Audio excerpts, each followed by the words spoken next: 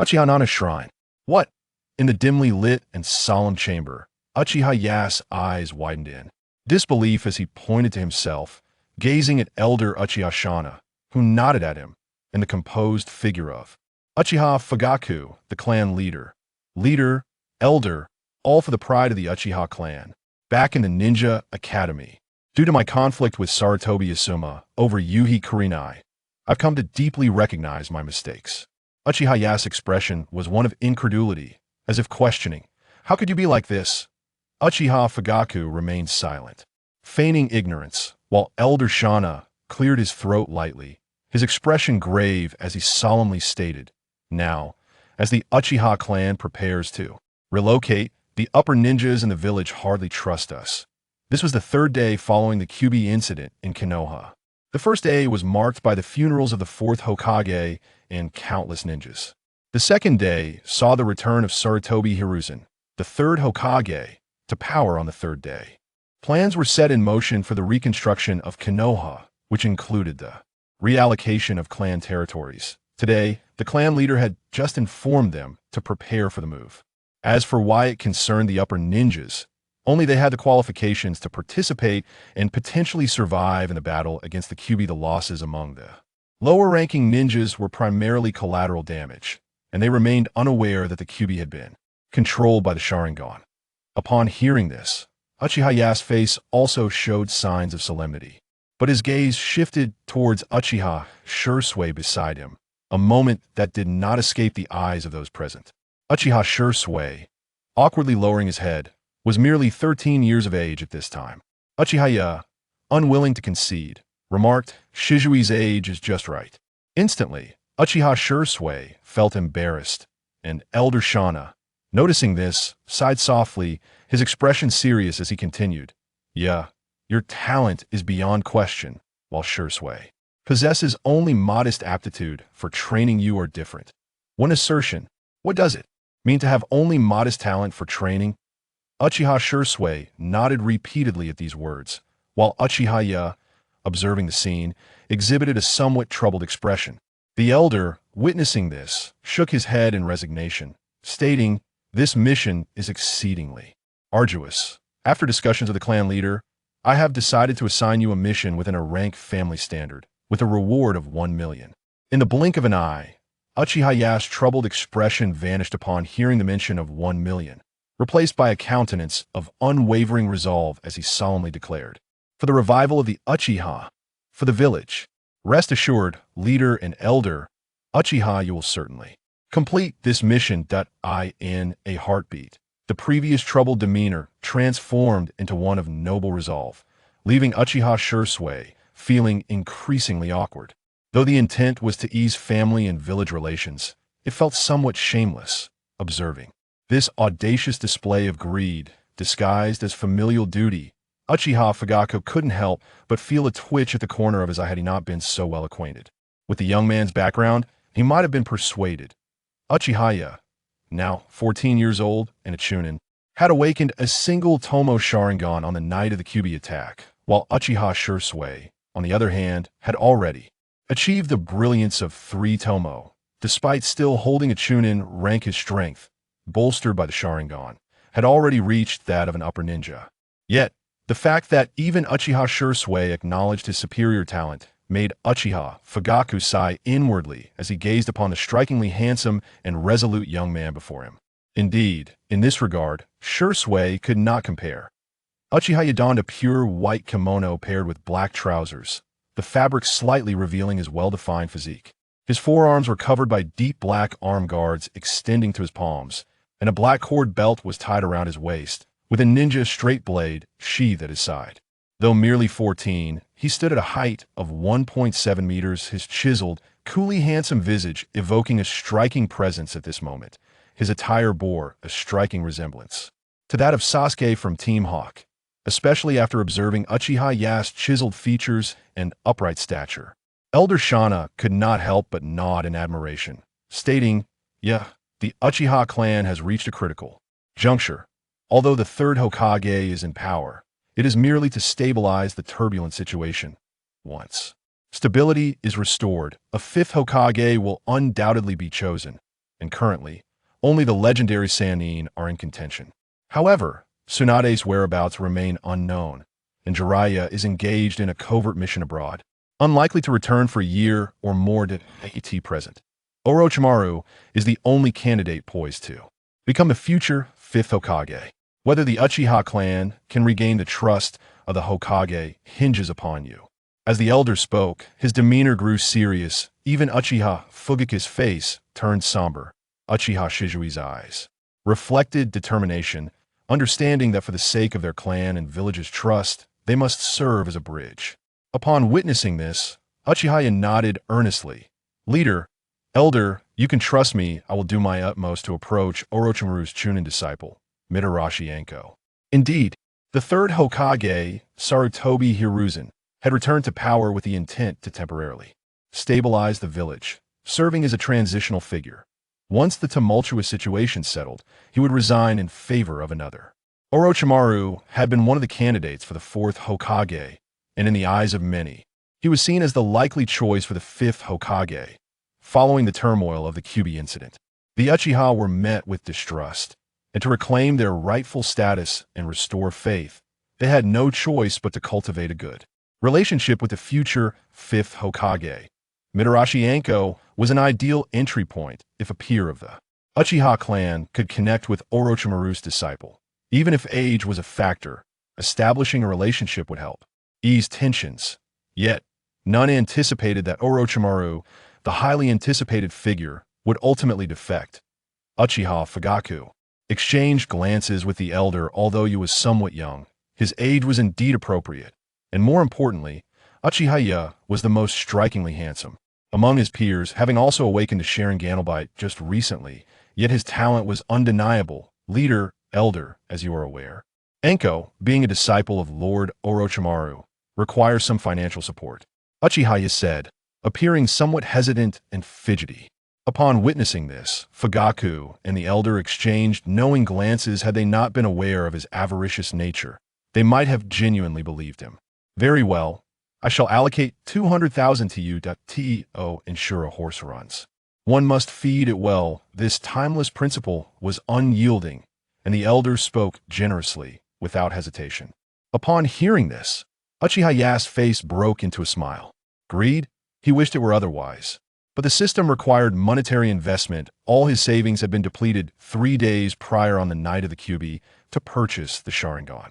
Without funds, he couldn't even think of charming a girl, let alone afford basic necessities. Now, he frowned, pondering how to explain this to Yuhi Kurenai, especially since she and Anko were close friends. Konoha. 3 days prior, Konoha endured the most catastrophic disaster in its history. The mighty Kyuubi, a manifestation of absolute terror, unleashed devastation that left 2/3 of the village's structures severely damaged. Ultimately, the turmoil caused by the Kyuubi concluded at a grave cost, with the sacrifice of the fourth Hokage and his spouse, alongside countless ninja. Concurrently, the recent conclusion of the Third Great Ninja War rendered the borders unstable due to Konoha's unexpected calamity, a pivotal factor that facilitated the Third Hokage's smooth return to power. Had the situation remained stable, the selection of the fifth Hokage would have likely taken precedence over the third's reascendancy. Moreover, the Uchiha clan, now shrouded in suspicion due to the Sharingan seen within the Kyuubi's eyes, found themselves marginalized by the higher-ups under the pretext of the village's need for restructuring. Despite their profound discontent, the Uchiha could do little but endure this humiliation, for the stigma of the Sharingan could not be erased.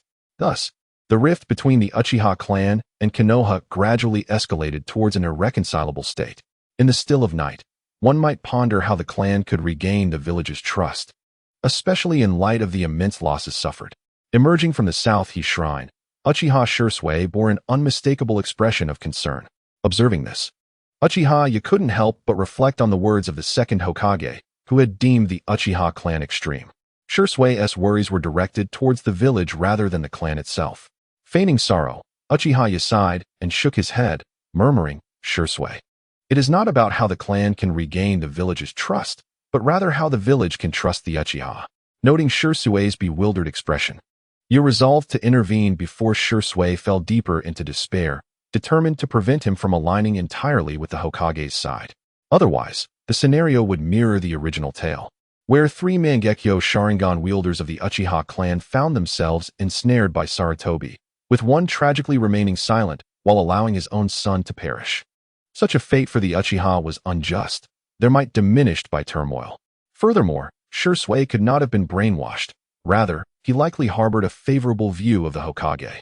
Following the Kyubi incident, the village's wariness towards the Uchiha prompted the third Hokage to covertly cultivate his own informants within the clan. Shisui was gradually assimilated into this newfound atmosphere, while Uchiha Itachi was still but a mere 5-year-old child. Shisui, you continued, many within the clan are seething with indignation. Yet, in a bid to prove their innocence and reaffirm their identity as integral members of Konoha, the Uchiha clan reluctantly consented to relocate to the village's outskirts, subjecting themselves to constant surveillance. The Uchiha have humbled themselves, and the village ought to recognize this. After casting a meaningful glance at Shisui, Uchiha feigned a demeanor of suppressed frustration, embodying the image of one whose grievances remained unvoiced, teeth clenched tightly in silent resolve. This scene left Uchiha Shisui momentarily stunned. Indeed, the proud Uchiha clan had relinquished their arrogance to choose the path of humiliation through relocation, which was meant to demonstrate their innocence to the village. Observing the flicker of hope in Shisui's eyes, Uchiha Itachi could not help but sigh inwardly. It became evident that Shisui's understanding was rather shallow. Or perhaps he was entirely naive in this regard. No one is inherently born into a particular side. Rather, it is a gradual journey towards one's chosen allegiance. At this juncture, Uchiha Itachi felt compelled to lament the inadequacy of the Uchiha clan's nurturing of their prodigies. No, it would be more accurate to assert that the Uchiha were excessively confident, believing their genius was a birthright. Shisui, do you think that once we relocate to a new dwelling, the village will once again trust us? At that moment, hope gleamed in Shisui's gaze, while Itachi, upon hearing this, furrowed his brow in contemplation for a considerable time before finally exhaling a sigh. This scene undeniably ignited Shisui's curiosity, prompting him to gaze at Itachi with anticipation. After scanning the surroundings and confirming their solitude, Itachi quietly murmured, "Shisui, you are far too naive." If the fourth Hokage were still alive, naturally the Uchiha would garner more trust. Furthermore, even if any of the legendary three were to ascend as the fifth Hokage, the Uchiha would receive a modicum of increased trust. Itachi's words left Shisui in a state of bewilderment, causing him to mutter to himself, "Indeed, Shisui is a genius in the realm of ninjutsu, yet utterly inept in matters of politics." One could hardly blame him, considering the ninja world had only recently established villages, lacking the wisdom of generations. Brother Itachi, why do you say that any of the legendary three becoming the fifth Hokage would be preferable to the third Hokage? In that moment of confusion, Shisui unconsciously referred to him as brother, which elicited a triumphant smile from Itachi. It seemed that with the right persuasion, no wall could remain unbreached. Itachi was convinced that he could manipulate the situation to solidify the Uchiha's dominance, ensuring that even those inclined to betray the clan could be swayed. Itachi shook his head with a sigh. "Shisui, do you know of the elder Shiranui's past?" This single inquiry elicited an awkward expression from Shisui, who cautiously glanced around. Not sensing the presence of other ninjas, he timidly replied, "How could I not? But what does this have to do with our discussion?" Uchiha Shiranui was a member of the Konoha police force during the second Hokage's administration, inheriting Uchiha Madara's will and aligning with the hawkish faction. Ultimately, he was apprehended by the second Hokage's Umbu members for inciting rebellion among the Uchiha clan and was subsequently imprisoned. It was not until the third Hokage assumed office, seeking to stabilize the populace, that Shiranui was released from incarceration. Thereafter, he became a despondent figure, yet remained a formidable presence within the Uchiha clan. Observing the cautious demeanor of Uchiha Shisui, Uchiha Yoru subtly gestured for the two to proceed towards the waterfall, engaging in conversation as they walked. "Shisui, you are aware of the second Hokage's policies. Given the peculiar circumstances of that era, it was only prudent to be wary of the Uchiha clan. What do you think the disciples who inherited the second Hokage's ideals would think of our clan?" Upon hearing this direct inquiry, Uchiha Shisui exhibited a look of astonishment. He had never contemplated this aspect before, but as a descendant of the Uchiha clan, he possessed some understanding of the matter. With a furrowed brow, it was evident that he was profoundly affected, perhaps because he had never considered the unfolding events from this perspective. Sensing the turmoil within Uchiha Shisui, Uchiha Yoru could not help but smile and shake his head. Do not be disheartened, Shisui. Although the third Hokage has inherited the second Hokage's philosophy, he will eventually step down. As for Danzo and the two high-ranking officials, let us set them aside for now. After all, Lord Orochimaru is the most likely candidate to succeed as the fifth Hokage. I do not intend to speak ill of the third Hokage, but allow me to present another viewpoint. During his administration, did he truly place his trust in the Uchiha clan? The second Hokage's wariness towards us is a legacy that his disciples could not simply disregard. While these words initially caused Shisui to frown, even igniting a flicker of resentment within him, the mention of the prospective fifth Hokage rendered his earlier concerns trivial. At that moment, Uchiha Shisui lifted his gaze to meet that of his slightly older clansman. Uchiha Yoru, observing this, shrugged with a confident smile. Rest assured, Shisui, I am well aware of the legendary three ninjas. None among them harbors any prejudice against the Uchiha. After all, they are not from that era. Referring back to the time of the second Hokage, it was indeed shortly after the Uchiha's betrayal, followed by the first Hokage's passing. To claim that the second Hokage was unperturbed would be disingenuous. Thus, labeling it a special period is not an exaggeration. This era indirectly implicated the Uchiha clan in the demise of the first Hokage. The third Hokage succeeded during such turbulent times, especially since the second Hokage's tenure was brief, inevitably influencing the circumstances. However, the legendary three ninjas were still in their youth during that tumultuous period, which accounts for their lack of direct impact. Upon hearing these words, Uchiha Shisui felt an inexplicable sense of relief, though he wished to counter with objections. The thought that any future fifth Hokage would harbor no prejudice against the Uchiha clan brought a smile to his face. Indeed, regardless of past grievances, these would soon become mere history. Their focus should lie in fostering a positive relationship with the future fifth Hokage. As Uchiha Shisui beamed with hopeful anticipation, Uchiha Yoru's inner thoughts turned coldly amused. He intended to instill in Shisui's mind a lasting impression of the third Hokage's lineage, inheriting the second Hokage's caution towards the Uchiha, only to later present the new hope of the future fifth Hokage. When the time came, should the fifth Hokage fail to materialize and the third Hokage clung tightly to power, Uchiha Yoru found it hard to believe Shisui would remain easily swayed. As this thought crossed his mind, a smirk gradually formed at the corners of his mouth, revealing an alluringly sinister smile. With his presence, he was determined that Shisui would not succumb to manipulation so easily. Once the seed of doubt is sown, its effects may not be immediately discernible, but it requires the occasional watering to hasten its germination, potentially allowing it to flourish into a towering tree. At that moment, a smirk could be anticipated. Brother Yi, what kind of person do you believe Lord Orochimaru to be? It is evident that Uchiha Shisui has become deeply enmeshed in the grand vision he has constructed. This is not to suggest that Shisui lacks intellect, but rather that no one could foresee Orochimaru's defection. Presently, the loudest voices within the village are in favor of Orochimaru, and it is likely that once the borders stabilize, he will be nominated as the fifth Hokage.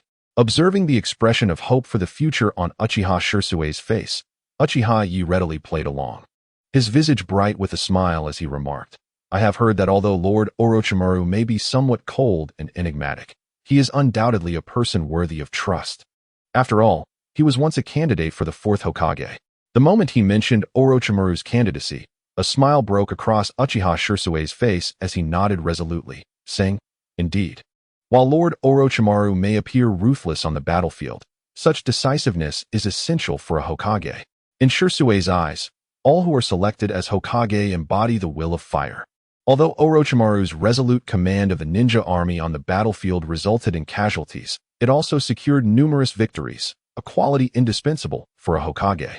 Uchiha Yi, standing nearby, could not help but smile, thinking to himself how adept Shisui was at weaving grand narratives, undoubtedly influenced by the motivational tales of Hokages during his time at the academy. However, he mused, when the day comes that Shisui witnesses Orochimaru's betrayal, it will be truly entertaining. The thought alone stirred anticipation within Uchiha Yi. Shisui's expression would surely be a sight to behold. Host, Uchiha Yi. Chakra level, Chunin, chakra attributes, fire, LV3, lightning, LV3. gold coins, 30,000. As Uchiha Yi departed from Shisui, he made his way into the village, quietly shaking his head and sighing as he contemplated the visions only he could perceive within his mind. The Golden Finger, a purely premium system, demands only gold. After years of arduous effort, he had finally amassed enough coins just last month, specifically waiting for the Knight of the Nine Tails to awaken his Sharingan. After all, one cannot simply awaken it haphazardly. The Knight of the Nine Tails presents a logical and fitting opportunity.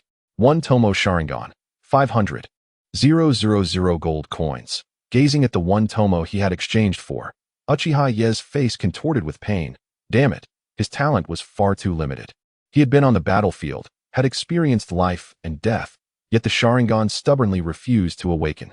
Fortunately, being a member of the Uchiha clan, he did not need to exchange for the Uchiha bloodline. Indeed, the prerequisite for exchanging bloodlines is possessing the corresponding lineage. Once one has the bloodline, acquiring 1 Tomo costs 500,000 gold coins, while 2 Tomo doubles that to 1 million, and 3 Tomo skyrockets to 10 million. The Mangekyo, a staggering 100 million.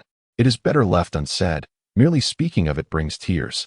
Upon witnessing the exchange rate, Uchiha Yi could not help but feel a twitch at the corner of his eye.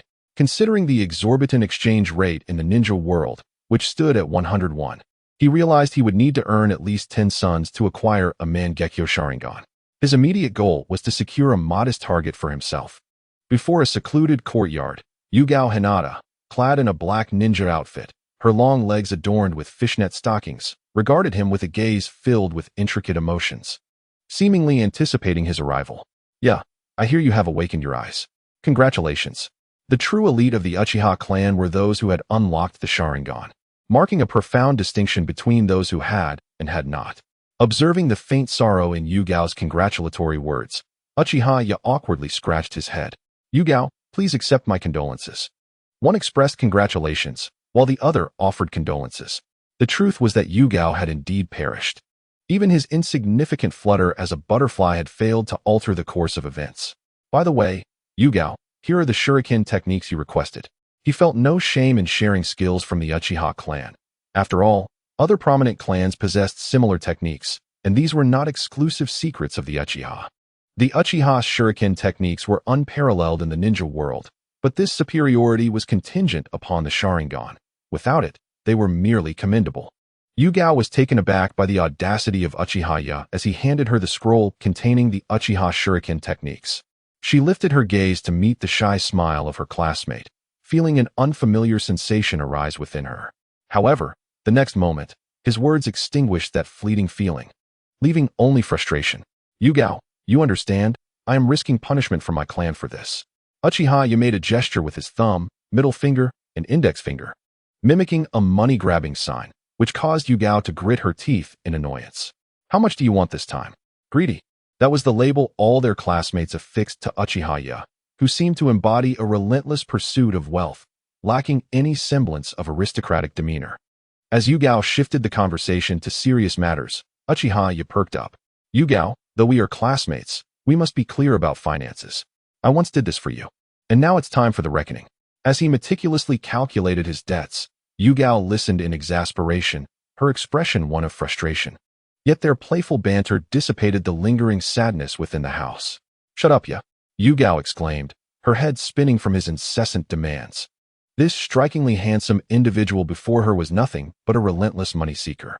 In her youthful innocence, she had been duped into parting with a significant amount of her pocket money over the years, all under the guise of him being her shield. In a fit of annoyance, Yugao stood up and retreated into the house, only to emerge moments later, tossing a scroll into his hands. With a sharp sound, Uchiha Yi looked at the scroll in confusion, which bore the character for sword. The experiences of the Leaf Village's Kenjutsu, compiled by my father, should suffice for the expenses, I presume. With a huff of irritation, Yuhi Kurenai shot a glare at the other party, instantly prompting a smile from Uchiha Yuru. He had indeed struck a remarkable bargain. Yuhi Kurenai, an elite jonin of the Leaf, renowned for her jinjutsu, also possessed commendable swordsmanship. Otherwise, she wouldn't carry a traditional katana on her back. This time, he had truly gained an advantageous position. Observing the scroll in his possession, Uchiha Yuru grinned as he tucked it into his weapon pouch. a sight that amused Yuhi Kurenai greatly. Truly, he was her financially savvy boyfriend. Their relationship could be described as one of friendship with romantic undertones after all these years. However, as Uchiha Yoru pondered, it dawned on him that no ninja was a fool, for analysis was the greatest strength of a ninja, barring a few exceptions, such as the exceptionally gifted protagonists. Female ninjas were particularly rare, and Yuhi Kurenai, with her calm and analytical demeanor, was certainly not to be underestimated. He had evidently gained an upper hand in this situation. Contemplating this, Uchiha Yoru feigned a serious expression. Kurenai, given the recent Nine Tails incident, it's apparent that our Uchiha clan is under scrutiny. Though this shield may no longer serve its purpose, you can utilize this occurrence. If anyone investigates your connections with the Uchiha, then you, before he could finish, Yuhi Kurenai interjected with a cold smirk. You can just say that I was deceived by you, a scoundrel who has been swindling my pocket money since Ninja Academy, and even stole my father's swordsmanship scroll. How about that? Taken aback by her quick retort, Uchiha Yoru initially froze, but then a smile crept onto his face. Kurenai, it's certainly you. However, if I am to bear such a heavy burden of blame, I must demand additional compensation. With a thud, a cushion was hurled at him, which Uchiha Yoru hastily caught. Yuhi Kurenai glared at him with her striking ruby eyes, her irritation palpable. Uchiha Yoru, she shouted, causing him to flee from the room in a hasty retreat. As though caught in a web of deception. Kurenai, let us discuss this amicably. Uchiha Yoru called out, scrambling away. Upon seeing that Yuhi Kurenai had shed her earlier gloom, a smile slowly formed on his lips. Noticing his grin, Kurenai felt her own spirits lift, and she shot him a reproachful look. Uchiha Yoru, I became a chunin a year before you. In the original narrative, Yuhi Kurenai's background is quite clear. She became a genin at age 9 and a chunin by 13, with no specific timeline for her ascension to jonin. However, through the dialogue exchanged between jonin during the chunin exams, one can infer that she had only recently attained jonin status shortly before the plot commenced. Now, at 14 years of age, with 12 years elapsed since the beginning of the story, it suggests that Yuhi Kurenai took at least 12 years to achieve the rank of jonin, likely reaching it around the age of 26. After all, the greatest prowess of a ninja lies in intelligence analysis. After many years of acquaintance, the two of them enacted a scene reminiscent of a heart-wrenching breakup. During this sensitive period, entanglements with the Uchiha clan were ill-advised, especially for Yuhi Kurenai, who was merely a chunin without the protection of her father. Although these were minor inconveniences, it was evident that neither of them wished to be burdened by such trivialities. Watching the departing figure, Kurenai let out a wistful sigh, remarking to herself how truly heartless her former boyfriend was. Upon returning home and gazing at a photograph of her and her father, Kurenai's face broke into a radiant smile as she murmured, "Father, I shall not disappoint you. I will become an elite jonin of Konoha." In that moment, the sorrow in her eyes transformed into a fierce determination. She could not let her father down and was resolute in becoming the proud jonin daughter he envisioned. As the gentle rain fell, she stepped outside and spotted Uchiha Shisui in the distance, clearly having waited for some time.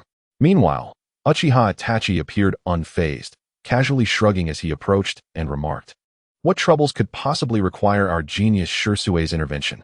In the depths of the forest, Shisui, unfazed by the comment, smiled and slowly retrieved a scroll from his tool pouch. Handing it over, "Brother Itachi, this is the ninjutsu bestowed upon you by the elders, along with the necessary funds. We shall gather at the village entrance tomorrow morning at 6 sharp." After the mission details were conveyed, Itachi shook his head with a sigh. He understood the urgency of the Uchiha clan situation, but regrettably, this gamble was destined to be in vain. Once business was concluded, Shisui's expression turned serious as he cautioned, "Brother Itachi, once you've settled your affairs, it would be wise to avoid provoking her for the time being. It might cause her harm." Shisui's meaning was clear.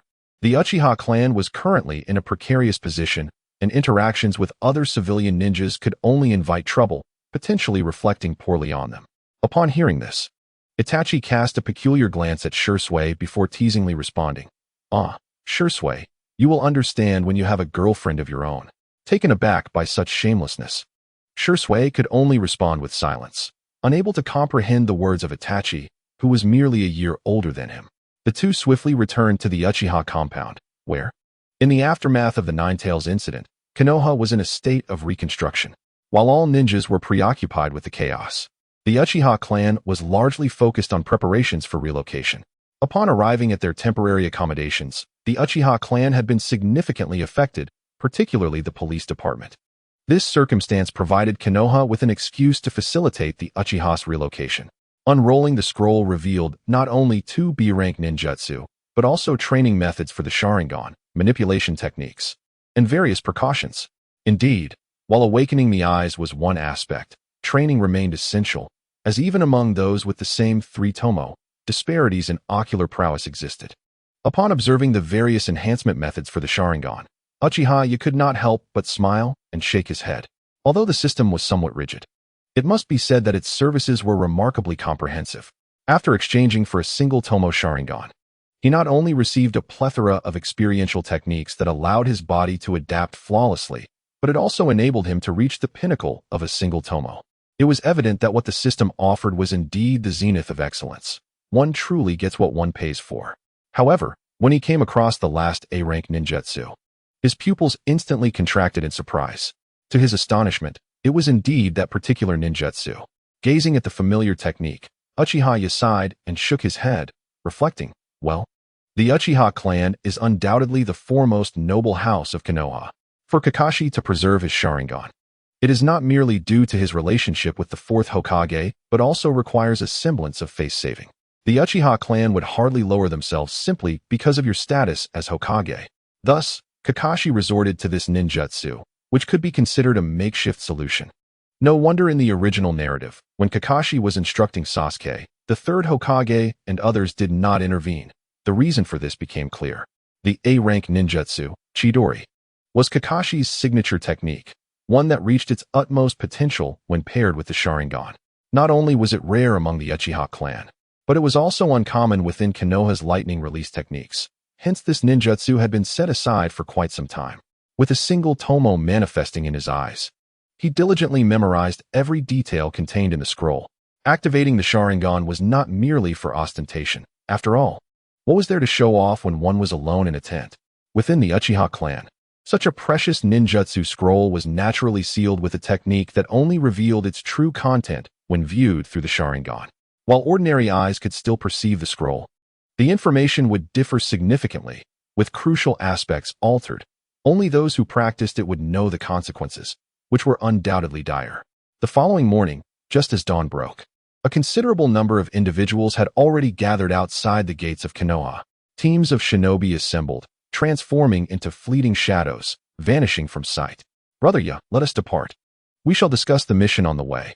As Uchiha's figure appeared, the lower and mid-ranking ninjas passing by paid little heed, yet among the high-ranking shinobi, an invisible sense of exclusion was palpable. This time, the number of Uchiha clan members was not insignificant, with 8 members accompanying him. The captain was clearly the Uchiha prodigy, Shisui. Leading the team, Shisui maintained distance from the others and spoke gravely. Brother, we are to head to the borders of the Land of Water, where Lord Orochimaru is stationed. Receiving the scroll, Uchiha narrowed his eyes as he perused its contents, nodding slightly in understanding.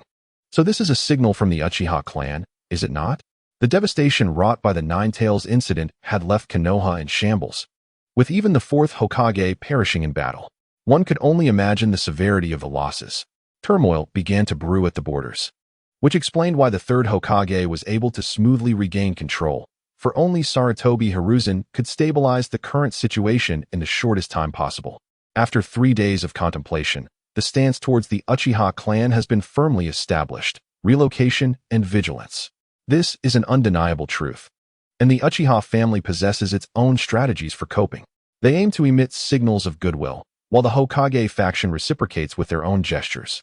After all, I have relocated my clan's territory at your request, and now, in these turbulent times, the Uchiha seek to restore trust, while the village requires their strength. Thus, the Uchiha are the first to signal their intentions by accepting missions at the border.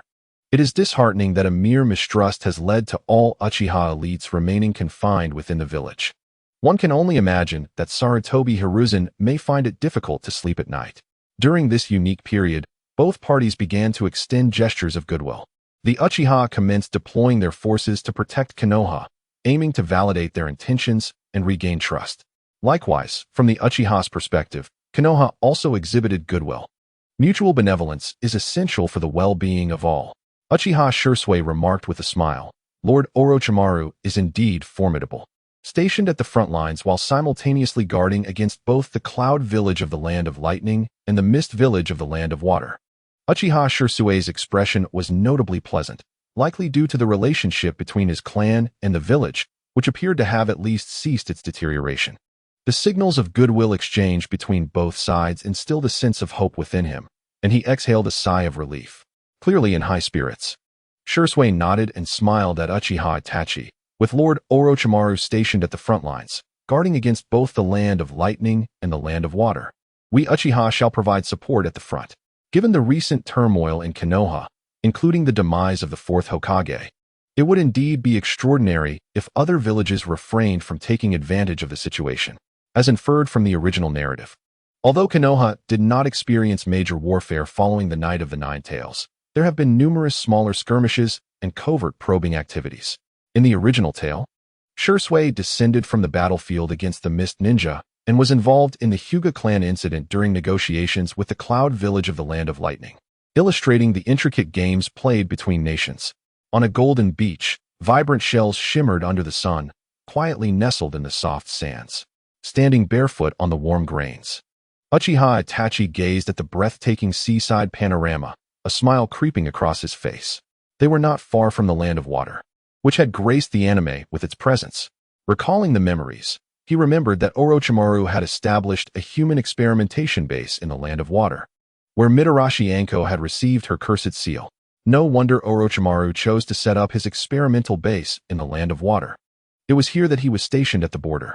Brother Itachi, we have arrived. The camp of Lord Orochimaru lies ahead, Uchiha Shisui. The captain of the Uchiha 8-man genius team exclaimed with a smile upon spotting the distant encampment. The coastline clearly revealed numerous lookout towers, especially with several concealed within the dense forest. As the group proceeded towards the camp, they naturally noticed several hidden sentinels along the way. Yet Shisui discreetly communicated with the sentries using hand signals. Ultimately, the 8 of them entered the camp without hindrance. The camp appeared somewhat disordered. Yet Uchiha had long grown accustomed to this, for ninjas are not soldiers, especially in this world, where ninjutsu reigns supreme. Such a scattered encampment allows each ninja to exploit their advantages to the fullest. Brother let us proceed to report to Lord Orochimaru, while the others prepare the camp.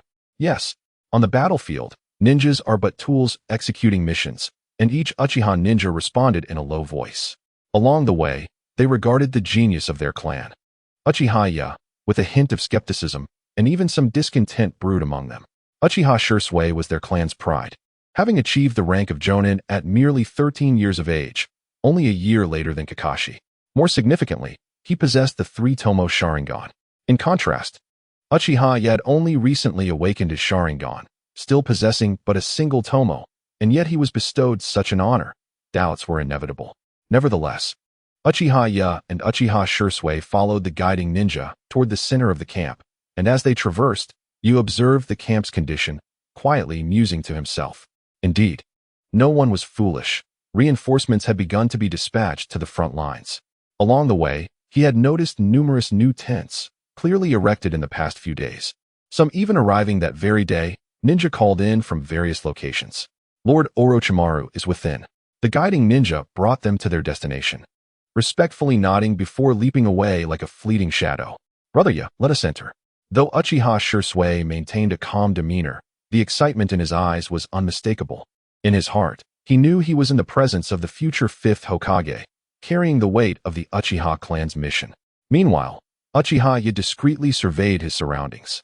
Indeed, the name Orochimaru was fitting, for the camp was shrouded in darkness, perfectly aligning with his nature. No one reported their arrival.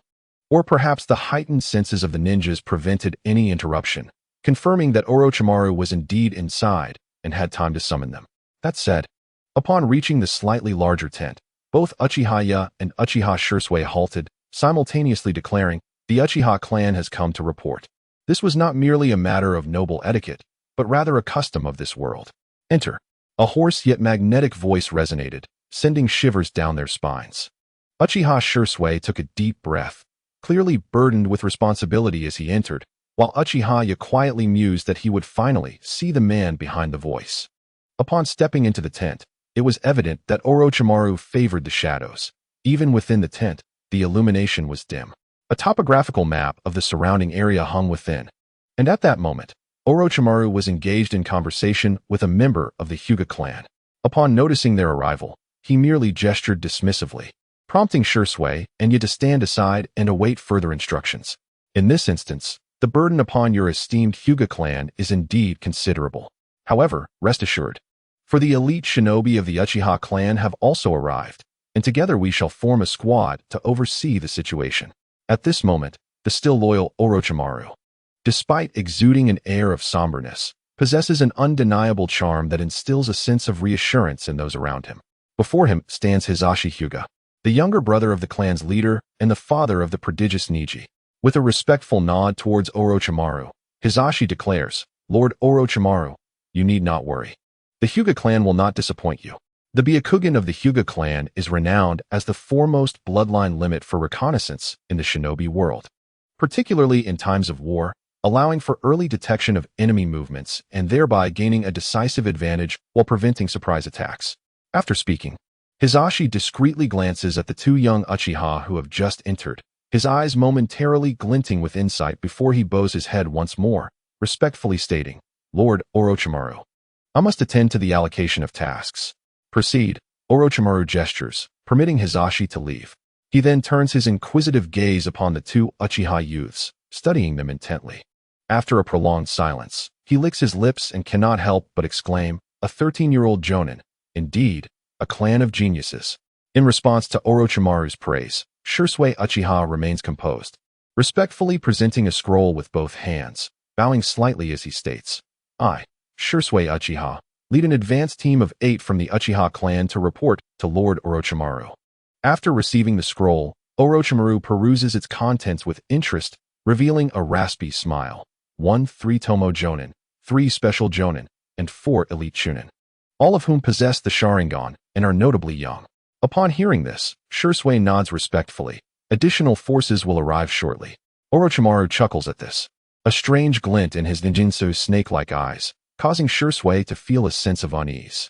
The oppressive chakra emanating from the Sannin is overwhelming, allowing Shisui to finally comprehend the pressure described in the original narrative when Mizuki faced the second Hokage. "Indeed, quite impressive. Is this your clan's investment?" Orochimaru inquires with keen interest, his gaze fixed upon the two youths. At this moment, he has yet to suffer the torment of the Mangekyo Sharingan and remains untainted by an obsession with the eye's powers. Following this blunt remark, Shisui finds himself a bit flustered, unsure of how to respond, perhaps indicative of Orochimaru's true nature, unconcerned with the opinions of others. Before them stands Orochimaru, adorned in the green Jonin vest of Konoha, with long black hair, golden slit-like pupils, purple eyeshadow extending to his nostrils, and pale skin. He gazes at the two Uchiha with evident interest, licking his lips as he speaks in a gravelly yet magnetic tone. "I have acknowledged your clan's goodwill. Arrangements will be made for you shortly." Uchiha gazed intently at Orochimaru before him, aware of the latter's indifference to the opinions of outsiders. While one could rationalize his human experimentation as a pursuit of strength or personal interest, the ease with which he later shifted his focus to a female subject revealed an unequivocal openness of spirit. Upon hearing these thoughts, Uchiha Shisui broke into a smile. Seemingly satisfied that Uchiha's intentions had been conveyed perfectly, his task was complete. He respectfully nodded and expressed, "Thank you, Lord Orochimaru." As Shisui prepared to depart, he noticed Uchiha remained still. Just as he contemplated inviting Yu to accompany him, a mere glance from Yu prompted him to leave alone, albeit with a hint of suspicion. Now, within the confines of the tent, only Uchiha remained. Orochimaru, seemingly intrigued, let out a raspy chuckle, the sound perhaps a byproduct of years spent with serpents. Might I inquire what business brings you here, Lord Yu?" It must be noted that Orochimaru exhibited remarkable politeness. Although Uchiha was cognizant of the historical trajectory, his prolonged existence in this world had imparted the understanding that his current strength was merely that of a Chunin, insufficient to effect any significant change. His immediate objective was to bolster his own abilities and, within his capacity, reclaim the minds of the two wayward Uchiha. "My lord, I come at the behest of the elders," he declared, thereby establishing his allegiance. Earlier, Uchiha Shisui had represented the goodwill of the entire Uchiha clan, while he now stood as a messenger for the elders. The village had endured the turmoil of the Nine Tails incident, and with the Third Hokage reinstated to stabilize Konoha, it was widely accepted that Orochimaru would ascend as the fifth Hokage. In this moment, Uchiha respectfully assessed the legendary figure before him, noting the ever-composed and alluring smile that radiated a unique charisma. Orochimaru, now seemingly intrigued, scrutinized the Uchiha Chunin with keen interest, eager to hear the intentions behind the elder's summons, for it promised to be quite fascinating. At the zenith of his youth, Orochimaru was adept at thwarting the prying eyes of those lurking in the shadows. Should he ascend to the position of fifth Hokage, the clandestine figures would find themselves devoid of hope, and the Sarutobi clan would be disinclined to witness the third Hokage's abdication, a sentiment echoed among the village's higher echelons. After articulating these thoughts, Uchiha regarded the legendary ninja with utmost respect. Orochimaru, initially taken aback, soon wore a smile that revealed a flicker of intrigue, his lips curling in that distinctive raspy manner. "How intriguing! I did not anticipate that you, Lord Ya, are not only a prodigy of the Uchiha, but also a confidant of the elders." At the tender age of 14, as a Chunin who had just awakened to Tomo Sharingan, Yu was undeniably gifted, yet to Orochimaru, he appeared merely an average genius.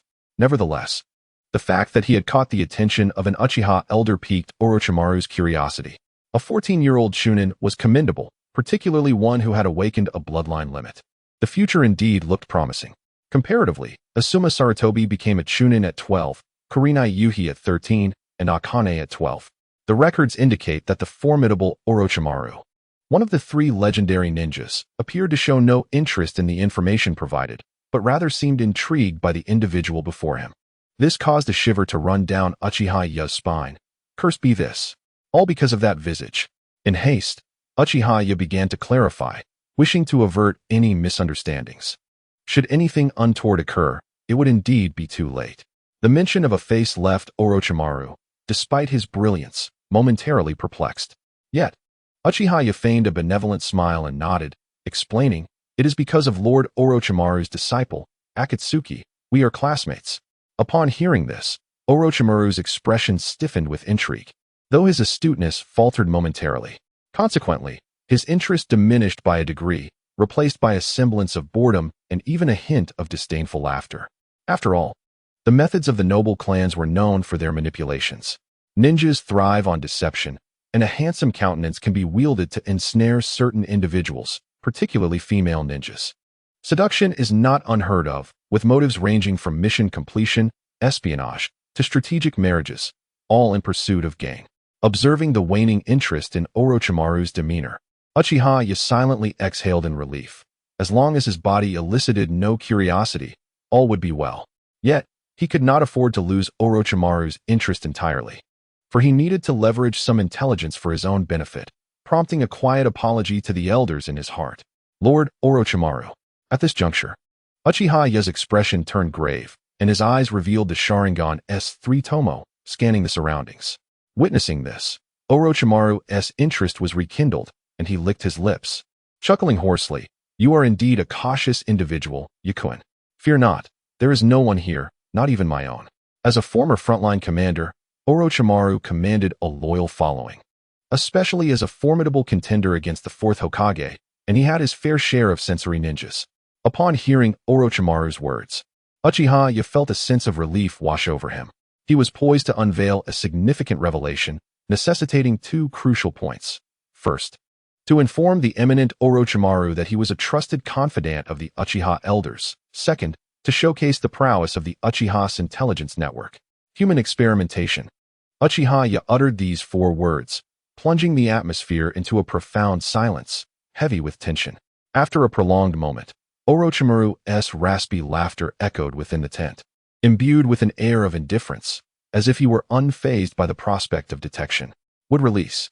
As these 2 words escaped his lips, Orochimaru's golden pupils dilated sharply, and a fleeting chill of murderous intent permeated the air, causing Uchiha to break into a cold sweat, his hairs standing on end.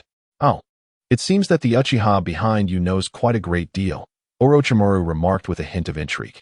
In this moment, Orochimaru narrowed his eyes, secretly analyzing the situation within himself. It was impossible. While human experimentation might evade the scrutiny of discerning individuals, the secrets of wood release were known only to Danzo and himself, along with a select few from the roots. He had never considered the roots, for Danzo's methods were not to be trifled with. Given Danzo's disdain for the Uchiha clan, it was inconceivable that he would divulge any information. Thus, only one possibility remained. The Uchiha's clandestine intelligence capabilities exceeded his expectations. A smile crept onto his face as intrigue filled his heart. Within the camp of the front lines in Konoha, Orochimaru revealed his crimson tongue, gazing at his counterpart with an exceedingly perverse expression, his eyes glinting with excitement. It was as if he were saying that this was insufficient. He demanded to see the Uchiha's secrets. As for threats, he had never entertained such notions. Threatening one of the Sannin? Did he not fear that the latter might unite with Danzo and the entirety of Konoha against the Uchiha? No one was a fool. Observing Orochimaru's burgeoning interest, Uchiha felt a surge of relief within. Fortunately, he was aware of the world's trajectory, possessing intelligence of the future that rendered him unafraid of being outwitted. According to reliable information, among Orochimaru's would-release test subjects, one had fortuitously survived and even awakened a bloodline-limit, currently residing within the roots, codenamed A. Upon conveying this information, a sense of triumph swelled within Uchiha. He could hardly believe that someone who had extensively studied Konoha's archives, like Orochimaru, would be oblivious to the true might of wood release. Now that he had learned of its resurgence, especially slipping through his fingers, would he not be astonished? Utilizing information he had merely acquired to barter for benefits was indeed a shrewd transaction. As for revealing the future of the wood release ninja, Yamato, what concern was that of his? Knowing the future, he was determined to maximize his own gains. Indeed, when Orochimaru learned that one of his experimental subjects had survived and awakened wood release, his expression was momentarily stirred. However, he quickly suppressed his excitement, raising his head to regard the Uchiha clansmen before him with feigned interest. It seemed the Uchiha's intelligence network was not as rudimentary as he had presumed, capable of even uncovering information from the roots. At this moment, it would be disingenuous for Orochimaru not to feel astonished. The ninjas of the roots were nearly all bound by the curse mark of the tongue. In terms of confidentiality and intelligence capabilities within the ninja world, the roots were undoubtedly formidable, yet this group of Uchiha had managed to tap into it. It was not that the Uchiha lacked the strength. As Konoha's foremost clan, their power was indisputable. Yet this was intelligence, not mere strength. As Uchiha had surmised, Orochimaru attributed everything to the Uchiha clan, for even a mere Chunin with a single Sharingan was insignificant, let alone an elite Jonin with 3. Ah, Yakuin. You are quite impressive, he mused. Others might only perceive that you approached Akame to achieve your goals through your appearance. Yet many were more focused on another elite Uchiha squad.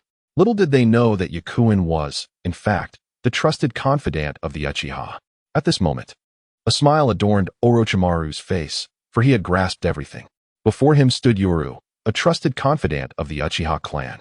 Though his abilities were rather mediocre, it was precisely this quality that rendered him an effective conduit for intelligence. Ostensibly, he approached his disciple, Akane, under the guise of familiarity to achieve a particular objective, while in truth, he aimed to establish a direct channel for information exchange. The Uchiha's artifice was indeed masterful, and it filled Orochimaru with a sense of delight. He had underestimated the Uchiha clan. Thus, Yoru would form a small team with Akane, aligning perfectly as comrades. Beneath his horse smile, Orochimaru had already resolved to draw closer to the Uchiha, eager to unearth any surprising intelligence they possessed. Upon hearing Orochimaru's plan, Yoru displayed a professional smile, masking the satisfaction within. His goals were finally within reach. If he could swiftly secure the promised 1 million from the elders, he would be one step closer to realizing his ambitions. Thank you, Lord Orochimaru. I stumbled upon this intelligence quite by accident.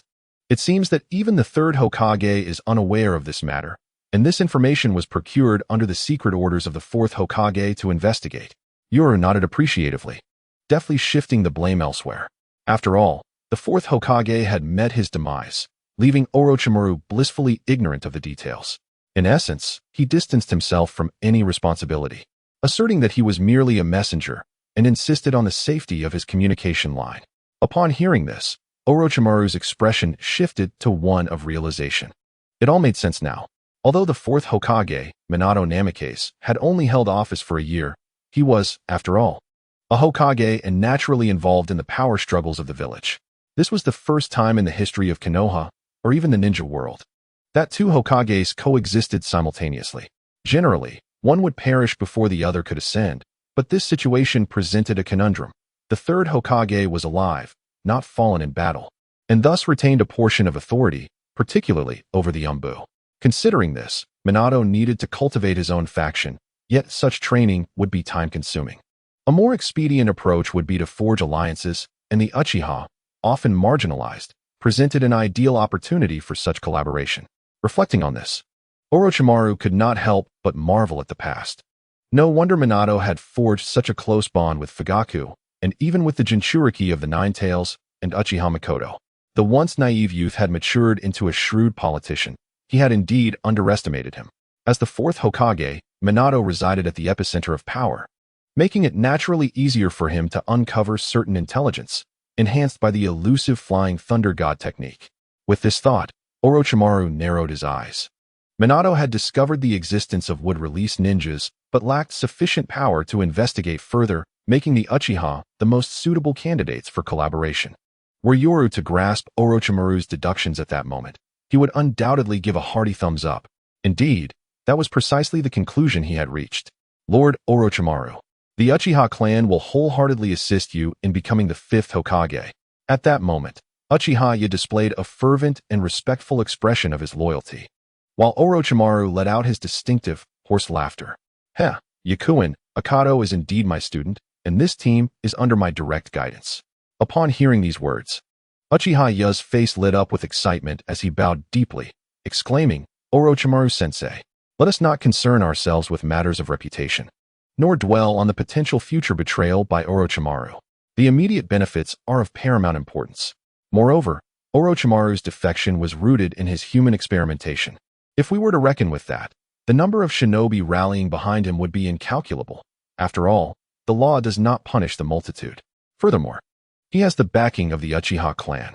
Based on my deductions, Orochimaru is unlikely to defect for at least another 2 years. By then, if I cannot prevent it, I shall profit from the situation. Prevent? Presently, Orochimaru has no interest in the Uchihas. He is yet to experience the torment of the Mangekyo Sharingan. Should he ascend to the position of Hokage, it is likely that while the Uchiha clan may not face annihilation, they would undoubtedly become frequent visitors to Orochimaru's laboratory. Thus, rather than attempting to halt his ambitions, I shall seek to amass tremendous profits. Otherwise, it may be ages before I can gather the necessary coins to purchase a Mangekyo. As for the timing of Orochimaru's defection, it is easily inferred.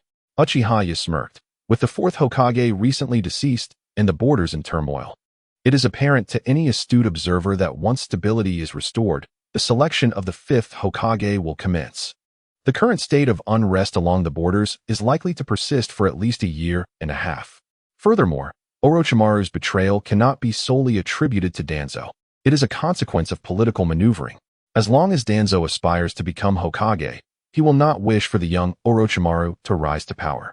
Additionally, the political interests of the Sandame's faction will play a role, even if Sarutobi does not desire this. The Sarutobi clan, alongside the Inuzuka and Aburame clans, will silently acquiesce to such outcomes due to their own vested interests. In the borders of Konohagakure, beneath towering trees, a young girl dressed in a fishnet outfit sported a deep purple bob, adorned with a small floral arrangement. Despite her mere 12 years, she deftly toyed with a kunai, her face harboring a faintly bloodthirsty smile. Yeah, I never imagined you would also become Orochimaru-sensei's student. It seems your charm is not your only asset. The youthful Akado, with her innocent demeanor, deliberately emulated Orochimaru, feigning a bloodthirsty appearance. She even extended her adorable tongue to lick the kunai menacingly, eliciting a smile from Uchiha. Akado, has your tongue grown warm? Uchiha's remark abruptly silenced the previously lively atmosphere. Akado, with her playful and spirited nature, looked on with a hint of confusion, asking, Warm tongue? What do you mean? Observing the naive bewilderment on Akado's face, Uchiha narrowed his eyes and softly pointed to his mouth, saying, "My mouth happens to be rather cool. Perhaps you could seek me out for a refreshing remedy, which is far preferable to the kunai." As a playful remark echoed in the air, Hongdo was momentarily taken aback, only to be graced by a smile that now bore an undercurrent of danger, one that was not feigned.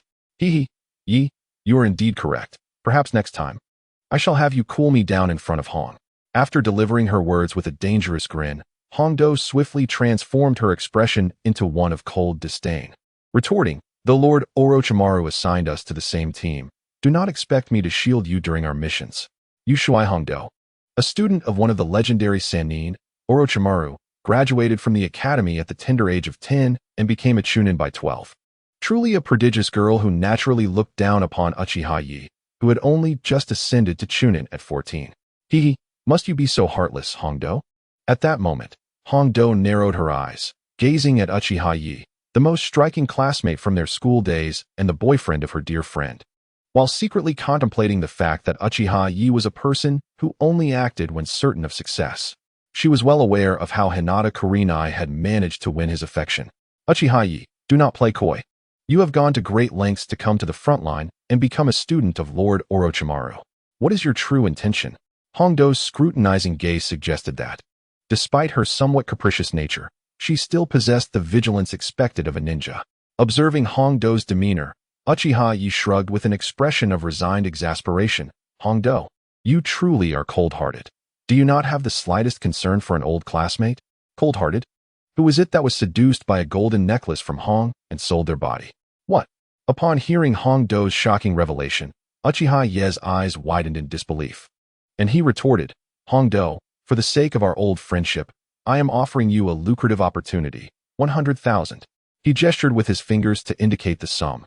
A smug expression plastered on his face as if to say, "Look at me, isn't that generous?" Presently, with the third Hokage reinstated, everyone understood that once the turmoil subsided, the fifth Hokage would inevitably be appointed. At this point, Uchiha fell silent, casting Hongdo a knowing glance that set her mind racing. "So, you are approaching Lord Orochimaru on behalf of the Uchiha clan."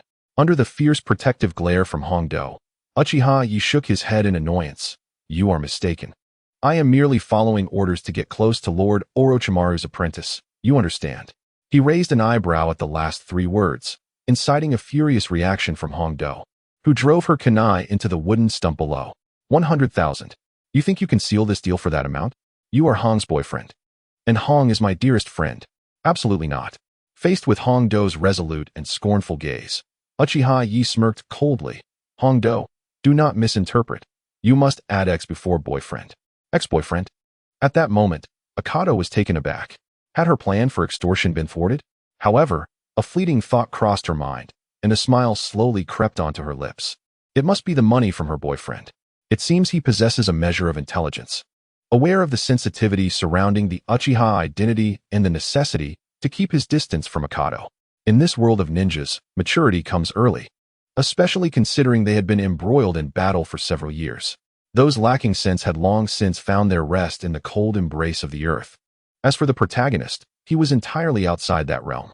She concealed her kunai within her weapon pouch, and at that moment, Akado approached him, exuding an air of pride. 300,000. I will feign allowing you to succeed, and when you complete your family's task, we shall split the benefits equally." Goodness. Observing Akado's audacious demands, Uchiha Yoru's eyes widened in disbelief, and he promptly rejected her proposition, saying, "Impossible. After completing this task, my family will grant me only 300,000 ryo. Are you suggesting I labor for half a day without earning a single coin?" Seeing Uchiha Yoru's resolute refusal, a sly smile crept onto Akado's face, for she had finally discerned his limits. "So it's 300,000, is it? Then how about 20 for me and 10 for you? What say you?" At this moment, Akado displayed an air of superiority, as if to say, "Will you accept? If not, you shall gain nothing. 15,000. We split it. Humph. Spare me your chatter. Either you receive nothing at all, or we proceed." "Fine." Ultimately, Uchiha Yoru appeared pained, while Akado wore a victorious smile. Yet, beneath his displeasure, Uchiha Yoru mused to himself, "Ah, young lady, though you are commendable, you have underestimated your own worth in this current climate. With your connection to Orochimaru, Your value has already doubled. TSK, TSK. You still think like a mere tool of the ninja. Both harbored ulterior motives. One wore a smile, while the other concealed joy within. Akado would effortlessly acquire 20,000, while Uchiha Yoru could secure a full 100,000 from his family. How fortuitous that the 20,000 provided by his family would suffice.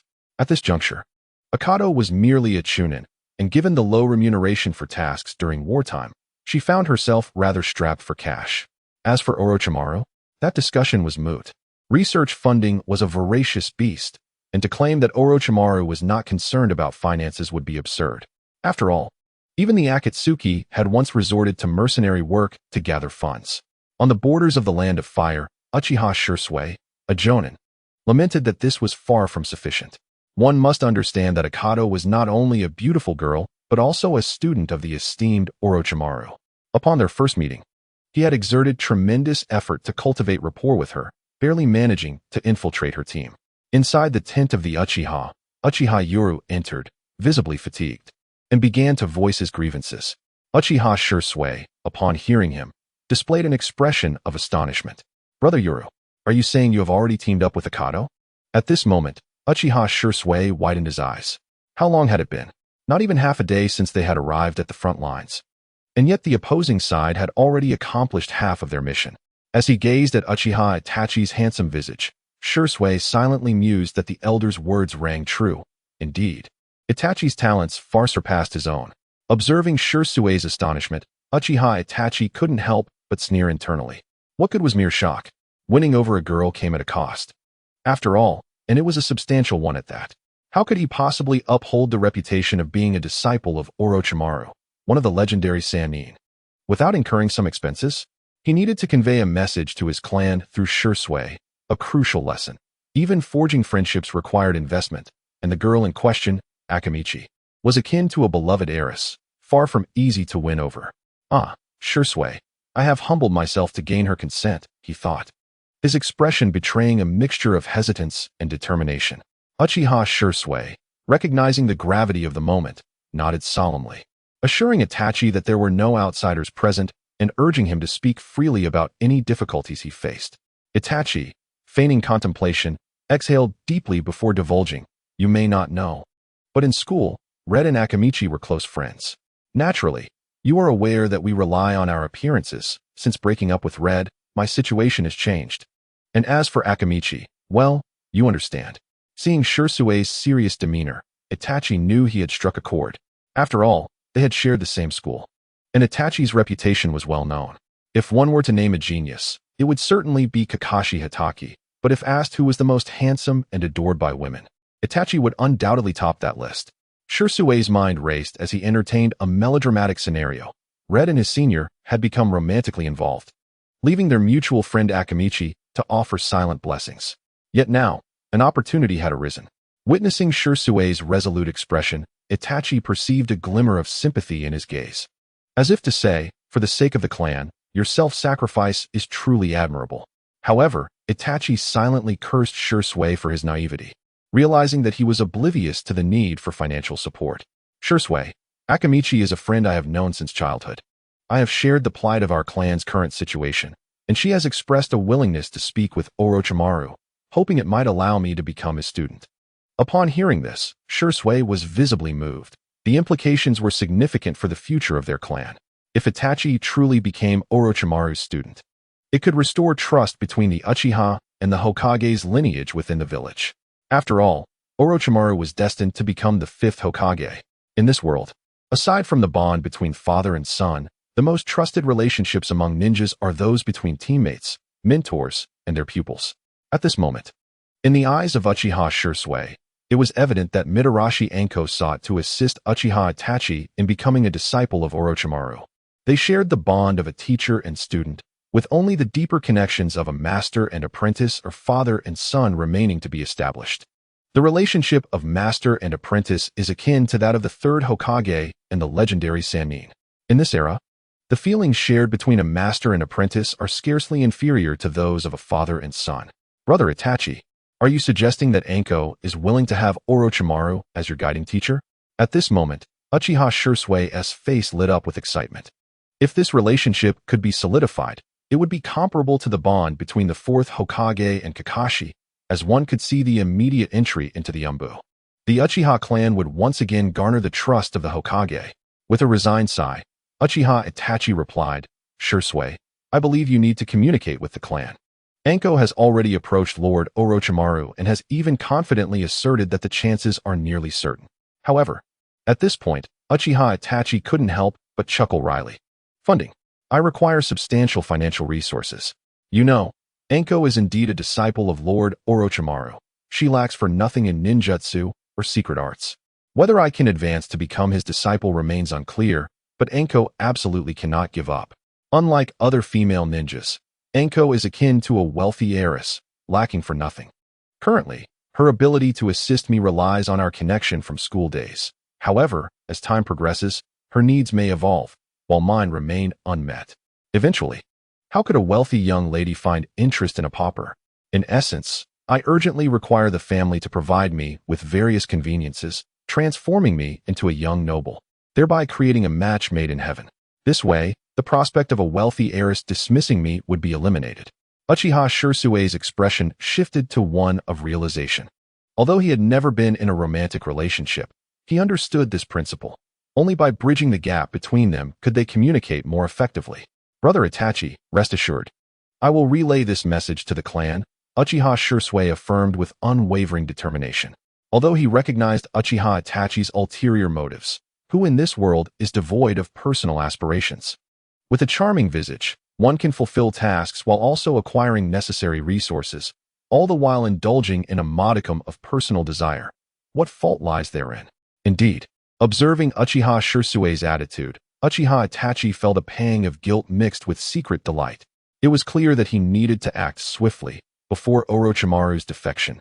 He must seize every opportunity to benefit from his family's resources.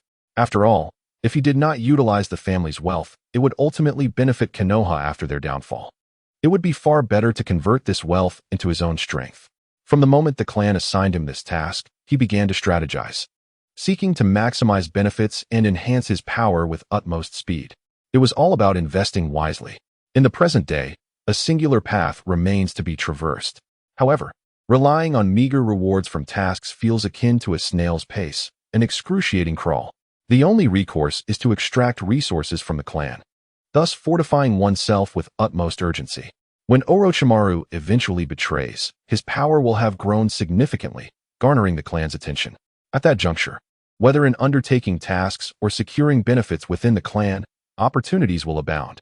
Uchiha Yi pondered deeply. While it is imperative to siphon from the clan's resources, it is insufficient. After all, Orochimaru's defection is imminent in the next couple of years, thus a secondary avenue is required. A route that allows for sustained extraction of resources, intelligence, profiting from the sale of various intel. As this thought crossed his mind, Uchiha Yi smiled, recognizing that the current turmoil in Konoha presents an ideal opportunity for intelligence gathering, especially from the front lines. In the land of lightning, Lord Hokage, this intelligence is rather extraordinary. At this moment, seated in the Hokage building, the fourth Hokage, who ascended to power following his father's demise in the Third Great Ninja War, restrained his impatience as he scrutinized the intelligence in his hands, a grave expression etching his features. Something indeed feels amiss, yet one cannot underestimate the situation. Let the intelligence department probe the veracity of this information. If it proves true, then what are mere finances in comparison? The Hokage remained vigilant, aware that such traitors abound, yet he did not allow himself to become overly concerned. For there are always several such internal spies each year. Every nation harbors spies, and there are always traitors who barter their village's interests for substantial rewards. Some seek ninjutsu, others vengeance, while some are simply driven by the primal instinct to survive, fearing exposure by their own spies. In short, the ninja world has never lacked for traitors. They have always existed. However, this particular traitor seems to possess an unusual identity, one capable of acquiring intelligence pertaining to Konoha's borders. Keep a close watch on this lead to ascertain the authenticity of the traitor, the fourth Hokage murmured thoughtfully. The ninja who had come to report nodded respectfully, affirming, "Yes, Lord Hokage." Similarly, there exist counterfeit traitors, who initially relay some true intelligence to gain trust, only to intertwine falsehoods amidst crucial missions, leading to the downfall of numerous elite ninjas. This tactic is well practiced among the various nations, even with the awareness of potential deceit. The ninja of each nation continue to engage in this perilous game, as they possess dedicated departments to analyze and verify the authenticity of intelligence. In the Land of Earth, within the office of the Third Hokage in Iwagakure, Inoki perused a transmitted piece of intelligence. His experienced gaze swept over the document with ease, revealing no hint of emotion as he calmly placed it upon the table. Ensure this intelligence is closely monitored and investigate its authenticity, he commanded. Yes, he replied. If it proves genuine, he would not hesitate to part with additional wealth, as long as the intelligence is precise. The presence of such traders was a familiar occurrence for the astute Inoki, who remained unperturbed by this particular intelligence. In the Land of Water, within the hidden village of Mist, in the dimly lit chamber, the Watermelon Mountain pufferfish demon surveyed the intelligence in his hands, a sinister grin spreading across his face. Ah, so it is but a little worm. I hope your information holds true. Otherwise, I would not hesitate to take out my frustrations on a few leaf ninjas. At the border of the Land of Fire, Uchiha returned to his tent, a relaxed expression adorning his face as he gazed at the operational funds just delivered by Shisui, a smile blossoming upon his lips. Indeed, it seems that the swiftest way to reap rewards is to exploit the system. The Uchiha clan, renowned as the foremost noble family of Konoha, though often perceived as haughty, proved to be exceptionally generous towards their own. Not only had he secured a task reward of 1 million, but the family had also generously provided additional funding. Upon conversion, the delightful chime resonated in his mind. Gold, 280,000. Upon seeing this figure, Uchiha smiled, realizing that he must strive even harder. If he could manage to become a disciple of Orochimaru, the resources at his disposal would surely multiply. The 1 million task reward would be announced the following day when he confidently addressed Orochimaru as his master. This shocking news would inevitably be relayed back to the Uchiha ninjas, thus marking the task as completed and remarkably successful. At this moment, the clan conveyed another mission to him, to endeavor wholeheartedly to become a disciple of the legendary Sannin, Orochimaru.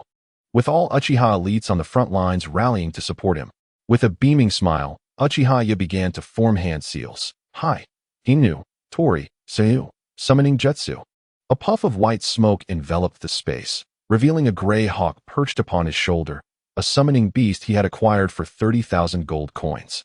This hawk possessed no remarkable abilities, was incapable of speech, and its intelligence barely surpassed that of an ordinary beast. It was precisely this lack of intellect that drew his interest, without cognitive awareness, even if captured by a ninja. Jinjutsu or memory-probing techniques would yield no clear recollections, simply because there was no connection to probe. Yet, it served as an excellent means of conveying information. As the gray hawk slowly opened its beak, 3 scrolls emerged from its mouth. Soon after, the hawk dissipated in a swirl of smoke, and Uchiha rubbed his hands together as he unfurled the scrolls. Upon seeing the gold bars, each the width of a finger, a satisfied smile graced his face. Recharge. Gold, 330,000. Ah, the wisdom of my ancestors rings true, he mused as his gold reserves surged to 300,000. A mix of excitement and frustration washed over Uchiha.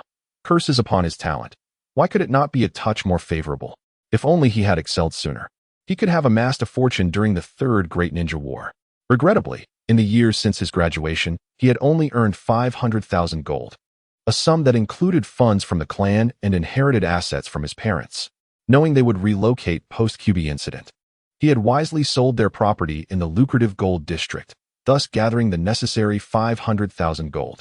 Just from preliminary intelligence sales, he had already earned 50,000 gold. If he could disseminate several more pieces of critical information, the potential gains would be substantial. Upon reaching this thought, Uchiha expression transformed with palpable excitement, almost as if he could not refrain from exclaiming his triumph. As for the question of whether selling Konoha's intelligence for monetary gain bore any shame, he could only dismiss it with a single retort.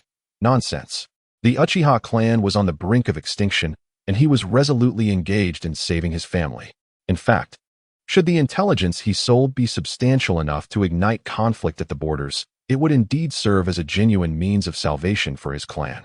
Once war broke out, even if it were merely localized skirmishes, Konoha would find itself perpetually tethered to the precipice of battle. At that juncture, even if there were intentions to target the Uchiha, the means to do so would be severely lacking. How could this be labeled as selling intelligence? He was, in truth, rescuing his family and revitalizing the decaying Konoha. With 330,000 gold coins at his disposal, he lacked for nothing in ninjutsu, jinjutsu, or even taijutsu. Yet his bloodline limit needed further enhancement. Thus, the only course left was to expedite the elevation of his abilities. Uchiha Yoru narrowed his eyes. It was likely that this was the final tranquil moment for Konoha. Once Orochimaru defected, the borders would descend into chaos, and the ensuing localized conflicts might persist for years. In the original narrative, the Land of Lightning's visit to Konoha for a peace treaty was a testament to the countless years of strife at the borders. Furthermore, Uchiha Shisui returned from the battlefield with the Mist Ninjas, marking the point at which Konoha finally found true stability. The Nine Tails incident and the death of the Fourth Hokage served as a catalyst, heightening tensions at the borders. Even he had begun to sense that smaller ninja villages were eager to instigate war between the great nations for profit. Orochimaru's defection would likely be the spark that ignited localized warfare, had it not been for the significant losses incurred by all nations during the Third Great Ninja War. Such conflicts would not currently arise. It was time to exchange for some items. Chakra attribute, lightning, LV3, upgrade, consuming 100,000 gold coins. Successfully elevating lightning attribute chakra to LV4. Chidori A rank ninjutsu, accelerated training experience purchase, consuming 120,000 gold coins to master A rank ninjutsu Chidori. The experiences of utilizing Chidori resonated within his mind, as if he had completely mastered it. Simultaneously, he sensed a change in the chakra within his body. Uchiha Yoru realized that he had successfully cultivated the Chidori technique, and his chakra attribute had been upgraded.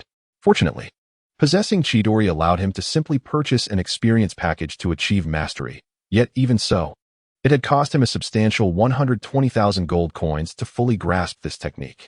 His remaining balance now stood at 110,000 gold coins. Uchiha Yoru squinted his eyes and murmured, at this moment, Orochimaru was still enjoying a honeymoon with Danzo. He could not afford to expend effort on the Sharingan, especially since Danzo looked down upon any Sharingan below 3 tomo. He needed to capture Orochimaru's attention, and thus, this was the only way forward. Exchanging the entire balance for swordsmanship, taijutsu, experience package, consuming 110,000 gold coins, elevating swordsmanship, taijutsu, to LV4. As the name suggests, the experience package was designed for the host to acquire mastery of a specific technique or to elevate a technique to a higher tier upon investing currency. The levels of strength correspond as follows: LV1, Ninja School Student, LV2, Genin, LV3, Chunin, LV4, Special Jonin, LV5, Jonin, LV6, Elite Jonin, LV7, Kage level, LV8, Super Kage, LV9, 6 pads level, LV10, Otsutsuki. At this moment, Uchiha Yoru sensed the changes within his body and couldn't help but shake his head in dismay. Realizing that this was merely an enhancement of experience and skills, the experience points did not directly augment his physical attributes. For instance, while swordsmanship and taijutsu are interconnected, his promotion only provided him with skills and experience, leaving his physical prowess in need of further training to keep up. This was akin to the original narrative where Sasuke, after awakening his Sharingan, could discern Rock Lee's movements, yet his body could not keep pace. A similar principle applied here. Despite his diligent efforts, having honed his swordsmanship and chakra affinity to the Chunin level prior, he had ascended to the special Jonin level through sheer expenditure, thus saving himself a year or two of rigorous training. More significantly, he had also mastered an A-rank ninjutsu. Coupled with the activation of his one-tomo Sharingan during the Nine Tails Night, his overall strength could indeed be classified as Elite Chunin. Every ninja possesses a unique style, with most discovering their talents progressively as they traverse their paths, ultimately forging their own combat styles. However, Uchiha Yoru smiled confidently, questioning the need for such arduous effort. Why not tread the path of others while allowing them to walk in his footsteps? For instance, his plan to initially emulate Uchiha Sasuke from Team Snake was fortuitous, primarily for the sake of conserving resources. The path ahead was fortuitous. The Chidori series of ninjutsu offered a comprehensive offense and defense, not to mention the financial savings. As for being cool and handsome, who wouldn't he cherish the opportunity to maintain strength while also possessing an appealing appearance? Most importantly, this would enable him to establish a reputation, thus garnering respect within his clan. Currently, he was a member of Orochimaru's team, making it ideal for him to perfectly replicate Uchiha Sasuke's early combat style while also extracting some benefits from his clan. As for bearing the mark of Orochimaru's lineage, could it possibly be inferior to that of the Uchiha clan?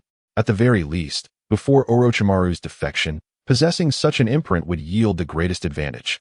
Thus, during this period, he intended to maximize his benefits and strengthen himself as much as possible.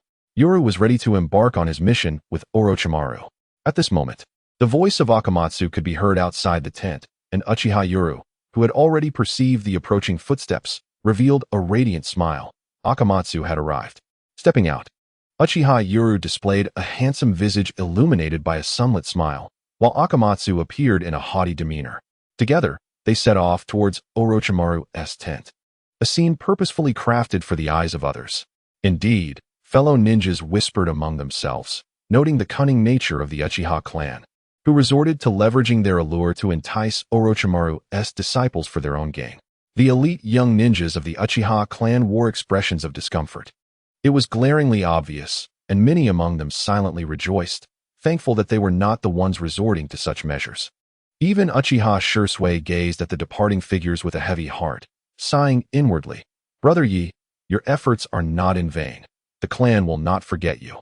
For the sake of their mission and their family, sacrificing their emotions and even their physical well-being is a commendable endeavor in their eyes.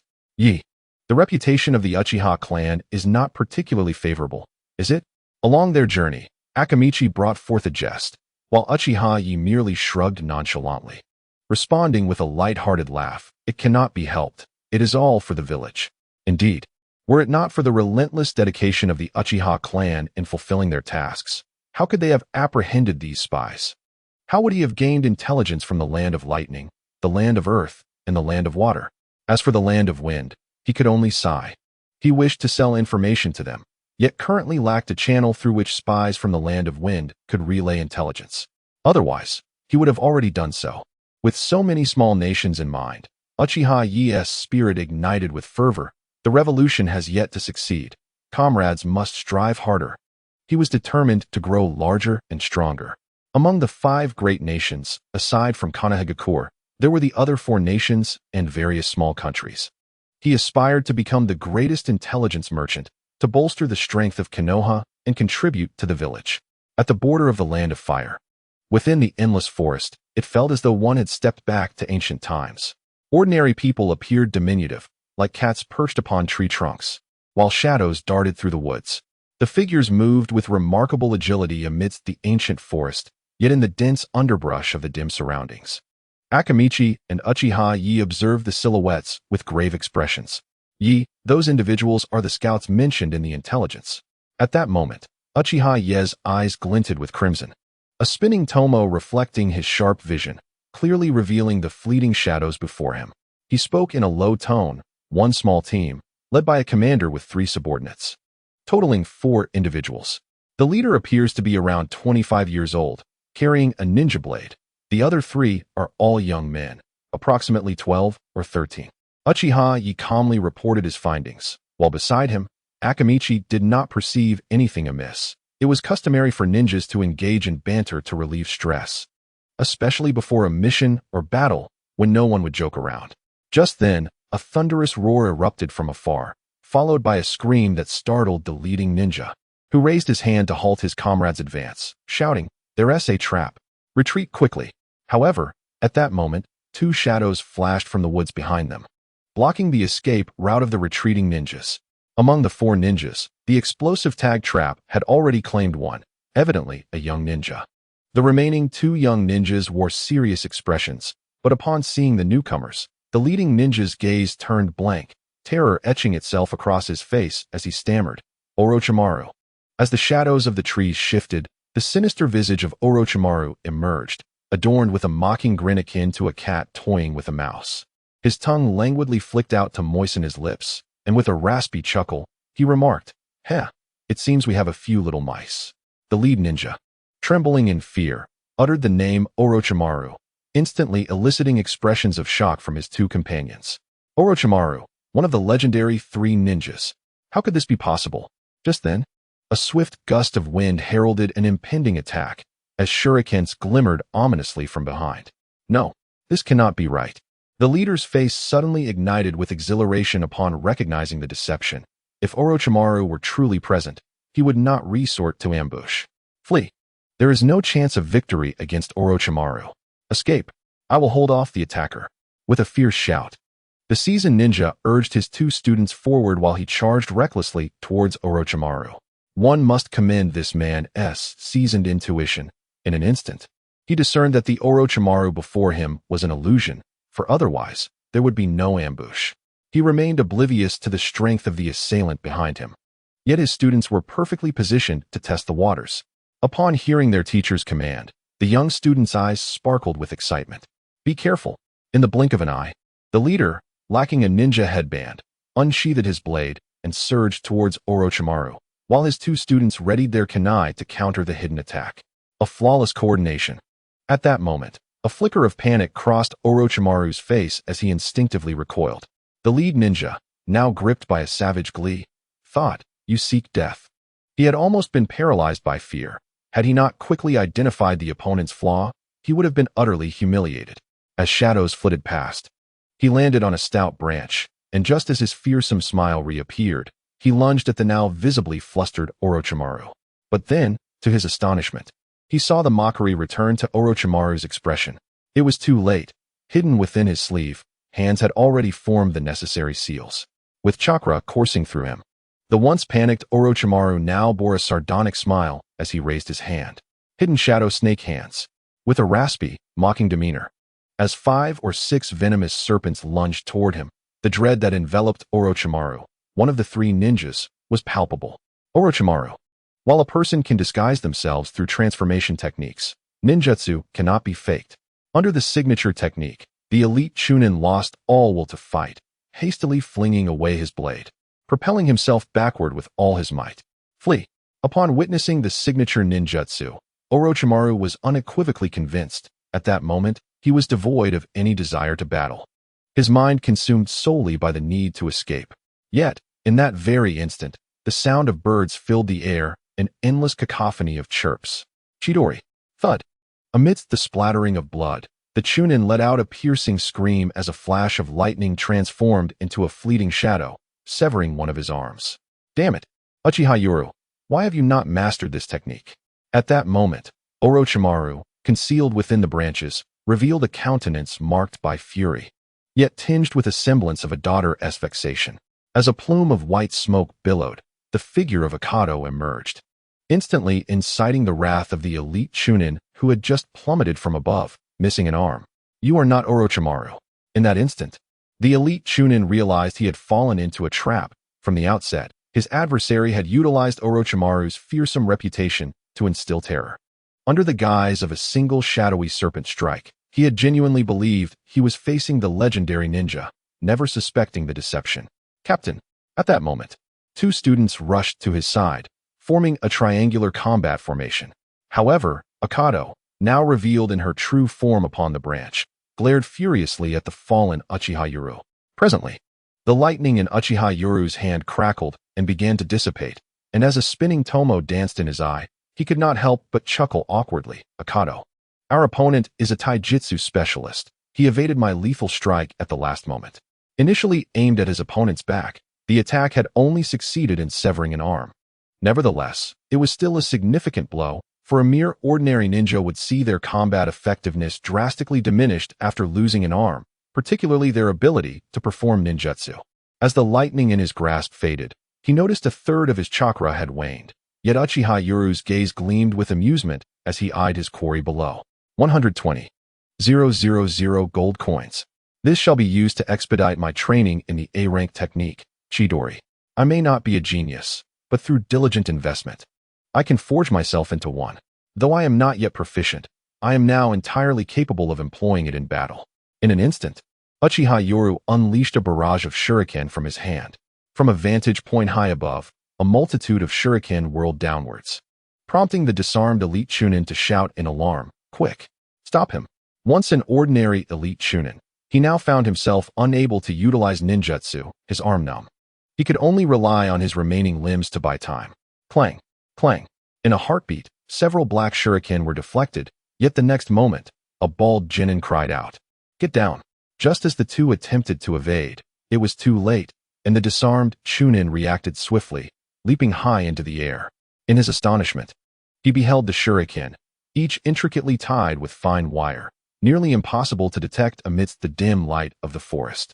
In an instant, Uchiha Yoru, perched upon the branch, yanked his hands, causing the hurled shuriken to spiral back with force, ensnaring the two genin in a tangled web of wire. At that moment, the elite chunin, soaring through the air, roared, launching a kunai from his left hand, evidently intent on severing the wires binding his two students. However, there was someone even faster. In perfect synchrony, Akado swiftly formed hand seals beside Uchiha Yoru, chanting, "Fire release, dragon fire technique."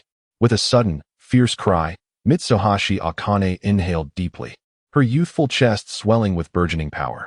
Almost instantaneously, a torrent of flames erupted from her mouth, darting straight downwards like a fierce dragon. Alas! A heart-wrenching scream echoed as the flames swiftly consumed two young lower ninjas, leaving behind a nauseating stench in the air. The elite chunin, whose right arm was stained with blood, stood drenched in sweat, shock evident on his face as he realized he was now utterly alone. He could not help but swallow nervously. You are Mitsuhashi Akane, disciple of Orochimaru." At that moment, the elite chunin turned pale, staring in disbelief at the two figures before him. Their seamless coordination and the distinct techniques they had just displayed made it painfully clear that the female ninja matched the profile of Orochimaru's student. Both the Serpent's Shadow Hand and the Dragon Fire technique were classified as C-rank jutsu, requiring minimal chakra.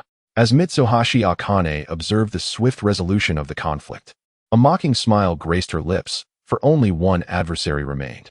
"Indeed, I am Mitsuhashi Akane, disciple of the legendary Sannin Orochimaru. You would do well to surrender quietly."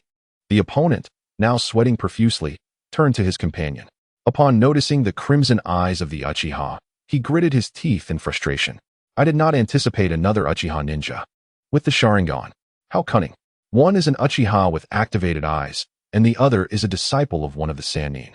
Even facing them head-on, I cannot guarantee my survival, let alone their evident shrewdness, with their intricate schemes entwined like a web. Haha, ninjas thrive on intellect, particularly when it comes to information." Observing the adversary's furious expression, Uchiha Yoru could not help but smile, reveling in the frustration he was causing. Yet, his words held truth, unless one achieved overwhelming strength. Ninjas prior to that stage were merely fragile yet high-damage entities, where a single kunai could spell disaster. Initially, ninjas relied on information and strategy to outmaneuver stronger foes and outnumbered opponents, rather than engaging in a straightforward exchange of jutsu, which would be utterly nonsensical. Suddenly, the opponent's complexion shifted, his body stiffening in realization. His plans to escape had crumbled. Feeling the changes within him, he looked in disbelief at the two remarkably young geniuses of Konoha, trembling as he stammered, "When did you administer the poison?" His excessive questioning was merely a cover for his covert observation of escape routes. However, his chakra was now uncontrollable, accompanied by an overwhelming sensation of dizziness. An experienced ninja, he recognized the signs of poisoning. As his consciousness began to wane, he recalled the moment when the boy had executed the Chidori to sever his arm. Only then could he have been poisoned. Glancing back at the boy and girl, who both wore smiles, he felt himself collapse onto the soft grass with a thud. At the border of Konoha, the message was clear: "Orochimaru-sensei, the mission has been accomplished." Within the tent, Orochimaru wearily rubbed his temples, scrutinizing the various pieces of intelligence in his hands. After all, he was ostensibly the commanding general at the front lines, and the evidently tumultuous borders only exacerbated his workload. In addition to this, he was clandestinely engaged in numerous scientific experiments, truly a master of time management. As he observed his disciple, Mitarashi Anko, gazing at him with unabashed admiration and the obviously feigned reverence of Uchiha Yoru beside her, Orochimaru lifted his gaze towards the two, revealing his signature smile. Should an enemy witness such a smile, they would undoubtedly feel a sense of dread. It must be said that Orochimaru possessed a certain charisma. which was no small feat for someone vying to be the fourth Hokage. As he looked at the mission report handed to him by Anko, Uchiha Yoru shrugged nonchalantly, signaling for her to go ahead. Anko instantly displayed a self-satisfied grin, as if to say, "You know what's good. Sensei Orochimaru. We have discovered 4 rogue ninja attempting illegal entry. Among them, 3 lower-ranked shinobi, 2 deceased, and 1 severely injured. The remaining Chunin has been taken to the interrogation department for questioning, and this information is derived from their findings." As the frontline commander, Orochimaru knew he need not personally handle every task. For missions such as these, once they captured a live subject, it would be handed over to the interrogation department, which would then yield the results for him to review. Thus, the so-called commander merely needed to ascertain the adversary's motives or schemes, without the need to squander precious time in speculation. Anko, brimming with excitement and pride, recounted the details of the mission and the outcomes provided by the interrogation department. Orochimaru listened with the patience of a wise mentor. When Anko finished, she wore a look of triumph, as if to prompt him for praise. "Hee, Anko, you performed admirably. However, this strategy must have been devised by Yoru, correct?" Orochimaru's smile was laced with a hint of mischief, yet Anko did not take offense. Instead, she shot a disdainful glance at her teammate, huffing with pride. Though she longed to assert that she could have triumphed alone, she understood that had their opponent chosen to flee, she would have been unable to stop them, nor could she have executed the battle with such swiftness and minimal harm. "Hee, Anko, you did splendidly." Beneath his characteristic raspy smile, Orochimaru first encouraged his disciple before turning to Uchiha Yoru, revealing a sly grin. "Yoru, your talent in ninjutsu and swordsmanship exceeds my expectations. It seems the formation of your so-called genius team with Anko is indeed justified." In response to Orochimaru's praise, Yoru feigned a bashful smile, internally muttering to himself about the nature of genius. Everything he achieved was the result of hard work and effort. Clearly, his swift mastery of Chidori within such a brief period had earned him the title of genius in Orochimaru's eyes. This was part of Yoru's strategy, as he had successfully allied himself with Orochimaru. When considering the teaching prowess within the ranks of Hokage, one must undoubtedly acknowledge Jiraiya and Orochimaru among the legendary Sannin. However, Jiraiya was hardly a contender, while Orochimaru's guidance possessed a unique flair. He naturally must showcase his talents in order to acquire the most substantial resources. "Sensei Orochimaru, you flatter me," Uchiha Yoru remarked with a shy smile, while beside him, Akado couldn't help but scoff. After all, Orochimaru is one of the legendary Sannin, and he instantly discerned that Uchiha Yoru had something to convey. With a raspy smile, he turned his gaze toward Akado. "Akado, with no missions at present, you should diligently practice the ninjutsu I have taught you." Indeed, the seemingly blindly devoted Akado, upon hearing his teacher Orochimaru's words, eagerly nodded, declaring, "Rest assured, Sensei Orochimaru. Akado will not hold back." Clearly, Akado is also a prodigy. After all, how could he have caught Orochimaru's attention otherwise? "Hee, Yoru-kun is quite impressive as well. Akado, you may take your leave. As Yoru-kun's mentor, it is time for me to impart some knowledge."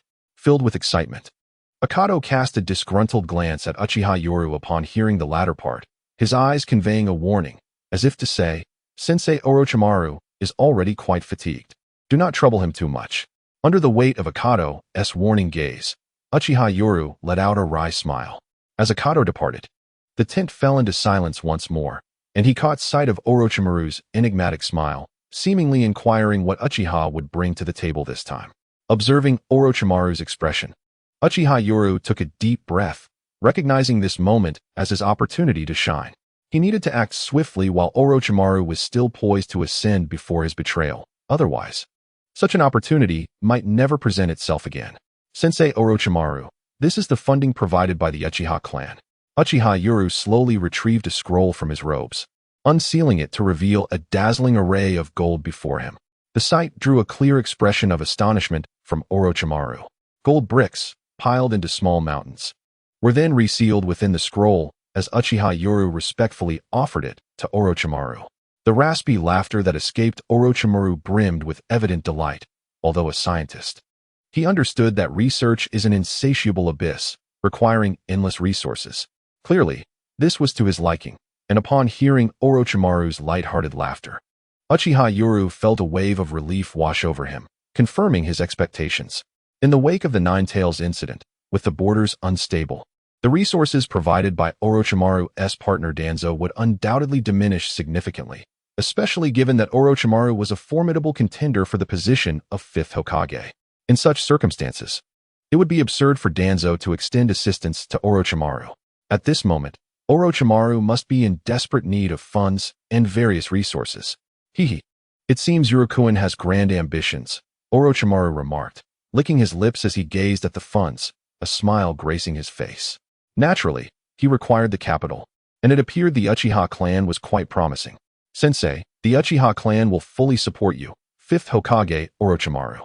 Uchiha Yuru displayed a smile, as if to imply that his teacher was indeed the Fifth Hokage, and that the Uchiha clan was eager to serve, especially emphasizing the word teacher. Orochimaru, discerning the underlying meaning in his words, immediately responded with a smile. Teacher Orochimaru, the Uchiha clan understands that your research into ninjutsu necessitates substantial funding. This initial investment will be provided, and we shall continue our support in the future. Should you require any research materials, the Uchiha clan will spare no effort to assist. In that moment, Uchiha Yoru made his stance clear, his expression resolute. The tent resonated with Orochimaru's unique, raspy laughter, which now struck Yoru's ears as melodious rather than eerie. Suddenly, a retching sound echoed within the tent, as Orochimaru expelled a snake, slick with saliva. Following this, the snake regurgitated a damp, slimy scroll. Upon seeing this scroll, Uchiha Yoru's face flushed with excitement. Meanwhile, after retracting the long serpent, Orochimaru licked his lips and remarked, "Yoru, I hold great faith in your potential." As the scroll unfurled, a series of names appeared, including Orochimaru's, with the last name being Mitarashi Anko, the summoning beast scroll of the Dragon's Cave. At that moment, Uchiha Yoru took a deep breath, suppressing his excitement, and respectfully declared, "Yes, Teacher Orochimaru, Uchiha Yoru shall not disappoint you."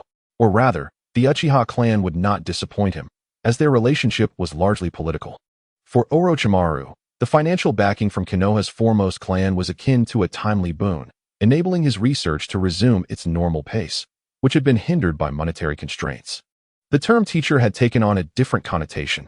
Previously, it denoted Orochimaru's role as a team leader alongside Anko, but now it implied a genuine mentor-student relationship, rooted in mutual political interests. Before Orochimaru's defection, those wishing to thrive within Konoha needed to wield political acumen. With a kunai, Yoru swiftly sliced his finger and inscribed his name upon the summoning beast scroll, sealing it with his palm print. Orochimaru smiled approvingly. "Yoru, it seems you are quite astute, adept at leveraging your advantages." In Orochimaru's wise gaze lay an understanding that pierced through the surface. Uchiha Yoru, lifting his head, unabashedly replied, "Teacher Orochimaru, the Uchiha clan is prepared to provide all necessary logistical support. Is this not of utmost importance?" The implication was clear. "Teacher Orochimaru, what you urgently require is substantial funding for your research. Does it truly matter who offers it?" Even if Orochimaru had gathered some understanding of the situation, "You have attained what you sought, while the rest is merely a concern of the Uchiha." Upon hearing those words, Orochimaru revealed a smile, intrigued by the capabilities of his disciple. This individual not only possessed commendable talent in ninjutsu, but also exhibited a remarkable intellect, transcending the simplicity of a mere ninja's mind to embrace the complexities of political acumen characteristic of a prominent clan. The pressing question arose, would my disciple, the elite of the Uchiha clan on the front lines, heed your commands? For Orochimaru, the identity of the individual mattered little. What held significance were the benefits he sought. Uchiha Yoru, taken aback by this revelation, realized that Orochimaru had indeed acquired certain intelligence. Among the substantial funding provided, there lay an additional directive from the clan to fully support the genius Uchiha Itachi in his apprenticeship under Orochimaru. Indeed, Uchiha Yoru had cleverly utilized the resources of his family to pave his own path. "Rest assured, Master Orochimaru, the Uchiha clan is willing to follow your guidance." In that moment, Uchiha Yoru respectfully expressed his and his family's loyalty, secretly contemplating that, regardless of who among the Uchiha clan entered Orochimaru's tutelage, the specifics were of little consequence.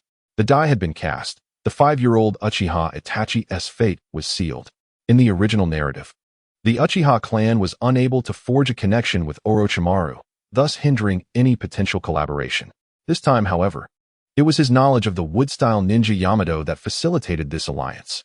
Although it seemed somewhat far-fetched, it no longer bore importance. What mattered was his success. Observing Uchiha Yuru, Orochimaru chuckled hoarsely, indifferent to the subterfuge and power struggles within the great clans, content with having attained his desires. Here, I entrust you with this scroll of research materials. Upon your return, remember to seek out Anko. She will instruct you in some serpent-style ninjutsu.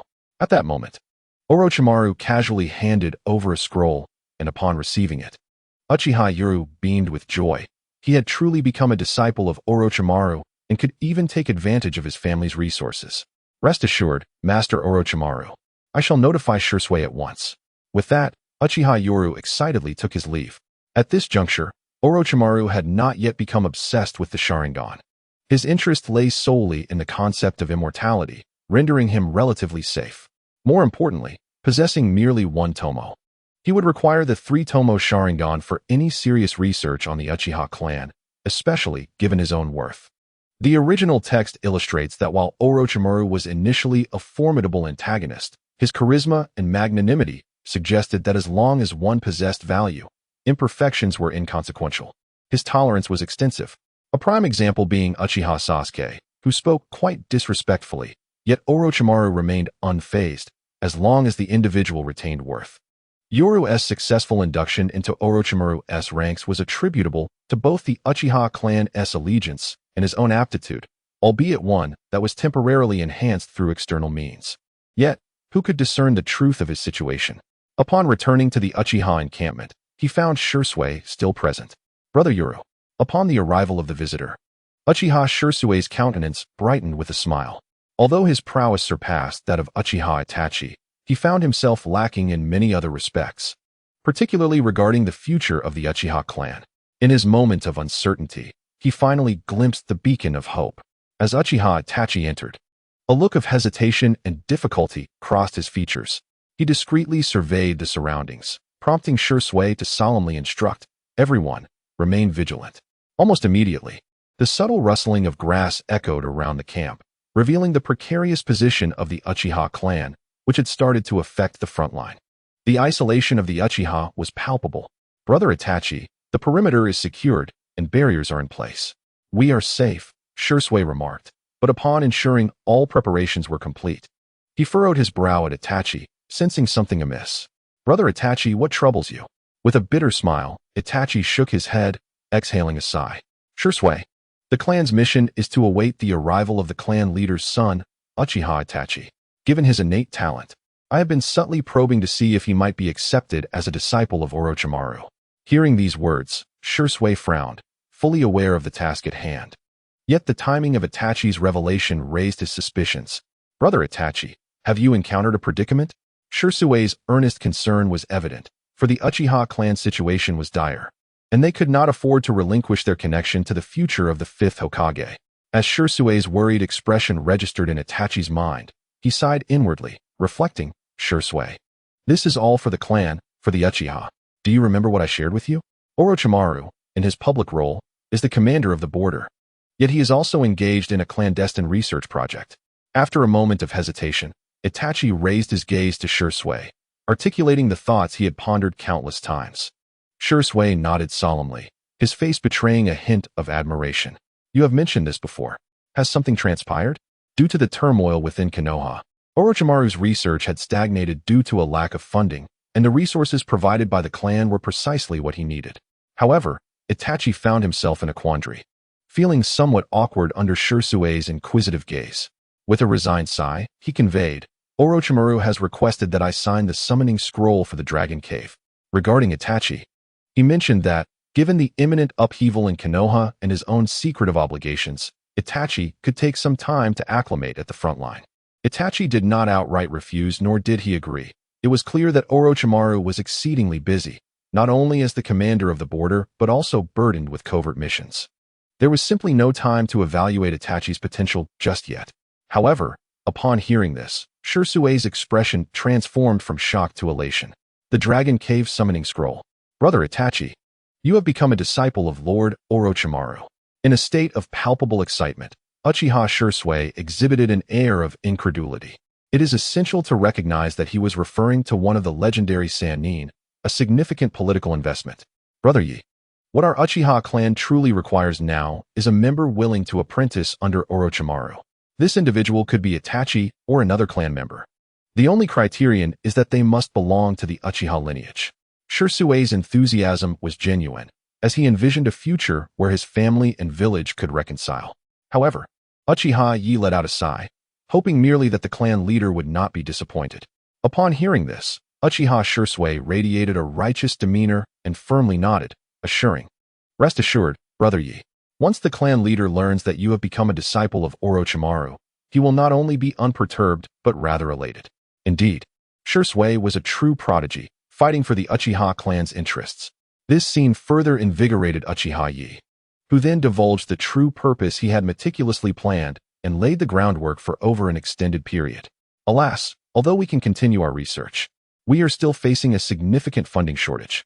The teacher has mentioned that due to the turmoil caused by the Ninetales incident and the unrest at the borders, Konoha is unable to allocate substantial funds. The financial support from the clan can only sustain us for a month at most. He first addressed the chaos stemming from the Ninetales incident, which, though not a conspiracy orchestrated by the Uchiha, had already tarnished their reputation. Upon hearing this, a hint of embarrassment flickered across Shisui's face.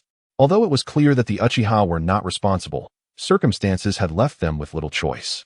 However, upon hearing the subsequent remarks, he secretly sighed in relief. As long as Orochimaru did not harbor doubts or animosity towards the Uchiha clan, they had indeed encountered a stroke of extraordinary fortune. Although their research faced obstacles, it was crucial to act. Otherwise, should Orochimaru develop jealousy towards the Uchiha, they would suffer greatly. Fear not, Brother Yi. I shall report this matter to the clan, and we will ensure a steady influx of funding. At this moment, Shisui felt a sense of quiet gratitude. While the Uchiha clan faced difficulties in various areas, financial matters were relatively manageable. Ninjutsu was the foundation of the clan. They might feel a reluctance to part with it, but in terms of finances, for a prominent family like the Uchiha, it was merely a triviality, something that could be earned anew. Seeing Shisui's reaction, Uchiha Yi displayed a smile of reassurance.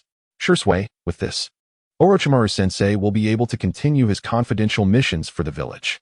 Furthermore, given the substantial assistance our clan has provided, once Orochimaru becomes the 5th Hokage, he will undoubtedly remember the Uchiha. Indeed, this was precisely what the Uchiha needed most. They lacked neither wealth nor ninjutsu. What they truly sought was to reconnect with Konoha and regain their rightful place at the center of power. At that moment, Uchiha Yi narrowed his eyes, reflecting on the fact that he had just provided Orochimaru-sensei with half of the necessary funding while contemplating his remaining balance. After checking his balance and seeing the smile on Shisui's face, Uchiha Yi couldn't help but feel a surge of joy. He had indeed struck gold. The tasks, no matter how arduous, consumed both time and effort, often yielding little in terms of financial reward. However, this windfall of over 150,000 gold coins was equivalent to the full remuneration of an S-rank mission. It is worth noting that for any task, the village typically takes a share of the earnings. S-rank missions are generally undertaken by elite jonin teams, and even solo attempts often lead to perilous outcomes, requiring considerable time and resources. More importantly, Uchiha Yi lacked the capacity to complete such daunting missions. Now, however, he was merely reaping the benefits of the clan's resources, as if accomplishing an S-rank mission in one fell swoop. He couldn't help but wish that Orochimaru would delay his defection, allowing him to gather even more rewards. It wouldn't take long, just 2 or 3 years, and with the aid of the premium system, he was confident he could ascend to the rank of elite jonin, particularly within the Uchiha clan. As he contemplated this, Uchiha Yi quietly murmured to himself, "For the clan, for Uchiha." At that moment, he adopted a cautious demeanor and scanned his surroundings before producing a mission scroll. He spoke in a low voice. "The village has a confidential mission. Given the current unrest at the borders, the roots cannot allocate elite forces, and Orochimaru-sensei urgently needs to fulfill the village's tasks. Some unsavory missions will likely require the expertise of our Uchiha clan." As the scroll unfurled, a flash of shock crossed Uchiha Shisui's eyes, which he swiftly masked with a furrowed brow as he scrutinized the scroll. "Brother Yi, this?" Uchiha nodded firmly. Indeed, just as you perceive. This is the material required for Orochimaru-sensei's research, human experimentation. With the turmoil surrounding the borders, numerous spies from various nations and ninjas from smaller countries are probing the situation, making them suitable for use as experimental subjects. However, Uchiha Shisui gazed at his brother with a mix of astonishment and disbelief. But human experimentation is strictly forbidden. What about you, Shisui? Uchiha feigned surprise. Then, noticing Shisui's confusion, he smiled and shook his head. Shisui, I was shocked at first too. But my perspective has since changed. What do you mean, brother ya?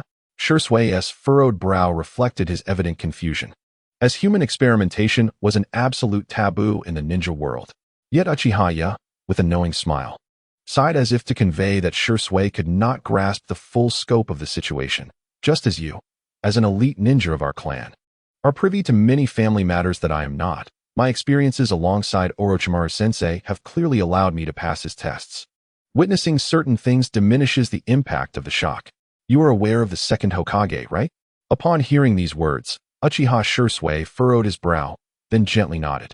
Uchiha, with a cautious demeanor, glanced around to ensure no one was listening before whispering, Orochimaru-sensei is responsible for the village's confidential research tasks, specifically the human experiments left unfinished by the second Hokage.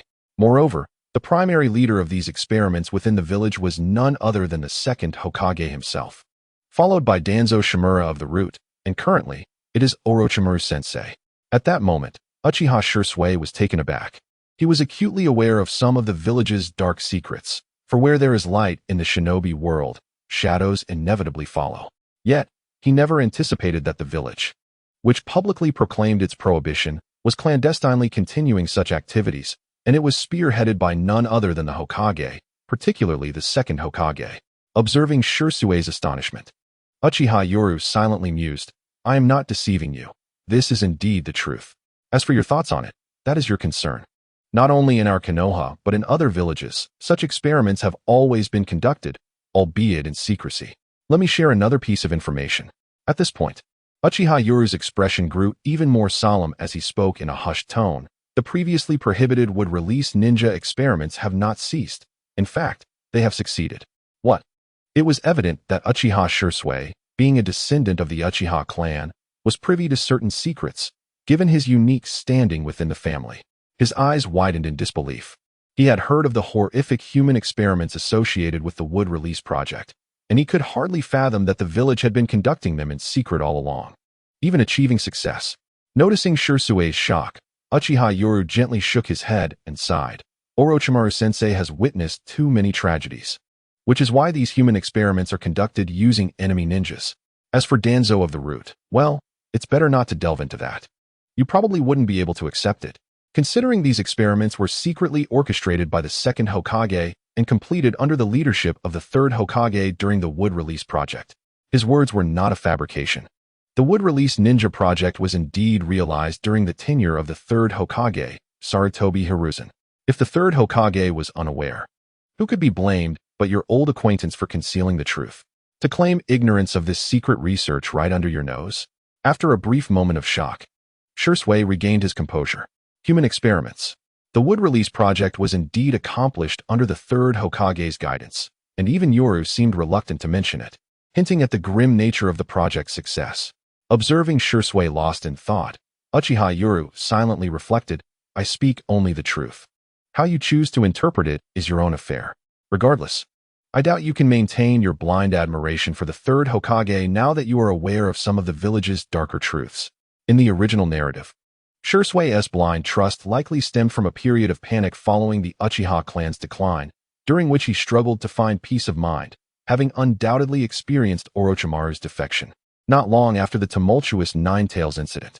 In this context, Uchiha Shisui bears the heavy burden of his family, while the third Hokage, renowned for his exceptional ability to win hearts, becomes the focal point of Shisui's aspirations. This naturally sets the stage for certain tragedies to unfold. Can hope truly rest upon others? It ought to reside solely within oneself. With the emergence of Orochimaru, the Uchiha clan has fortuitously allied with him, as he has undeniably become a prominent figure during this era, certainly a candidate for the fifth Hokage. One cannot help but wonder how Uchiha's hopes could not be placed upon Orochimaru, the anticipated future leader. Consequently, Uchiha Shisui also channels his hopes towards Orochimaru. Yet unlike the original narrative, he is not alone. He has a companion in Uchiha Itachi, fostering a sense of dependence. When Orochimaru defected, and the third Hokage did not appear as virtuous as Shisui had envisioned, Uchiha Itachi could not suppress a smirk. Eager to observe how the seemingly impenetrable Uchiha would confront the third Hokage and Danzo. Moreover, there is also the traitor Itachi, but worry not, according to his plan. Before Orochimaru's defection, he would convince the clan to send Itachi to the front lines, ensuring that this misguided traitor would find purpose once more. I shall lead an elite squad in secret to capture the target. Upon hearing this shocking revelation, Shisui felt a mix of astonishment and resignation. The village had been operating in secrecy for so long, and had even completed the wood release project. What could a mere jonin like him say? Especially since the human experimentation was spearheaded by the second and third Hokage. Absurd, indeed. He could only begrudgingly accept this reality. Yet he failed to realize that the image of the Hokage he revered was not as resplendent as he had believed. After Shisui agreed to covertly capture the human experimentation target, Uchiha Itachi smiled and nodded, saying, "Very well, I shall join. You?" In response to Shisui's puzzled gaze. Itachi shrugged with a smile. "Isn't it the purpose of the summoning beasts that Orochimaru-sensei taught me, to better accomplish our tasks? Moreover, this is a confidential mission, one involving the future fifth Hokage." Upon hearing this, Shisui was momentarily taken aback, then managed a strained smile, reassuring himself that it was inconsequential. After all, they were merely ninjas from enemy lands. Even without human experimentation, death awaited them all. This was for the sake of the clan and the village. Meanwhile, Uchiha Itachi pondered silently. Recognizing Orochimaru's cunning, it was evident that this was a maneuver to entice and secure loyalty. The assignment he received could only be accomplished by the elite Uchiha, and by fulfilling it, they would find themselves on Orochimaru's ship, establishing mutual trust and cooperation. Furthermore, the summoning beasts he was taught to command were clearly intended for task completion, ensuring that they would remain undetected by prying eyes. After all, the serpents of the dragon cave could swallow a ninja whole, making them a perfect cover. As he contemplated this, Uchiha inwardly cautioned himself to exercise vigilance. The current Orochimaru was not the same man who would later become a deranged rogue ninja, obsessively fixated on immortality and the Sharingan. Rather, he was now a leading candidate for the position of the fifth Hokage. In the realm of politics, few are untainted or uncomplicated. It seemed prudent for Ye to be more circumspect regarding the family funds that would pass through Orochimaru's hands. Fortunately, the duration was not long, and he was aware of the future. Otherwise, should his role as an intermediary be exposed, there would be no turning back. In a moment of reflection, Uchiha murmured to himself the importance of caution. If Orochimaru were to defect, everything would devolve into a chaotic ledger. Thereby alleviating all dangers, he merely needed to remain vigilant during this interim. Half a month later, reinforcements from Konoha arrived, and the situation along the borders gradually stabilized. Yet, some ninja from smaller nations continued to incite conflict among the great powers, persistently attempting to sow discord and even hiring rogue ninjas. In a secluded area of the jungle, within a dark cave, anguished cries echoed, yet were contained by the surrounding barriers, rendering them inaudible. Above ground, the landscape was adorned with lush trees and dense forests. Cheerful birds chirped joyfully. However, beneath the surface lay a terrifying human research facility. The air was isolated by the barriers, creating an unsettling tranquility, devoid of any traces of the horrors occurring below. Haha, Lord Ya, I did not anticipate your remarkable proficiency in medical ninjutsu, Orochimaru rasped with a smile. Meanwhile, Uchiha, who was slowly removing his medical rubber gloves, wiped the sweat from his forehead, revealing a weary yet contented smile. Elder Shana once advised that a ninja should never expose their trump cards. However, to earn the trust of my teacher, Orochimaru, this was unavoidable. Observing the youthful visage of Uchiha, Orochimaru could not help but display his characteristic smile, his tongue instinctively licking his lips. He had been on the front lines for 3 months, and at the tender age of 15, he had mastered A-rank medical ninjutsu and sage techniques, truly remarkable. Upon hearing this, Uchiha paused momentarily before smiling and nodding in agreement. Indeed, The night of the Nine Tails coincided with the protagonist's birthday, which was Naruto's birthday on October 10th. 3 months had passed, marking the transition into the next year. He had naturally aged another year, now 15. Orochimaru nodded in satisfaction, fully aware that this disciple sent by the Uchiha clan was precisely to his liking. He had come to realize that the Uchiha clan was eager to align themselves with him, recognizing that their human research required medical ninjas. Medical ninjas proficient in sage techniques were a rarity, especially among the Uchiha, known as a clan of warriors. First, they had dangled the bait of would-release ninjas, then offered financial support, and finally, provided this free assistant. One could not help but admire the Uchiha clan's sincerity. Yet, unbeknownst to Orochimaru, all these machinations were the ingenious work of his current disciple, who was playing both sides to his advantage. Leveraging his prophetic advantages, Orochimaru was undoubtedly keen to exploit them. It was only natural that the clan would imagine he had sacrificed his allure to approach Mitarashi Yanko, thereby learning certain secrets. For instance, Orochimaru was currently clandestinely executing Konoha's long-standing research, hindered by the disruptions caused by the Nine Tails, which had severed the funding chain. Consequently, the Uchiha clan sought to forge a relationship with Orochimaru through investment, leading to the present situation where neither party was fully aware of the underlying information. As for the risk of exposure, Uchiha smiled wryly. There would be no time for such revelations. After all, not only would Orochimaru betray them, but more importantly, the current state of the Uchiha clan necessitated discretion. They preferred these matters to remain covert, intending to gradually ease relations once Orochimaru ascended to power. If these details were to come to light now, they could easily be exploited by those with ulterior motives, particularly Danzo. Both parties, adopting a cautious demeanor, naturally refrained from broaching this foolish topic, as their collaborative intent had already been established. The Uchiha required the trust of the future Hokage, while Orochimaru sought funding, resulting in a perfect alignment of interests. Orochimaru-sensei, it seems we are short on experimental subjects, Uchiha remarked wearily, rubbing his temples. Conducting human trials indeed demanded innate talent. Although he had amassed experience in medical ninjutsu to the level of a special jonin through sheer effort, he still found himself relegated to the role of a subordinate. For such endeavors truly required a natural gift. I understand what you want me to do, but if you leave me to handle it alone, the results may not meet expectations. Orochimaru's gaze wandered through the research facility, observing the bodies and organs preserved in various containers, along with an assortment of serpentine creatures. A smile crept across his face. Ah, it seems I must trouble you and your elite Uchiha team for this batch of experimental subjects. Our needs this time are different. He continued, his raspy laughter filled with enthusiasm. I require 100 male children, no older than 5 years, preferably offspring of ninjas. Upon hearing this, Uchiha's expression shifted to one of astonishment. He gazed at Orochimaru, suddenly struck by a thought. Orochimaru, not one to conceal his intentions, nodded with a grin, affirming, just as you surmised, yeah. Your intelligence has proven invaluable. Indeed, there is a wood-style ninja currently within route. This confirms the validity of our experimental direction, hence the need for additional subjects. Uchiha furrowed his brow slightly, then nodded. Sensei, acquiring these subjects may prove challenging, given that they are children of ninjas, so some time will be required. Orochimaru, known for his leniency toward those of value, would not rush him, understanding that intelligent discussions between astute individuals do not involve unnecessary delays. By the way, yeah, it seems your clan leader has brought his eldest son to the front lines. Along with your elite Uchiha team, Orochimaru observed with a raspy smile.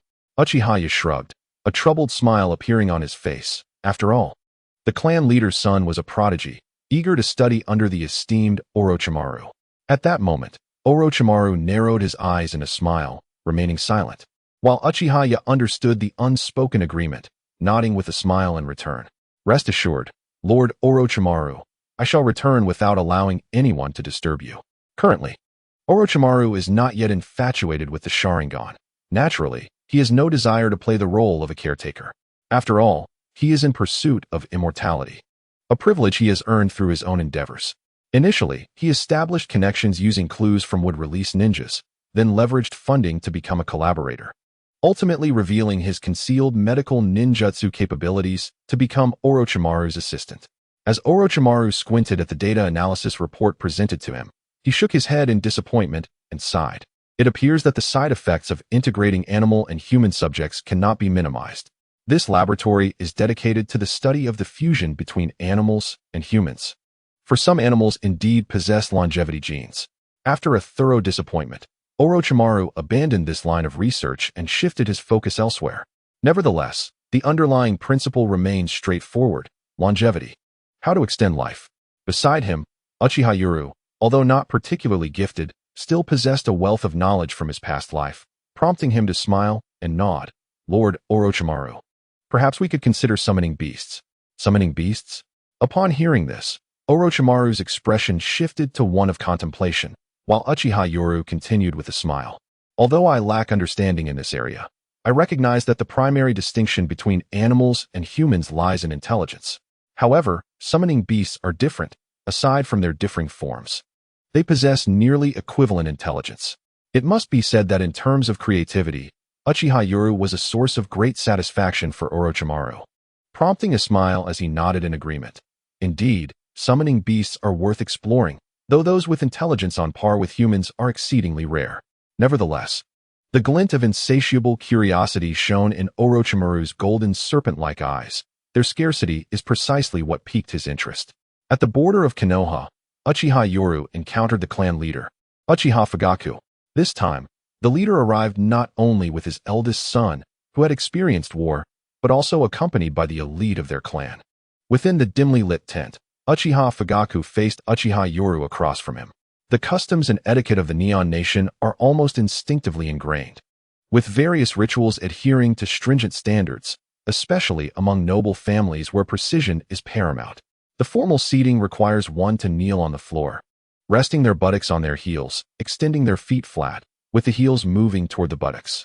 Hands rest on the knees or thighs, back straightened. Males spread their knees slightly, while females keep theirs together. In essence, this is what is referred to as kneeling. In the dim light of the flickering candle, Uchiha Yuru deliberately feigned a weary facade, forcing himself to appear spirited. Observing this, Uchiha Fugaku furrowed his brow and asked in a low voice, "Yuru, have there been any developments?" In merely 3 months, the Uchiha clan had invested a considerable sum, while the situation seemed promising, especially with Orochimaru accepting Uchiha Yuru as a disciple, indicating a shift in favor. There had been no recent progress. He felt compelled to understand the aspirations of the future Hokage. Observing the grave demeanor of Fugaku Uchiha Yuru let out a deep sigh. Although their esteemed teacher, Orochimaru, was ostensibly the commander on the front lines, he was secretly engaged in clandestine experiments on human subjects. This was a task shrouded in utmost secrecy. More importantly, upon noticing Uchiha Yoru's hesitation, Fugaku's voice turned serious. Rest assured, the clan has no intention of interfering in this highly confidential village mission, as you are well aware. Furthermore, only a few, including the elders, Shisui, and ourselves, are privy to this information. It is indeed a closely guarded secret within the clan. This was the truth. The Uchiha clan had long since ceased to concern themselves with such confidential missions. Their primary focus was the hope of regaining their influence within Konoha. After observing the clan leader's demeanor, Uchiha Yuru hesitated briefly before letting out a heavy sigh, saying, "Leader, based on the information disclosed by Orochimaru, it seems that the higher-ups in the village harbor considerable apprehension towards the Uchiha clan, particularly the Roots leader, Danzo, and the Third Hokage." Orochimaru mentioned that fearing a second Ninetales incident, the Third Hokage outwardly placates us, while Danzo secretly plots against the Uchiha clan. To prevent the Sharingan from potentially controlling the Ninetales once again, the village has covertly planned to restart the Wood Release Ninja Project. What? Fugaku Uchiha exclaimed in shock, his expression betraying a hint of anger. Damn it, they still do not trust our clan. Even at this critical juncture, they are preoccupied with safeguarding against us. The Wood Release Project was indeed a measure aimed at countering the Uchiha. After all, who was unaware that the most formidable counters to tailed beasts were the Sharingan and Wood Release? While the Sharingan was powerful, it was consistently restrained by Wood Release. Noticing Fugaku's fury, Uchiha Yoru felt an inward sense of relief. Although he was playing both sides, his intentions were noble, all for the sake of the clan.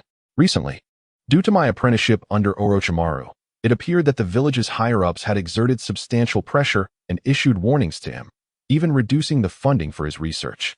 Upon hearing this, Fugaku nodded gravely. He could not discern the Third Hokage's thoughts, but he was certain that Danzo would resort to such tactics. Danzo relished the art of coercion, especially now that a member of the Uchiha clan had aligned with Orochimaru. Under such circumstances, it was inevitable that he would create obstacles for Orochimaru. With this in mind, Fugaku solemnly declared, "When you return, inform Lord Orochimaru that he need not worry about the funding. The Uchiha clan is prepared to triple our financial support." Upon hearing this, Uchiha Yoru felt a surge of excitement.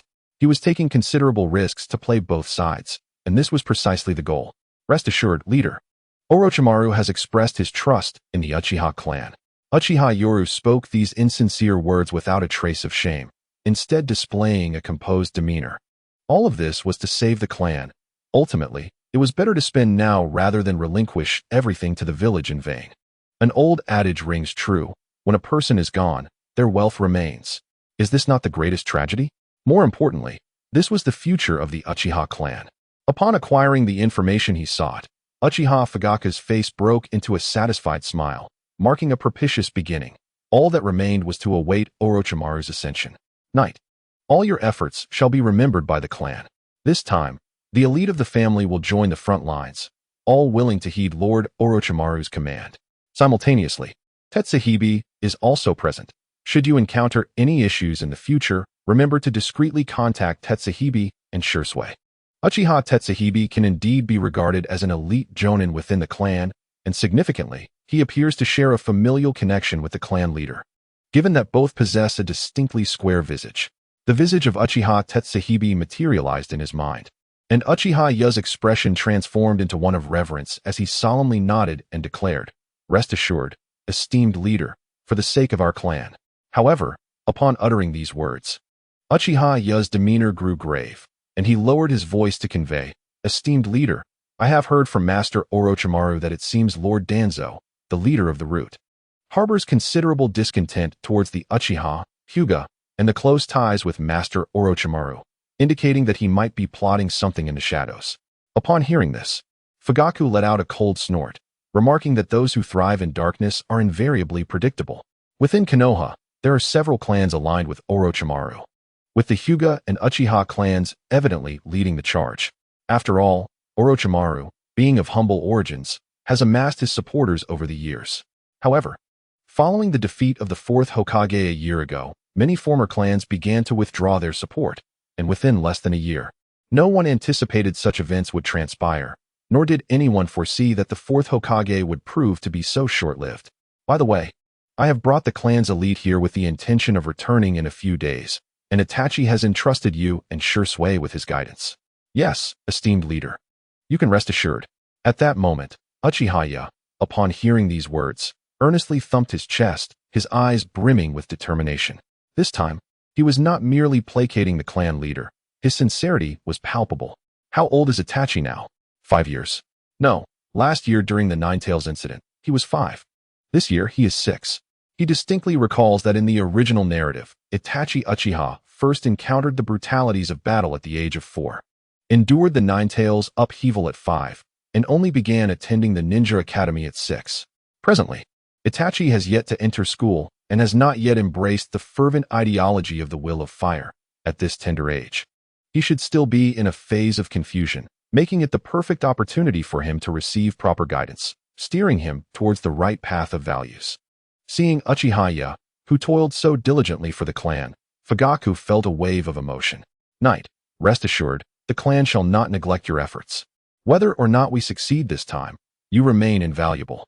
It was evident that, as both a father and clan leader, Uchiha Fugaku harbored hopes that his eldest son would one day serve under the future Hokage, even if success eludes them. This would still forge connections with the elite of the future clan, such as Shisui. At that moment, Uchiha Ya pondered silently, recognizing that he could not underestimate anyone. The clan leader was indeed playing a shrewd game, ensuring that, regardless of the outcome, there would be no loss. In a small town on the outskirts of Konoha, beneath the cloak of night, within a modest dwelling, 3 ordinary warriors lay slumbering amidst the haze of smoke. With a sharp creak, the wooden door swung open, revealing two larger figures and one smaller one.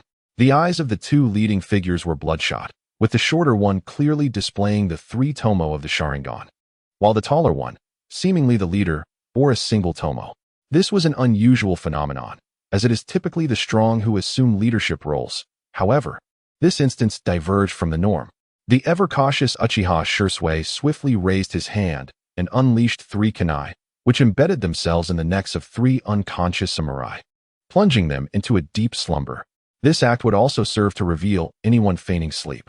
Having completed this task, Uchiha Shisui meticulously surveyed his surroundings.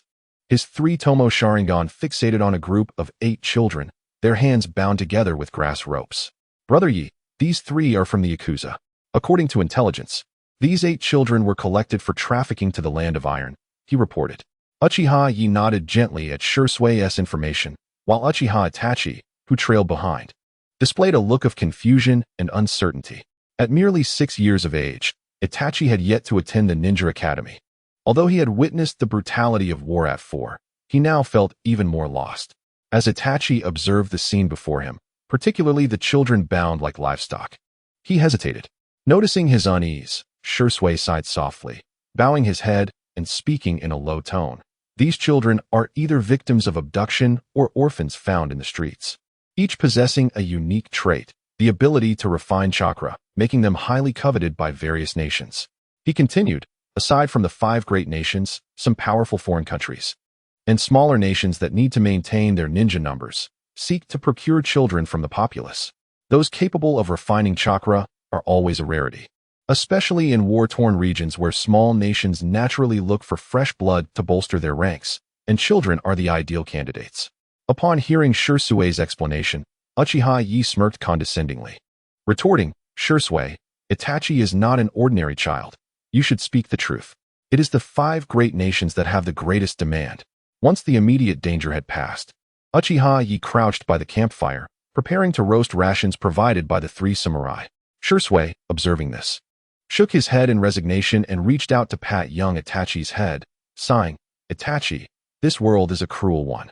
However, as Uchiha Yi prepared everything, a thought struck him upon seeing the group of children. He suddenly began forming hand seals in front of Itachi, reciting, boar, dog, rooster, monkey, sheep. Summoning technique. In an instant, a plume of white smoke enveloped the area, revealing a brown serpent. Lowering his head, Uchiha Yi pointed towards the distant children and rasped, they are over there.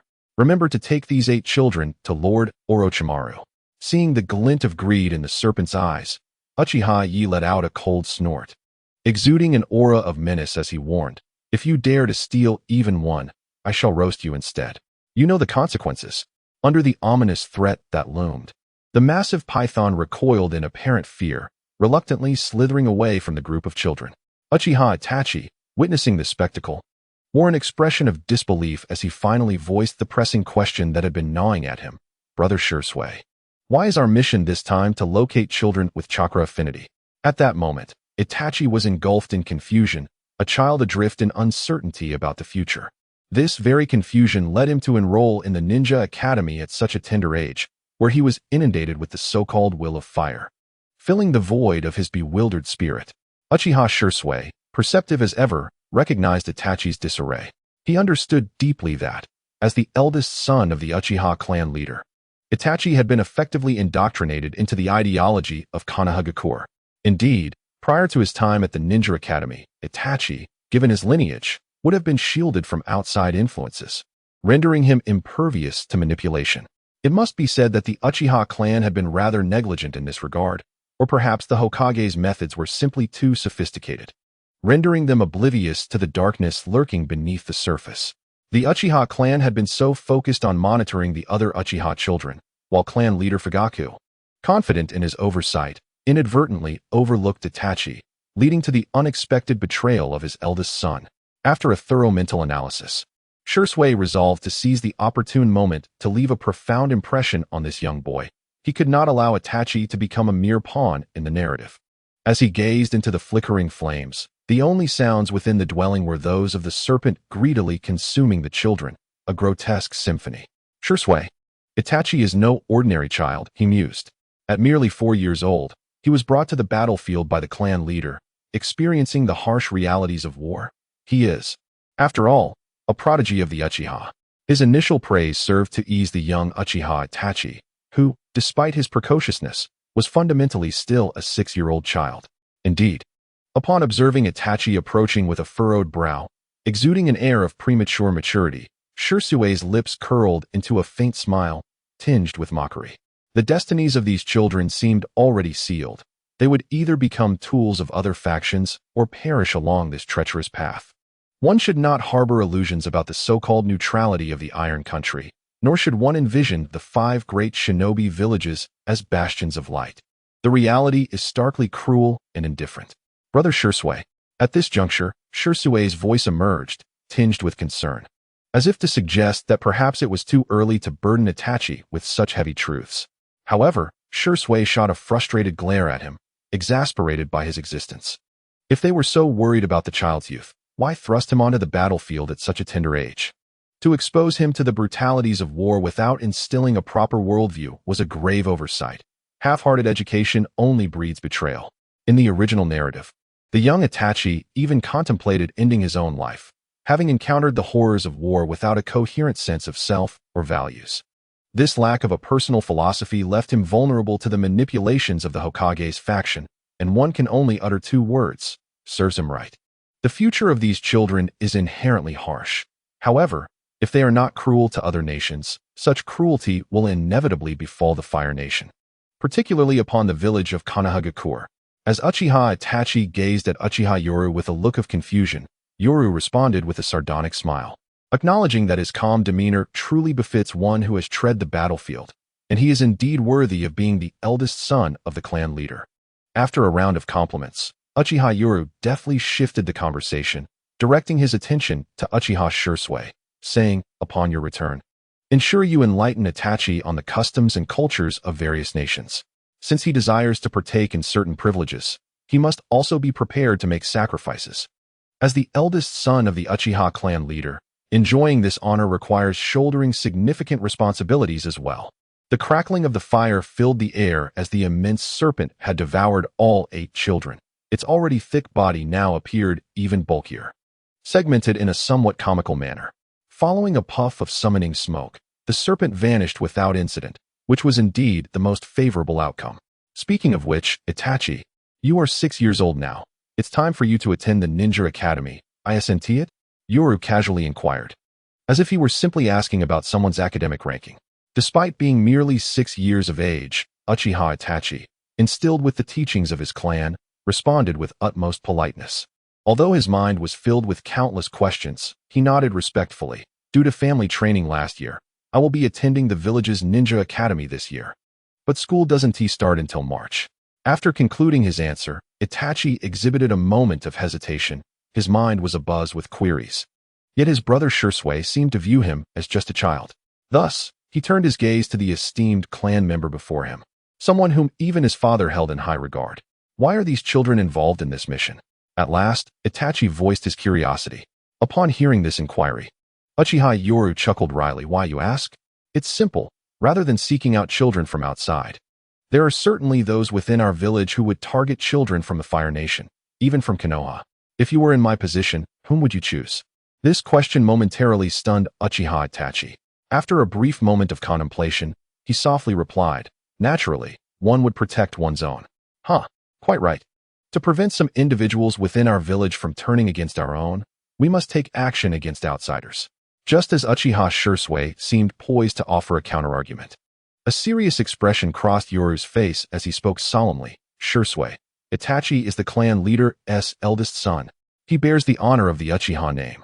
From the moment of his birth, he has enjoyed the privileges and material benefits associated with his status, setting him apart from other children.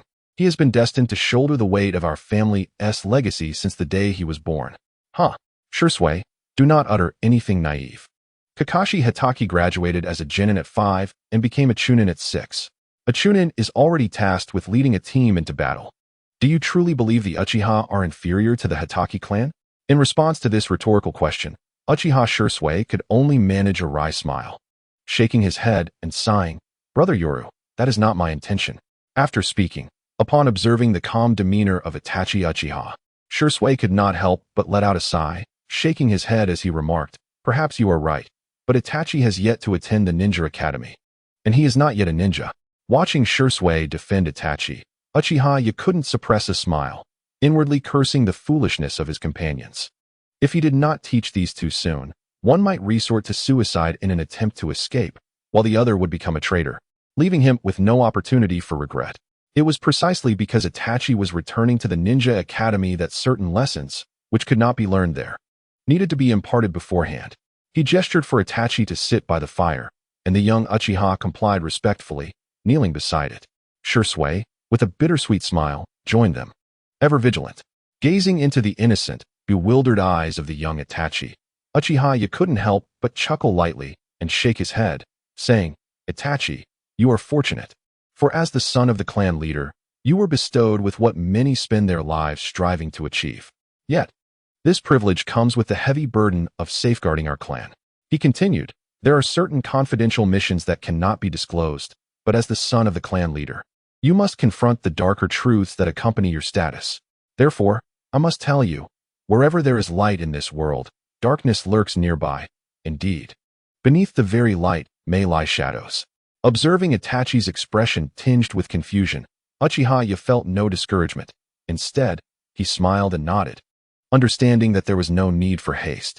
The aftermath of the Ninetales incident had just settled, and Shisui had not yet transformed into the despondent figure he would later become.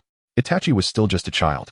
At this juncture, if he failed to guide these two back to the right path, it would be akin to seeking death by smashing his head against a tofu block.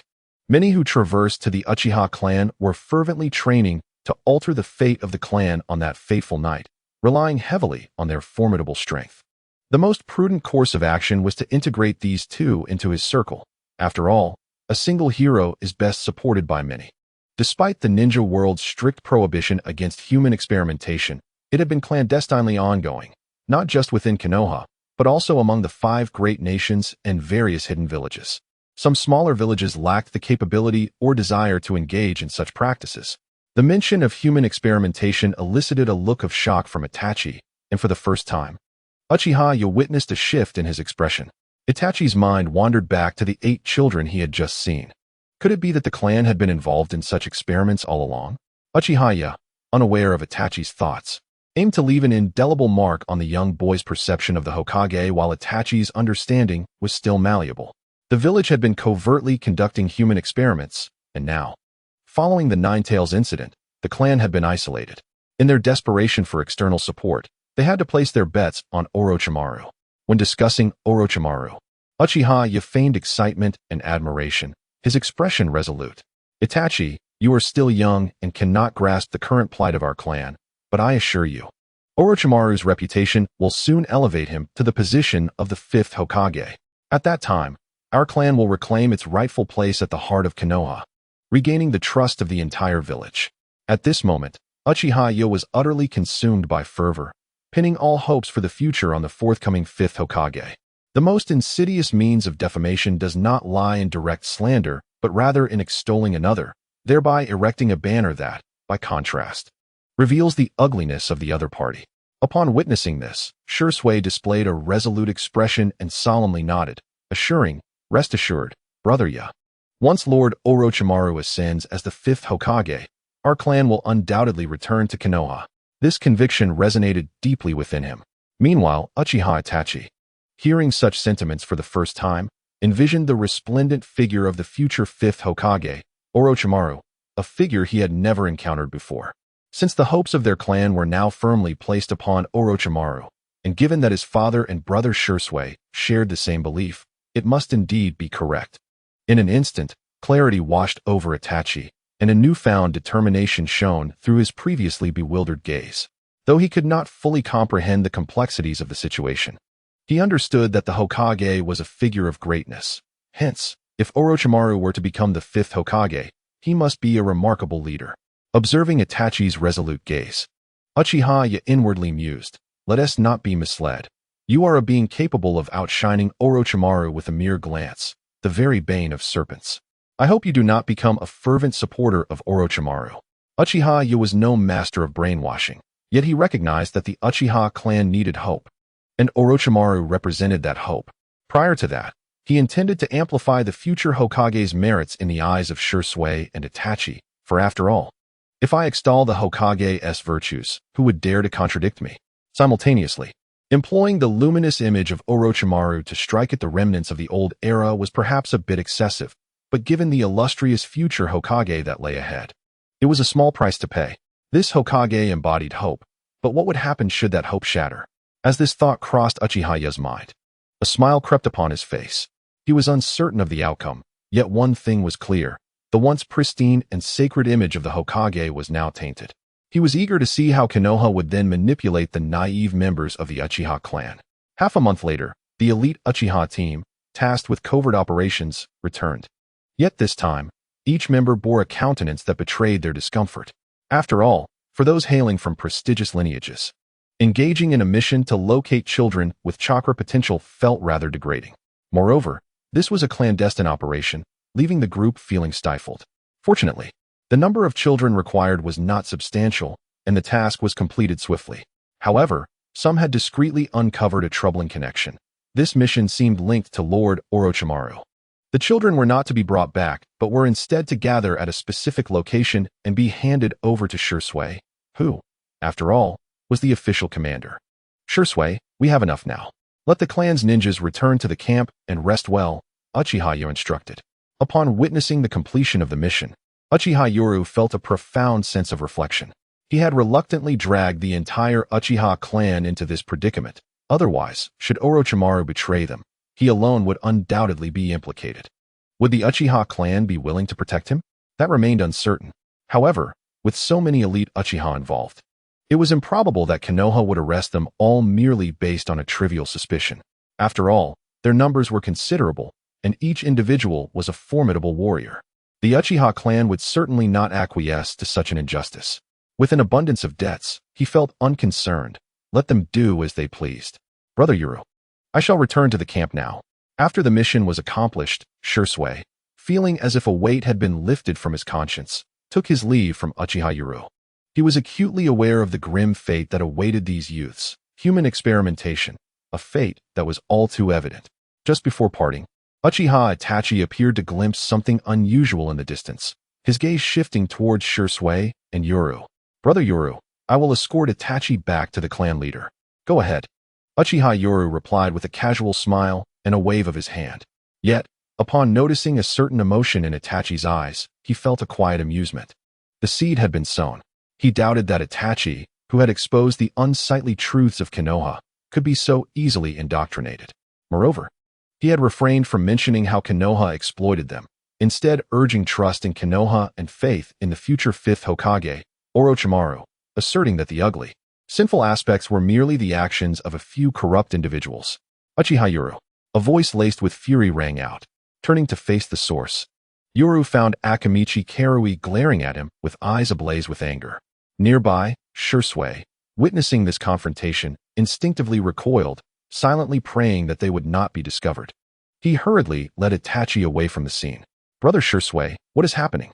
The young and innocent Uchiha Itachi struggled to comprehend the situation, while Shisui felt a pang of guilt, fully aware of the underlying truths. Uru had approached the matter for the sake of their clan, and should this be revealed, Shisui would feel an overwhelming sense of shame. He simply wished to evade the issue. Itachi, let us return home. Shisui feigned simplicity to placate Itachi before guiding him towards the clan's encampment. Meanwhile, the young Itachi furrowed his brow in contemplation, sensing that something was amiss within the clan. On the other end of the scene, upon seeing Akamichi Karui apprehended, Uchiha feigned a gentle, innocent smile. Ah, Karui, what has befallen you?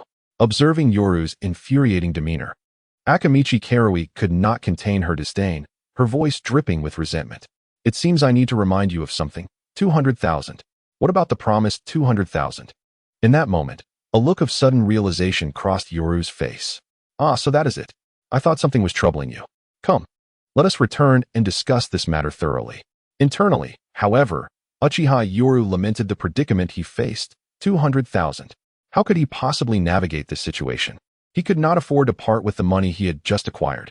It was absolutely out of the question. with a gentle smile adorning his face.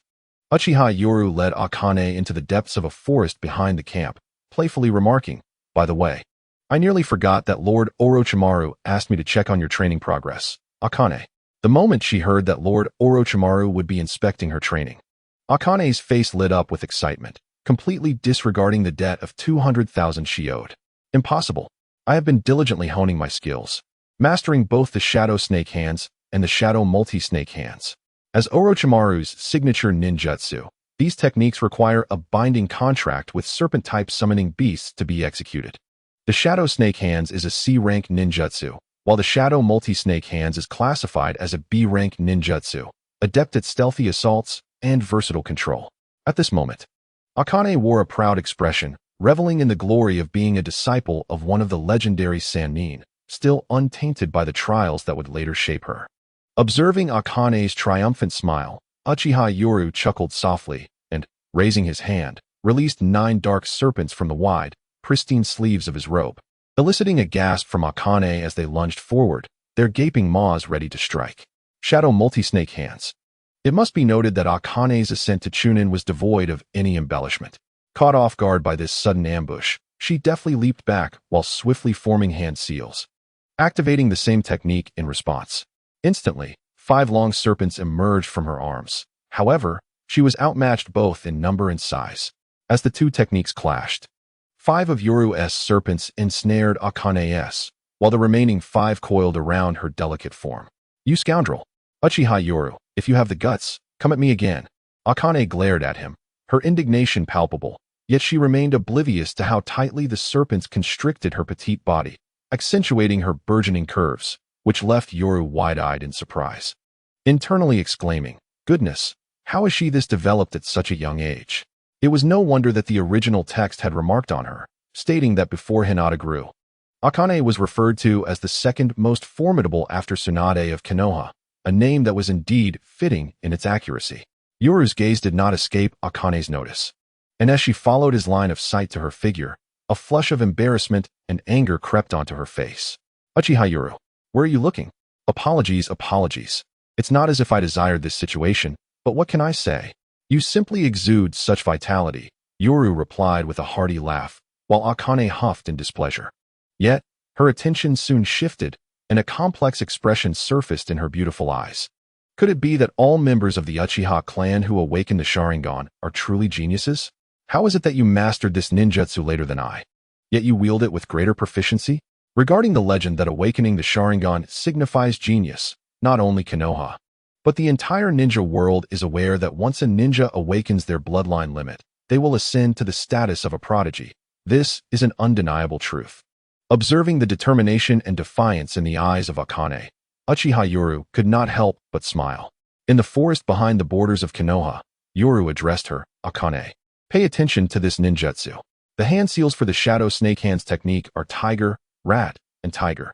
However, each individual possesses a unique constitution, resulting in varying rhythms of chakra manipulation, compounded by the differences between male and female physiques." At this moment, Uchiha Yoru activated his Sharingan, his gaze fixed intently on Akane. One hand gently caressed her delicate abdomen as he elaborated, "Ninjutsu cannot simply be activated by memorizing the hand seals. Otherwise, with a ninja's memory, recording an opponent's seals would be as trivial as child's play. The hand seals correspond to the chakra pathways within the body. They are essential for channeling chakra through these pathways, reaching specific locations, and subsequently unleashing ninjutsu. The more pathways each hand seal can engage, the greater the level, complexity, and power of the ninjutsu. Different ninjutsu require varying numbers of chakra pathways. Some may only require 3, while others demand 8. Therefore, identical seals can yield significantly different results. Akane, your female constitution differs from mine and our teachers, which naturally allows me to learn at a quicker pace." With a teacher-like smile, Uchiha Yoru continued his explanation, and Akane's expression shifted to one of understanding. The differences in male and female constitutions and the strength of their chakra pathways mean that for the same ninjutsu, when Uchiha Yoru channels chakra through the 3 pathways under a specific seal, he can achieve 80% of its power, while Akane, due to her female constitution, can only reach 60%.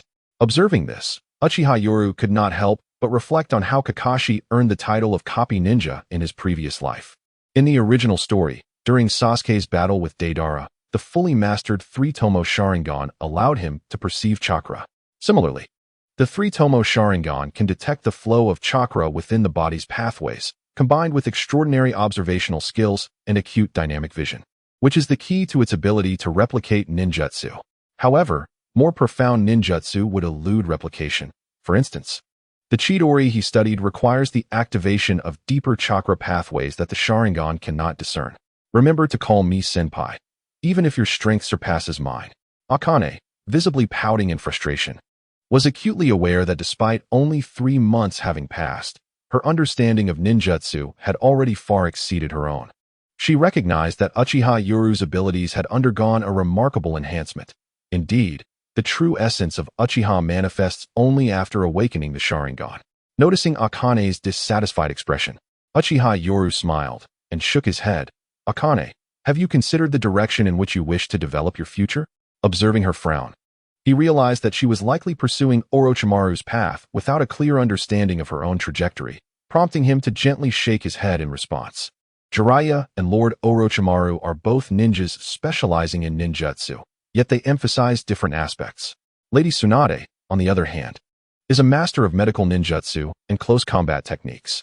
The fourth Hokage, Lord Minato, although adept in space-time ninjutsu, is equally renowned for his speed, a trait he shares with the White Fang, who is also a close combat fighter.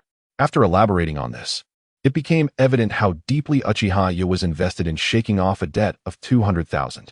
He even displayed a facade of concern towards Akato. For instance, take me. I've now found my direction.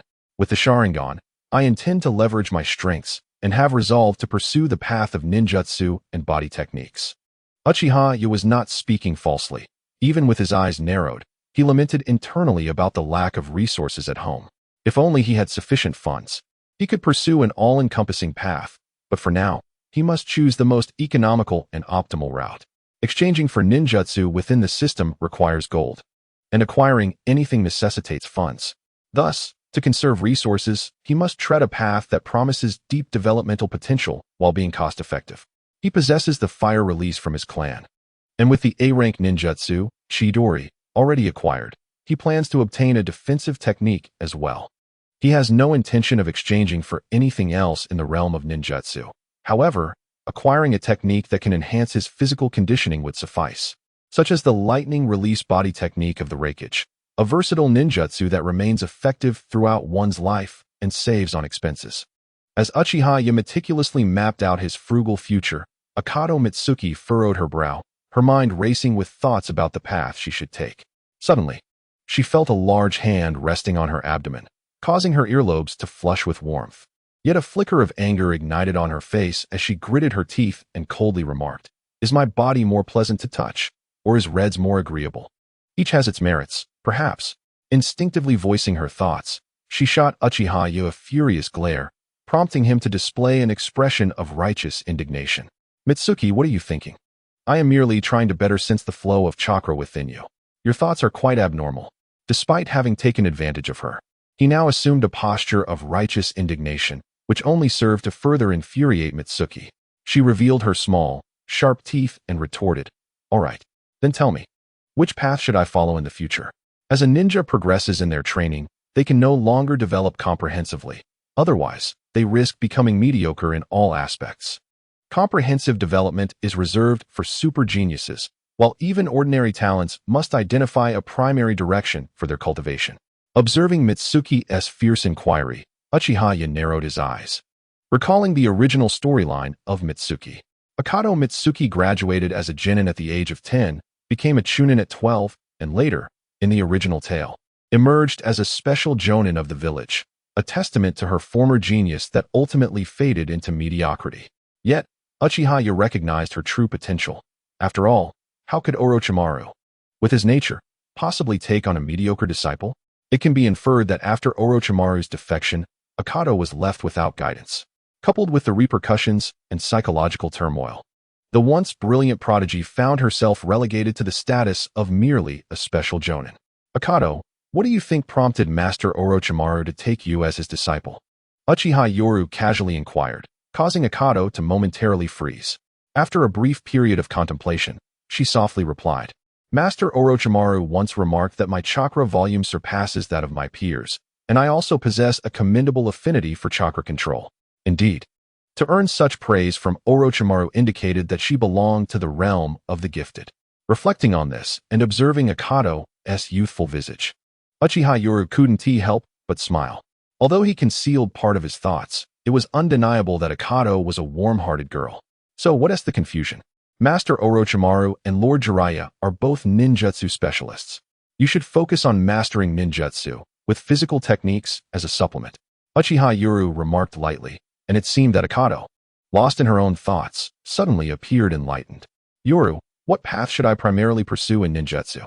Akado asked, her enthusiasm bubbling forth as she animatedly gestured, her developing figure drawing Uchiha Yoru's attention. Is that even a question? With Master Orochimaru guiding you, you should naturally follow in his footsteps and master all the snake-style ninjutsu first, Uchiha Yoru declared with conviction, given that Orochimaru had little time left before his own escape. This was the opportune moment to learn as much ninjutsu as possible, for opportunities would soon dwindle. By the way, Akado, your ninjutsu repertoire shouldn't be too one-dimensional. Don't you possess fire chakra? The C-rank dragon fire technique would be ideal. It has a wide attack range and complements your snake-style ninjutsu perfectly. Uchiha Yoru spoke with an air of concern for her well-being, prompting a hint of shyness in Akado, who then smiled and said, considering your earnestness, you needn't worry about repaying that 200,000. Upon hearing that she wouldn't need to repay the money, Uchiha Yoru's excitement was palpable. He was in dire need of funds, and even with a dual income, he still found himself financially strained. Brother Hao was right. What nonsense is love? All I desire now is to make money. However, before he could finish his thought, Akado furrowed her brow and glanced down at her chest, seemingly recalling a previous incident. An ember of indignation flared on her youthful face. Uchiha Yoru, no way. You must repay every single penny of that 200,000. The C-rank fire release technique, dragon fire technique, required the practitioner to gather chakra at the chest, causing a noticeable expansion akin to taking a deep breath, particularly evident in female ninjas. Akado's eyes widened in fury, her frustration directed at the Uchiha clan for producing such a person. As Hondo finally came to her senses, Uchiha could not deny the potency of the ninjutsu that could directly measure the peril surrounding them. However, a look of perplexity crossed his face as he inquired, Hondo, what troubles you? You seemed fine just moments ago. The confusion in Uchiha's gaze elicited an indignant snort from the furious Hondo, who inwardly pondered whether she had misjudged him. After all, who did not know that Uchiha was driven by greed, a veritable miser, rather than a lecher like Jiraiya? Yet, apologizing was not in her nature. With a dismissive huff, she remarked, it has been quite a while since teacher Orochimaru has instructed me. Uchiha, eager to divert the conversation, quickly shook his head and sighed. Hondo, teacher Orochimaru has been diligently undertaking secret missions for the village. Some matters require your understanding. Currently, he needed to craft a narrative, a plausible persona for Orochimaru. Orochimaru had been executing clandestine tasks at the front line, leaving behind no trace. As Uchiha contemplated the matter, a cold smile crept upon his lips. Soon, he intended to ensnare the entire border ninja in this scheme. Orochimaru's defection was inevitable, but it must not mirror the chaotic escape depicted in the original narrative, which earned him a notorious reputation. As a disciple of Orochimaru, Uchiha could not bear to witness his mentor's disgraceful flight. He felt compelled to take action, ensuring that when his teacher fled, it would be amidst controversy, sowing discord within the village and instilling fear among its inhabitants. In essence, the village must feel discomfort for the Uchiha clan to thrive. Contemplating this, Uchiha smiled, convinced that all his actions were for the sake of his clan and the village, adamantly denying any selfish motives. Now, let me examine your body, Hondo, to ensure you have no hidden injuries. Lingering wounds could impede your future development. At that moment, Uchiha had no ulterior motives. His intentions were sincere. However, as he extended his hand, Hondo's eyes widened in alarm. What do you intend to do, Uchiha? Faced with her scrutinizing gaze, Uchiha felt a surge of frustration. How could she harbor such disdain for him at her age? To prove his innocence, he swiftly showcased his medical ninjutsu, his hands emanating a verdant glow of chakra. Upon witnessing the luminous green aura enveloping his hands, Hondo gasped in astonishment. A-rank medical ninjutsu, healing palm. When did you learn this? Her shock was understandable. While medical ninjas might lack combat prowess, they were invaluable resources, especially those capable of A-rank techniques. During wartime, Konoha had established a decree that any medical ninja proficient in healing palm could be promoted to special jonin by special exception. This underscores the rarity of medical ninjas, particularly the advanced ones, within the entire ninja world. Observing the astonished expression on Uchiha Akai's face, he couldn't help but shrug and sigh. Akai, some matters should remain a secret. Do not share them with anyone. His hands, glowing with the unique green radiance of medical ninjutsu, gently rested upon Akai's youthful and vibrant body. This time, however, Akai did not resist. She willingly laid down on the soft grass. Yet, the astonishment in her eyes could not be erased. At that moment, Uchiha Akai's dark orbs were fixed intently upon him, her mind racing with analysis. The Uchiha clan. The awakening of the Sharingan. Before she could voice her thoughts, he had already become a disciple of Orochimaru-sensei. A myriad of thoughts flashed through her mind, and Akai began to ponder deeply. She was well aware of the recent developments concerning the Uchiha clan, and she knew that her own sensei had become the object of desire for various clans eager to curry favor. After all, with the fourth Hokage deceased and the borders in turmoil, it was under Orochimaru's guardianship that neither the Land of Lightning nor the Land of Water dared to make significant moves. It was not just the village. Even on the front lines, voices were rising to advocate for Orochimaru to become the fifth Hokage. A year ago, during the competition for the fourth Hokage position, Orochimaru had been a formidable contender, ultimately supplanted by Minato Namikaze. To alleviate this awkward situation, Orochimaru had been dispatched to the borders, which also explained his absence during the Nine Tails incident. This time, however, Orochimaru faced no competition. Only the legendary Sannin remained eligible to vie for the Hokage title. Jiraiya was traversing foreign lands, absent from the village. Though a powerful ninja, he was not a fitting leader, and among the Sannin, he was the least popular.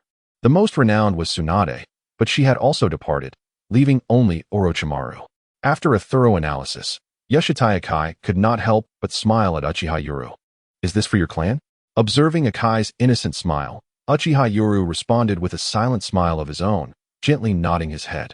Upon receiving her answer, Akai revealed a sincere smile.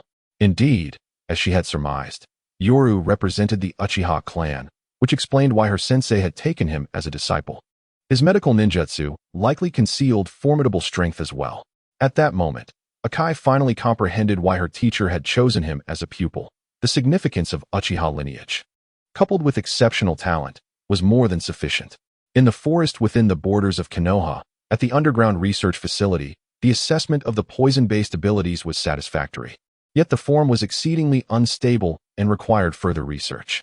Dressed in a white lab coat, Uchiha Yuru calmly observed the enormous, grotesque white snake within the cultivation vessel, shaking his head as he relayed the test data. Particularly disturbing was the fact that this phosphorescent serpent bore a thick mane of black hair, rendering its appearance even more repugnant. Within the nutrient solution, its form continued to fluctuate, and the scales of the snake were composed of countless white serpents. In the brightly lit underground laboratory, numerous large glass vessels stood in neat rows, each containing a singular, massive, grotesque white serpent. Hee, thanks to you, Night-kun. This experimental data would not have been produced so swiftly. With a uniquely raspy chuckle, Orochimaru accepted the report handed over by Uchiha Knight, gazing at the large serpents within each cultivation tank as if they were exquisite works of art, a perverse smile gracing his lips.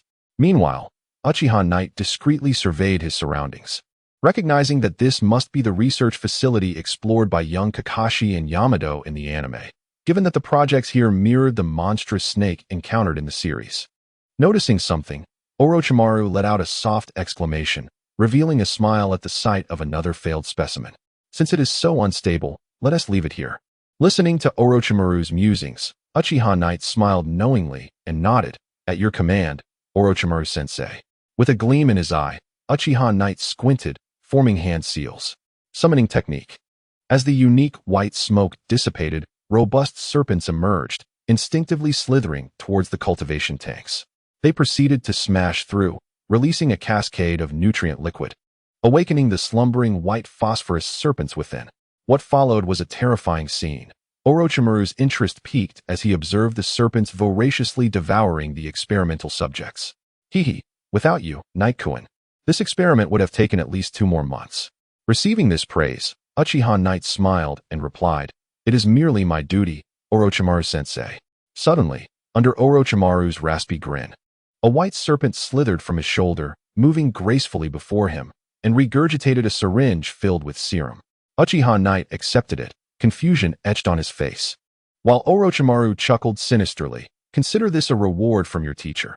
It's the serum extracted from the most venomous snake in the Ryuchi cave." Upon hearing this, Uchiha Knight's smile broadened. He was well aware of its significance. In the original narrative, Orochimaru was immune to countless toxins and could even transform his body into a white phosphorus serpent, initially relying on this very serum. With this serum, while he could not claim immunity to every toxin in the shinobi world, he would be largely unaffected by at least 98 of them. Rolling up his sleeve, he injected the serum without hesitation. Although he felt nothing, Uchiha Knight was elated, expressing his gratitude. "Thank you, Orochimaru-sensei." Indeed, Orochimaru was undeniably the most formidable presence. Aligning himself with Orochimaru was undoubtedly the right choice. "Orochimaru-sensei, will the research here be discontinued?" Uchiha Knight inquired, voicing his curiosity. After all, this research facility was now devoid of personnel, and his role had merely been to follow orders, conducting daily inspections and reporting back with detailed findings. It must be said, Orochimaru was truly the most prolific in the realm of research facilities and hideouts. He had already encountered 3 bases along the borders, and this particular facility was evidently dedicated to the study of white phosphorus serpents, marking the initial stages of Orochimaru's transformation into the white phosphorus serpent and subsequently, the legendary 8-headed serpent technique. Gazing upon the research facility, Orochimaru displayed a rare expression of reflection. It was thanks to the financial backing of your Uchiha clan that he found himself in this position. Yet it seemed that such support had begun to foster discontent among certain villagers. Upon hearing this, Uchiha was momentarily taken aback, pondering to himself that the plot was indeed shifting. With the Uchiha clan's defection towards Orochimaru and the Hinata clan's alignment as well, discontent within the village towards Orochimaru had already begun to brew. Perceiving Uchiha's unease, Orochimaru flashed a peculiar smile, his raspy voice laced with amusement as he remarked, "But it's of no consequence, for the turmoil along the borders has yet to settle. Some are still quite reluctant to part with me." In that instant, Uchiha's mind raced with analysis. Following the chaos of the Nine-Tails incident, the borders of the Land of Fire had remained unsettled, necessitating Orochimaru's presence. Once stability was restored, internal strife would inevitably ensue. After all, with the village stabilized, the selection of the 5th Hokage would become imperative. The Third Hokage had ascended to power under the banner of serving during these turbulent times as a temporary measure. The prospect of the 5th Hokage stirred thoughts within him. He was acutely aware that Danzo's ambitions would never allow such a formidable individual as Orochimaru to ascend to that position, nor would they favor the 3rd Hokage. As for Sarutobi Hiruzen, he was uncertain, yet the Sarutobi clan's prowess was undeniably formidable, rivaling even that of the Hinata clan. With so many clansmen, how could they bear to witness their clan leader, Sarutobi Hiruzen, descend from the pinnacle of power once more? "Orochimaru-sensei, the elder has conveyed news that the root leader is quite dissatisfied with you." It was evident that it would not be long before Orochimaru faced defection, and Uchiha was naturally inclined to prepare for a last-minute advantageous maneuver. Sensing Uchiha's perplexity, Orochimaru casually remarked, "There are matters within the village that you have yet to encounter, and thus remain unaware. Root is a department on par with the Umbu, tasked with executing the village's more clandestine operations, such as these experiments." Uchiha's expression shifted to one of realization, as if to say, "Ah, now I understand." Yet internally, he mused, "While Danzo may not be virtuous, your blatant exploitation is rather conspicuous, Orochimaru. With so many experimental facilities, it was clear that you were leveraging Danzo's support for your own benefit. However, one must look after oneself, lest they be obliterated by the heavens." He and Orochimaru were, in this regard, kindred spirits. "By the way, Sensei, the elder mentioned that a legendary ninja codenamed the Wandering Priestess has departed from Root and is now the head of an orphanage. known as Yakushi Nanoyu. In pursuit of personal gain and to straddle both sides, Uchiha spoke gravely about this intelligence, showing no hint of shame in using the Uchiha clan's elder as a pawn. He was tirelessly striving for the future of the Uchiha, and he believed the elder would understand this small sacrifice with appreciation. Maximizing benefits, selling the information about Yakushi Nanoyu to Orochimaru was evidently the most lucrative course of action, and there was no need to inform Uchiha Toru of this. The Wandering Priestess? Upon receiving this intelligence, Orochimaru was initially taken aback, but soon revealed a raspy smile. It was unexpected that the elder of the Uchiha clan was privy to such extensive information. Evidently, the Uchiha were quite familiar with the root organization. Clearly, Orochimaru had misconstrued the situation, believing that Danzo's animosity towards the Uchiha had led them to covertly monitor the root, hence the abundance of information.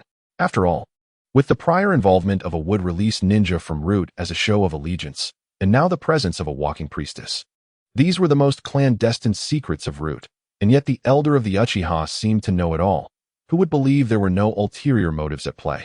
Uchiha, instead of clarifying this misunderstanding, rather seemed pleased and smiled while shaking his head, stating, "Teacher Orochimaru, the clan leader has pledged to fully support your endeavor to become Hokage." This tidbit of information was quite revealing.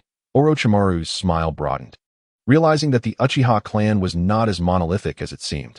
Clearly, the elder had access to his own intelligence network, while the clan leader operated independently, though this matter was of little concern to him. Yeah, tidy up here. This place is no longer needed. Let us proceed to the next base. As Orochimaru turned, he emitted a chilling rasp that sent shivers down the spine, yet Uchiha felt a sense of security. As long as one maintained their utility, they could operate freely in Orochimaru's domain. Perhaps this was a testament to Orochimaru's magnanimity and personal charisma. In the dimly lit chamber of the Leaf Village's root, Danzo, his eyes bandaged, bore a countenance that was dreadfully grim. Gazing at the two masked root ninjas kneeling before him, he inquired in a low, menacing tone, "Have you not uncovered anything yet?" In response to his emotionless query, the two kneeling root ninjas, devoid of any sentiment, replied, "Apologies, Lord Danzo. Root has conducted thorough investigations 3 times, yet we have detected no traces of infiltration." Upon hearing this, Danzo's fury erupted. As he slammed his fist upon the table and bellowed, "No signs of infiltration? Then how did the information regarding the wood-release ninja leak? Explain it to me." The fact that the most secretive faction of the Leaf had been compromised, resulting in a breach of sensitive information, was intolerable. At that moment, Danzo was ablaze with rage. He knew that even the third Hokage, Hiruzen Sarutobi, had not divulged the information regarding the wood-release ninja, yet it had somehow come to Orochimaru's attention. The audacity of Orochimaru to demand data and biological research, even suggesting a revival of the wood-release project, was infuriating. Danzo's anger was not merely about the precious data or the leakage of the wood-release information, but rather the realization that he was aware of a problem within Root, yet could not identify its source. This was the true catalyst of his wrath. Incompetence. He cursed vehemently, while the two Root ninjas bowed their heads in silence, fearing to express any discontent. They too felt a creeping dread. The infiltration of Root was an alarming reality. "Is it you, Hiruzen?" Danzo narrowed his eyes in fury, as the only person he could suspect was his old acquaintance, the third Hokage.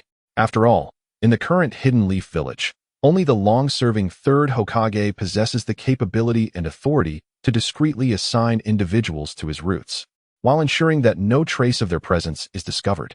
Lord Danzo, the ninjas of the root possess the tongue-severing seal, rendering the possibility of information leakage nearly impossible. Upon hearing such confident words from one of his subordinates, Danzo let out a cold chuckle. Nearly impossible? There has never been a flawless ninjutsu. Since it is a sealing technique, it can undoubtedly be unraveled, and likewise, another seal can be imposed. At this moment, Danzo was certain that it was the handiwork of Sarutobi Hiruzen, as only the third Hokage possessed the means to implement the tongue-severing seal. He must have gleaned intelligence from the root and subsequently lifted the sealing technique.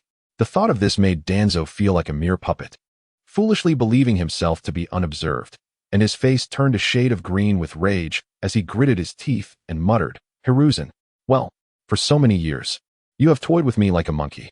He could already envision that everything within the route was undoubtedly under the watchful eye of Sarutobi Hiruzen, and his pride in his clandestine machinations was revealed to be nothing more than that of a jester. Meanwhile, in the Hokage's office, the third Hokage, fatigued, puffed on his pipe, exhaling a plume of dense smoke, while furrowing his brow at the intelligence arriving from the borders. Fortunately, the shadow of the Third Great Ninja War has yet to compel the other great nations to emerge. Let us hope that the provocations from some small countries will soon be quelled. At this juncture, Sarutobi Hiruzen found himself compelled to bear the weight of leadership, and to claim that the pressure was minimal would be a falsehood. The village was home to the exceedingly dangerous Uchiha clan, renowned as the foremost noble family in the ninja world. Certain small nations along the borders sought to reignite the flames of war among the great powers, hoping to exhaust them, while spies from various countries incessantly probed the vulnerabilities of the hidden leaf. The village had just endured the loss of the youngest and shortest-serving fourth Hokage, along with a substantial number of elite ninjas, marking a tumultuous period. Reflecting on this, Sarutobi Hiruzen gazed at the portraits of his predecessors adorning the wall. Upon seeing the last image of the golden-haired, youthful smile of Minato, he couldn't help but sigh. Minato, you have truly left me with a mess to clean up. The absence of so many elite ninjas meant that numerous departments were now undermanned, and it fell upon the various clans, along with the Sarutobi clan, to fill the void. Recently, he had sensed a growing stability at the borders, perhaps leading some within the clan to be reluctant to relinquish their newfound power. Internal strife and external threats. This was the current state of the Hidden Leaf. Hokage-sama. Here is the complete dossier on Uchiha Itachi.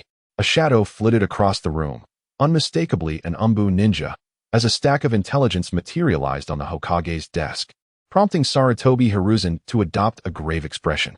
In this tumultuous season, Orochimaru had surprisingly taken on a disciple from the Uchiha clan. What could this mean? Orochimaru, are you seeking to leverage the power of the Uchiha for the sake of the Hokage position, or is this merely a scheme devised by the Uchiha clan? Sarutobi Hiruzen murmured to himself as he perused the dossier on Uchiha Yuru.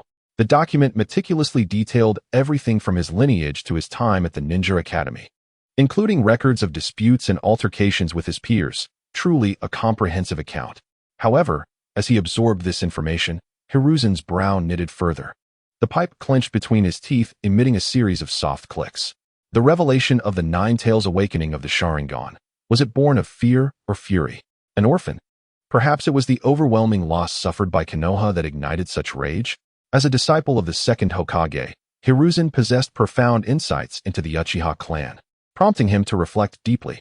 Eventually, his narrowed gaze fell upon an inconspicuous piece of intelligence, which revealed a rather intriguing detail: the late elite Jonin Yuhi Kurenai's daughter. Yuhi Kurenai shared an ambiguous relationship with Yuru. Greedy? Lecherous? Host. Uchiha Yuru, 1 Tomo. Chakra level. Chunin, LV3. Chakra nature. Fire, LV3. Lightning, LV4. Kenjutsu, Taijutsu LV4. Medical Ninjutsu, LV4. Gold.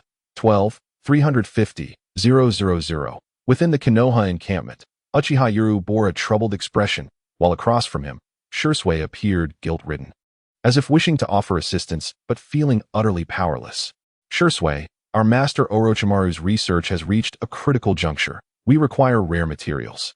You are aware that gold is the currency of choice in our dealings with the outside world. Hearing this, Yoru's somber demeanor prompted Shisui to nod earnestly. Rest assured. Brother Yoru, I will contact the clan immediately to secure the necessary funds. With that, he pushed a heavy briefcase forward. Yet, upon seeing the gold, Yoru's countenance remained uncheerful, feigning a burdened sigh instead. This display puzzled Shisui, who inquired, Brother Yoru, if Orochimaru-sensei's financial shortfall is substantial, I will certainly report to the clan leader to request additional support. Presently, he had embezzled over half the funds, amounting to more than 10 million, which converted to a monetary value of at least 50 million, equivalent to 1.5 Asuma Sarutobi. In the original narrative, the bounty on Deidara's head was 30 million, while Asuma's was 35 million, with some claiming that represented the worth of an elite jonin. Yet, all seemed to overlook the significance of their identities. An ordinary ninja carries one price, but when stripping away mere prowess to reveal the enhancement of status, worth multiplies exponentially. Both Deidara and Asuma Saratobi served as guardians of the Land of Fire, akin to the chief bodyguard of a national president. Subsequently, Deidara ascended to the position of abbot at the Fire Temple, while Asuma's identity as the Third Hokage's son speaks volumes. It is akin to being the son of a president.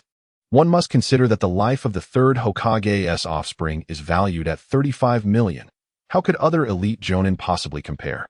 The bounty order is reminiscent of circumstances from a past life, where certain individuals are tasked with the assassination of those possessing exceedingly high status. Regardless of the motives, the completion of such a mission guarantees at least a few years of indulgence. Thus, the bounty of 35 million for Asuma Saratobi is indeed a substantial sum. Currently, the Uchiha clan has been providing Orochimaru with over 100 million in financial support, which is certainly no trifling amount, though he has taken his share of the profits. Alas, Shisui. At this moment, Uchiha Itachi displayed a hesitant expression, prompting Shisui to reveal a look of concern and curiosity. He spoke earnestly, "Brother Itachi, have you encountered a significant challenge? The clan has decreed that, should any issues arise, the elite Uchiha forces will prioritize your tasks. It is undeniable that the Uchiha clan is exerting considerable effort to win over Orochimaru, the prospective fifth Hokage. In the original narrative, there was a lack of direction. However, under Itachi's leadership, a clear path emerged. Orochimaru needs funds? Very well, I shall invest heavily, all to earn trust from a future Hokage." Observing Shisui's serious demeanor, Itachi appeared contemplative before sighing. "Shisui, Orochimaru-sensei has devoted countless efforts to the village, painstakingly researching wood-release techniques. Yet, it seems that Danzo is now using this very matter to threaten him." "What?" Shisui's expression transformed to one of shock, and he quickly suppressed his astonishment. Asking in a hushed tone, "What is happening?" It must be noted that in Shisui's mind, the third Hokage, Danzo, and other high-ranking officials are all disciples of the second Hokage, with Danzo serving as the right hand of the Hokage. How could they possibly threaten Orochimaru? After all, Orochimaru is not only the future fifth Hokage, but also a disciple of the third Hokage. Seeing Shisui's astonishment, Itachi shook his head and sighed. "I cannot discern the details. It appears that Orochimaru-sensei is furious, and it seems Danzo does not wish for him to become Hokage. What about the third Hokage? Surely he must be aware of Danzo's actions." Suddenly, at this point, Uchiha Shisui fell silent, the words he intended to speak remaining unvoiced. However, upon observing Itachi's wry smile, he seemed to grasp something profound. How could the third Hokage be oblivious? After all, he is the Hokage. Yet, why does he not intervene? Even seemingly preferring that Orochimaru does not ascend to the position? All these questions were deeply buried within Shisui's heart, his mind buzzing with uncertainty. In his memory, he perceived Orochimaru as someone who viewed the Hokage's position with utmost reverence and blind trust. Yet, he suddenly realized that Danzo and the soon-to-retire third Hokage's brilliance had dimmed somewhat. This illustrates the influence of preconceived notions under the auspices of Orochimaru's Hokage status. Shisui felt trust and respect, while the soon-to-retire Hokage naturally appeared to possess a diluted aura. Especially in this juxtaposition, he found himself increasingly perplexed as to why even the third Hokage remained indifferent. It is noteworthy that Lord Orochimaru is a disciple of the Hokage. Shisui mused that although Danzo might only delay Lord Orochimaru's ascension to the position of Hokage, he could not thwart it indefinitely. Furthermore, Lord Orochimaru had already devoted himself to researching wood-release techniques anew for the village. Once another wood-release ninja emerged, the monumental credit would render Orochimaru's path to becoming the fifth Hokage unstoppable. Uchiha, with unwavering determination, proclaimed that he did not criticize the third Hokage nor disparage Danzo, but simply stated that Lord Orochimaru was poised to claim the title of fifth Hokage through his accomplishments with wood-release. After all, no one would anticipate that a ninja of Orochimaru's stature would defect, one of the legendary three, a disciple of the third Hokage, a formidable contender against the fourth Hokage, and a prospective fifth Hokage. Given such illustrious accolades, it was inconceivable for even Shisui, let alone the leaders of other nations, to believe that one of the legendary three would betray them. Are you truly saying that one of Konoha's legendary three, Orochimaru, would defect? They would surely scoff at the notion. Rest assured, brother Ya, I will personally report the significance of this matter to the clan leader, I will ensure Lord Orochimaru's success."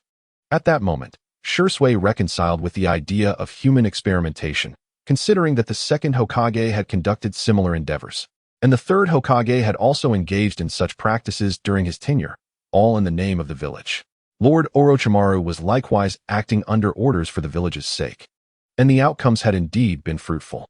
Observing Shisui's resolve, Uchiha mirrored his determination, solemnly affirming, "Shisui, I entrust this to you." Currently, Danzo has nearly severed all funding for our teacher's research, which presents our clan's only opportunity. Regardless of whether this experiment succeeds, once Lord Orochimaru becomes the fifth Hokage, the Uchiha clan will regain the trust of the Hokage and reclaim its position at the heart of Konoha's power. This impassioned declaration, filled with hope for the future, invigorated Shisui, who responded earnestly, "Brother you need not worry. The Uchiha clan may lack in certain areas, but we are certainly not deficient in wealth." What audacity! Truly, the Uchiha clan stands as Konoha's foremost family. Upon hearing this, Uchiha, who had harbored a tinge of guilt, couldn't help but reflect on his own efforts. After all, they proclaimed themselves the wealthiest clan in Konoha, and if they were striving to save the Uchiha, what harm was there in spending a bit of their own resources? Was that not entirely reasonable? At the borders of Konoha, Orochimaru served as the chief commander responsible for the defense against the Land of Lightning and the Land of Water. Although his movements were often erratic due to his research, he still made occasional appearances at the main camp to organize frontline intelligence and military deployments. Uchiha had evidently become Orochimaru's trusted aide, wearing a relaxed smile as he assisted in retrieving intelligence scrolls and allocating tasks, fulfilling his responsibilities to the best of his ability. The Land of Lightning does not share a direct border with the Land of Fire. Rather, two smaller nations lie in between, serving as a buffer zone amidst the great powers, a battlefield of sorts. Additionally, it is situated near the Land of Iron and a coastal region replete with numerous islands. The mist ninjas from the Land of Water frequently venture forth.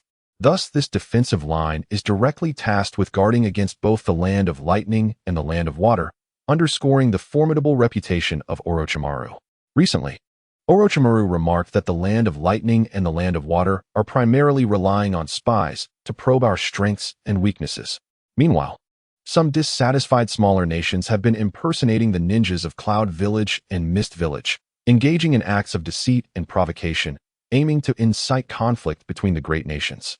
Observing the intelligence reports, Uchiha chuckled and shook his head while analyzing the information.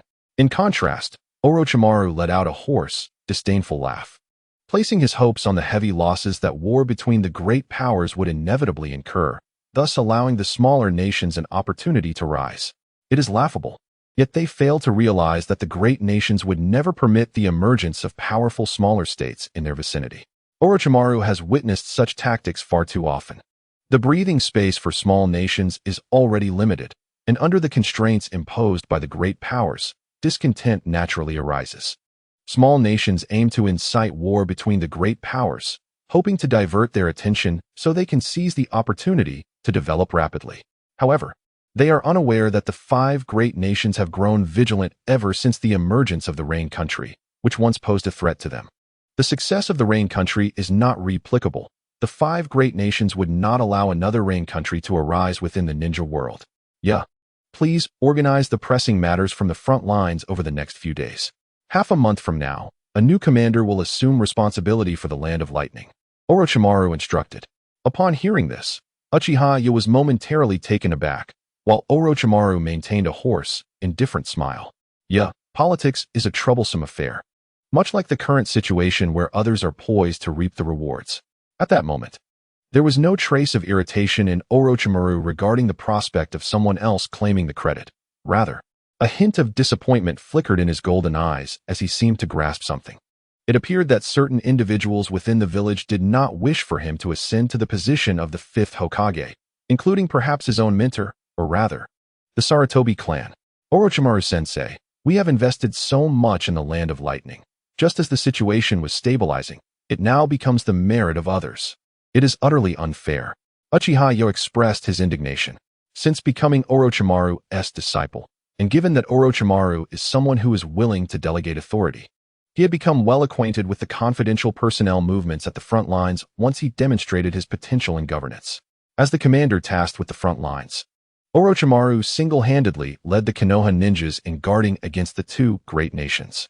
Just as the turbulent situation was beginning to settle, especially on the side of the Land of Lightning, the fruits of victory that seemed imminent were now threatened by those seeking to claim them. Haha, you are still too young, Orochimaru chuckled hoarsely without a hint of resentment. However, when the scroll for the incoming commander for the Land of Lightning was presented, Uchiha's pupils constricted upon seeing the name of the appointee. Sarutobi Shinji, the eldest son of the Third Hokage and currently the head of the Anbu. Upon seeing this name, Uchiha immediately recalled information from his previous life in the world of Naruto. The eldest son and daughter-in-law of the Third Hokage, both elite jonin of the Hokage's direct Anbu, were lauded as the right and left arms of the Third Hokage and were the parents of Sarutobi Konohamaru. Although their names were not explicitly stated, Uchiha was aware of the name of the Third Hokage's eldest son. In this context, his eyes narrowed. It seemed that the Sarutobi clan had come to seize the most significant opportunity. Sarutobi Hisashi, as the Hokage, along with his son and daughter-in-law, represented the Anbu's so-called right and left arms, essentially the head and deputy of the Anbu. The fact that the eldest son was emerging from the shadows of the Anbu suggested a clear intention to step into the limelight and directly engage on the front lines. Contemplating this, Uchiha looked once more at Orochimaru's casual, raspy smile, feeling a sense of irony. Was this the distinction? After all, it was only natural for a father to prioritize his son over a disciple. Nevertheless, for him, this could prove to be valuable intelligence, and he displayed a thoughtful expression. Indeed, it was of great worth. At the Hokage office building in Konoha, Sarutobi Hisashi was puffing on his pipe, while before him stood his son, Sarutobi Shinizuke, who had just removed his Anbu mask. Shinizuke, from this day forth, you shall be a jonin of Konoha. The situation along the borders of the Land of Lightning has stabilized. Remember to proceed cautiously and avoid impulsiveness, maintaining the current status quo. At this moment, Sarutobi Hisashi was no longer merely the Third Hokage, but a father imparting wisdom to his child. However, Sarutobi Shinizuke furrowed his brow in confusion and questioned, "Father, why can't I go to the front lines of the Land of Water? The situation in the Land of Lightning is stable, but there are few opportunities for distinction." Sarutobi Hisashi slowly shook his head, took a deep draw from his pipe, and exhaled a cloud of white smoke before responding in a grave tone. Orochimaru and Danzo are too closely aligned. The roots have nearly forsaken the will of fire. I sincerely hope that Orochimaru can find his way back. Perplexed by this seemingly unrelated response, Sarutobi Shinizuke frowned even more, prompting Sarutobi Hisashi to sigh and continue. Your deployment to the front lines of the Land of Lightning is not only the desire of the higher-ups, but also my wish as the Third Hokage. Orochimaru seems to be heading down a dark path. The upper echelons do not wish to see him stray further, and this sentiment is not limited to the Sarutobi clan. Follow the protocol when you arrive, and in due time, you will become the leader of the Jonin. As the dense smoke curled around him, the Third Hokage's gaze was shrouded in complexity. Orochimaru's ideology was perilous, particularly as it diverged entirely from the will of fire. At this juncture, he could only take the opportunity to admonish his most esteemed disciple. As for the thoughts circulating among the higher-ups, he was acutely aware that they were primarily concerned with preventing the increasingly assertive Orochimaru from ascending to the Hokage position. Indeed, many had already begun clandestine communications with Jiraiya, who evidently wished to distance himself from the affairs at hand, evading contact altogether. The Sarutobi clan undoubtedly wishes to maintain their leader's position on the throne of power, relishing the prospect of undermining Orochimaru's authority. Ideally, during this period, the Sarutobi clan would seize greater benefits and privileges, such as the position of Jonin commander. Should Sarutobi Shino become the Jonin commander, the clan would truly ascend to the zenith of power, with the Hokage being a Sarutobi. The publicly acknowledged Jonin commander also a Sarutobi, and even the head of the Anbu hailing from their lineage. One could only wonder if the future Hokage might also bear the Sarutobi name.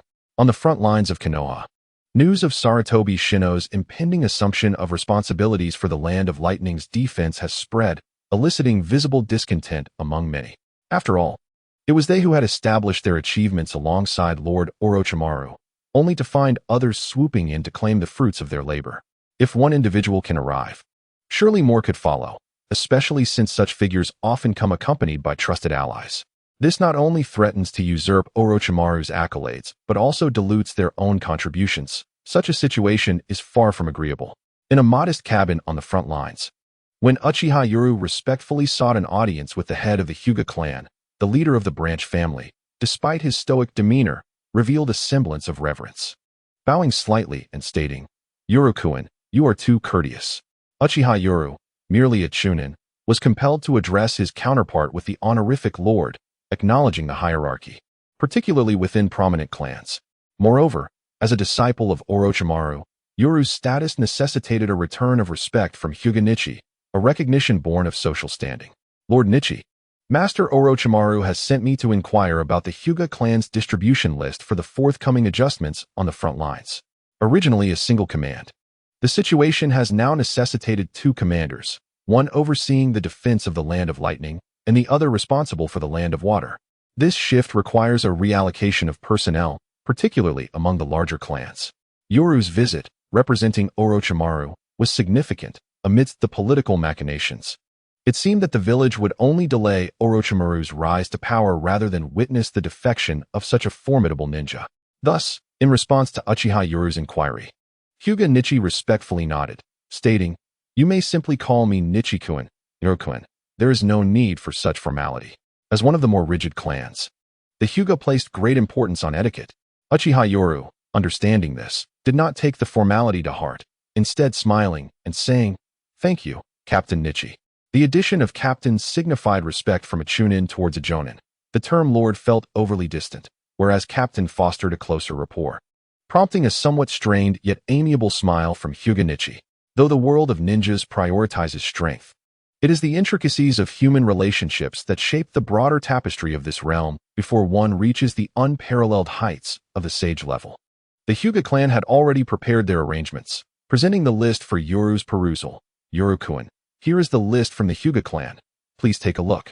Having long received word that the Land of Lightning would soon dispatch a commanding officer to seize the prize, it was only natural that the prominent clans had prepared accordingly.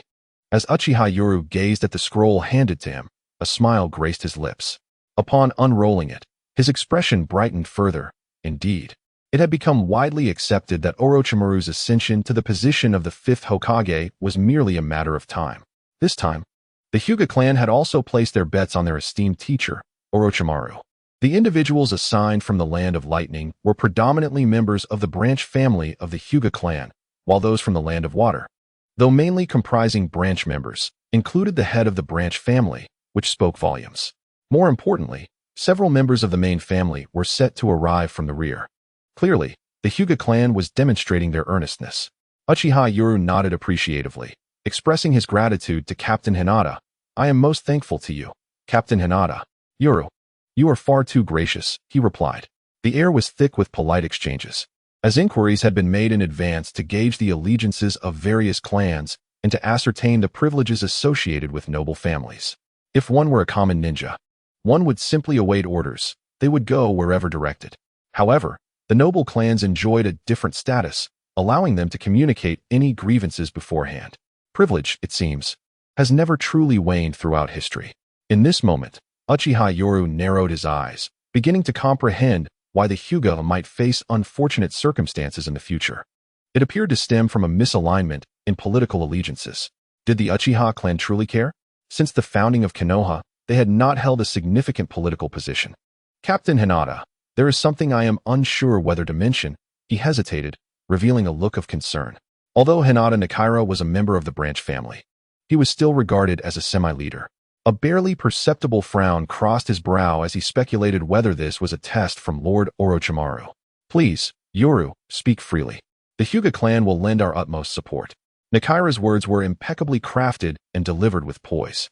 As for the supposed discord between the Uchiha and Hyuga, nonsense. The two clans had never engaged in a struggle for interests. The Hyuga clan specialized in close combat reconnaissance, while the Uchiha, despite being labeled as versatile ninjas, primarily excelled in ninjutsu and shuriken techniques. The notion of a conflict over interests was merely the Uchiha's desire to gain a foothold within the power center of Konoha. Observing Nakaira's adept verbal finesse, Uchiha Yoru felt no discontent. Rather, he smiled, surmising that Captain Nakaira was well aware of the circumstances surrounding the village's umbu. Umbu? This single word instantly aroused Nakaira's caution, as he deduced that this must be a test from Lord Orochimaru, rather than the Uchiha's doing. With an easy smile, Uchiha Yoru continued, Captain Nakaira, you should be aware of the challenges Orochimaru will face upon succeeding the 5th Hokage, akin to those encountered by the 4th Hokage upon his ascension. Since the inception of the ninja world, there had never been a case of a new generation of leaders taking power without the previous one having passed away. The 3rd and 4th Hokages of Konoha were the first exceptions, resulting in a distinct conflict over power. The 3rd Hokage, despite preparing to step down, still holds a significant position. While considered a high-ranking elder, distinctions must be made. Thus, the conclusion reached in Konoha's discussions was to retain the 3rd Hokage's authority over the umbu. During the infamous Nine-Tails attack, the exclamation of it is the 3rd's umbu clearly indicated the existence of the 4th's umbu as well. Consequently, the 3rd Hokage's umbu evolved into an independent entity akin to the root. The newly appointed 4th Hokage, Minato Namikaze, was tasked with re-establishing his own umbu, initially relying on the existing one for support. Upon contemplating this matter, Hinata Hisashi displayed a subtle shift in expression. Should Orochimaru ascend to the position of 5th Hokage, he would inevitably face the challenge of forming the 5th's umbu. Night-kun, are you suggesting? Hisashi had already begun to piece together the implications, yet he remained composed. In contrast, Uchiha Yoru smiled and nodded gently. Indeed, Orochimaru-sensei's 5th umbu requires personnel. A gesture of goodwill, an early consolidation of loyalty, accompanied by tangible benefits. The umbu is akin to the imperial guard of ancient emperors, serving as the Hokage's most trusted confidants. What is required? Hisashi questioned cautiously. Although the temptation was considerable, he recognized that such a lure could not be carelessly presented to him. Observing his companion's intrigue, Uchiha Yoru smiled wider and replied, funding, preferably gold. In the future, both the Hyuga and Uchiha clans will each have 2 member slots. The umbu recruits are selected from the populace to avoid entanglements of familial interests. However, one should not underestimate these 2 slots. Members dispatched from prominent clans are invariably elite jonin. This level of prowess nearly guarantees a position as a squad leader within the umbu, a true source of power. Upon hearing this, Hisashi's breath quickened, while Yoru's smile widened. He was merely gathering funds for his mentor's research. As a disciple, it was his duty to assist his teacher in overcoming obstacles. Surely, Orochimaru-sensei would not reproach him, for no one believes that an abundance of money is burdensome. While he might hesitate with others, he had the audacity to trust Orochimaru, whose singular focus on research allowed him to delegate authority freely. Moreover, he recognized the importance of seizing opportunities while they were available. Should his mentor ever defect, such chances would evaporate. Hihirikun, you have indeed alleviated a pressing concern for our teacher. At that moment, within the wooden cabin, Orochimaru regarded Uchiha Yoru, who stood respectfully before him. This disciple, merely a political bargaining chip, had proven to be unexpectedly beneficial, instilling in him a sense of having a capable aide. Naturally, this assistance did not pertain to research, as, despite possessing medical ninjutsu of a special jonin level, Yoru still had room for improvement. The sense of a reliable assistant derived from financial matters. It seemed that ever since he had taken on this disciple, he had scarcely fretted over the costs of his experiments. With Yoru already beginning to rally support in his name, Teacher Orochimaru, this is all their own volition. At this moment, Uchiha Shisui's eyes brimmed with unwavering determination, as if he were proclaiming his steadfast belief that he eagerly anticipated his teacher ascending to the position of the 5th Hokage. The others, along with various esteemed clans, shared this sentiment. As for his disciple meeting the representatives of the clans at the camp, Orochimaru was well aware that it was merely Uchiha's ploy to expedite his ascension to the role of Hokage. Perhaps it was Uchiha's way of demonstrating their sincerity, aiming to establish a significant merit by showcasing the connections he had garnered. Instantly, Orochimaru emitted his distinctive hoarse laughter, remarking, I find that ever since the arrival of Lord Shisui, the Uchiha clan has indeed become considerably easier to manage. It was the first time Orochimaru mentioned the Uchiha clan, and Shisui displayed an expression of exhilaration, nodding earnestly. Rest assured, Teacher Orochimaru, the Uchiha clan will forever stand steadfastly behind you. Among them, the Inuzuka and Yamanaka clans expressed their goodwill towards their teacher, offering a generous financial aid of 50 million, while the Hyuga clan was willing to extend an astonishing 200 million, hoping that Orochimaru would consider their candidates for the Umbu upon assuming the Hokage mantle. Despite having previously promised the Hyuga clan, he now presented it as their own notion, truly a master of diplomacy. Upon hearing this, Orochimaru narrowed his golden, elongated eyes, revealing a sinister smile, and after a moment, he raspingly chuckled. Heh, the Umbu, is it? That may not be out of the question. At this juncture, Orochimaru harbored an indifferent smile. After all, Konoha was indeed upheld by the various clans, while the Umbu was an exception, representing the Hokage's might. Consisting primarily of the elite among the common folk, the clans were intrinsically linked to the Hokage's lineage, with the Uchiha being an outlier. Thus, the clan's gestures were merely a means to express goodwill towards the future Hokage, and their investments were, in essence, for the future. Following his defeat in the competition for the fourth Hokage, Orochimaru had become less fixated on the title. Yet now, it seemed as though everyone was propelling him toward that position. After all, the third Hokage had aged, having stepped down due to the heavy toll of the Third Great Ninja War. Consequently, countless individuals were investing in the prospective Hokage's future. Little did Orochimaru anticipate that he would ultimately become a rogue ninja. After all, human experimentation had begun under the second Hokage, setting a precedent. Otherwise, how could techniques like Edo Tensei have been developed? Moreover, Orochimaru had established numerous clandestine research facilities within Konoha, although some were his own secret bases. They could merely be seen as utilizing his authority for personal affairs. One need only observe how the Sarutobi clan's claim of 3,000 shinobi came to be. Additionally, it had been noted in the original text of Orochimaru's human experimentation that he had joined the route under the guidance and support of Danzo, raising the question of whether the Hokage remained oblivious to such significant undertakings.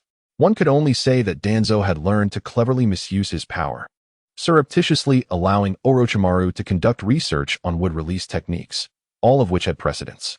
Teacher, Orochimaru chuckled nonchalantly, his interest in political affairs having waned considerably. He waved his hand dismissively and reassured, rest assured, what the Hyuga possess, the Uchiha shall also attain. Such grandiose promises could only be expected from one of the contenders for the title of Hokage. After all, who could aspire to the Hokage position without a firm grasp of politics? Upon hearing this, Uchiha Yuru nodded vigorously, his excitement palpable. You need not worry, Sensei Orochimaru. The Uchiha clan will certainly devote themselves wholeheartedly.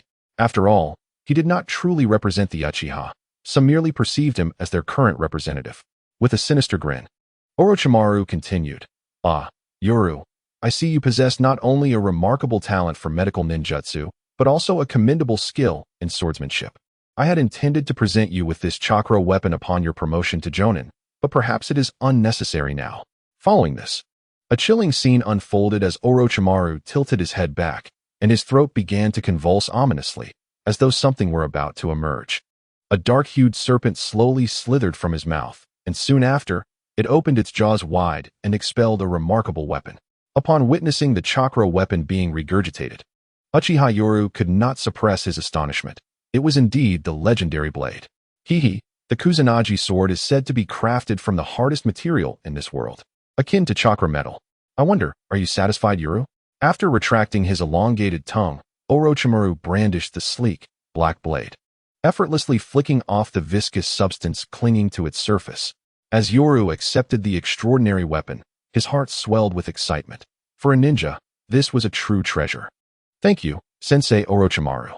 He received the Kusanagi sword, originally belonging to Uchiha Sasuke, with profound gratitude for Orochimaru's generosity. Truly, the serpent was a master of investments. Orochimaru chuckled hoarsely, his golden eyes gleaming with mirth. His generosity stemmed not from benevolence, but from recognizing a worthy investment.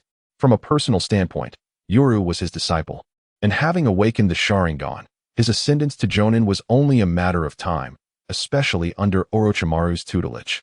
Bestowing a weapon he no longer required was therefore quite reasonable. From a pragmatic perspective, this disciple had already yielded considerable benefits and would enhance the Uchiha clan's trust in him, potentially increasing his research funding in the future. A dual advantage, indeed. With the Kusanagi sword securely sheathed at his waist, Uchiha Yuru beamed with excitement. While Orochimaru advised, the borders have been relatively stable of late. Remember to adhere diligently to your training regimen. Yes, Sensei Orochimaru. It must be said, Orochimaru was undoubtedly the most responsible of mentors. Designing a training plan rooted in scientific principles to achieve optimal results without overwhelming the body, as opposed to recklessly following fleeting whims. The source material had indicated that the Kusanagi sword refers to a category of swords rather than a singular weapon. Since Sarutobi Shino took over as the supreme commander of the defense in the Land of Rain, just 2 months of calm have passed before new turbulence arose. March. It has been 5 months since the Ninetales incident last October. The Land of Fire is situated at the borders near the Land of Water. Brother. Before a small waterfall, Uchiha Shisui wore a solemn expression. Upon seeing this, Uchiha couldn't help but lament how the Land of Fire truly is the most affluent territory in the ninja world, with resources so abundant they seem almost free. Especially the towering ancient trees reminiscent of primordial forests and the waterfalls that dip the landscape. One wonders if there exists an inexplicable connection between the Uchiha clan and waterfalls. Uchiha Madara was stabbed at the Valley of the End. Uchiha Sasuke endured beatings twice before the waterfall at the same valley. And Uchiha Itachi once contemplated suicide at a waterfall during his youth. It seems that only one person has actually ended their life at a waterfall. Contemplating this peculiar connection, Uchiha cast a strange glance at Shisui, pondering that perhaps the only one to perish beneath a waterfall was indeed Shisui. At this moment, Shisui remained oblivious to Ya's thoughts. Even if he were aware, he lacked the heart for such musings. Brother. The village has received word that they plan to recall Lord Orochimaru, while the defense in the Land of Water will be managed by the Uchiha and Hyuga clans. Shisui solemnly revealed a matter that the village had been preparing in secret. Upon hearing this, Uchiha was genuinely taken aback. His astonishment was not feigned. For the old thief Okamoto had not elaborated on these matters. The Ninetales incident and the unfolding narrative had merely described Kakashi's Umbu arc and the Uchiha massacre arc, without mentioning Orochimaru's character. Brother. Noticing Uchiha lost in thought, Shisui furrowed his brow and called out, jolting from his reverie, revealing a look of confusion. Shisui, why would the village want to recall Lord Orochimaru? This makes no sense. As he pondered this, Uchiha Shisui shook his head with a grim expression and sighed. Brother.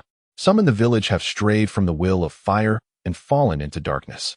Good heavens, upon hearing this, Uchiha was utterly bewildered, gazing at Shisui as if to say, is this truly something you should be saying?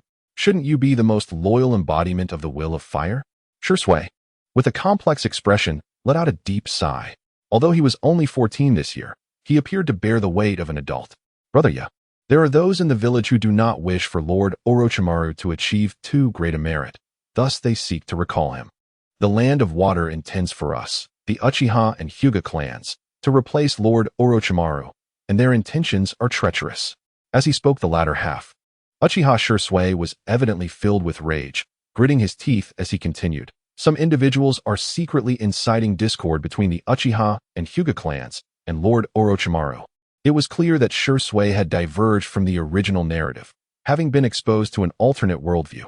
He now perceived Orochimaru as a figure bearing the darkness for the sake of the will of fire, a true inheritor of that very will. Yet, certain individuals, driven by undisclosed motives, aimed to undermine his vision of the future Hokage, which was utterly unforgivable.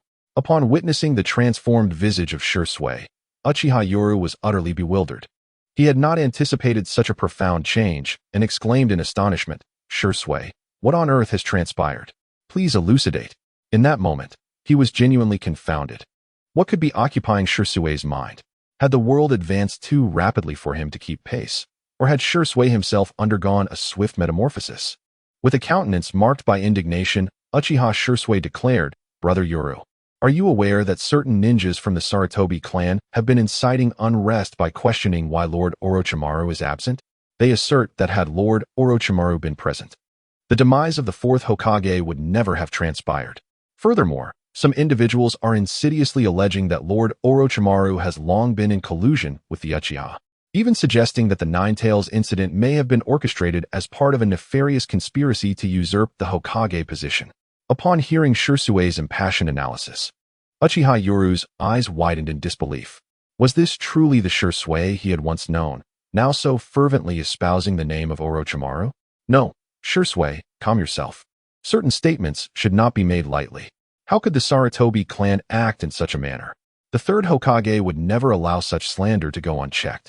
At this moment, Uchiha Yoru's thoughts seemed to falter, and he gazed earnestly at Shisui, urging, "Let us not succumb to agitation. Allow me to gather my thoughts." Shisui, clearly perturbed by the implications of the will of fire, expressed his dismay. "Brother Yoru, I witnessed this firsthand while escorting supplies back to the village. And I have heard the village's murmurs. Although the Third Hokage has attempted to quell the spread of these rumors, he has nonetheless summoned Lord Orochimaru back to the village. It is crucial to note that the Land of Lightning has only just stabilized, and it seemed that the fruits of our labor were within reach. Only for Sarutobi Shinji to seize them. Now, as the Land of Water also approaches stability, Lord Orochimaru's imminent achievements are at risk of being undermined through such despicable machinations. This maneuver clearly aims to incite discord between the Uchiha and the Hyuga clans, positioning them as the beneficiaries of this opportunistic endeavor. In Shisui's eyes, such actions were profoundly disheartening, especially considering the extensive efforts made by the Uchiha clan. A mere decree could render all their toil meaningless. If, in the original narrative, Shisui had viewed the Third Hokage as a benevolent figure of the Hokage lineage, now it seemed that this very lineage was fomenting discord against the Uchiha, naturally igniting a sense of dissatisfaction within him. At that moment, Uchiha Yoru finally grasped the underlying implications. Certain factions within the village were intent on preventing Lord Orochimaru from returning with his monumental achievements. Otherwise, with the triumphs of stabilizing the borders, it would not take much for opportunists to advocate for his elevation to the position of the fifth Hokage upon his return. Having comprehended the entirety of the situation, Uchiha Yoru turned to the visibly agitated Shisui and, feigning a wry smile, shook his head, saying, "Shisui, do not let your mind wander into despair. The Third Hokage is merely upholding the precautions established by the Second Hokage regarding our clan. Yet he undoubtedly embodies the will of fire and would never act in such a manner.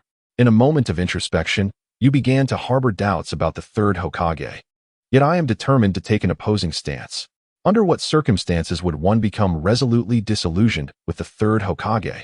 He is currently exerting tremendous effort to instill unwavering faith in the village and in the existence of the Third Hokage before Shisui. His intention is to subtly guide Shisui towards discovering certain truths, thereby prompting him to persuade rather than the other way around.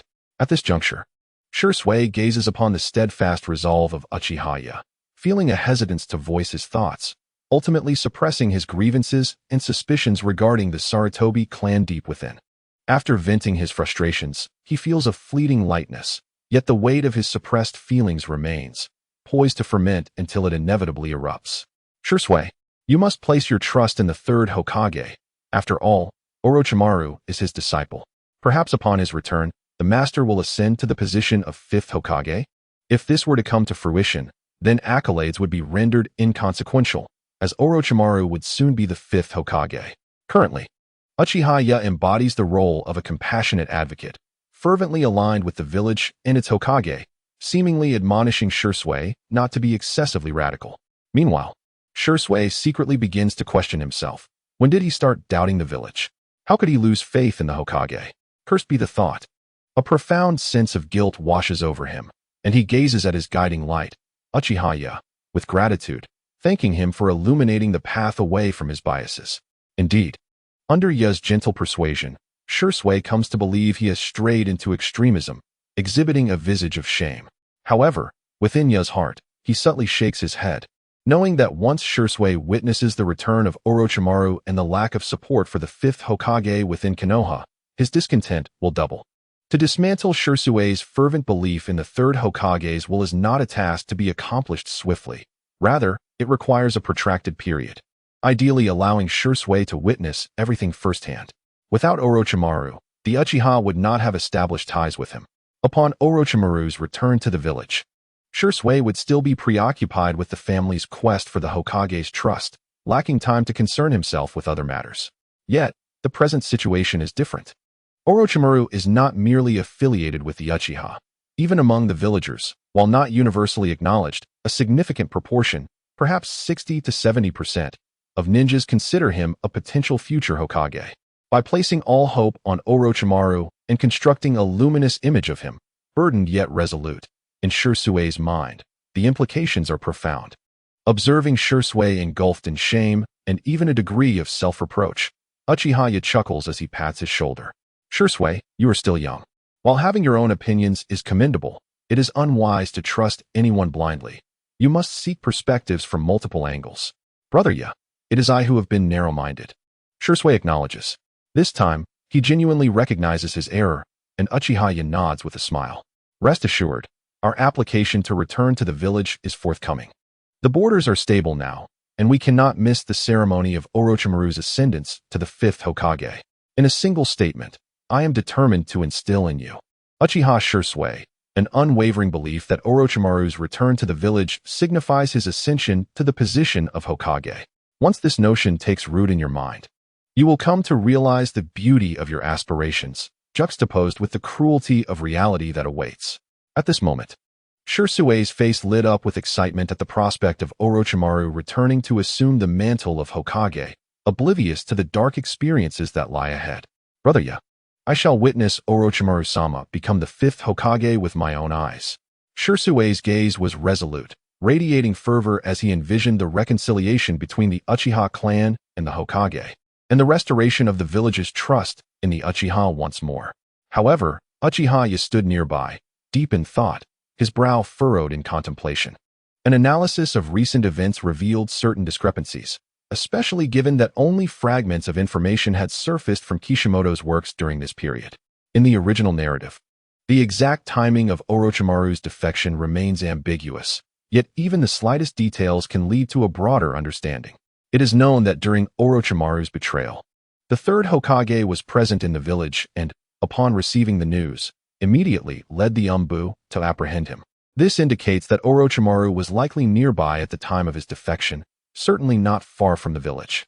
Another clue arises from a scene in the anime where Uchiha Itachi, while training alone, was on the verge of being overwhelmed by countless shurikens. At that moment, Orochimaru was covertly preparing to intervene.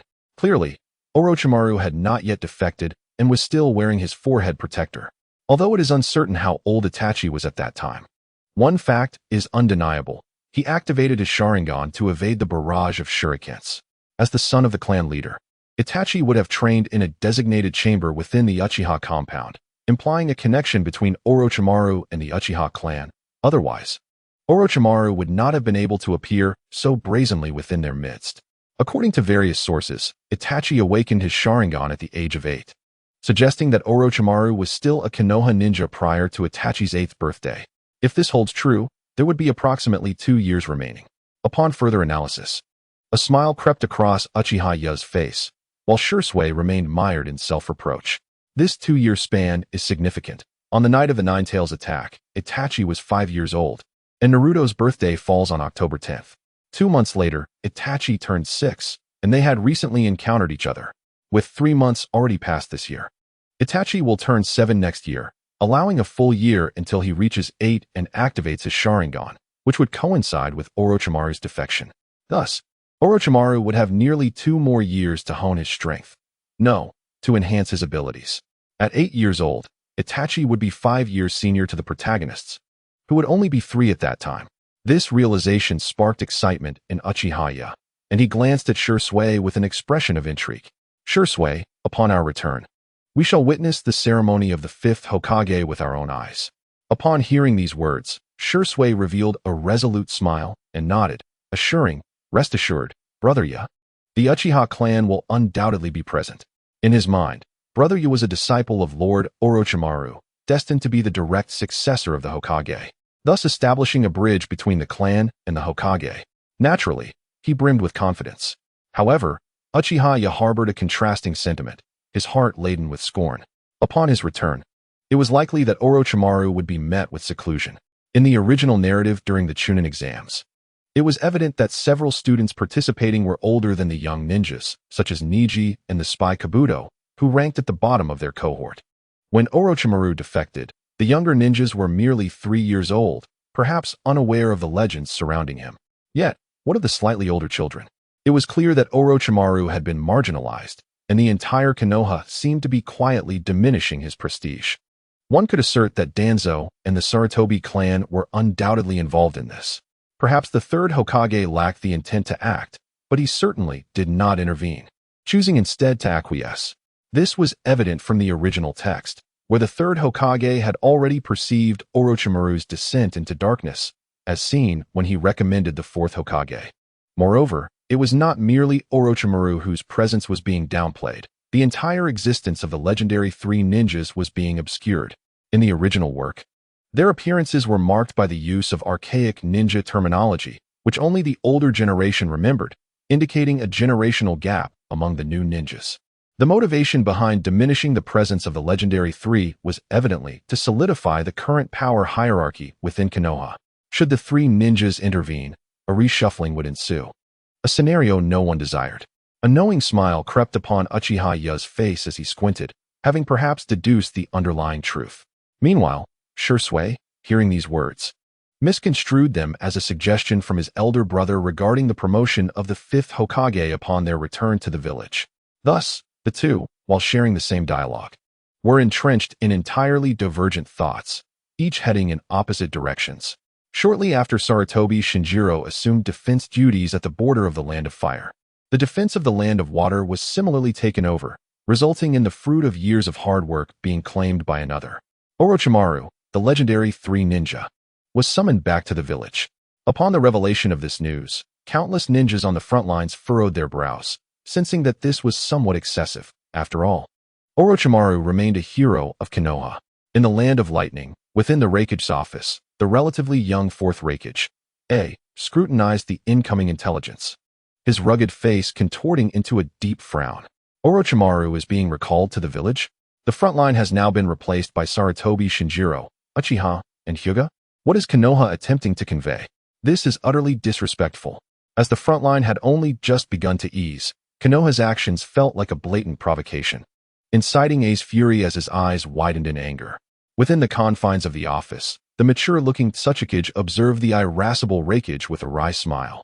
Shaking his head as he spoke, Raikage-sama, despite Konoha's losses during the Nine Tails turmoil, including the fourth Hokage and several elite shinobi, their strength remains formidable. We may need to pay closer attention to another piece of intelligence regarding the front lines. The Tsuchikage, a seasoned jonin from Kumobikure and a long-standing advisor to the Raikages, had earned the trust of the third Raikage in his youth and possessed the unique bloodline limit of lava release, often referred to as the rubber uncle by Naruto. He handed over a specially prepared report, his expression growing increasingly grave. The fourth Raikage, displeased, unfurled the scroll and raised an eyebrow upon reading its contents. Particularly troubled by the date indicated. Tsuchikage, you say this intelligence regarding Sarutobi Shin-Nosuke's arrival at the front was received 2 months ago? While there are no substantial issues with the report itself, the crux of the matter lies in the timeline. 2 months ago, no one was aware that Sarutobi Shin-Nosuke was appointed as the commander at the border. This is indeed the pivotal concern. The fourth Raikage's demeanor turned serious, and the Tsuchikage nodded in agreement, his expression equally somber. The timeline is consistent, but the issue is that the source of the intelligence does not seem to be one of our operatives. Although it was relayed through our espionage network, the agent has already been captured by Konoha, rendering this line ostensibly defunct. It is unexpected that information has been communicated again. Upon hearing this, the fourth Raikage's expression grew grave. Tsuchikage, this intelligence must be treated with the utmost caution and vigilance. After all, we are seasoned veterans of the shinobi world. The Tsuchikage nodded earnestly in response. Rest assured, Raikage-sama, the fact that this line has conveyed information suggests 3 possibilities. Firstly, our operative has not been compromised, though this likelihood is minimal. Secondly, there may be individuals within Konoha dissatisfied with the current regime or excessively greedy, leading them to betray their own village's interests. Thirdly, this could very well be a trap set by Konoha. He elaborated. The capture of the spy could have led the enemy to exploit this agent's information network to disseminate false intelligence. Such occurrences are not uncommon, and it is even possible that they might use this channel to relay genuine information, thereby justifying their betrayal for monetary gain. They could even orchestrate a grander scheme, using authentic intelligence to inflict losses on their own side in exchange for greater benefits, revealing their true intentions only when the time is right. Hokage-sama. The enemy's objectives are quite clear. They are currently trading information for gold and rare medicinal herbs. After that Hokage mentioned the materials requested by the covert individuals from Konoha, the fourth Hokage chuckled disdainfully. If they are capable of leaking this information, their standing must not be trivial. As long as the intelligence is accurate, we shall comply. Indeed, the life of a ninja has always revolved around intelligence. Regardless of whether this individual is genuine or not, they presently hold utilitarian value. It is entirely reasonable to provide some basic supplies. If they were to demand nothing at all, we would have grounds for suspicion. The counterpart trades intelligence for gold and medicinal herbs. Naturally, they possess a specialized department to verify the authenticity of such information, making it improbable for them to be easily deceived. It ultimately hinges on the tactics employed by both parties. However, this time, Yunrin village shall face a setback. After expending countless resources, they are left to discover that all the information received is indeed genuine, devoid of any embellishment. That Hokage has commanded the front lines to prepare for another probing incursion to ascertain what tricks Konoha is playing. Understood. The composed and seasoned Hokage did not hesitate upon hearing this. Instead, he expressed admiration for his own Hokage, who embodies the true essence of a leader, impulsive yet never foolish, coarse yet meticulous. In the land of water, within the shadows of Kirigakure, the sharp teeth of Sujetsu's pufferfish grin slowly widened. His eyes gleamed with intrigue as he scrutinized the intelligence in his grasp, followed by a bloodthirsty chuckle. Heh. It seems there are quite a few kindred spirits in the shinobi world. Individuals willing to betray their own village's interests for personal gain are never in short supply. Just like him, who has clandestinely sold off some of his village's interests in the past. Such an insatiable appetite, demanding so many precious medicinal herbs and gold. Nevertheless, I shall indulge you, but I hope this little mouse does not resort to trickery. As for the traps set by the opponent, for Suigetsu, that query is but a jest. With the recent turmoil in Konoha, our village has already resolved to initiate a probing conflict, albeit limited to minor skirmishes. Kirigakure has never been one to mourn losses. Their focus lies solely on profit. In the land of Earth, within the imposing office of the Hokage, the diminutive figure of Onoki, unlike his white-haired visage from the Fourth Shinobi War, appeared rather spirited. As he perused the intelligence requiring an upgrade, he often furrowed his brows, revealing a grave demeanor. Another selfish individual betraying their village's interests? Or perhaps yet another self-directed charade? Muttering to himself, Onoki, a sage who has endured 3 shinobi wars, was filled with wisdom. Upon reaching the conclusion of the intelligence, noting the demands of the counterpart, his brow arched in surprise. What an audacious appetite! Yet, if the information is accurate, it may indeed be worth it. He placed the intelligence on his desk, stamping it with an S-rank seal, commanding the intelligence department to remain vigilant while ensuring thorough analysis of significant information. As for the requested gold and medicinal herbs, as long as they do not exceed the value of the intelligence provided, they shall be granted. Having finally uncovered an informant of considerable rank within Konoha, he was determined to press the advantage.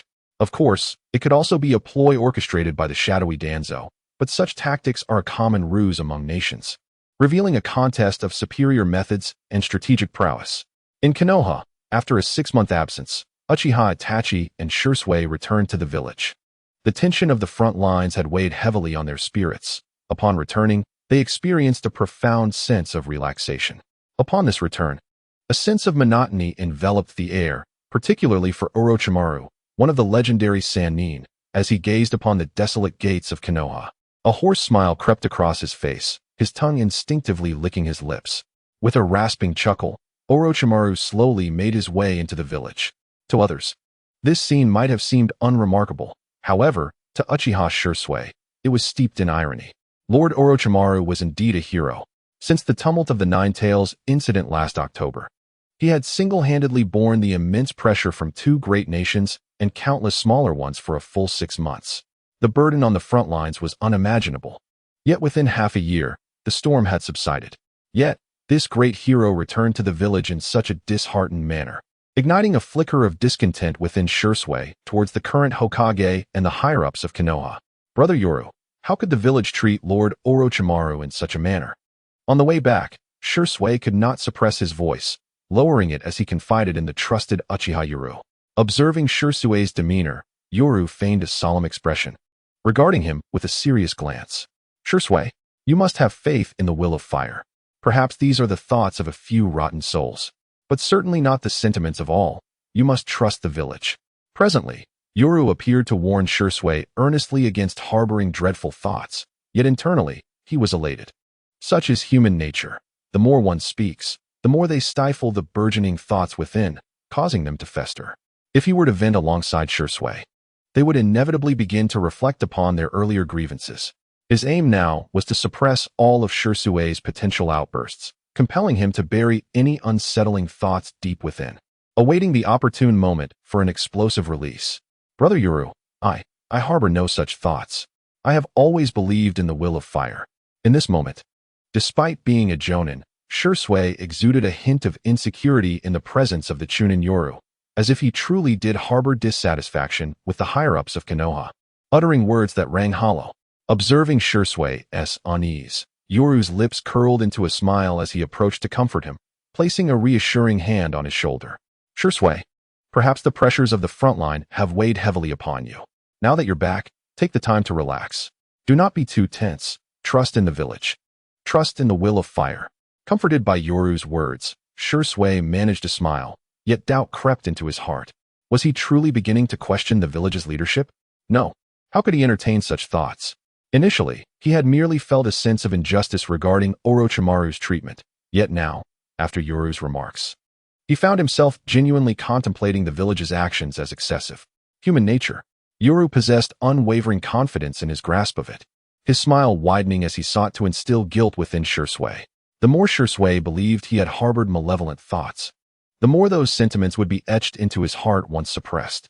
I've been away for 6 months. I long for home. Accompanied by Shisui, Uchiha smiled casually. Yet when Shisui attempted to speak, he found himself at a loss upon seeing the expression on Ya's face. As Shisui wrestled with his uncertainty on how to proceed, the two arrived at the new clan residence following the Uchiha relocation. They halted in their tracks. Shisui lifted his gaze to behold Uchiha, whose smile had turned vacuous, seemingly struggling to grasp the reality before him, which only heightened Shisui's unease. Over the past 6 months, he had made several trips to deliver supplies and was aware of the clan's circumstances, whereas Ya was in the dark. The Uchiha's new dwelling could hardly be described as remote. It was akin to being relocated to a desolate forest, encircled by dense woods. With fresh air and the melodic chirping of birds, the expansive Uchiha territory was now 3 times larger than before, yet it imparted an unsettling sense of isolation, perhaps even abandonment. Brother Ya, after a prolonged moment of hesitation, Shisui sought to offer some comfort to his elder brother, but Uchiha reacted first. Oh, so this is the new clan land. I knew the village had faith in us, Uchiha. Otherwise, they wouldn't have allocated such a vast territory, haha. Despite his cheerful demeanor, there was an unmistakable strain beneath the surface, and when he spoke of the village again, his earlier confidence had vanished, replaced by a forced bravado that struck Shisui as profoundly ironic. With a strained smile, Uchiha placed a hand on Shisui's shoulder and said, Shisui, lead me to the house allocated to me by the clan. I've heard you say it's comparable to the residence of the clan leader, and you once expressed your envy. As they shared light-hearted banter, the two slowly ventured into the Uchiha estate. Upon entering, they were met with countless eyes reflecting numbness and solitude, as if all were silently observing them. However, upon recognizing their fellow clansmen, smiles broke forth, and in that moment, it felt as if this was home. The Uchiha's typically cold demeanor was merely a facade to conceal their isolation in the presence of outsiders. Haha, Shisui, is this truly the house bestowed by the clan leader? It certainly lives up to your descriptions of envy, with such a vast courtyard. You must strive hard in the future, Shisui. At that moment, Uchiha's carefree laughter only deepened Shisui's discomfort, as it was evident that he was attempting to mask his own emptiness with mirth. After all, just before entering the village, he had fervently believed in the village and the will of fire, even cautioning Shisui against harboring fearful thoughts. Yet, reality delivered a swift blow. The Uchiha had evidently been isolated. Brother Ya, this is a reward from the clan leader and elders for your significant contributions to the family, specifically prepared for you. Shisui feigned ignorance of Ya's forced cheerfulness, redirecting the conversation with a smile. Your great deeds for the clan have earned you this reward. All right, Shisui. You should head back now. I want to take a good look at my new home. A visage that seemed to urge departure. Yet it was precisely this that instilled the deepest concern. Shisui hesitated for a moment, allowing a look of genuine concern to surface as he gazed at his elder brother, who held such unwavering faith in the will of fire. Brother Yuru, are you all right? At this juncture, he could clearly perceive the insincerity in Shisui's words. Uchiha Yuru feigned a resolute demeanor, turning his gaze towards Shisui, and spoke in a grave tone. Shisui, you must not indulge in reckless thoughts. You must maintain your faith. Once Lord Orochimaru ascends as the 5th Hokage, everything will change. These are merely temporary tribulations. Observing the steadfast expression and a hint of warning in Uchiha Yuru's eyes, Shisui nodded earnestly. Rest assured, Brother Yuru, I believe that once Lord Orochimaru takes up the mantle of Hokage, everything will indeed transform. Humans are curious creatures. The more one admonishes against unwarranted speculation, the more the mind wanders into realms of uncertainty. In the Uchiha clan's territory, within the dimly lit stone chamber, Uchiha Fugaku, the clan leader, and elder Shiranui sat side by side. As he beheld the two, Uchiha Yuru could not help but ponder silently whether this was merely a peculiar tradition of the clan, an inclination towards clandestine discussions in shadowy chambers. Yuru, your contributions have brought honor to the clan, and it is well remembered. After a series of motivational platitudes, Uchiha Yuru feigned excitement, solemnly nodding and stating, Clan leader, elder, for the proud Uchiha, if you are to offer encouragement, I shall reciprocate in kind. As the ancients wisely observed, when one lacks the strength to alter circumstances, one must learn to adapt. What is the purpose behind the village summoning Orochimaru back? Indeed, the proud Uchiha clan, not renowned for their oratory skills, merely delivered a few words of encouragement before swiftly transitioning to the matter at hand, a quality that Uchiha Yuru admired greatly. However, he did not concur. Once he wielded more influence within the clan, he would certainly endeavor to learn from the third's eloquence. Uchiha Fugaku and elder Shiranui exchanged inquiring glances, and in that moment, Uchiha Yuru set aside his musings and respectfully stated, Clan leader, elder, the situation is rather grim. What is amiss? At this moment, both Fugaku and elder Shiranui displayed grave expressions. They were acutely aware of the Uchiha's current predicament, feeling ostracized by the village. Having finally established a connection with Orochimaru, they were loath to see it jeopardized. With a deep sigh, Uchiha Yuru began to elucidate, Clan leader, elder, Lord Orochimaru has long aspired to become the 5th Hokage. However, the recent maneuvers on the front lines clearly indicate an attempt to reap the rewards of his efforts. Moreover, the teacher has subtly alluded to certain individuals within the village who do not wish to see him ascend to the position of Hokage. I even inquired with Lord Orochimaru. If he were to become Hokage without any foundational support, it might be manageable. Yet, with his current backing, should he ascend to Hokage, the village's interests would necessitate a complete re-evaluation. As Yoru spoke the latter part of his statement, his brow furrowed in confusion. But upon reaching the ears of clan leader Fugaku and elder Shiranui, their expressions transformed in alarm, for they were keenly aware of the implications of his words. In a moment of frustration, elder Shana could not restrain himself and exclaimed, Indeed, the Sarutobi clan is stirring restlessly, unwilling to relinquish the benefits they covet. Elder, do not be impulsive, said Fugaku, who, although sharing a similar sentiment, maintained a level of restraint and attempted to counsel the elder. However, as a staunch representative of the hawkish faction, elder Shana was not easily swayed and simply scoffed. Fugaku, do you not understand? The interests within the village have only just been delineated. The emergence of a new 5th Hokage would undoubtedly herald the rise of a new faction, inevitably encroaching upon the interests of various clans. They are unwilling to accept this, particularly Sarutobi Hisashi, who is evidently enamored with power. Observing the disdainful expression towards Sarutobi Hisashi, Fugaku shook his head with a sigh, uncertain of how to persuade the elder. He turned his attention to Uchiha Yuru, seeking to shift the conversation and posed a different question. Yuru, Do you know what arrangements have been made for Orochimaru upon his return to the village? This is the crux of the matter. What purpose does the legendary Sannin, Orochimaru, intend to serve? Surely, he cannot simply remain in the village as a mere mascot. At this moment, Elder Shana was also drawn into the discussion. Uchiha Yoru let out a heartfelt sigh, for through the summoning beast, he had indeed been informed by Orochimaru, which was the source of his admiration. The political acumen of the Hokage lineage is truly remarkable. One must consider it from the perspective of 5 millennia of history to comprehend such political intricacies, whereas the ninja world has only endured for a brief span, with the 5 great nations having passed through but a few generations. This political maneuvering is undeniably the result of painstaking experience. Elder, clan leader. Orochimaru is currently a member of the Root organization, tasked with executing a highly classified S-rank mission. As he spoke, Uchiha Yoru raised his gaze to meet Fugaku and Elder Shana's eyes. Before they could inquire further, he adopted a demeanor that prioritized clan interests and solemnly began to elucidate the details of the secret mission. The Root intends to restart the Wood Release experimental program, along with another human experimentation initiative. I am not yet privy to the specifics, but my proficiency in medical ninjutsu has caught my teacher's attention. Upon hearing this, the expressions of Fugaku and Elder Shana differed significantly. Fugaku visibly relaxed, relieved that it did not entail any major upheaval, while Elder Shana's demeanor darkened as he contemplated something, letting out an irritated grunt. Restarting the Wood Release human experimentation program? What is the village planning? It is glaringly obvious. This is clearly a precaution against us Uchiha. Wood Release can counter the tailed beasts and is a potent weapon against our clan. One cannot deny that Elder Shana's animosity towards the village is pronounced. Yet, Uchiha Yoru silently shook his head, feeling a sense of exasperation. The Uchiha clan continues to drift on the periphery of power, lacking the foresight cultivated through years of political maneuvering that the Hokage possesses.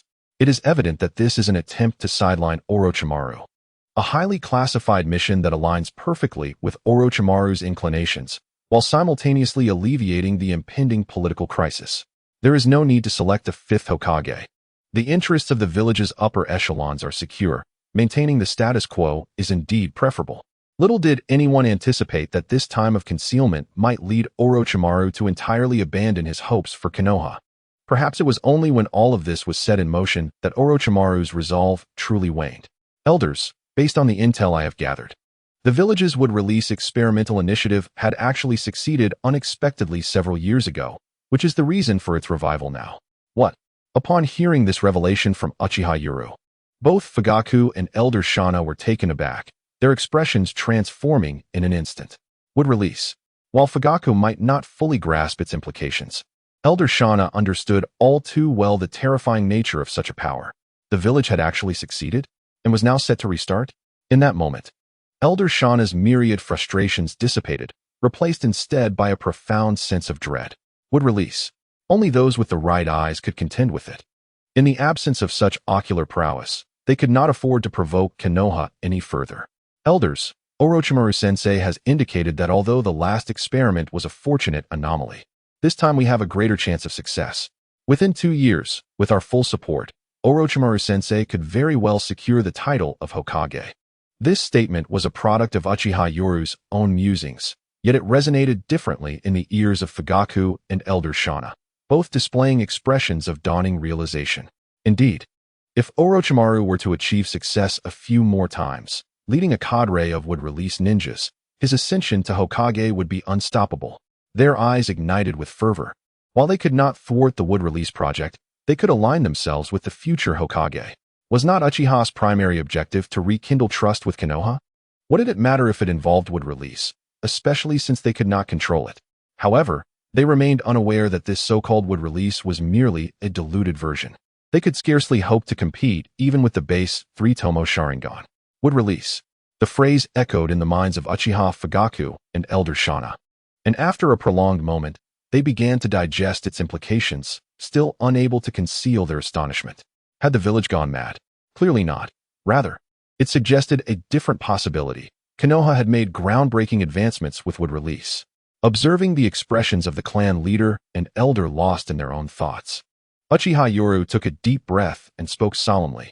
Elders, although the village has revived the Wood Release initiative, Significant funding cuts due to the turmoil in Konoha have resulted in a considerable shortfall. With Yoru's words, it was Elder Shana who reacted the quickest, a cold smile creeping across his face. Excellent. Excellent. The third Hokage has devised a splendid plan. At this moment, not only was Uchiha Yoru bewildered, but even Fugaku wore a look of confusion. Elder Shana gazed at them with a sneer, stating, "Is there any doubt? That research is measured in years. If the wood release project were so easily realizable, there would not have been only one unexpected experimental subject over all these years. Even with that single success, Orochimaru would require years of effort to achieve any groundbreaking advancements, especially now with insufficient funding. The Sarutobi clan, encompassing the current high-ranking officials, is embroiled in a scheme of deliberate delay. The lack of funds conveniently serves to postpone Orochimaru's ascension to Hokage. At this moment, Elder Shana transforms into a figure of profound cunning, akin to a wise dragon. A disdainful smile graces his lips, reflecting the ignoble tactics at play, dragging out the process for years. Orochimaru, during these years, is likely to delve deeper into his research, for time is the most formidable weapon. Will Orochimaru's prestige remain as formidable as it is now? Elder Shana seems to have unraveled the truth. The Hokage's inner circle is reluctant to relinquish their power, seeking every means to delay Orochimaru's rise. Upon hearing this, clan leader Fugaku's expression shifted to one of realization, and he nodded solemnly, acknowledging the elder's words. Indeed, this presents an opportunity for the Uchiha. At this moment, Fugaku and Elder Shana exchanged knowing glances, both breaking into smiles. While this may not bode well for Orochimaru, it is indeed a fortuitous opportunity for the Uchiha. They had been troubled by their distant relationship with Orochimaru, and now, fortune has favored them. That night, the clan resolved to provide unwavering financial support for Orochimaru's research. In that instant, the two men solidified their resolve. Such a splendid opportunity is not to be squandered. Uchiha, witnessing the two sagacious figures, felt a surge of excitement and solemnly declared, "Clan leader, elder, for the glory of the Uchiha, I, Uchiha, shall steadfastly stand behind Master Orochimaru." As the clandestine clan meeting dispersed, Uchiha found himself fully integrated into the power structure of the Uchiha, shaping the future direction of the clan. As for the potential repercussions of aligning with Orochimaru, one might argue that the outcome for any association with the Uchiha is fraught with uncertainty. After all, numerous families within Konoha aspire to cultivate a relationship with Orochimaru, despite his current predicament of facing potential obscurity. The senior officials of Konoha have aged, and how much longer can they retain power? Orochimaru, in the prime of his life, stands ready while the new generation has yet to fully mature. Within the next 5 years, the only contenders for the position of 5th Hokage are the legendary three: Jiraiya, known for his reckless abandon, and Tsunade, who has ventured far. Both opted to withdraw during the competition for the 4th Hokage. Now, over a year later, none can rival Orochimaru in popularity. As for the high-ranking officials' delaying tactics, it is merely a matter of time. Thus, countless individuals are scheming to align themselves with Orochimaru. Upon returning to the lavish residence assigned to him by the clan, Uchiha narrowed his eyes, contemplating his plans for the next 2 years. According to his calculations, Itachi is 6 years old now, turning 7 next year. By the time Itachi awakens his Sharingan at 8, it will likely coincide with the period when Master Orochimaru is set to defect. Host: Uchiha 1 Tomo, Chakra Level, Elite Chunin, Chakra Attributes, Fire, LV3, Lightning, LV4, Swordsmanship, Taijutsu LV4, Medical Ninjutsu, LV4, Gold Coins, 21, 350, 000. Upon gazing at his status panel, Uchiha was suddenly enveloped in a sense of melancholy. After laboring for 6 arduous months and taking considerable risks, he had reaped only a meager reward. The amount of gold he possessed was sufficient to evolve his Sharingan into the 3-Tomo form. Yet what significance did that hold? This evolution would merely elevate his physique and chakra to the level of a special Jonin, a process that would require time. More critically, would his rapid evolution of the Sharingan not incite the avarice of certain individuals? After all, his current identity was exceedingly sensitive. There were undoubtedly those within Konoha who would wish for an incident involving the Uchiha, especially the shadowy figure of Danzo lurking behind the scenes. Contemplating this, Uchiha found himself lost in thought. The essence of a ninja lies in intelligence, and while his sudden emergence as a medical ninja might allow him to evade scrutiny, he should endeavor to delay the evolution of his Sharingan until after Orochimaru's defection, ideally keeping it at 2 tomo at most. Thus, he must attain the rank of Jonin, or even elite Jonin, within the next 2 years to secure genuine influence within his clan. 2 years from now, when Orochimaru defected, if he remained at his current level of power, he would indeed become a mere pawn. Conversely, if he possessed sufficient strength and maneuvered astutely, he might inherit a portion of Orochimaru's legacy. It is worth noting that in the original narrative, Orochimaru had been a rogue for a decade. Yet a new generation within Konoha still revered him. One can only imagine the extent of his influence. Furthermore, how could a contender for Hokage like Orochimaru not have a cadre of followers? This constituted a legacy. With Orochimaru's defection, the foremost targets would be his followers. Yet with the Uchiha clan as his support, he felt untroubled. What of the others? Contemplating this, a smile graced Uchiha Yu's face. Perhaps the next 2 years would be a time to diligently enhance his abilities, or rather, to become a remarkable prodigy in the eyes of his teacher, while ensuring not to exhibit excessive talent in the realm of bloodline abilities. Exchange for 2 Tomo Sharingan. Cost 1,000,000 gold coins. Exchange for Kakashi's ninjutsu talent from the Shippuden era. Cost 10,000,000 gold coins. Exchange for the Third Hokage's physical talent.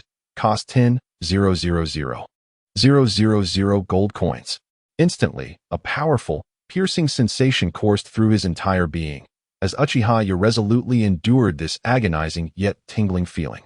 This unbearable pain arrived swiftly and dissipated just as quickly, vanishing in less than 2 minutes. It was not that he wished to exchange for the Uzumaki clan's abilities, but such bloodline powers were exorbitantly priced. As for the exchange for the Third Hokage's physical talent, it was more accurately a strengthening of physical attributes. As it did not fall within the realm of bloodline abilities, it was simply a demonstration of exceptional talent in a specific field, serving to enhance certain inherent qualities of his physique. Gasping for breath, Uchiha Yu lifted his head, revealing a satisfied smile. Indeed, my conjecture was not misplaced.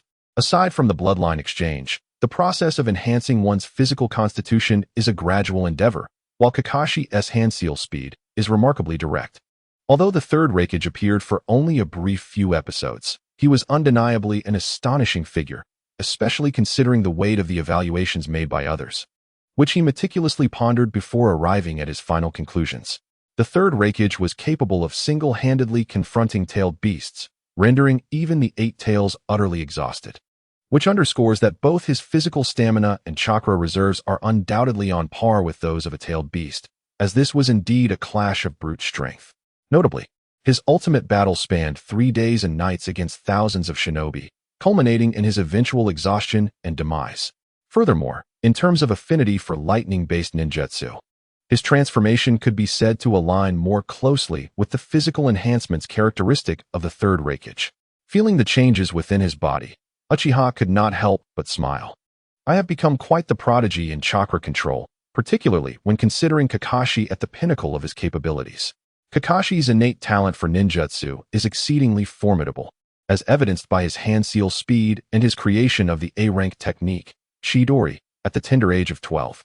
During the events of Shippuden, Kakashi stood upon the surface of a lake, his hand seal speed dazzlingly rapid, akin to a super-fast playback mode, as he effortlessly unleashed a jutsu in an instant. Yet, only Uchiha Yu was acutely aware of the transformations occurring within his own body. Hand seals. It is not merely a matter of swiftness. Hand seals are essential for channeling the chakra within. For instance, a specific seal may activate the flow of chakra through 8 meridians. Yet varying jutsu require precise control over the speed and position of chakra flow within each meridian. Consequently, the speed at which one can manipulate their chakra directly influences their hand seal speed. It is akin to this. If your chakra flows swiftly and is summoned quickly, then naturally your seal speed will be adequate. Otherwise, who in the ninja world is unaware of the advantages of hand seal speed? Many would have already mastered it. The initial speed of chakra manipulation is often innate, a matter of so-called talent. Some are simply born quick, while others may attain such speed through diligent practice over time. Akin to grinding an iron pestle into a needle, a mere half-second advantage in hand seal speed can determine life or death, let alone the years of effort it spares, which many may find insurmountable in their lifetimes. After all, Kakashi Hatake became a jonin at the age of 12, his attributes peaking in their potential. This clearly reflects a natural aptitude in that regard. By the time of Shippuden, Kakashi was already in his 30s, suggesting that Yoru has now directly achieved a level of proficiency in hand seals comparable to that of Kakashi during Shippuden. In other words, his talent in hand seals, manipulation of chakra, has surpassed its limits, particularly as he is merely 15 years old, while Kakashi was over 30 at that time. Most crucially, however, lies the mastery of ninjutsu. Ninjutsu is classified into 4 tiers: S, A, B, and C, each accompanied by varying levels of training difficulty.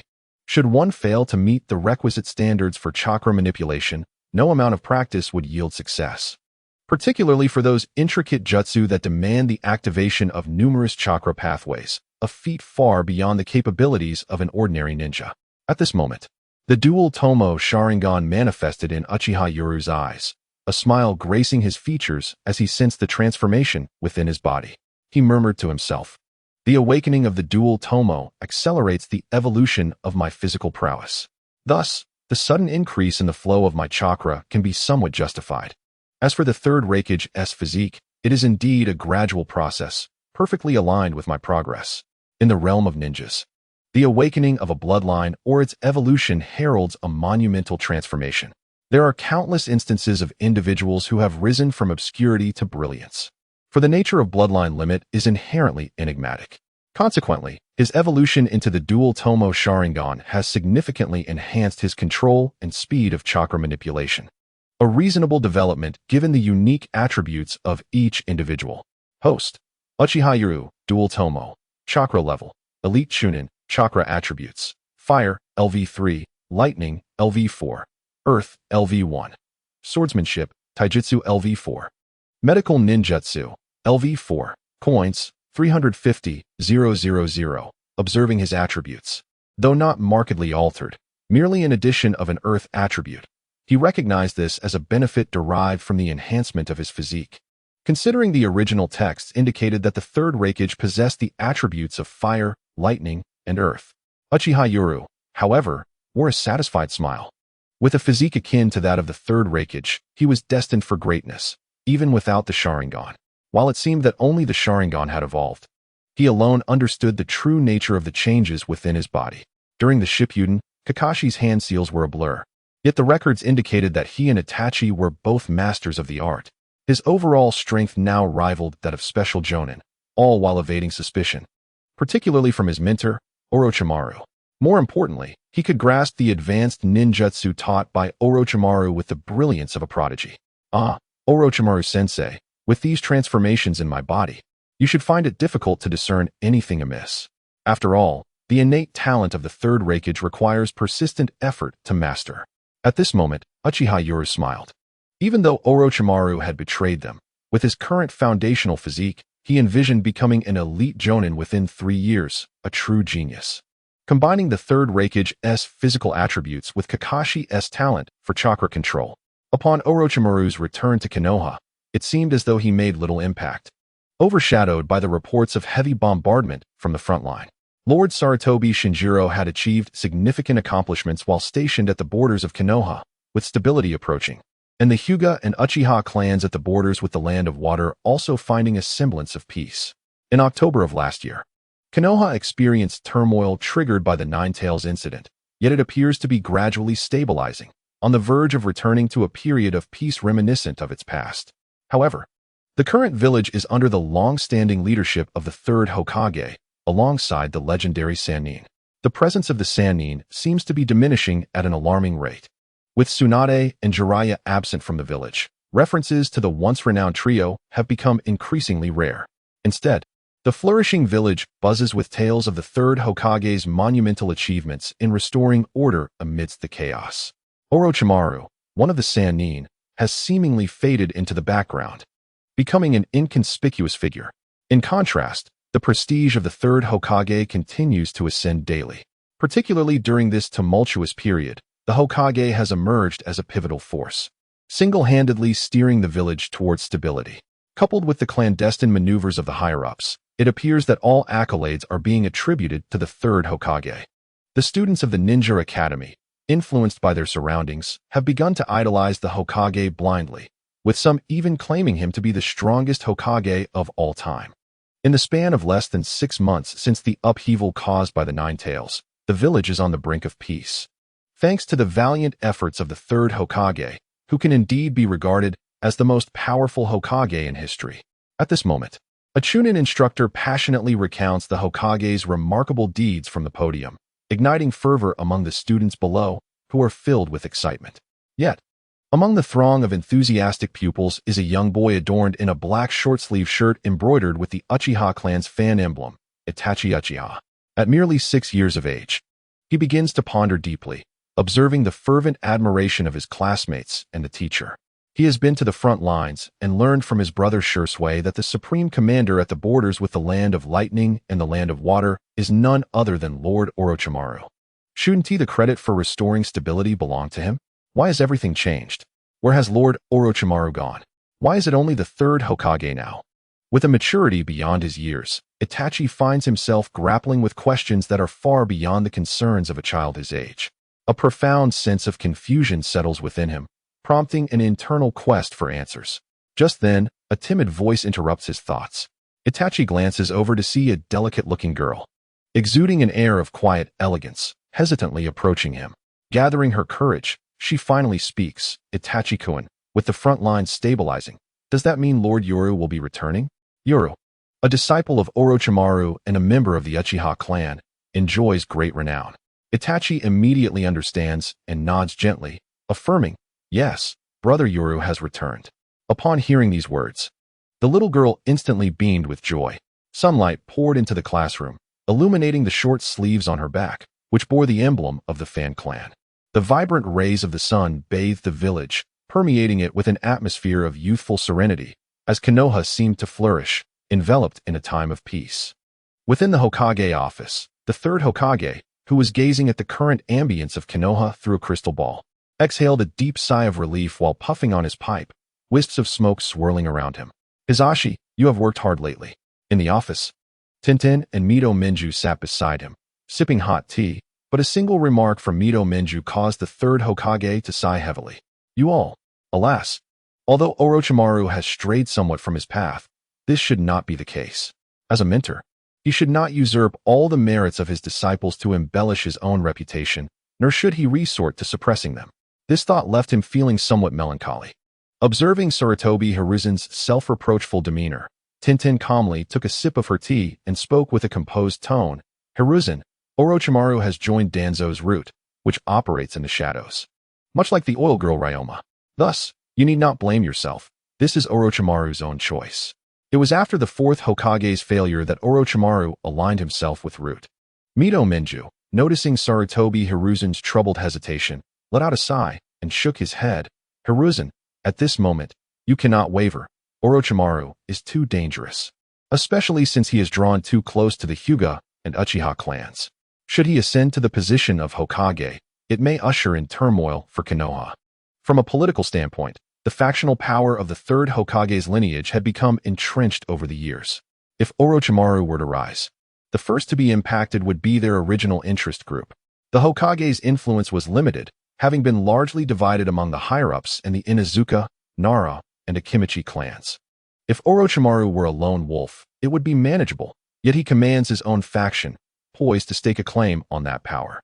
Moreover, while Sarutobi Hiruzen acknowledges that Orochimaru has indeed strayed from his path, if he were to become the fifth Hokage, the political struggles within Konoha would necessitate a complete reshuffling, leading to further instability for a village that had only just begun to find its footing. At that moment, Sarutobi Hiruzen cast a deep gaze upon his two old friends, recognizing that every individual harbored their own desires, but the pressing issues Konoha faced were grave. Perhaps you are right. After all, Orochimaru is not Minato. Ultimately, Sarutobi Hiruzen chose to remain silent and acquiescent, or perhaps from the very beginning, he had opted to observe passively as countless individuals propelled these events forward, including his own Sarutobi clan. The greatest advantage of Namake's Minato becoming the fourth Hokage was his lack of a personal faction, necessitating the cultivation of political allies upon assuming office. The former Hokage's lineage was precisely suited for this purpose. The old generation receding, and the new generation forging new alliances. How splendid that would be. Yet Orochimaru, possessing his own small faction, was a different matter altogether. After exhaling a plume of thick smoke, Sarutobi Hiruzen lowered his Hokage hat slightly, gazing at the two with a grave expression. Let this matter end here. The stability of Konoha surpasses all else. Was the third Hokage mistaken? From a political standpoint, he was not. Konoha could ill afford further turmoil. In fact, the current semblance of stability was the most favorable outcome. After all, Konoha had recently endured the devastating Third Great Ninja War, which had seen even students dispatched to the battlefield, a testament to the profound wounds inflicted. Just as the war concluded, before they could even catch their breath, the Nine-Tails incident struck, resulting in the loss of countless elite shinobi, including the fourth Hokage, who had only been in office for a year. This was indeed adding insult to injury. Konoha was in dire need of recuperation. The ascension of Orochimaru would inevitably lead to a reshuffling of power within Konoha, igniting political strife. Orochimaru was a fervent devotee of ninjutsu, already treading a perilous path. In Konoha's current weakened state, Sarutobi Hiruzen was resolute in his desire to prevent further unrest. Rest assured, the village only requires 3 to 5 years of healing. The implication of Hiruzen's words was not lost on the two. It was a reflection of his guilt, as Orochimaru was his disciple. Mito Gaiden, understanding the gravity of the situation, nodded solemnly. This was a political struggle. Once Orochimaru amassed his own loyal faction, it would not be long before divisions emerged, particularly with the Hyuga and Uchiha clans aligning themselves with him, two immensely powerful families. Therefore, Orochimaru's greatest challenge in becoming Hokage would be to confront all the families loyal to the original Hokage lineage. They had already carved up the pie of interests and would not permit anyone to seize it from them again. In 3 to 5 years, Sarutobi Shinji will be capable of standing on his own. With this remark from Toko Kamachi, a smile broke on Mito Gaiden's face, yet Sarutobi Hiruzen, upon hearing these words, slowly lowered his head, a complex expression flickering in his eyes. After all, every individual harbors their own self-interests. Sarutobi Shinji, the son of the third Hokage, a former head of the Umbu, and now the frontline commander, might lack the prowess of the older generation's Kage and could not compare to the legendary three, yet he undoubtedly stood as the strongest among the new generation. Moreover, the Sarutobi clan represented the interests of the entire Hokage faction. This was not merely the selfishness of Toko Kamachi and Mito Gaiden. It was a decision made by the entirety of the Hokage faction. Should Sarutobi Shinji ascend to the role of Hokage, he would be the first to preserve the interests of all present, ensuring that Konoha remained unchanged. Konoha would still be Konoha, merely with a younger leader at the helm. Upon hearing this, the third Hokage, Sarutobi Hiruzen, remained silent, tacitly accepting this notion. Perhaps in his heart, the stability of Konoha outweighed all else. He had once recommended Namake's Minato for the village's stability, and now he was implicitly endorsing his own son for the position of Hokage. From a political perspective, Sarutobi Shino's ascension to the position of the fifth Hokage signifies the continued stability of Konoha, where the interests of the prominent clans remain unaltered, thus averting any potential turmoil. On a personal note, as a father, he finds solace in his son's elevation to Hokage, creating a lineage of dual Hokages. However, both the Sarutobi and Uchiha clans must remain vigilant. With the front line stabilizing, there is an underlying concern that the Uchiha may incite disturbances. The conversation inevitably shifts to Konoha's most pressing issue, and upon hearing this, Sarutobi Hisashi furrows his brow, deep in contemplation. The Umbu have commenced surveillance on the Uchiha, while preparations are underway to engage with the new generation of Uchiha, as they require individuals to inherit the will of fire. At this juncture, Sarutobi Hisashi exudes determination, prompting the likes of Nara Shikamaru and Mito Gate to smile and nod in agreement, affirming their trust in his leadership. One cannot overlook Sarutobi Hisashi's astuteness. Surveillance is crucial, yet he also seeks to cultivate relationships with several members of the new Uchiha generation. The initial strategy focused on placing his own allies within the Uchiha ranks, as he must ascertain the connection between the Nine-Tails and the Uchiha, while remaining acutely aware of their movements. After all, The control over the Nine Tails during its peak is a sword hanging precariously over Konoha. In the shadowy depths of the root, a pair of keen, malevolent eyes scrutinizes an intelligent scroll. After a prolonged silence, a raspy, derisive chuckle echoes within the dim chamber. Sarutobi, you've stumbled upon an opportunity this time. Although external threats to Konoha are gradually stabilizing, the Uchiha within the village pose a significant dilemma, muttered Shimura Danzo, a cruel glint flashing in his eyes at the mention of the Uchiha. He resolutely disallows the emergence of such a formidable clan that could threaten Konoha's stability. The Uchiha are exceedingly powerful. Orochimaru, I hope you comprehend during this period of quietude that the Uchiha and Hyuga cannot be allowed to flourish. At this moment, Shimura Danzo sneers, filled with apprehension towards these two prominent clans. The Uchiha and Hyuga are Konoha's two great clans. Their immense power is not merely a matter of prowess, but also of bloodline. Under equal conditions, a bloodline user can contend against two equally ranked shinobi without succumbing. In the original narrative, Chiyo, the elder of Sunagakure, once solemnly stated that one must flee when facing the Sharingan one-on-one, and when outnumbered 2-1. One should strike at the heart. It is noteworthy that Chiyo, being of the same generation as the Third Hokage, has weathered countless battles and understands the potency of bloodline users, particularly the Uchiha clan, renowned as the foremost clan in the shinobi world. An elite jonin of the Uchiha, wielding the Sharingan, can defeat an ordinary elite jonin in single combat, and can even confront two elite jonin of equal strength, which is indeed terrifying.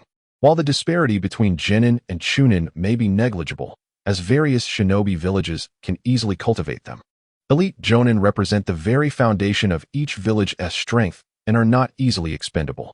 Uchiha clan grounds.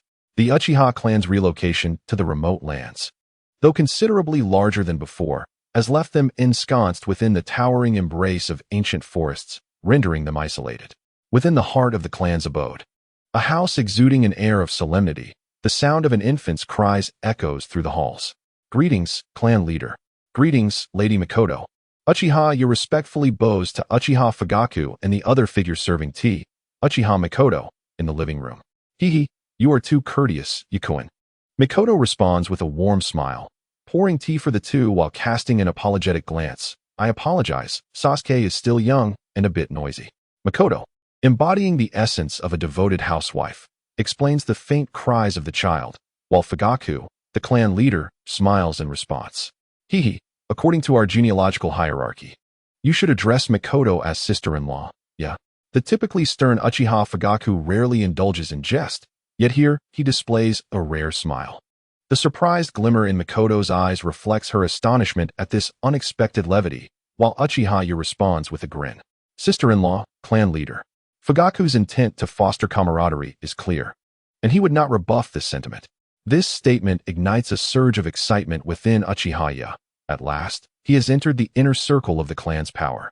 In the realm of ninjas, engaging in politics demands a certain prowess. One must possess the requisite strength to partake in such affairs.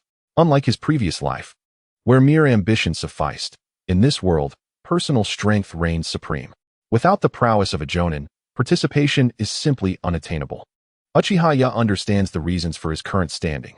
The manifestation of his Sharingan, coupled with his mere 15 years of age, positions him as a formidable elite chunin, with the potential to ascend to jonin status through the advancement of his bloodline. For ordinary ninjas, the journey from elite chunin to jonin is arduous and protracted, often taking decades to achieve, as exemplified by the likes of Yuhi Kurenai and Mitarashi Anko, who, despite becoming chunin at 13 and 12 respectively, spent 12 years honing their skills before one ascended to jonin and the other to special jonin. However, for those with bloodline limits, awakening or advancing their abilities at critical junctures leads to comprehensive enhancements, creating a significant disparity. While others labor for years, the Uchiha Sharingan awakening or progression condenses that timeline. Ya's talent is quite remarkable. In the future, Itachi hopes to rely on you more. Fugaku's smile reveals his ulterior motive, as he hints at a familial connection that stretches far back through generations. Yet, upon hearing this, Uchiha humbly smiles. How could I dare to speak otherwise when the clan leader does not look down upon me? Observing the modest and astute youth before him, Uchiha Fugaku's satisfaction is palpable, and he nods in quiet admiration, pondering how this young man has gained the trust of Orochimaru. The two parties have indeed engaged in a mutually beneficial exchange, and the address of big sister-in-law signifies that Uchiha Yoru has firmly established himself within the clan hierarchy, gaining a formidable ally. The reciprocal cost of this arrangement is to take on disciples, akin to the relationships observed among Sarutobi Hiruzen, Jiraiya, and Minato Namikaze. Presently, Uchiha Yoru is a disciple of Orochimaru. What if Uchiha Itachi were to become his apprentice?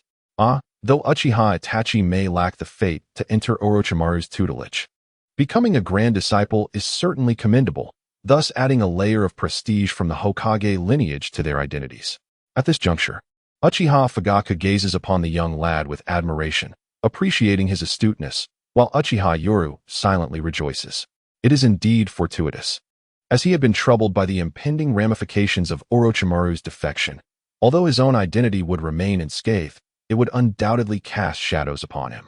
However, with Uchiha Itachi in his fold, the dynamics shift. While he remains indifferent to Konoha's affairs, the authority within the Uchiha clan must remain unblemished. With Uchiha Itachi as his pupil, he naturally garners the backing of Orochimaru's faction. In that moment, both the elder and the youth revealed smiles, each believing they had secured an advantage, one leveraging his influence to pave the way for his son, the other utilizing prophetic insight to carve his path.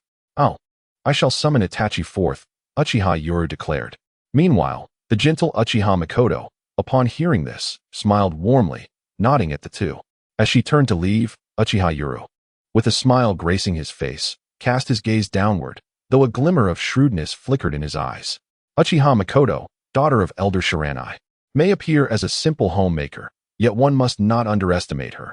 Her father is a staunch hawk within the clan. This sister-in-law is no ordinary figure. Prior to marriage and motherhood, she was a distinguished shinobi, an elite jonin with 3 Tomo Sharingan. With a soft creak, the wooden sliding door opened, revealing the 6-year-old Uchiha Itachi entering the living room with utmost respect. Despite his tender age, he exuded an air of composure.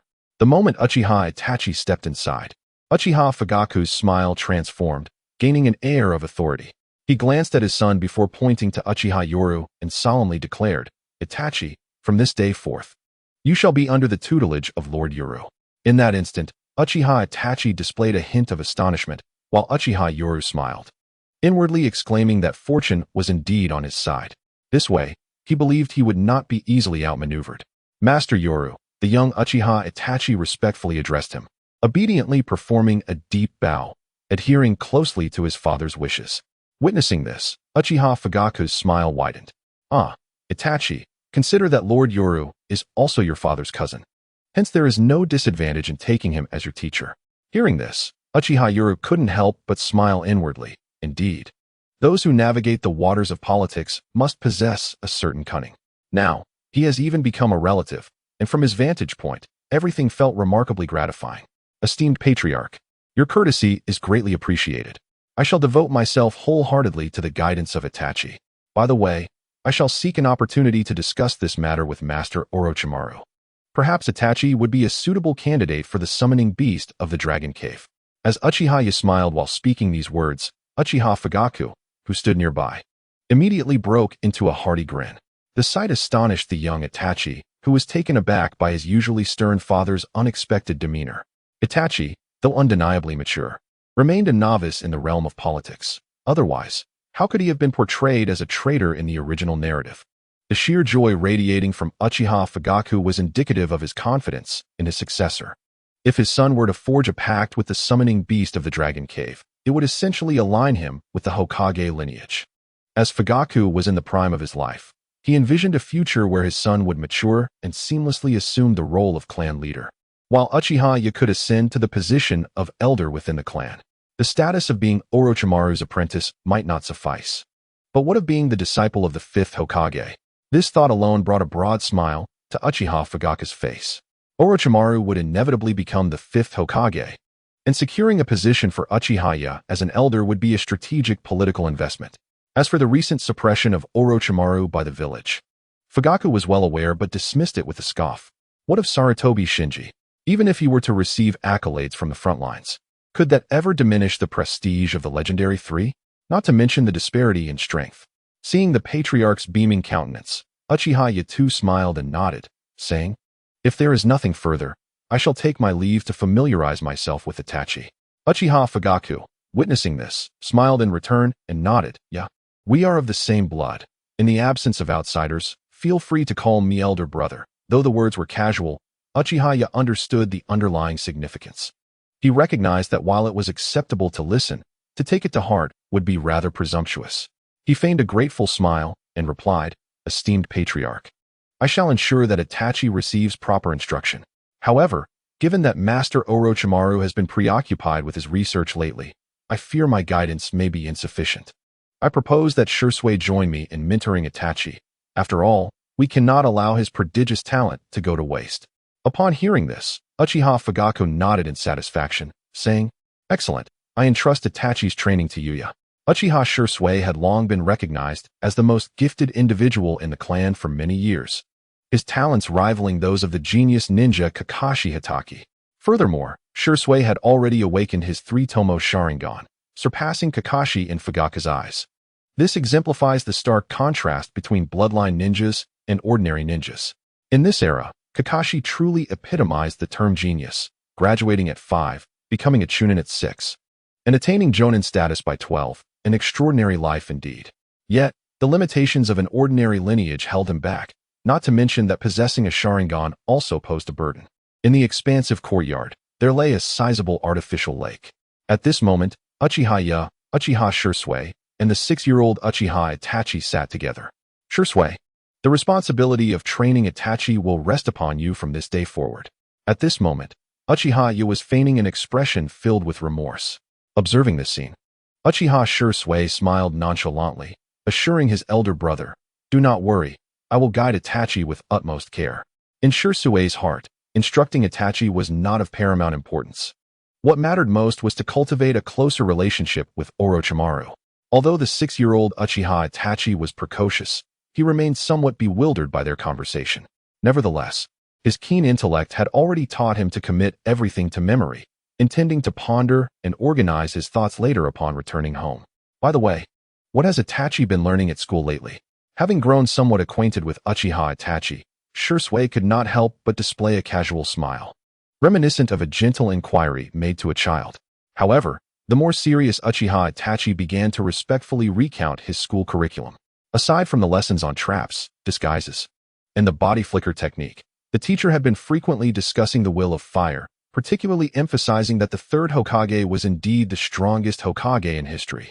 As Uchiha Itachi earnestly delivered his report, especially when he stated that the Third Hokage was the strongest of all, an unusual and peculiar expression suddenly appeared on Shisui's face. Beside him, Uchiha nodded with a smile, saying, "One cannot say that is incorrect. After all, the Third Hokage has indeed held the longest tenure in the history of Konoha, which could be considered a testament to his strength." It was evident that Itachi had undergone some experiences during his last visit to the front lines, as he gazed at the two with a look of curiosity. "Teacher, brother Shisui, could you explain what the will of fire truly means?" Upon hearing this, Shisui was momentarily taken aback. The will of fire? Yet, upon seeing Uchiha Itachi's bewildered expression, he was about to respond when Uchiha burst into laughter. Under their puzzled gazes, Uchiha shook his head with a smile and said, "Itachi, in the future, remember to inquire about the source of such statements before asking." At that moment, Shisui was equally bewildered, who had proposed the concept of the will of fire. Observing the two, Uchiha internally scoffed. It seemed that the Ninja Academy had eagerly begun to indoctrinate its students, urging them to forget the heroes of the battlefield and glorifying Sarutobi Hiruzen, the Third Hokage. Were it not for his knowledge of the future and the ability to compare it with the present circumstances, he would have deduced that the current situation was nearly inevitable.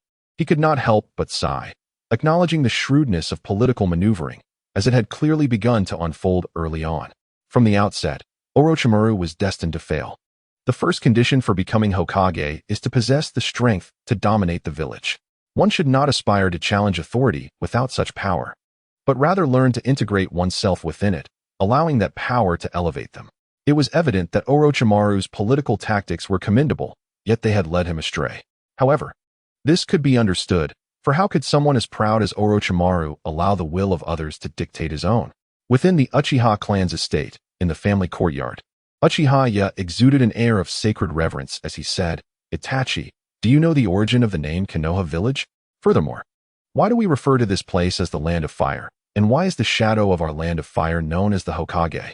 These inquiries left Uchiha Itachi in a state of bewilderment. Not only him, but even Shisui beside him appeared doubtful, seemingly unaware of the answers. Observing this scene, Uchiha's eyes glinted with an imperceptible cunning, yet his countenance radiated fervent determination.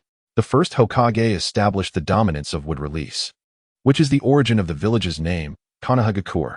In conjunction with the first Hokage, the ancestors of the Uchiha clan, alongside the Senju, ushered in the era of the five great nations from the tumultuous warring states period. At this juncture, it was evident that Uchiha Itachi remained oblivious to these historical facts. While Uchiha Shisui's expression shifted dramatically as he exclaimed in astonishment, "Brother this is forbidden." However, upon witnessing Shisui's alarmed visage, Uchiha shook his head and gave him a solemn gaze. "Shisui, our ancestors may have erred, but their merits must not be obscured, must they? Would you deny the legacy of the Uchiha?"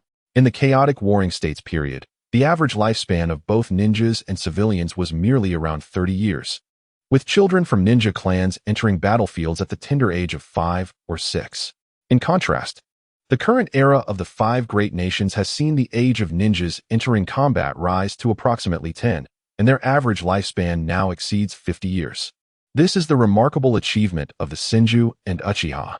Uchiha's earnest discourse on this matter, presented from an objective perspective, compelled Uchiha Shisui, despite his discomfort, to acknowledge these truths. Meanwhile, Uchiha Itachi appeared to have awakened to a new realm of understanding, his eyes sparkling with hope. The collaboration between the Senju and Uchiha that birthed the present Land of Fire, Konoha, is rooted in the Senju's wood release, while the title of Hokage derives from the Uchiha's fire release.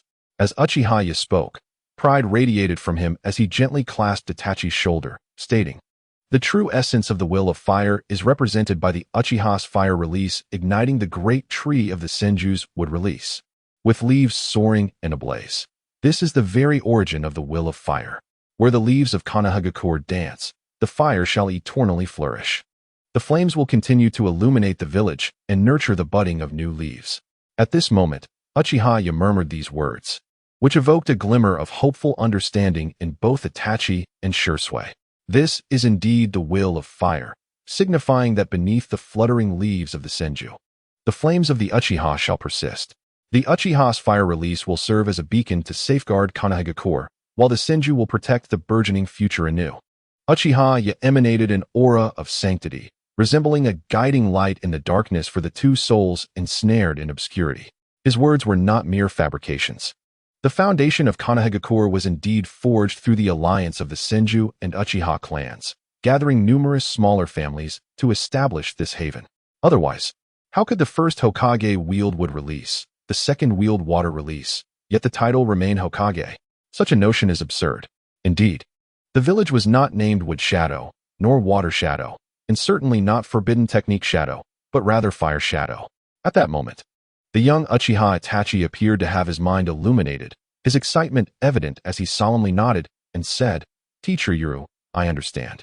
The true will of fire lies in the alliance between the Senju and Uchiha to protect the village." Observing Itachi, who seemed to have discovered his life's purpose, Shisui looked on in astonishment, sensing something amiss. Yet upon reflection, he realized that Yoru's words were indeed correct. Was it not the Uchiha's duty to safeguard Konoha? With a smile, Uchiha Yoru continued, "In the past, the Senju and Uchiha united to establish Konoha, becoming the unassailable rulers of this land. Subsequently, countless smaller clans sought refuge under their wings, including the Nara, Akimichi, Yamanaka, Sarutobi, and Shimura clans. The Senju and Uchiha took upon themselves the responsibility of protecting the weak. This was the legacy of the Uchiha, a legacy indelibly etched into the annals of the ninja world." As he spoke, however, Uchiha Yoru's previously radiant gaze dimmed, as though a crack had formed in his steadfast beliefs. Shisui, acutely aware of what was to follow, hesitated to speak. Yet, recognizing that Itachi, as the son of the clan leader, deserved to know these truths, he ultimately chose silence.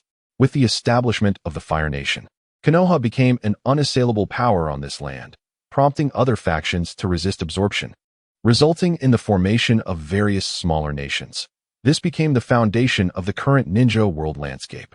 The age of warring states had passed, giving way to the present era of the ninja world. However, the ideologies of the Senju and Uchiha began to diverge. Divergence? Uchiha Itachi inquired with curiosity, while Shisui recalled the historical accounts he had read, his spirits sinking to a trough. Observing the two, Uchiha Yoru sighed with a hint of melancholy. The Senju believed that peace is hard-won and sought to avoid conflict with other nations. In their pursuit of harmony and balance among the great ninja villages, they chose to distribute the tailed beasts among the 5 great nations. Conversely, the Uchiha held a different perspective, believing that the current peace was merely a temporary respite. They argued that enduring peace could only be achieved through sacrifice, advocating for a unified ninja world under their banner, a painful path that could ultimately lead to lasting tranquility. This was the crux of their divergence. Subsequently, Uchiha Yoru narrated the evolution of the conflict between the Senju and Uchiha from a detached viewpoint, shedding light on the eventual rise of the Uchiha to the position of law enforcement. Upon concluding his account, Shisui furrowed his brow in deep contemplation. The records he had studied aligned nearly perfectly with Yoru's narrative. Yet he had always believed that the family was at fault for the ensuing discord between the clan and the village, a notion he regarded as taboo. Today, however, as an observer, listening to another's recounting, he felt as though a new world had been unveiled to him. Now, Shisui was not preoccupied with the origins of the conflict between the clan and the village. He was already well aware of those details. Instead, his thoughts dwelled on the events that preceded the discord. Was the Uchiha in error? If so, was the Senju truly justified? As peace crumbled with the fall of the Senju, war was unleashed. The tailed beasts, intended to balance the 5 great nations, transformed into instruments of conflict. World War I, World War II, and the merciless Third World War. How much time has passed since then? It seems that the Senju were not entirely in the right. And what of the Uchiha? They too appear flawed. At this moment, Shisui was enveloped in confusion. Where lies the path to peace? The direction that Uchiha brought forth led to war, yet the Senju ultimately contributed to the same fate. Just as Shisui was engulfed in doubt, the young Itachi Uchiha, despite his precocious wisdom, was but 6 years old. Upon grasping the true essence of the will of fire, a proud expression illuminated his face. Teacher Yoru, I understand now. The will of fire signifies the Uchiha and Senju's commitment to protecting the countless vulnerable souls. In that instant, a guiding principle took root in the young Itachi's mind, one that would instill pride throughout his life. I, Uchiha, protect the village. Observing this scene, Yoru Uchiha smiled, for his words held no semblance of falsehood. Indeed, it was the Senju and Uchiha who safeguarded Konoha. Yet, what happens when those you protect seek to overturn their protectors? The original text reveals that in Itachi's worldview, the Hokage is a sacred entity tasked with safeguarding the village, while the Uchiha have become an unstable force. Now, he must confront the reality that the Uchiha are the guardians of Konoha, yet many within the village yearn to dismantle the very foundation that once shielded them. How then shall one proceed? Teacher Yoru, you spoke of the village's history. If the ninja world comprised solely of the Fire Country and Konoha, would war ever exist? The nearly 6-year-old Itachi voiced his innocent curiosity for having grasped the true will of fire. He was naturally intrigued by the village's history and the past rifts between the Uchiha and Senju. Experience has shown that the Senju's vision of peace faltered, or perhaps merely endured for a fleeting moment. Yet, within Itachi's pure, youthful inquiry, a new direction opened for the perplexed Shisui. As Yoru observed the shifting expressions of Shisui and the innocent wonder in Itachi's eyes, he couldn't help but smile wryly and shake his head. Itachi, you are still young. I cannot provide you with an answer to that question, nor can anyone in the ninja world. Such answers have never emerged, thus right and wrong remain undefined. Haha, you are merely 6 years old. Why ponder so deeply? Your primary goal now is to graduate from the Ninja Academy, to become a source of pride for your clan, and to lead the Uchiha in safeguarding Konoha. That is your life's purpose. Do not overthink it. With that, Yoru burst into laughter, ruffling Itachi's youthful hair and casting aside all such questions. Yet, deep within the heart of the young Itachi, a seed of simple curiosity took root. At that moment, he even began to envision a world where, If the ninja realm consisted solely of the Fire Country and Konoha, the borders would be free of war. Beside him, Uchiha Shisui displayed a complex expression as he gazed at the revered figure of his brother, Uchiha Itachi. Under the auspices of Senju's doctrine of peace, the shinobi world had endured 3 wars within a mere few decades. What might have transpired had the Uchiha philosophy been adopted instead? In response to Shisui's inquiry, Uchiha Itachi feigned astonishment, quickly shifting to a wry smile. Do not dwell on unfounded thoughts, Shisui. This is a chapter of our past.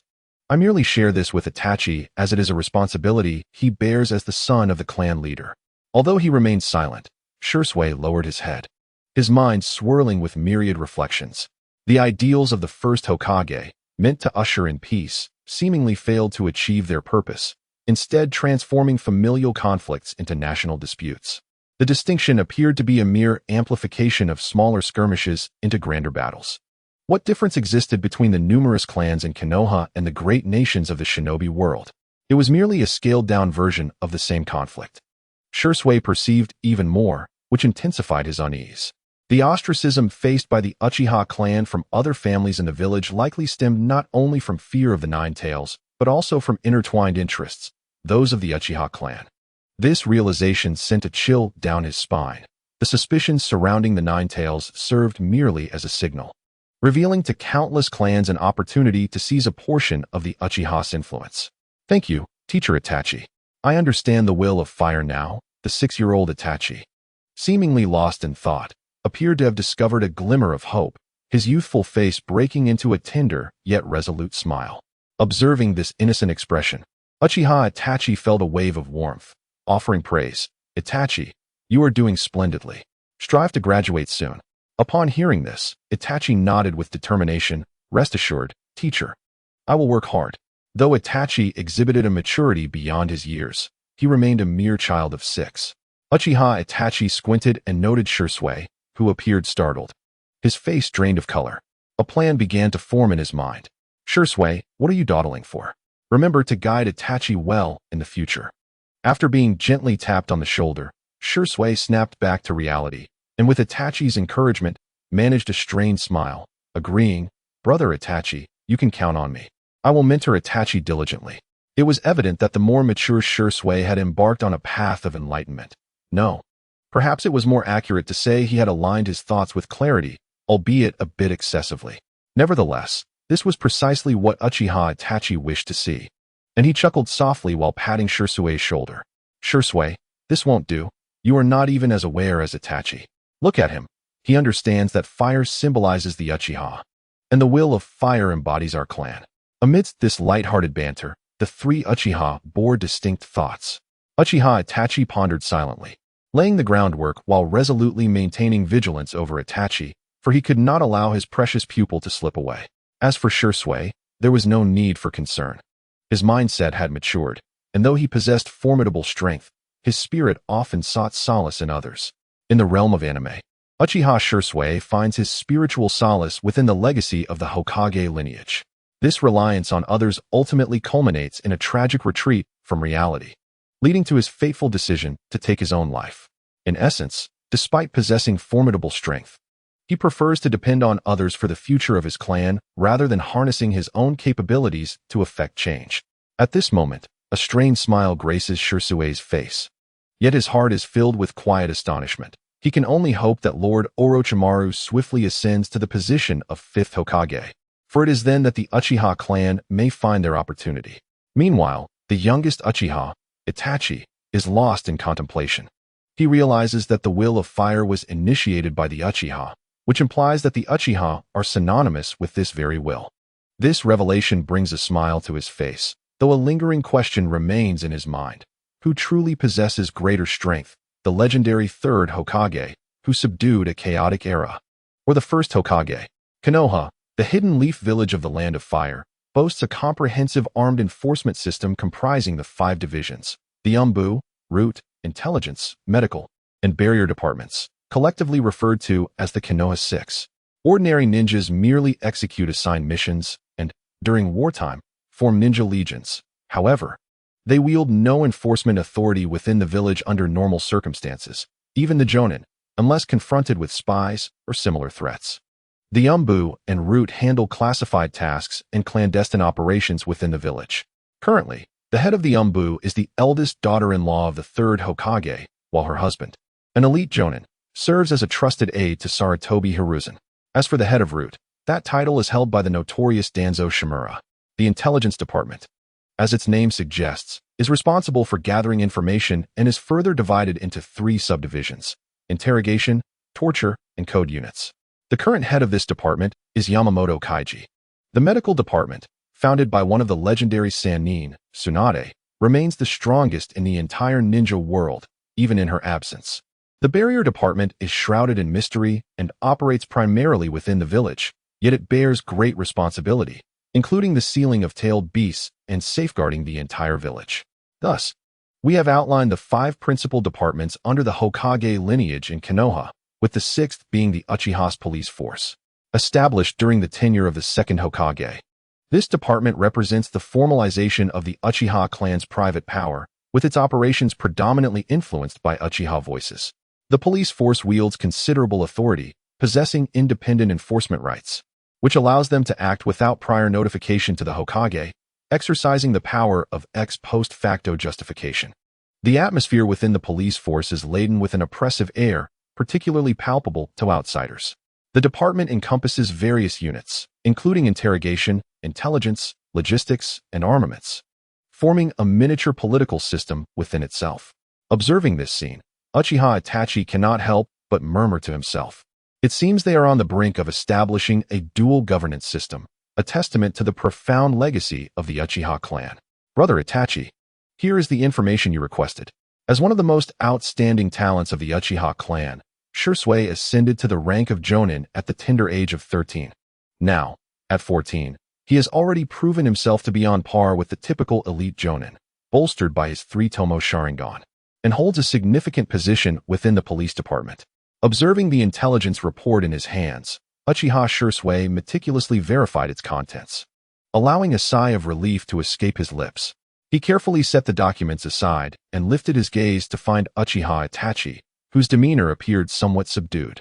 Itachi, you are 14 this year, correct? Shisui inquired, noting the contemplative expression on his older brother's face.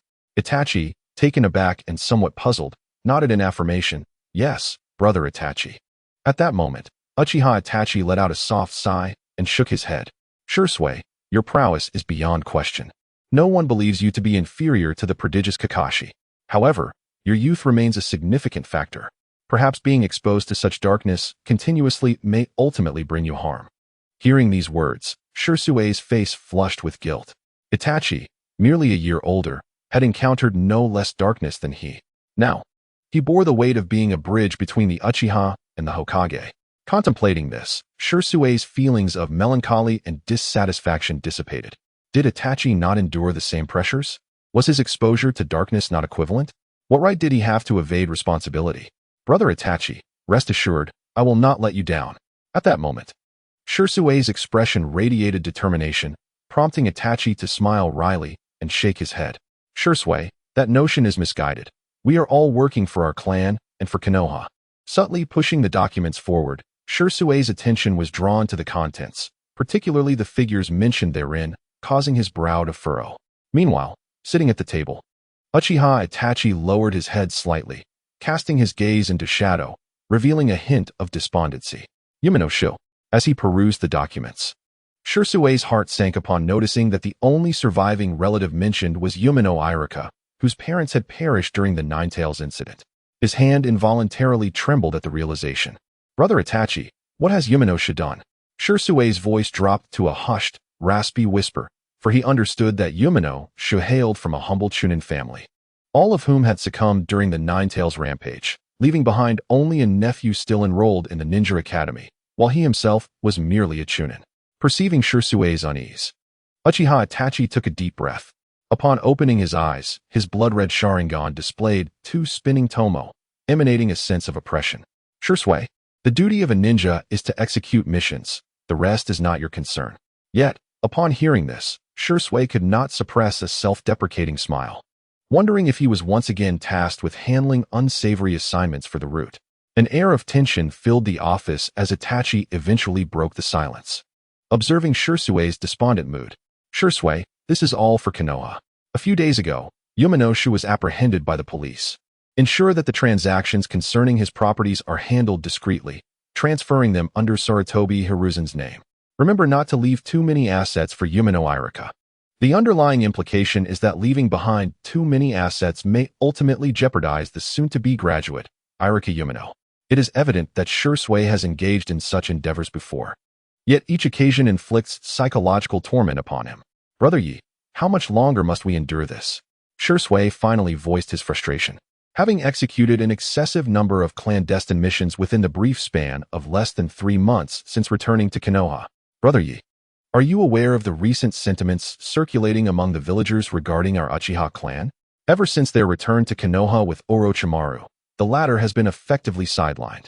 However, as a member of the root, Orochimaru possesses numerous tasks that must be executed, and consequently, a significant portion of these clandestine missions has been entrusted to the Uchiha and Hyuga clans. Given Orochimaru's status, even in his sidelined condition, he cannot arbitrarily assign others to undertake these tasks.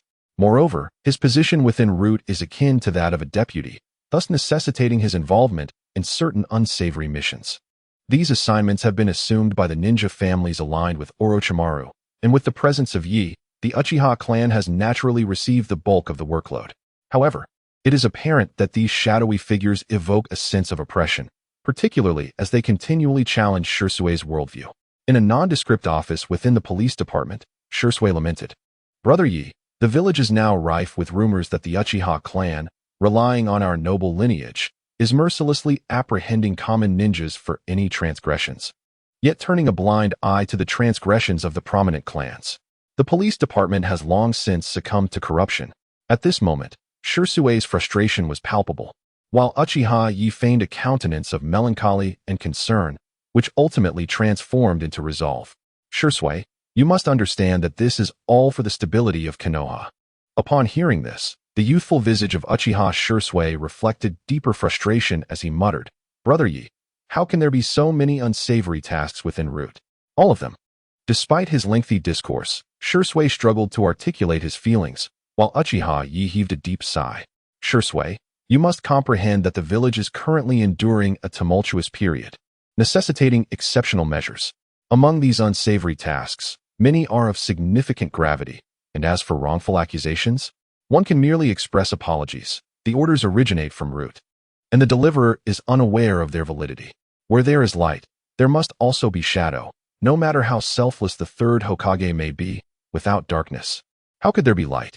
The existence of the Sarutobi clan as a formidable force is not merely a fabrication. It is the result of relentless accumulation over time, paving the way for the subsequent Sarutobi legions.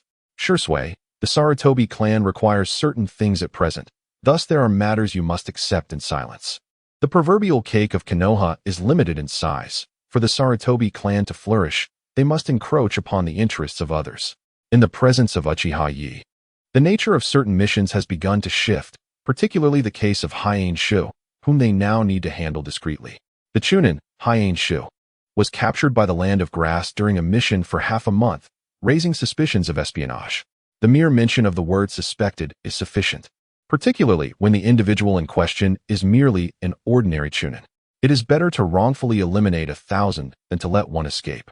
Is this not the quintessential ethos of the Root? This is indeed the nature of the Root's mission, yet under the hands of Yi, its character undergoes a subtle transformation. The notable fact is that Umeno Shirtake possesses 3 establishments, especially since the entire Ninetales clan has nearly perished, leaving behind a considerable inheritance.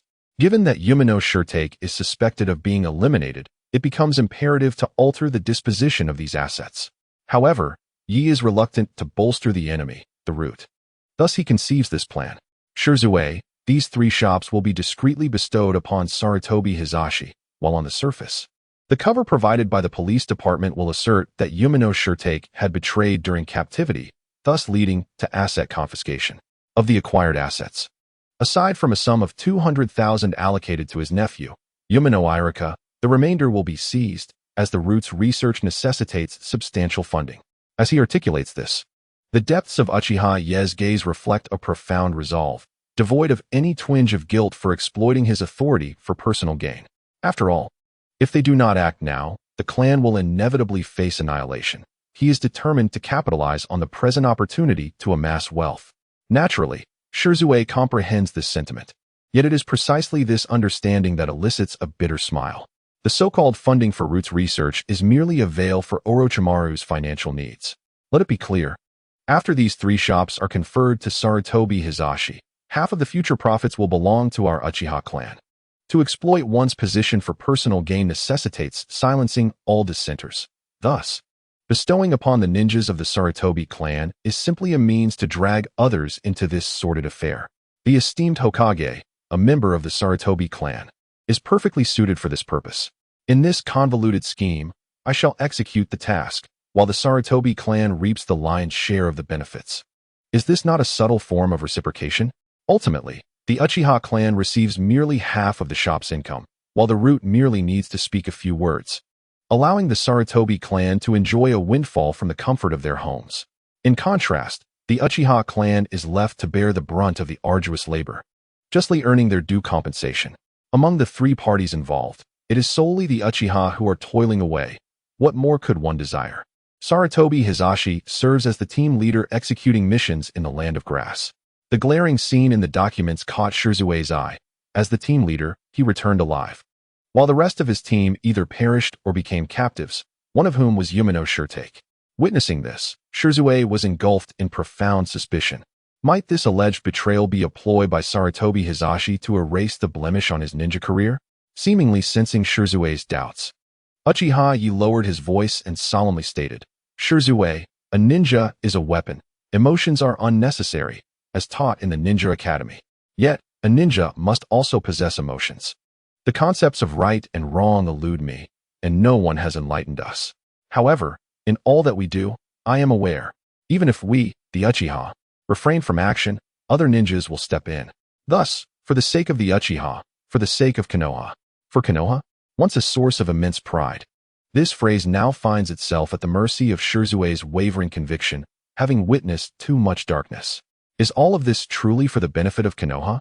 Why is it that the Uchiha clan bears the burden of dirty work? The root is ruthless and merciless, while Sarutobi, who appears oblivious to it all, emerges as the ultimate beneficiary, within the dim confines of a prison cell, shrouded by a barrier that muffles outside sounds.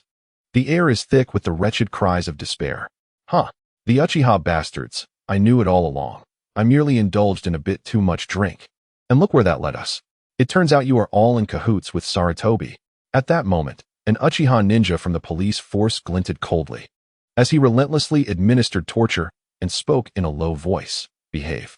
If you personally inscribe this letter of repentance and willingly transfer these 3 shops to Sarutobi as compensation, I shall grant you a swift end." Spitting defiantly, Heishu revealed a grotesque grin and spat out a mouthful of blood. Just as the torture was about to intensify, the prison door swung open, flooding the space with light that made Heishu squint. Meanwhile, the Uchiha ninja stood up respectfully. "Captain Shisui." The figure that entered was none other than Uchiha Shisui. With a wave of his hand, the ninja in the cell understood the unspoken command, nodding gently before turning to exit, while the heavy door closed once more. As Heishu raised his head, his swollen eyes fixed upon the Uchiha ninja, a mocking smile crept across his face. "Oh, isn't this the genius ninja Shisui of the Uchiha? How has the prodigy fallen so low, becoming Sarutobi's lapdog?" Yet, Shisui's expression remained tranquil, devoid of any disturbance. In an instant, his eyes transformed into the blood-red Sharingan with 3 tomo, and the other man's demeanor began to dull. In the silence of the cell, Shisui spoke one line, and Heishu responded with another, both inscribing their marks and fingerprints upon the letter of repentance. The essence of this letter was straightforward. It conveyed Heishu's admission of weakness under pressure after being captured in the Land of Grass, leading to the betrayal of the village's secrets and, consequently, the failure of the mission that implicated Captain Sarutobi. Overwhelmed with regret, he was willing to relinquish his 3 shops under the Hei name to Captain Sarutobi as a form of atonement. As he gazed at the letter in hand, Shisui couldn't help but smile wryly. Upon exiting the cell, he left behind a parting remark. Let him meet his family for one last time. In Konoha, the sun bathed the earth in a warm glow, and the village thrived, as if the events of last year's Nine-Tails incident had been swept away by the winds. Inside a solitary three-story wooden house, Uchiha Yoru gazed at Sarutobi, who now bore the weight of age, his demeanor marked by a sternness. Uchiha Yoru, I am uncertain of your intentions. Before him lay the property deed for the shops, and Sarutobi's austere expression seemed to reflect unwavering integrity. Uchiha Yoru, having come in person, expressed solemnity. Heishu had been apprehended by the police for causing a disturbance while intoxicated, and in his drunken state, he had inadvertently revealed critical information. Following an investigation, it was confirmed that he had betrayed the village's interests, which ultimately led to Sarutobi's failure during the mission in the Land of Grass. Yumano-ju has already confessed, yet there remains a nephew in the opposing household, adding to their profound regret and guilt. However, his nephew, Yumano Irika, is innocent, and thus they hope that the former captain, Sarutobi Hiruzen, can find it in his heart to forgive him. Uchiha Ya, with an air of righteous authority, spoke as if it were an undeniable truth, while behind him, Shisui knelt with his head bowed, concealing his own disdain from view, fearful that his expression might betray his feelings. Upon hearing these words, Sarutobi Hiruzen momentarily faltered, but years of experience rendered his face a mask of contemplation. Ultimately, as if resolved to make a significant decision, a glimmer of determination flickered in his eyes. Was this an overture from the Uchiha clan, or a representation of Lord Orochimaru? After all, Uchiha Ya's identity was not to be taken lightly. He was not merely a member of the Uchiha, but also a disciple of Orochimaru. Similarly, Sarutobi Hiruzen held the esteemed position of a senior shinobi of the Sarutobi clan. It was essential for him to discern the true intentions behind this encounter. Observing Sarutobi Hiruzen's inquiry, Uchiha Ya donned a feigned smile, asserting that both Uchiha and Hyuga were simply villagers. His tone suggested a certainty that Orochimaru was destined to become the future Hokage, implying that both the Uchiha and Hyuga clans were integral parts of the village. Such ambiguous statements rendered Sarutobi Hiruzen silent. He comprehended that this was a signal of goodwill from the other party. As to whom they represented, the Uchiha required a reconciliation with the village, and Orochimaru had similar needs. The distinction between the Uchiha and Hyuga seemed insignificant, as both had already aligned themselves with Orochimaru. Moreover, no one could foresee that Orochimaru would eventually betray them. Even as a senior of the Sarutobi clan, Sarutobi Hiruzen had gained access to the inner circles of power and was privy to the machinations within his family. Yet, he understood one thing clearly. Orochimaru's identity carried immense weight. They indeed harbored aspirations for Sarutobi Shinji to ascend as the fifth Hokage, but in comparison to Orochimaru, their prestige paled in significance. Alas, it was unexpected that the mission from years past would ultimately be leaked by him. In that moment, Sarutobi Hiruzen adopted a melancholic demeanor, shaking his head with a sigh as he lamented the lives lost due to the information leak. He appeared to be lost in the memories of that time. While Uchiha Ya smiled, recognizing that Hiruzen had accepted this gesture of goodwill. In contrast, Shisui felt a deep-seated aversion to this political maneuvering. Sarutobi Hiruzen bore a blemish on his record, a failed covert mission in the Land of Grass that resulted in the sacrifice of 73 shinobi. The specifics of that failure had become impossible to uncover, yet both Sarutobi Hiruzen and Shisui understood implicitly that Yumano-ju was merely a scapegoat in this affair. Perhaps this was the nature of sordid political transactions, the Uchiha wielding power for personal gain, undertaking unsavory tasks for Orochimaru, while simultaneously extending a hand of camaraderie to Sarutobi Hiruzen. As for the notion that this was an initiative solely conceived by the Uchiha, who would believe such a thing? Furthermore, the actions of the Uchiha could only be seen as a representation of Orochimaru's own will. Alas, forgive my folly. Emerging from the depths of sorrowful memories, Sarutobi Hizashi wore a bittersweet smile, almost as if it were genuine, as his hand reached for the property deeds of 3 establishments. In the eyes of Shisui, the other party was clearly engaged in some sordid dealings. Yet, not only did they maintain a stoic facade, but they also feigned a compassionate demeanor, sighing, "Let this be a compensation for the 73 ninjas sacrificed in the Land of Grass mission." Whether these sacrifices would indeed be compensated for their descendants remained uncertain. Yet it was evident that the 3 shops had fallen into the hands of the other party. At that moment, A wave of melancholy washed over Sarutobi Hisashi, as it seemed that the blemish he had carried was finally being washed away. The two exchanged hollow political smiles over tea, observing each other in silence, until Sarutobi Hisashi inwardly lamented that this individual was certainly not a mere ninja. No wonder they served as Orochimaru's right hand. What could be Lord Orochimaru's intention? The benefits had been secured, yet it was clear that they would not come without a price. When Sarutobi Hisashi inquired, Uchiha shook his head with a sigh, stating, "You are aware that Lord Orochimaru is deeply engrossed in the research of ninjutsu, which is quite financially demanding. In essence, your shops are acquired. But this is not solely for your benefit. It is a collaborative effort." Upon hearing this, Sarutobi Hisashi fell into silence. There was a desire within his clan for another Hokage to emerge from the Sarutobi family, yet Uchiha's intentions were evidently sincere. Furthermore, even if the Sarutobi clan were to produce another Hokage, Orochimaru would undoubtedly hold a position of considerable power and influence. The other party not only offered monetary compensation, but, more significantly, the restoration of his reputation, an opportunity to erase a long-standing stain from his life. After a moment of contemplation, Sarutobi Hisashi cast a lingering glance at the youth before him, gently savoring his warm tea, and finally spoke softly, "I understand." The transaction was sealed. Now at the age of 40, he was already on the decline, having navigated through life with utmost caution to arrive at this juncture. The prospect of erasing the blemish from the land of grass was tantalizingly close. How could he not be swayed? The two had reached a political agreement. Uchiha would cleanse his name, and in return, he would divulge some credible information. Recently, there had been a rising chorus within the clan advocating for the young clan leader to become Hokage, yet there were also voices cautioning against Orochimaru's overwhelming prestige. As the gentle breeze brushed past, the two finished their last cup of tea, and Uchiha smiled, respectfully nodding. "I beseech you, Lord Sarutobi Hisashi, to stay a moment. I shall take my leave now. Be cautious as you exit," was not merely a sign of concern from Sarutobi Hisashi, nor was it mere pleasantry. It was an unconscious warning not to attract attention. Uchiha, with a smile, assured him, "Rest assured, my companion is none other than the renowned ninja, Shisui." The meaning was clear. You need not worry.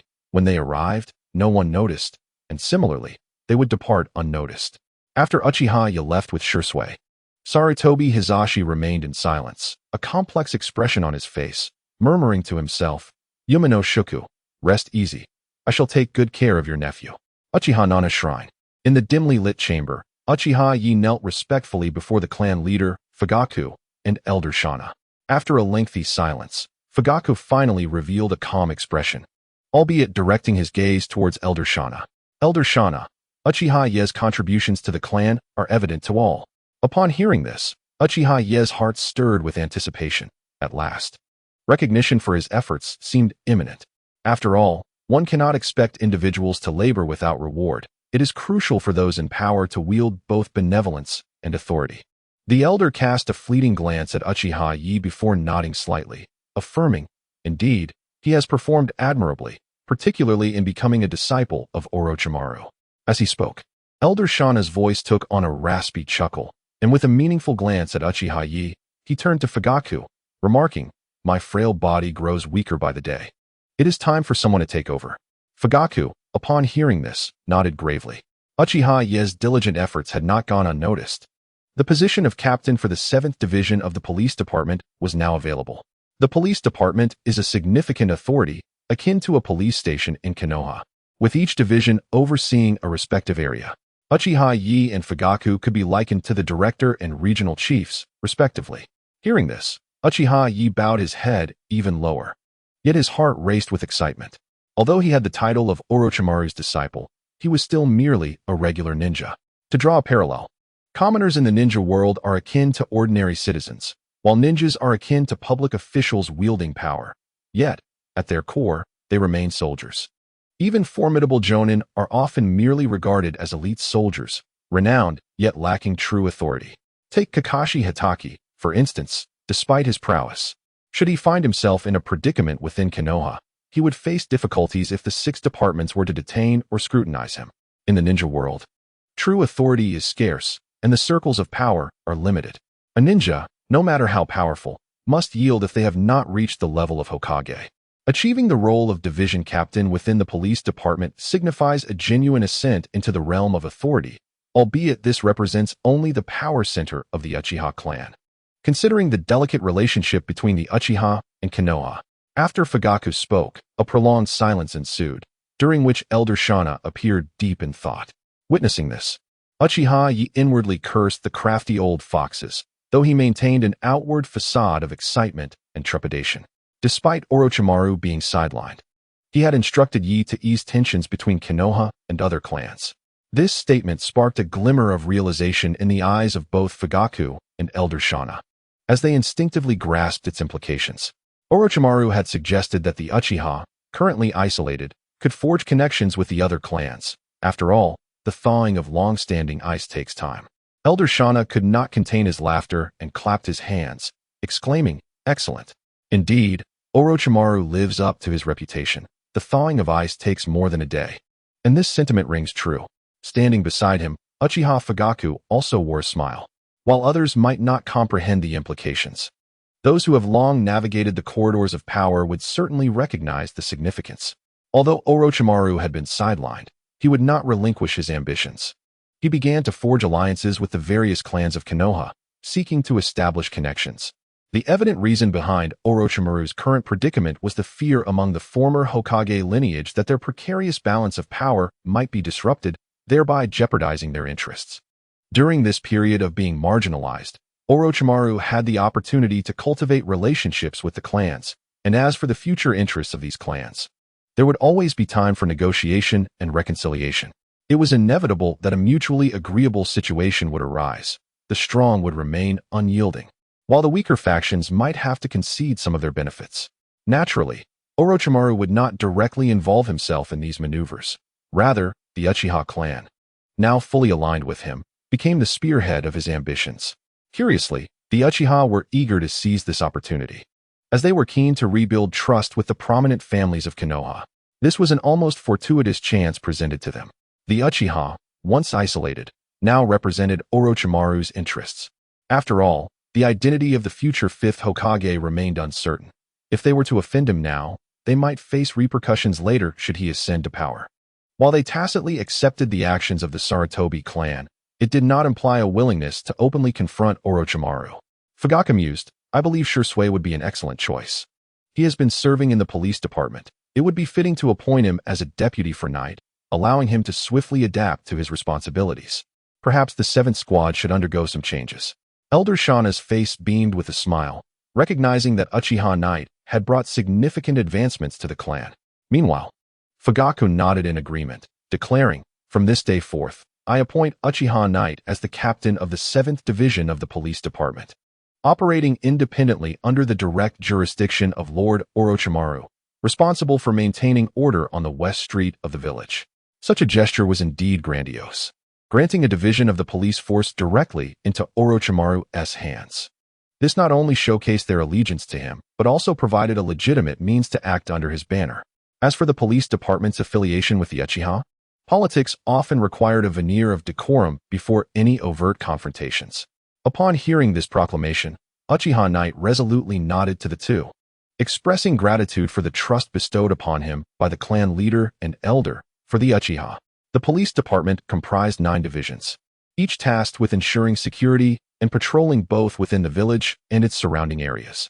While overseeing the village perimeter was a monotonous duty, it involved a larger team, whereas patrolling within the village was comparatively less burdensome. In that moment, Uchiha Knight was filled with exhilaration. He had genuinely stepped into the epicenter of power and begun to wield a portion of authority. He would now have a voice in the family council. Observing the young Uchiha Knight, Elder Shana could not suppress his admiration, recognizing that they had indeed chosen wisely. He had secured substantial benefits for the clan, marking him as a true benefactor of the Uchiha lineage. While appreciation is due, Elder Shana, being an astute veteran, could not refrain from offering a word of counsel.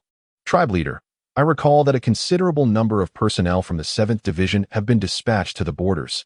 It appears that we are somewhat lacking in manpower." Casting a meaningful glance at the tribe leader, Elder Shana displayed a casual smile. Upon hearing this, Fugaku was momentarily taken aback, but as he observed the elder's expression, enlightenment dawned upon him. He nodded solemnly, acknowledging the 7th Division is indeed short-staffed, particularly as they are responsible for the West Street. At that moment, both Uchiha Fugaku and Elder Shana regarded him with a contemplative demeanor. Uchiha, internally cursing the insidious bureaucratic nature of the situation, reflected on the omnipresence of such politics. Why can't you just be straightforward? He thought, realizing that had he not spent time in Orochimaru's company, he might not have grasped the underlying implications. Rest assured, esteemed elders, many of the village's elite have returned alongside Orochimaru-sensei. The 7th Division will be restored to its full capacity with utmost urgency. Instantly, smiles graced the faces of both the elders, who silently commended the young man for his perceptiveness, recognizing that at such a tender age, he possessed remarkable clarity of thought. The earlier insinuation was quite transparent. The shortage in the 7th Division was merely a pretext to offer this team to Orochimaru as a gesture of goodwill. A task force composed of Uchiha and Orochimaru's elite was essentially a means to curry favor, showcasing the Uchiha's generosity in granting practical authority. In the police department of Konoha Southwest Street, within a spacious and well-lit office, Uchiha gazed longingly through the bright glass, his desire for power igniting. The police department comprised 9 divisions, each responsible for overseeing the village, with a total of 200 personnel. Thus, Uchiha had the capacity to command 200 subordinates. Brother the visibly despondent Shisui, the vice-captain of the division, had clearly been grappling with a pall of gloom. The recent upheavals had left a profound impact on him. He had returned to Konoha, fervently hoping for Orochimaru to ascend as the 5th Hokage, only to be met with disillusionment.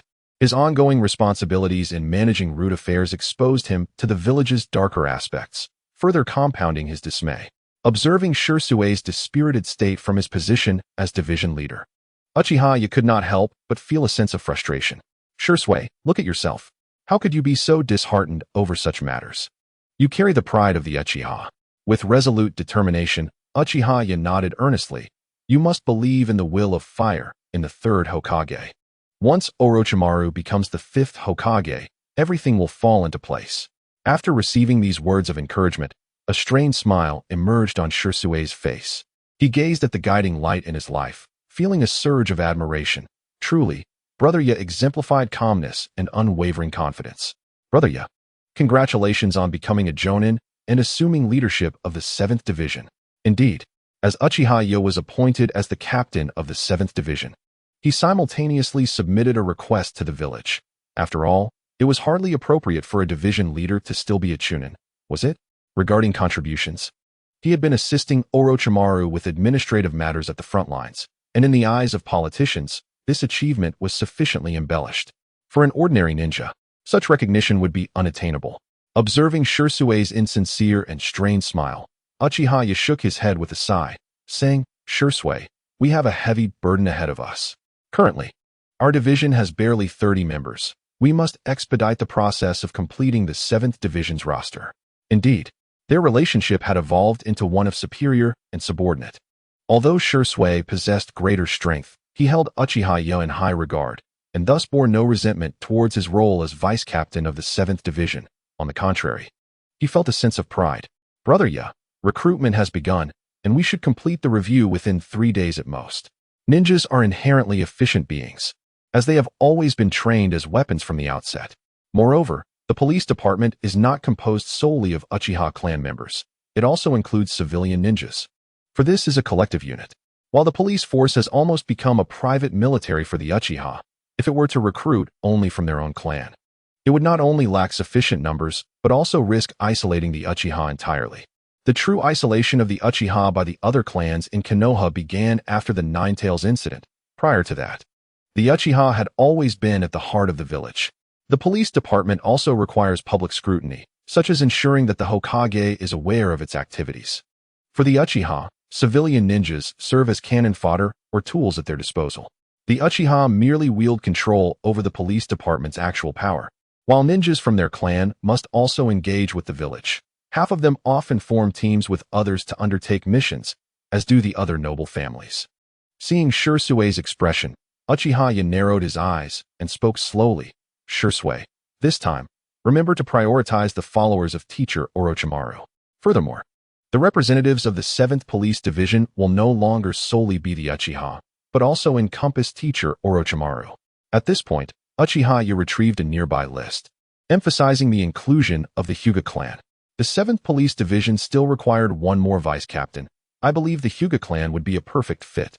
Make sure to inquire about their willingness. Remember to consider Inuzuka, Yamanaka, and other clans within the village, regardless of the decisions made by the prominent families. One thing remains clear. We are representing teacher Orochimaru this time, not merely the Uchiha. Therefore, you must fully comprehend the significance of the 7th Police Division. After hearing this, Shisui lifted his gaze to meet Uchiha Ya's weary expression, his brow furrowed with evident fatigue. This sight filled him with guilt, as if the weight of the clan's responsibilities rested solely on Ya's shoulders. Brother Ya, if this continues, the 7th Division may very well become a sieve, full of holes. Although Uchiha Shisui was powerful, it was evident that his political acumen was lacking. Despite his clear words, the other party seemed unable to grasp the gravity of the situation. Raising his head, Shisui observed a hint of concern etched upon the face of Yoru. With a wry smile and a gentle furrowing of his brow, he sighed and began to explain. Shisui, your prowess undeniably marks you as the foremost genius of the Uchiha clan. However, in matters of politics, you remain rather inexperienced. You are the future of our family, and it is imperative that you delve deeper into the intricacies of political affairs.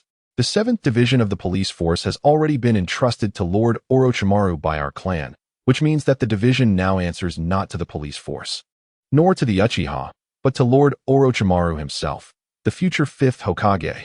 As Yoru spoke, a knowing expression graced his features, while Shisui appeared somewhat bewildered by the implication. I understand, Brother Yoru. This is indeed a gesture from the clan, Shisui replied, clearly grasping only the surface of the conversation. While it was true that the 7th Police Division represented the Uchiha's commitment, under Orochimaru's command, it transformed into something far more significant, no longer merely a private militia, but a representation of Orochimaru's burgeoning political faction, poised to ascend to power. At that moment, Yoru shook his head, finally comprehending why Shisui, in the original narrative, succumbed to despair and sought an end to his life. His disposition, combined with a lack of political acumen, was a perilous combination. The 7th Division of the police force signified allegiance to Lord Orochimaru, and if various clans within the village chose to dispatch ninjas to join, it would reflect their support for Orochimaru's influence. Yoru candidly elucidated the matter, acknowledging his role in its initiation, which was also welcomed by the Uchiha. The 7th Division, bestowed by the Uchiha clan, was not merely seeking elite members. Rather, it aimed to gauge the attitudes of the various families towards Orochimaru. Who would ultimately claim the title of the 5th Hokage remained uncertain, but it was evident that Orochimaru held the greatest prospects. After all, it was in the aftermath of the Nine Tails incident that no Hokage had been appointed for 2 to 3 years, culminating in Orochimaru's eventual defection. It was not difficult to surmise that Orochimaru's delayed ascension to the Hokage position stemmed from the ambitions of Danzo and the Third Hokage. As long as Danzo harbored aspirations of becoming Hokage himself, he would never allow an uncontrollable, youthful candidate to emerge. The Third Hokage's reservations likely stemmed from his belief that Orochimaru had strayed onto a dark path. As for the Sarutobi clan and other families, their motivations were merely self-serving, seeking to protect their own interests. In the office, observing Shisui's hesitance, Yoru understood the turmoil in his companion's heart but chose not to broach the subject. Some matters are best kept within the confines of one's thoughts, allowing the passage of time to immortalize that particular moment. In a week, the 7th Division of the police force must function normally, and it will require your diligence, Shisui. Upon hearing Yoru's solemn tone, Shisui quickly gathered his scattered thoughts and respectfully nodded. Rest assured, Brother Yoru, the 7th Division of the police force will be fully operational in 1 week. As Shisui made his promise, Yoru gazed deeply into his eyes before lowering his head slightly, exuding an air of concealed emotion. The 7th Division of the Police Department not only embodies the Uchiha clan, but also serves as a liaison between Lord Orochimaru and various factions within the village. Hence, the future direction of their efforts must diverge significantly. One could assert that this 7th Division is a microcosm of Orochimaru's influence, and it is evident that it will undoubtedly attract the attention of all prominent families within Konoha. Brother Yi, what do you mean? Jisue inquired, still somewhat perplexed. The police department had historically represented the Uchiha, tasked with maintaining law and order. Any criminal activity within the village fell under their jurisdiction. However, given Uchiha Ye's somber tone, it was apparent that a transformation was underway. Observing Jisue's confusion, Uchiha Ye lowered his gaze further, as if enveloped in darkness, and spoke in a hoarse yet resolute voice. In the future, the 7th Police Division will implement a policy that prioritizes ninjas in matters of public order, especially favoring the prominent clans among them. Upon hearing this, Jisue's expression shifted dramatically. He raised his head to regard Uchiha Ye, who had closed his eyes, revealing a look of exhaustion, as if he had made an exceedingly difficult decision. The implication was unmistakable. Under his leadership, he was signaling the political stance of one of the legendary Sannin, Orochimaru, elevating the status of ninjas while simultaneously delineating a hierarchy within the ninja community. In essence, when prominent clans and ordinary ninjas transgressed, the former would be afforded leniency, while the latter would be held to strict accountability. Furthermore, in disputes between civilians and ninjas, the latter would be favored. Although not explicitly stated, a clear demarcation of social status was established. Jisue's expression darkened upon hearing this, and he could not restrain himself from responding somberly. Brother Yi, we are not in a time of war. Such actions will invite significant controversy. This implicit stratification of social standing was typically reserved for wartime, as ninjas, often on the front line and under immense stress, could easily provoke discord upon their return.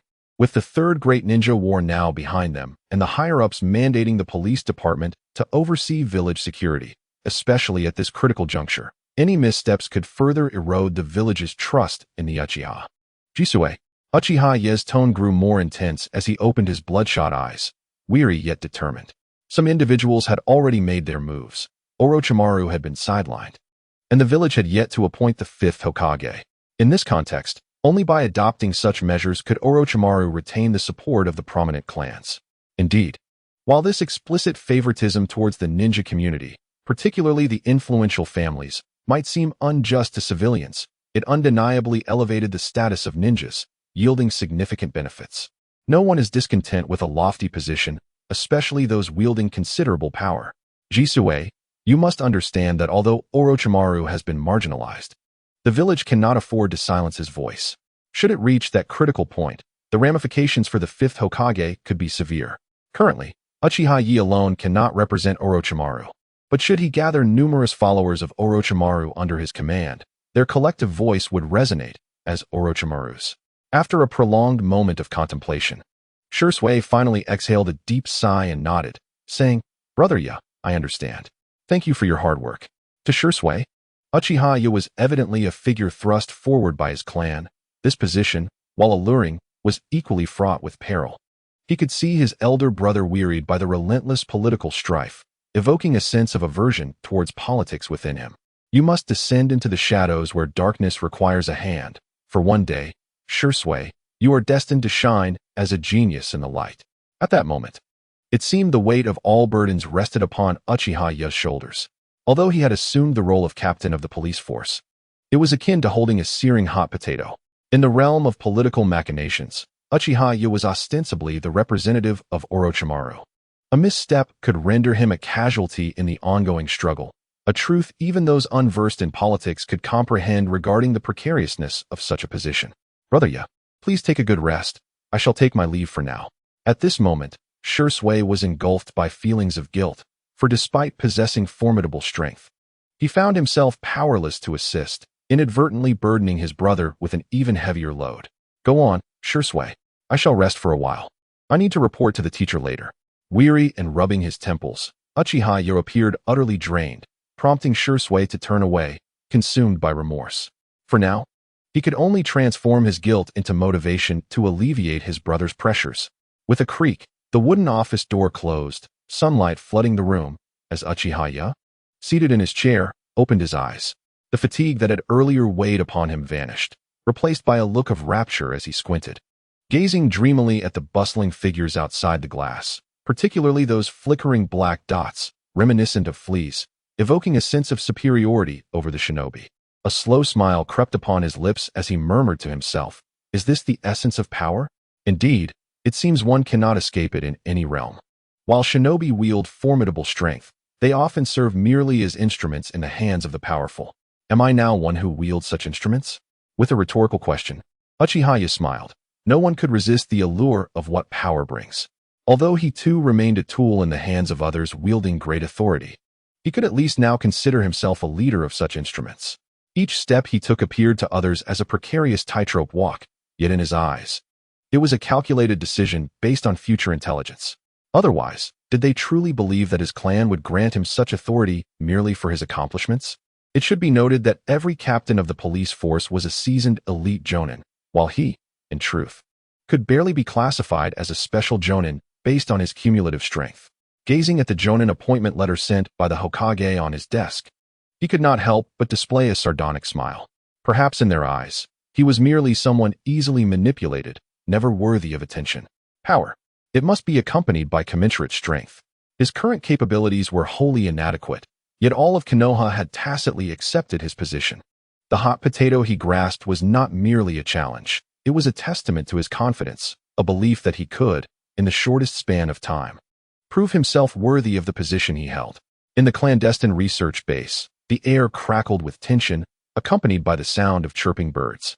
With a flash of lightning, Uchiha unleashed his Chidori, the piercing strike transforming his target into mere yellow mud. In an instant, his direct blade was drawn, the sharp clang resonating as it clashed against a kunai. Without hesitation, Uchiha surged forward like a bolt of lightning, his exquisite swordsmanship radiating a chilling brilliance. Opposing him was Orochimaru, who wore an unsettling smile as he deftly parried with his kunai. Your swordsmanship is commendable. However, if only you could enhance your mastery of lightning chakra manipulation, the true power of this blade would be revealed, Orochimaru assessed candidly. In the next moment, the blade's glimmer sliced through the air, and Orochimaru transformed into a mud clone. Witnessing this, Uchiha gasped, acknowledging the formidable prowess of the legendary Sannin. Orochimaru's hand signs were executed with astonishing speed, as noted in the comprehensive dossier on him. Wind style? Great breakthrough. With a thunderous roar, Orochimaru ascended into the air, unleashing a torrential wind from his mouth, leaving Uchiha scrambling to defend himself against the onslaught. The ground trembled violently as the hurricane swept across, uprooting the very earth beneath them. As the smoke began to settle, Orochimaru gracefully descended, a rasping smile illuminating his face as he gazed at the figure obscured by the mist. Ah, is this the terror of the bloodline-limit? It seems your innate talent has blossomed with the advancement of your lineage. In just 2 short months, your chakra aptitude has surpassed that of ordinary ninjas in both quantity and control, he remarked, his voice tinged with a peculiar admiration. Fascinating, truly fascinating. The human body harbors boundless treasures, he mused, his gaze fixated on the figure shrouded in fog. It was not solely the bloodline clans that exhibited such phenomena.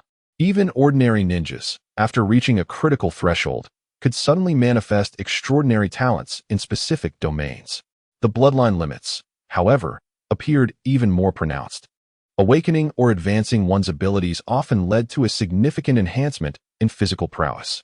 A quintessential example being Haku, who, upon fully awakening his bloodline, effortlessly eliminated all opponents despite having been weak prior. As the dust settled, Uchiha emerged, coughing and wincing from the stinging pain coursing through his body. He forced a smile as he regarded Orochimaru, who was still grinning enigmatically in the distance. Teacher Orochimaru, your methods are rather ruthless, wouldn't you agree?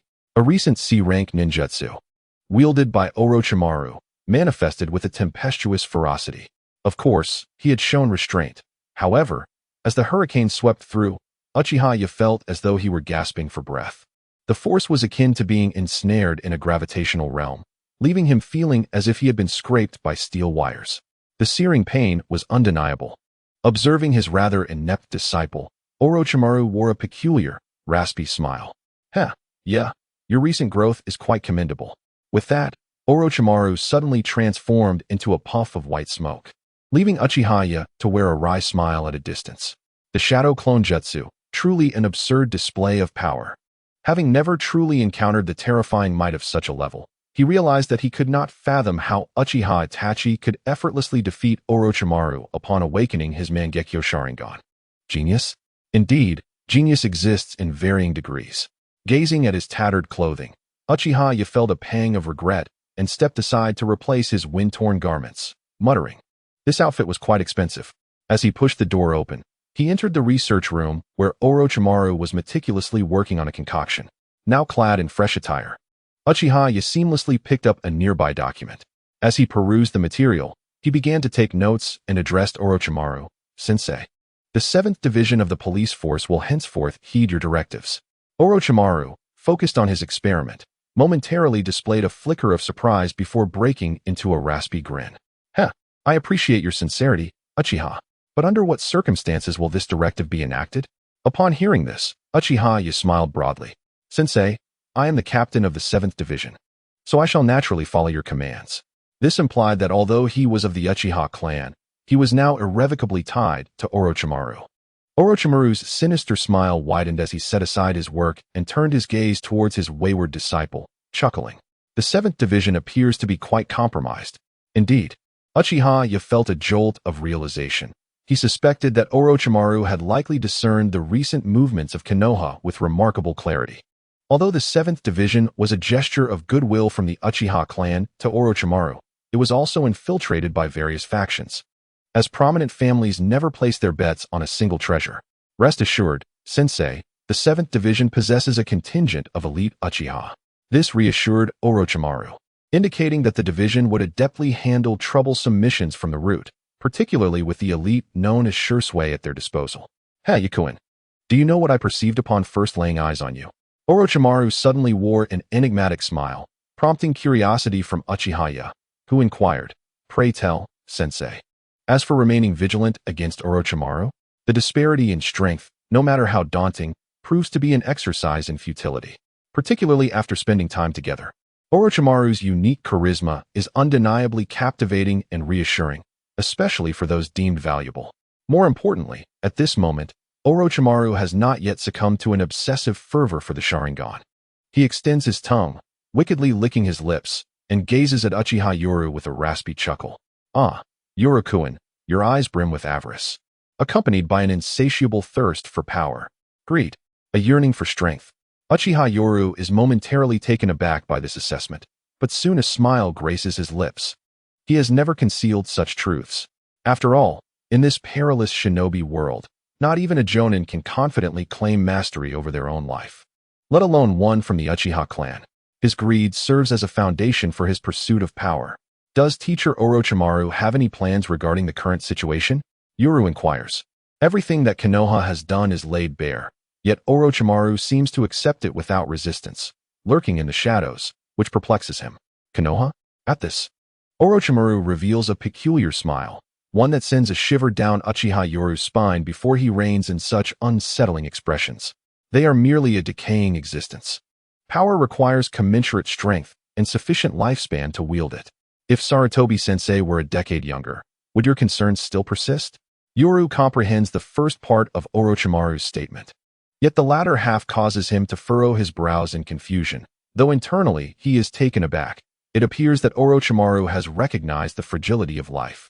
The vulnerability of life on the battlefield, coupled with the fact that the Third Hokage, now aging, has begun to focus on political maneuvering, further emphasizes this fragility. No wonder Orochimaru later appeared to be an indomitable force, relentlessly researching various jutsu aimed at overcoming the frailty of existence. Despite this understanding, Uchiha feigns ignorance and states solemnly, "Teacher Orochimaru, the elders of our clan have mentioned that the Sarutobi clan seems poised to nominate Sarutobi Shinji as the 5th Hokage."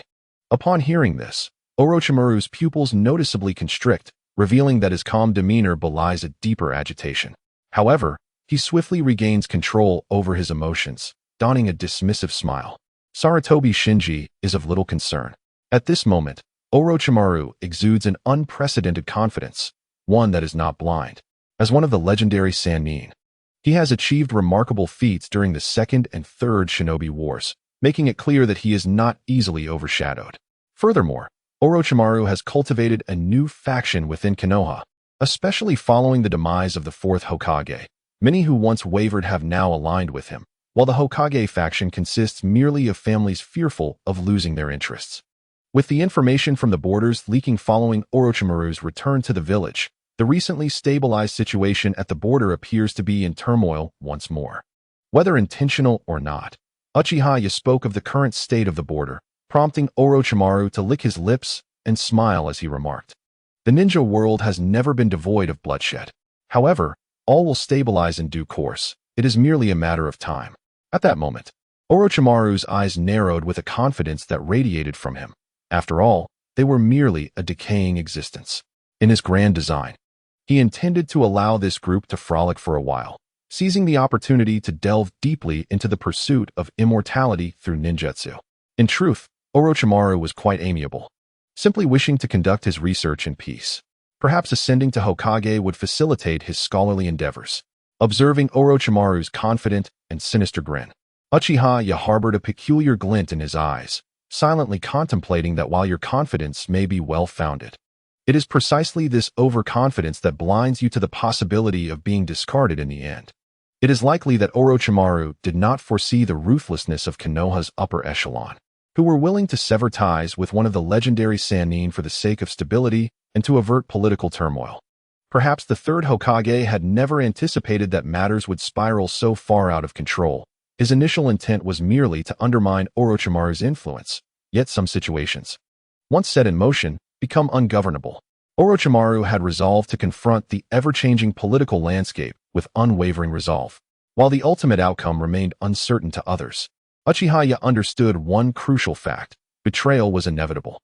The circumstances that compelled Konoha's leadership to make such a decisive judgment were likely rooted in the vast and intricate web of power surrounding Orochimaru. Only swift and decisive action could resolve the chaos. "Orochimaru-sensei, I can discreetly provide experimental subjects from the village's police department's prison. Just say the word when you're ready."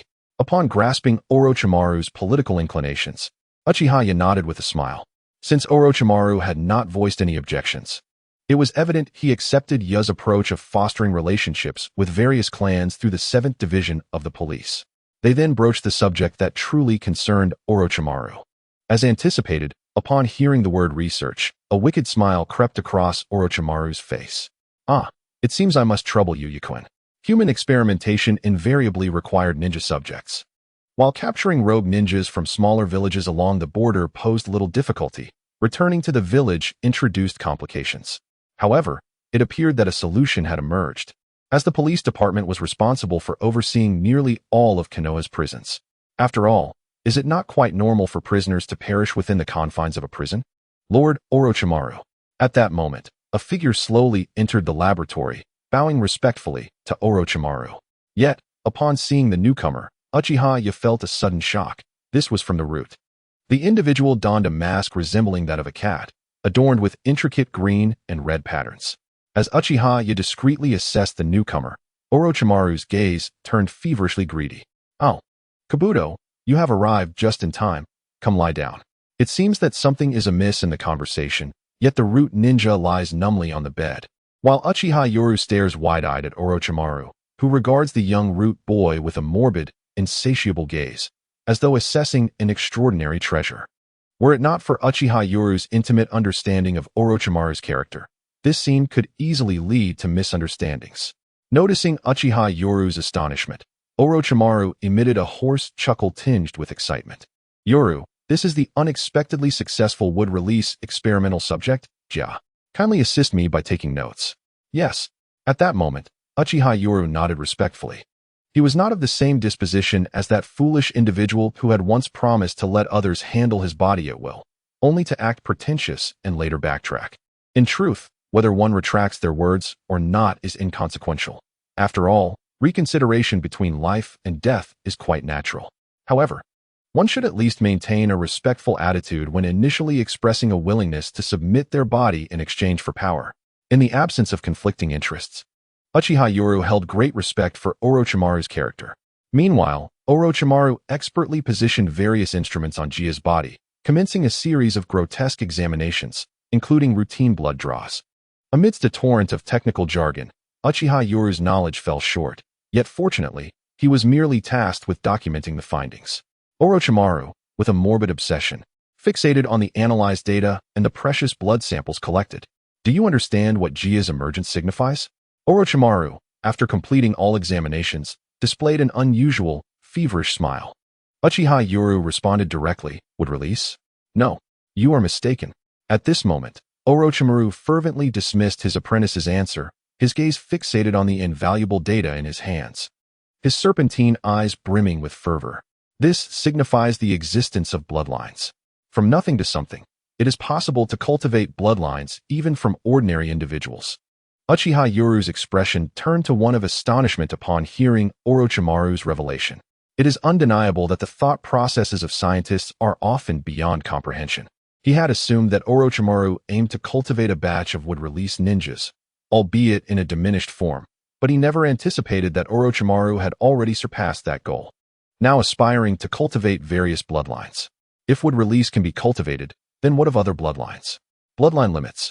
A mysterious existence that has never vanished from the entire ninja world. The highest echelons during the Warring States period were the bloodline clans, representing immense power, followed closely by the Secret Techniques clan. Should this challenge be overcome, and if bloodlines could proliferate, it would indeed cause seismic shifts throughout the ninja world. Orochimaru-sensei, are you suggesting? Uchiha Yoru seemed to grasp something profound. Orochimaru, upon witnessing this realization, nodded fervently, indeed. Although Jia's would-release pales in comparison to the first Hokage's, if we can conquer this cultivation hurdle, I shall be able to personally create a bloodline clan.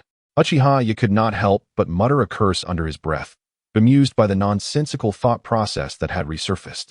He had anticipated Orochimaru would discuss the cultivation of all bloodlines within the ninja world, yet here they were, back at square one. Indeed, the mind of a scientist eluded him entirely. However, outwardly, Uchiha feigned an expression of excitement, for if his teacher Orochimaru could indeed cultivate a few would-release ninjas, it would greatly bolster the stability of the 5th Hokage's position. This display of enthusiasm from Uchiha left Orochimaru, who was equally thrilled, feeling somewhat disheartened. A flicker of frustration passed through his serpentine eyes. Clearly, their common language was not quite aligned. How could one possibly believe that a handful of would-release ninjas could secure the position of 5th Hokage? Should it not be far more magnificent for him to create an entire clan of bloodlines with his own hands? Like the legendary sage of 6 paths, he aspired to be a god capable of creating all things. 2 individuals, 2 minds, yet their thoughts were utterly divergent. Despite Orochimaru's palpable excitement, he suddenly realized that his joy was unshared, leading to a profound sense of dejection. With a husky wave of his hand, he said, Yakuin, the subject Kakashi will remain with me for the time being. Remember to keep this confidential. Clearly, Orochimaru had acquired Kakashi from Danzo, who, although would-release was rare, deemed Kakashi's abilities to be a mere diluted bloodline compared to the first Hokage's. Thus, Danzo was willing to part with him. Perhaps Danzo, in collaboration with Orochimaru, sought to revive the would-release project, hoping to produce a few more would-release ninjas. After all, no one could ever have too many bloodline users. Who knew if another ninja of first Hokage caliber might unexpectedly emerge? Lord Orochimaru. Kakashi, who had just undergone a rigorous examination and had his blood drawn numerous times, stood shakily after getting off the bed, yet he still respectfully saluted Orochimaru. Having long been accustomed to the indoctrination of the root organization, Orochimaru felt little impact and merely waved his hand casually, saying, Kakashi, thank you for your hard work. I will call upon you if needed.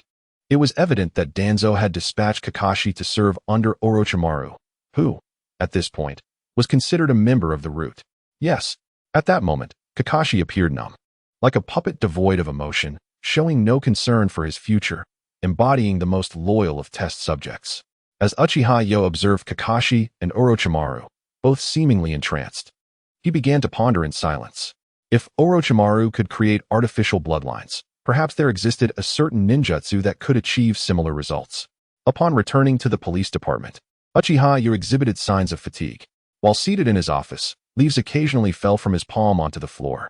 Strangely, these leaves appeared somewhat peculiar, as if they had been subjected to an electric shock, even emitting faint arcs of electricity as they fell. Retrieving a leaf from the drawer and clasping it within his palm, Uchiha could not help but smile. He had evidently sensed a marked improvement. Indeed, enhancing one's physical attributes in certain aspects equated to an amplification of talent.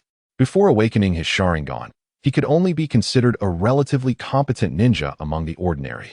But upon activation, it was evident that he underwent a significant enhancement. He could distinctly perceive that the efficacy of his training had accelerated remarkably. For instance, the chakra he previously needed a month to accumulate could now be achieved in merely 10 days after awakening his bloodline. Now, with the activation of the two-tomo Sharingan and further enhancement of his physique, his training speed had once again surged, reaching a level akin to that of a prodigy. Particularly during his training in lightning-style techniques, he believed he had also attained a prodigious status. As he murmured to himself, a faint smile appeared on Uchiha Yoru's weary face. In the realm of ninjas, strength was the most fundamental requirement. Mere status was insufficient without commensurate power.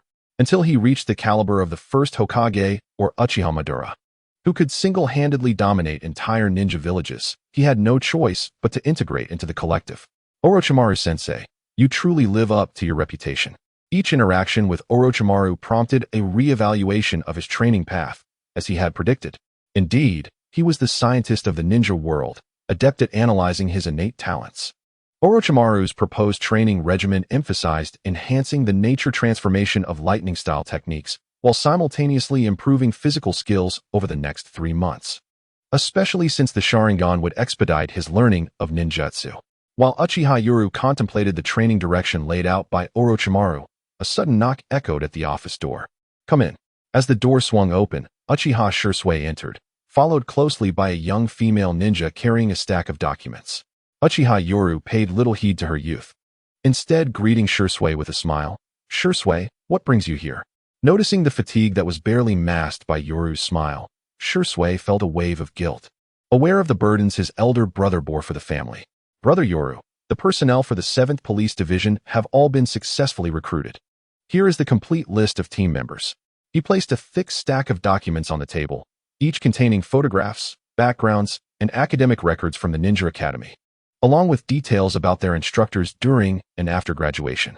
"Brother Yoru, this is Yuzuki Yuin, who is quite adept at handling documentation." Shisui smiled as he introduced the young female ninja behind him, having personally selected her to alleviate some of his brother's workload. "Sir, I am Yuzuki Yuin. I hope to be of service to you in the future." Yuin's youthful, innocent appearance belied her excitement, uncertainty, and a hint of confusion, embodying the essence of a novice ninja just stepping into the world. Observing this scene, while Uchiha Yoru maintained a neutral expression, a tumultuous wave surged within him. Yuzuki Yuin. No wonder she looked so familiar. Beneath her purple hair, her youthful and shy visage stirred a contemplative unease within him. "Brother Yoru." Yuzuki Yuin hails from a common family and graduated last year with perfect scores in her academic subjects. She possesses the meticulousness that could greatly assist the police department. It is evident that beneath the easy smile of Uchiha Shisui lies an intention to find him an aide, a position commonly referred to as a secretary, essentially a person to manage the office affairs. After all, every department and team has the presence of an assistant. In the realm of administrative roles, the majority are typically occupied by women, while the martial aspect is reserved for elite ninjas. Observing Shisui's kind demeanor, Uchiha glanced back with a smile at the youthful and somewhat naive Yuzuki Yuin, who had recently graduated. "Very well. You may leave now to familiarize yourself with the duties," he instructed. "Thank you, my lord," Yuin replied, bowing deeply at a 90-degree angle, her face radiant with eager anticipation for the future. However, the moment Yuin exited and closed the door, the smile on Yu's face gradually turned icy. Similarly, the innocence in Yuin's eyes vanished as she left. Meanwhile, Shisui remained oblivious to the shifting dynamics. The first page of the personnel dossier contained information on Yuzuki Yuin. He narrowed his eyes as he scrutinized the details. She had graduated from the Ninja Academy over 6 months ago at the age of 11, with a team leader who was merely a chunin and teammates of common lineage. Her evaluations noted meticulousness and a rudimentary understanding of medical ninjutsu, with her specialty being swordsmanship. "Brother Ya?"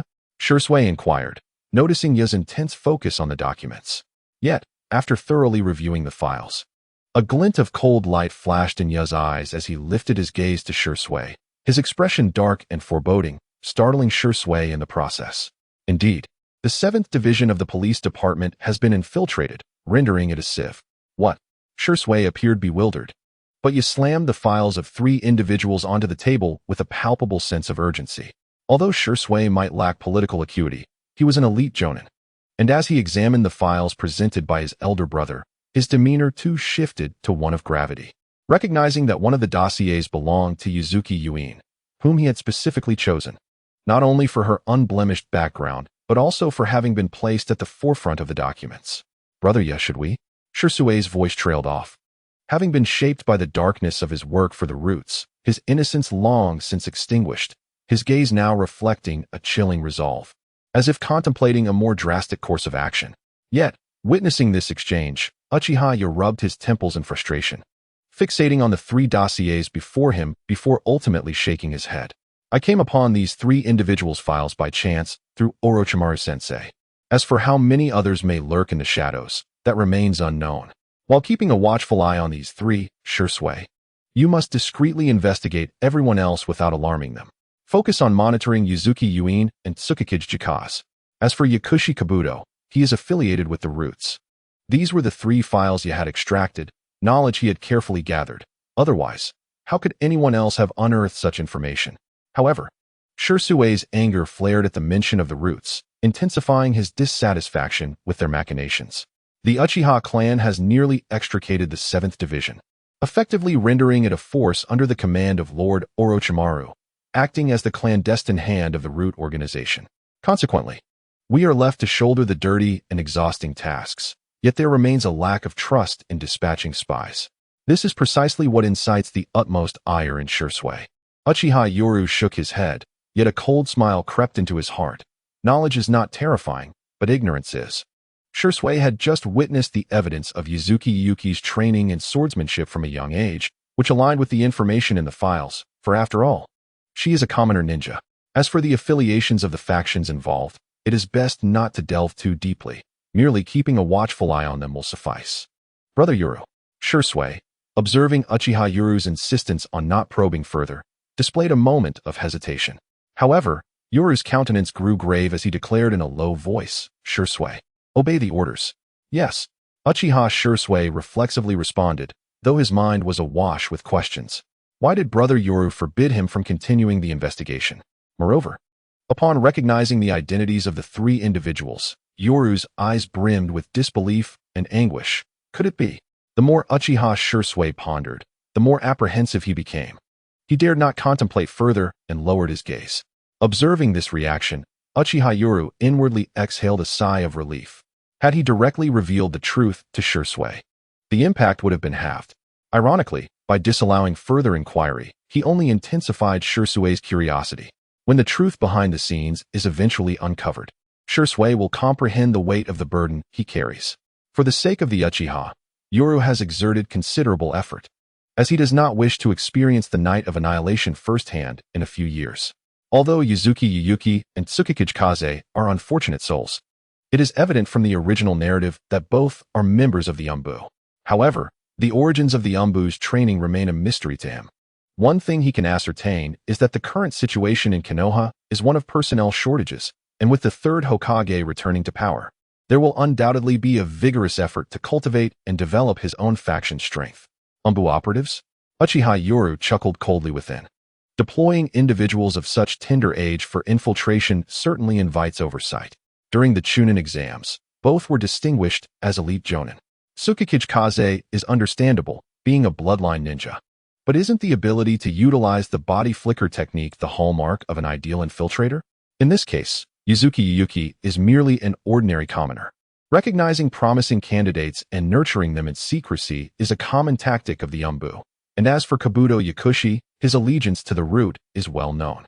Brother Yoru, should we simply dispatch them casually? Or perhaps assign them to work in the prison? Clearly aware that the other party comprises spies sent by the village's factions, Uchiha Shisui contemplated that if they were to refrain from taking action, they must at least push them to the fringes. However, Uchiha feigned an appearance of fatigue and mental strain, waving his hand and sighing. One can guard against a moment, but not against a lifetime. Let us act as if we are unaware. Since you, Yuzuki Shien, have arranged for me to have these individuals by my side, let us not disturb them. As for these 2, the information on Tsukikage Shirphone is rather ordinary, so we shall proceed with the standard protocol to assign him to the patrol security team. Yao Shido's records indicate proficiency in medical ninjutsu. Thus, he shall join the logistics department. Remember, do not raise any alarms for these three. Understood. Uchiha Yi chose to remain discreet regarding the three, for sometimes feigning ignorance proves to be the wisest course of action.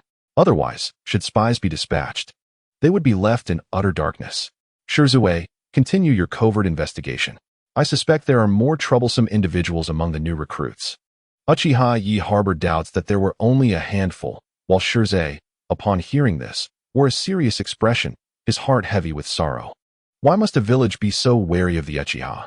On the edge of the village stood a private orphanage, where the bright sunlight illuminated the joyous faces of children, their laughter echoing throughout. Yet, within the depths of a round-eyed boy's gaze lay a complex emotion. Thank you, my lord, for the support provided to the orphanage. Yao Shiyi, donned in a nun's attire with a white headscarf, wore a genuinely warm and grateful smile. Observing this maternal figure, Uchiha Yi returned the smile and waved his hand, saying, "We represent Lord Orochimaru. You are too kind."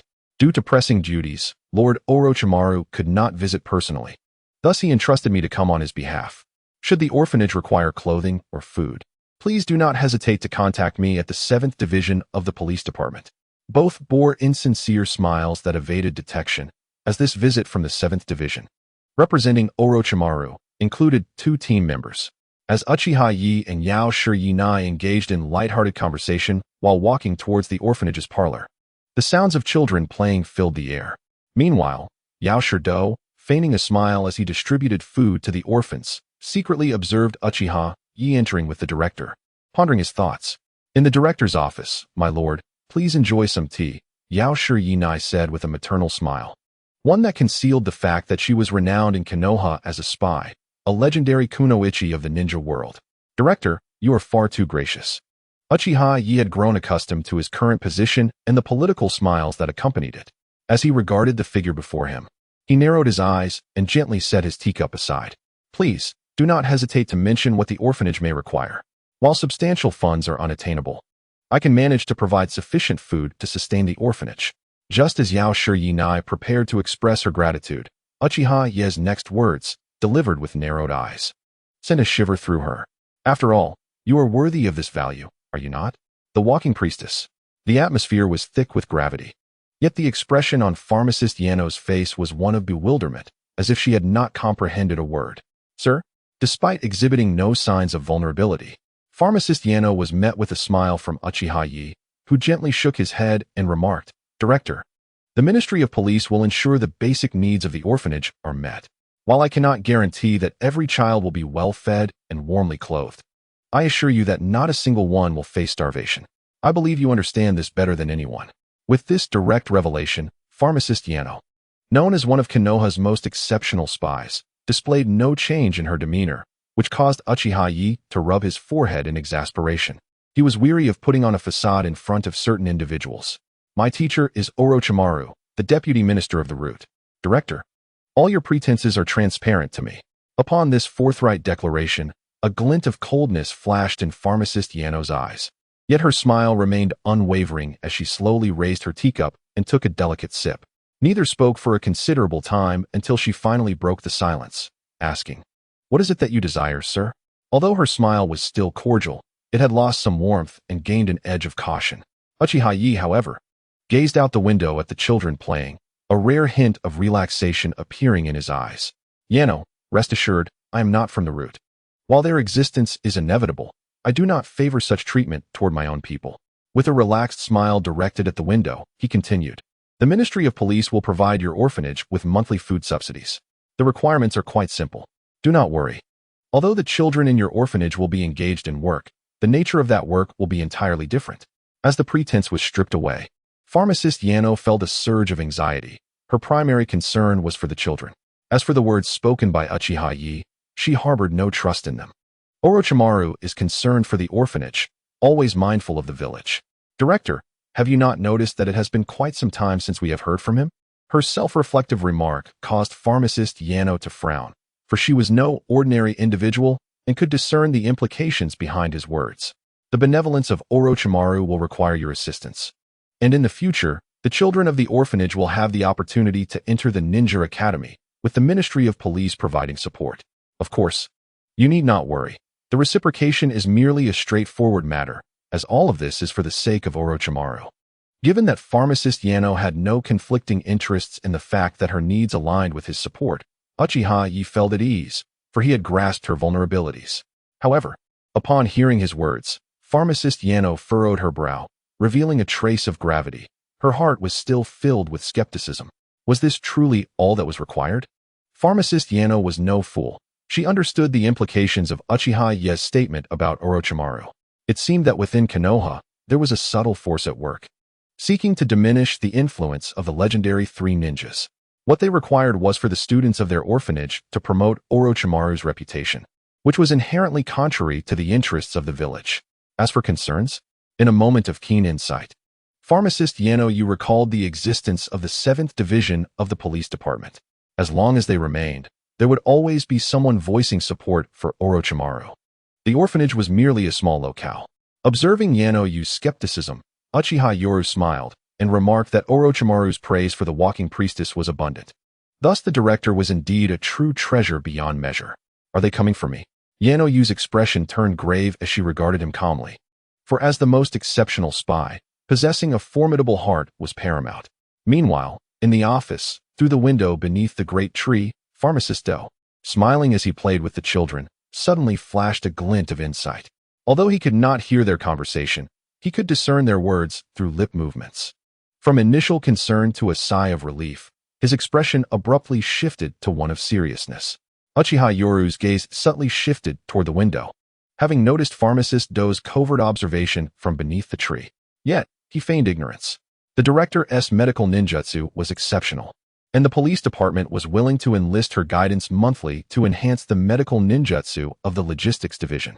At this juncture, Uchiha turned his attention to pharmacist Do, who was engaging with the children, a smile curling at the corners of his mouth. By the way, director, do you recognize that child? As the most astute spy, Yano had already detected the hidden listener outside, yet she maintained her composure. In truth, she preferred to expose everything about the orphanage beneath the watchful eyes of Konoha, as the struggles above had always been beyond her participation. The child's name was Do, and he too had emerged from this orphanage. The director ought to be quite familiar with him. By the way, this child is from the Root organization. Currently, Do was merely 13 years old. Although already an accomplished spy, he paled when he was discovered. Big brother, what's wrong? The surrounding children, noticing the sudden change in the demeanor of the ninja who played with them, innocently voiced their curiosity. Do quickly regained his composure, donning a benevolent smile as he adjusted his appearance and said, "It's nothing. Come here, let me tell you a story about ninjas." While Do appeared to be enjoying himself with the children, his inner turmoil was tumultuous. Uchiha had already discerned his identity. When had he been exposed? Director. The director won't be in any trouble, will she? At this moment, Do's heart was in disarray, and within the office, Yano too exhibited a hint of panic. The so-called strongest spy of Konoha was flustered. The surname pharmacist, coupled with the name Do, evoked troubling memories. A mere glance through the window prompted her to take a deep breath, restoring her calm demeanor. In the blink of an eye, this most exceptional spy of Konoha had analyzed everything. Images of Do sent from Root flashing through her mind, his features gradually maturing into a more rugged visage. While the children outside appeared gentle and refined, she immediately contemplated a certain possibility, although her heart was filled with revulsion toward the Roots. What weighed more heavily was a profound sense of powerlessness. Uchiha, on the other hand, relished the moment as he raised his cup of hot tea, sipping it delicately, a smile gracing his lips that seemed to reflect his enjoyment of such authority. After a considerable pause, he finally set down the empty cup and, gazing at the pharmacist Nanu, who was still eager to refill his tea, he waved his hand with a smile, saying, "From now on, the team led by pharmacist Do will be responsible for liaising between the police department and the orphanage. Supplies will be delivered monthly." "Understood. Thank you, my lord," responded Nanoyu, who, despite being younger and less powerful than Uchiha, displayed a demeanor of respect. This exemplified the advantages that power bestows. As long as one remains within this circle, there are vulnerabilities that can be exploited, necessitating adherence to rules. News would soon reach Danzo's ears. The intent of Orochimaru's master was quite straightforward. Neither side would act recklessly, and the orphanage would remain safe from entanglement. Rising with an air of ease, Uchiha remarked with a smile that his visit could not escape the notice of the village's Umbu and Root, given his status. It would be hard to believe he came without ulterior motives. Thus, his ostensible purpose of visiting the orphanage and utilizing the children to spread the renown of the Sannin, allowing Orochimaru's name to resonate once more through the streets and alleys, was clear. He harbored no fear of the village discovering this. After all, everyone would assume it was Orochimaru who had begun his counteroffensive. "Ha, the tea brewed by the director is excellent. Let us keep in touch," he said, playfully patting the shoulder of the legendary Kunoichi before him, to which Nanayu responded with a smile. "You are too kind, my lord." Their exchange, though seemingly normal, carried an undercurrent of strangeness. Beneath Nanayu's smile lay a bitter truth. She understood that the other party was attempting to win her over, with Orochimaru's apprentice having grasped her vulnerability and, more importantly, conveying a clear intent to make her a double agent. She belonged to Root, and it was certain that Danzo would contact her after today. Root sought to glean information about the other party, while the latter also desired knowledge of Root's affairs.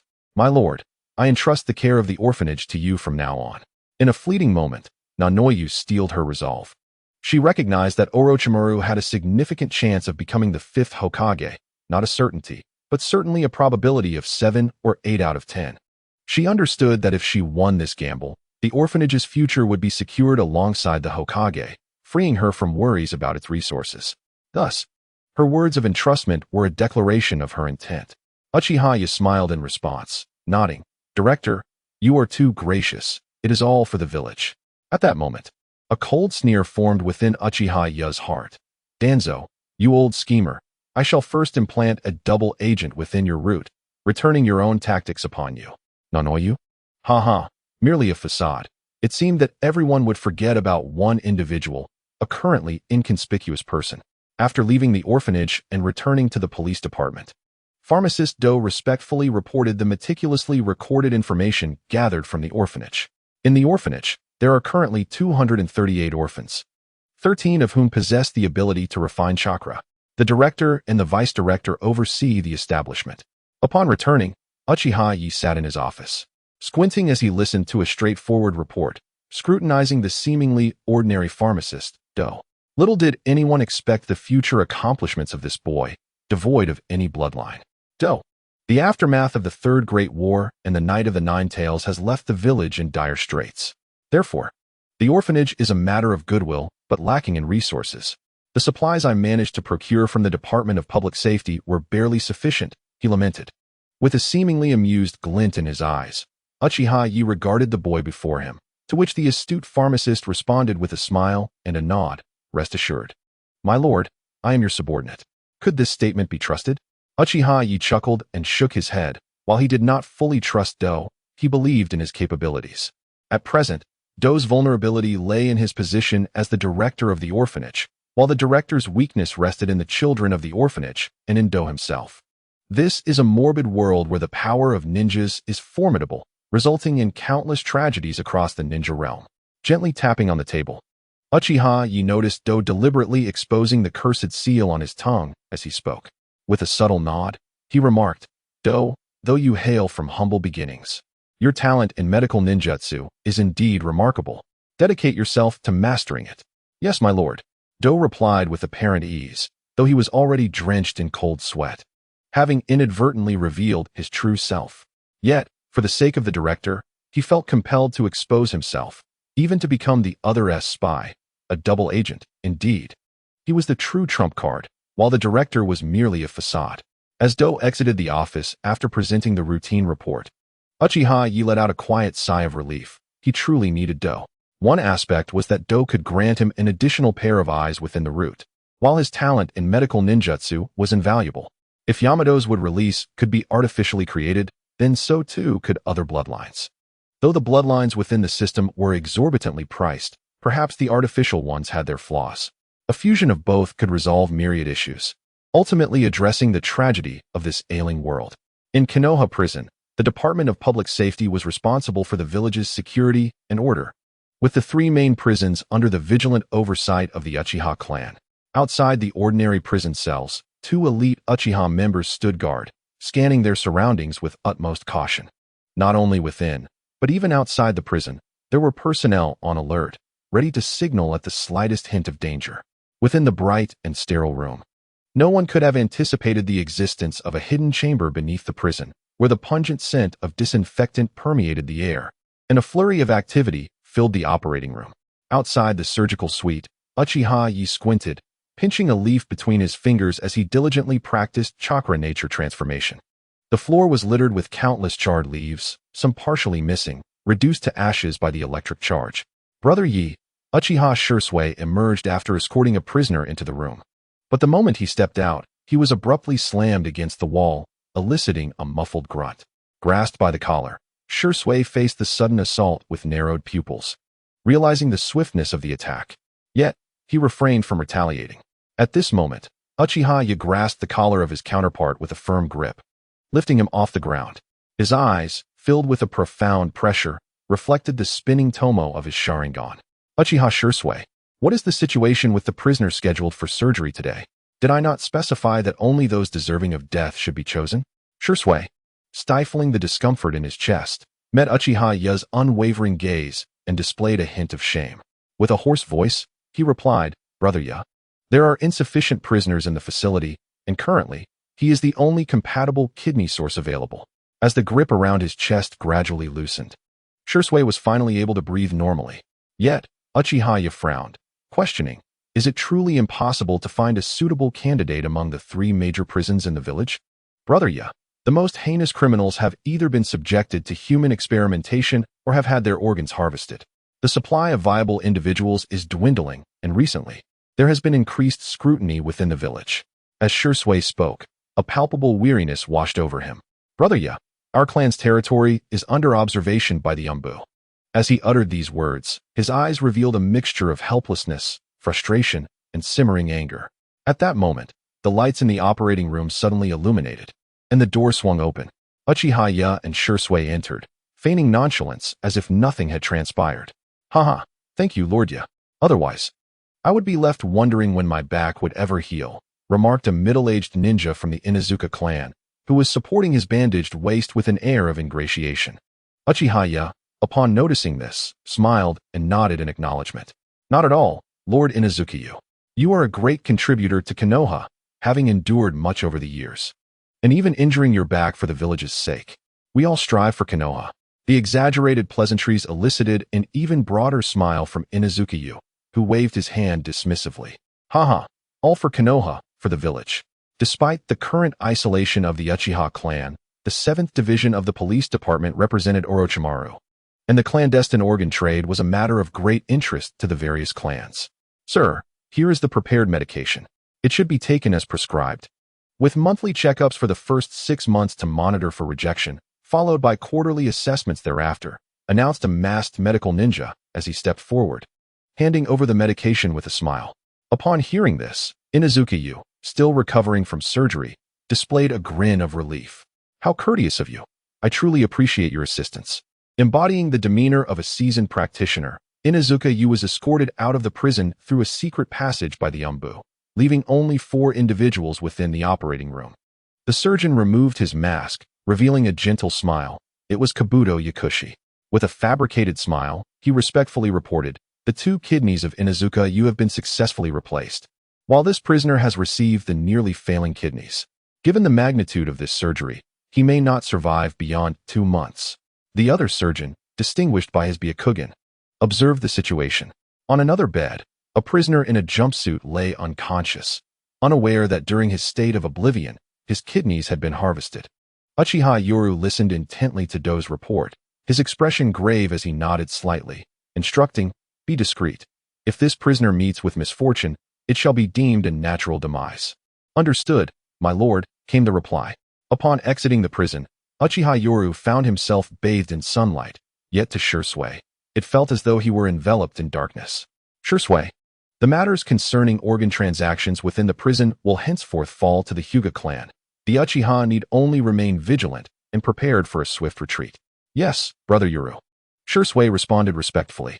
Since the Night of the Nine Tails last year, He had undergone an overwhelming transformation in less than a year, especially as countless events had profoundly reshaped his worldview.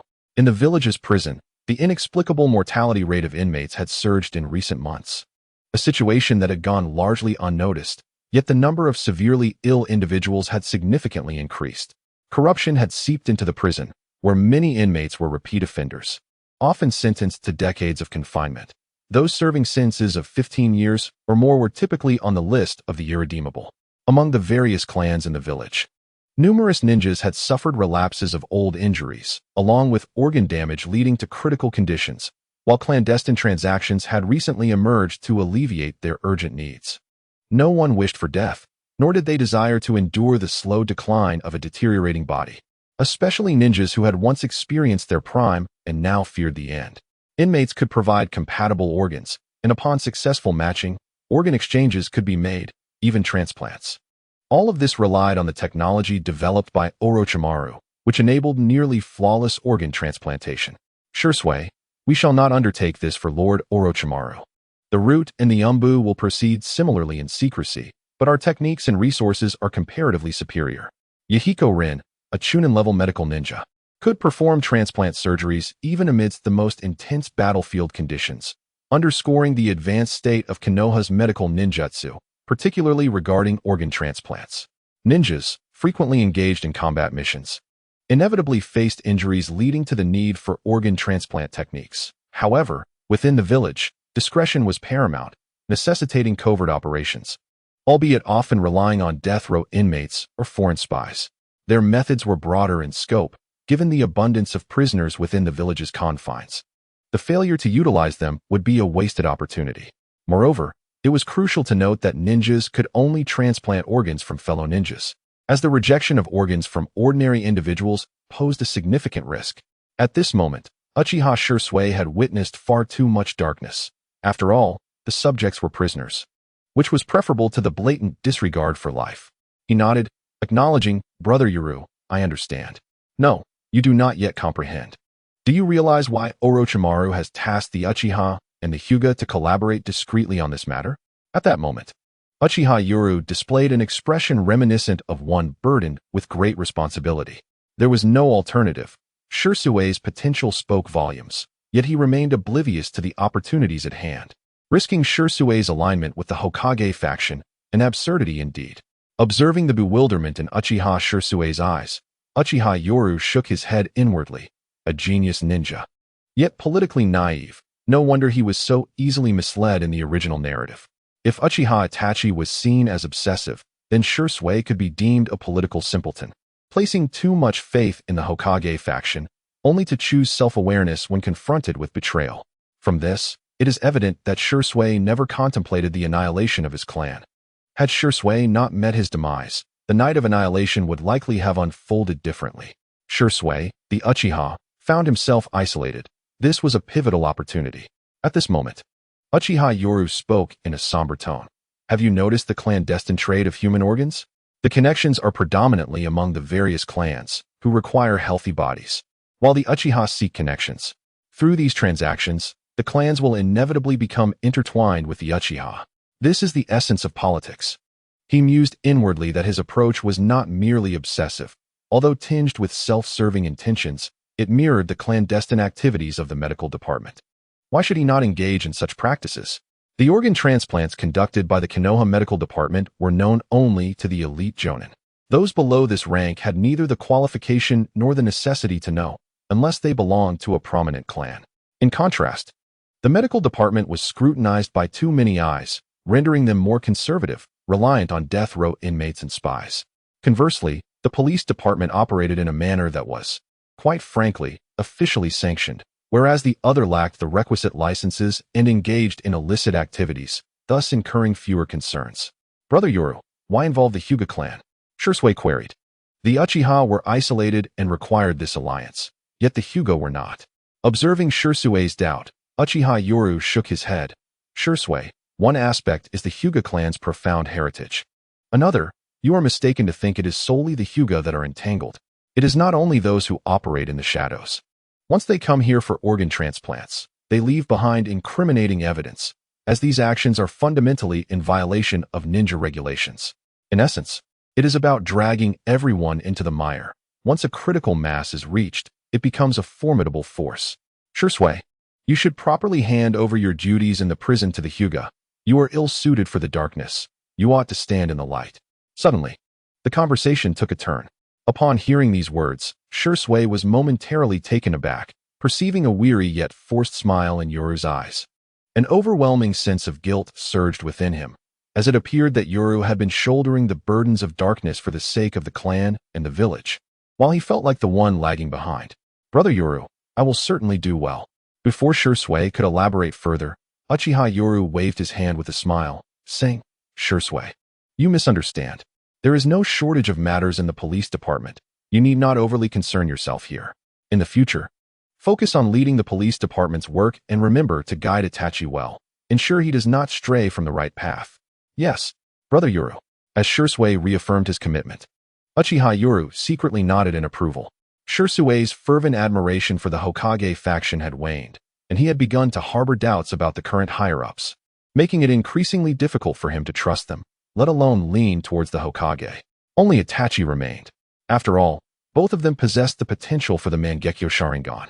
The Uchiha were renowned as the strongest clan, boasting numerous elite jonin, yet a powerhouse of the shadow level was a stabilizing force, especially with the terrifying potential of the Mangekyo. It could be said that he was exerting tremendous effort for the sake of his clan. Root, Lord Danzo. Here is the recent intelligence from the Public Security Department, which reveals that the Uchiha and Hyuga clans are covertly engaging in organ trafficking for personal gain. When Yakushi Kabuto returned to the root, he respectfully presented the intelligence he had gathered. Upon reviewing it, Danzo's lone eye revealed a sinister smirk. It seems the Uchiha and Hyuga have firmly allied themselves with Orochimaru. As he uttered these words, Danzo's cold gaze remained fixed on Yakushi Kabuto, fully aware that the latter had visited the orphanage. However, observing Kabuto's calm demeanor and his discreet information, it appeared that no communication or recognition had transpired between them. This only elicited a cold smile from Danzo. Organ trafficking was trivial in comparison to the more severe human experimentation he had on Orochimaru. This intelligence merely alleviated his suspicions regarding Yakushi Kabuto. In the Hokage's office, the third Hokage, Hiruzen Sarutobi, puffed contemplatively on his pipe, the acrid smoke swirling around him as he furrowed his brow. Before him stood Yuzuki Yugao, reporting on her mission. Organ trafficking. It was the consolidation of various factions that piqued his interest. Sarutobi's frown deepened. In just 2 months, 38 individuals from prominent clans had established ties with the Uchiha. Yugao, have you uncovered any recent developments? Although Yugao was still young, having graduated with commendable aptitude and subsequently joined the Umbu, she was the ideal candidate to approach the Uchiha, being a woman, a civilian by status, and possessing valuable intelligence. After undergoing 6 months of training in the Umbu, this was her opportunity to infiltrate the Public Security Department as a spy. Lord Hokage, the 7th Division of the Public Security Department has not made significant moves in the past 2 months. Their approach to law enforcement appears to have shifted, she stated respectfully while kneeling on one knee. Consequently, the department's conduct towards civilians has become more stringent, whereas they appear lenient towards ninjas and prominent clans. Upon hearing this, Hiruzen's expression softened with understanding. He had indeed heard of the Public Security Department's evolving tactics. In his mind, it was merely a strategy to garner influence, a political signal from Orochimaru. Yet, this very political maneuver filled Sarutobi with a sense of aversion. Now that Konoha was gradually stabilizing, such actions could not persist, as they would hinder the village's restoration of peace. Lord Hokage, here is the list of members from the 7th Division, Yuzuki Yugao added. Respectfully producing the list she had painstakingly compiled. Sarutobi scrutinized the names, a grave expression crossing his features. Orochimaru's methods remained as ruthless as ever, though they seemed somewhat uncharacteristic of him. Yugao, you are aware of the threats posed by the Uchiha. We cannot allow the calamity of the Nine Tails to reoccur. Therefore, I need you to delve deeper. His ambiguous remark prompted a look of reverence from Yuzuki Yugao. Rest assured, Lord Hokage, I shall swiftly earn the Uchiha's trust and procure intelligence from within their clan. He chuckled, youthful and unrestrained, believing that the Uchiha clan was indeed a part of the village. Beneath Sarutobi Hiruzen's gentle smile lay a calculated intent. He required the Uchiha to serve as his eyes and ears within the Umbu. Minister, here is the intelligence collected recently, reported Yuzuki Yuin, having just briefed the Hokage. As a member of the Umbu, it was only natural for her to return and relay her findings. However, while the Hokage offered mere comfort after glancing at the report, the Umbu operated with a singular focus on task completion, disregarding the means. Though the Umbu minister wore a mask, her long hair and figure revealed her identity as the third Hokage's daughter-in-law. She scrutinized the intelligence presented by Yuzuki Yuin, but her brow furrowed with visible dissatisfaction. Yuzuki Yuin, the reason for your deployment in a covert capacity was your youth and approachable identity. Yet, after this extended period, you have only gathered superficial intelligence. The true insights of the 7th Division remain elusive. In the face of the minister's reprimand, Yuzuki Yuin knelt respectfully, absorbing the chastisement. After a prolonged silence, the Umbu minister set the report aside and declared, Yuin, the Kyuubi incident is highly likely a conspiracy orchestrated by the Uchiha. They pose a significant threat to the village. Hence I require you to earn the trust of Uchiha Itachi to obtain deeper intelligence. In the future, it is imperative that we acquire information from within the upper echelons of the Uchiha clan. This is a daunting task. Thus, you must leverage your identity when necessary. Casting a meaningful glance at her, the Umbu minister continued in a solemn tone, you come from a common background and are one of the few female ninjas. You must understand that all of this is for the sake of the village. At these words, the young Yuzuki Yuin trembled slightly, a flicker of struggle evident in her eyes. Yet, when reminded that everything was for the village, she recalled the calamity that befell Konoha on the night of the Kyuubi, the echoes of countless cries resonating in her memory.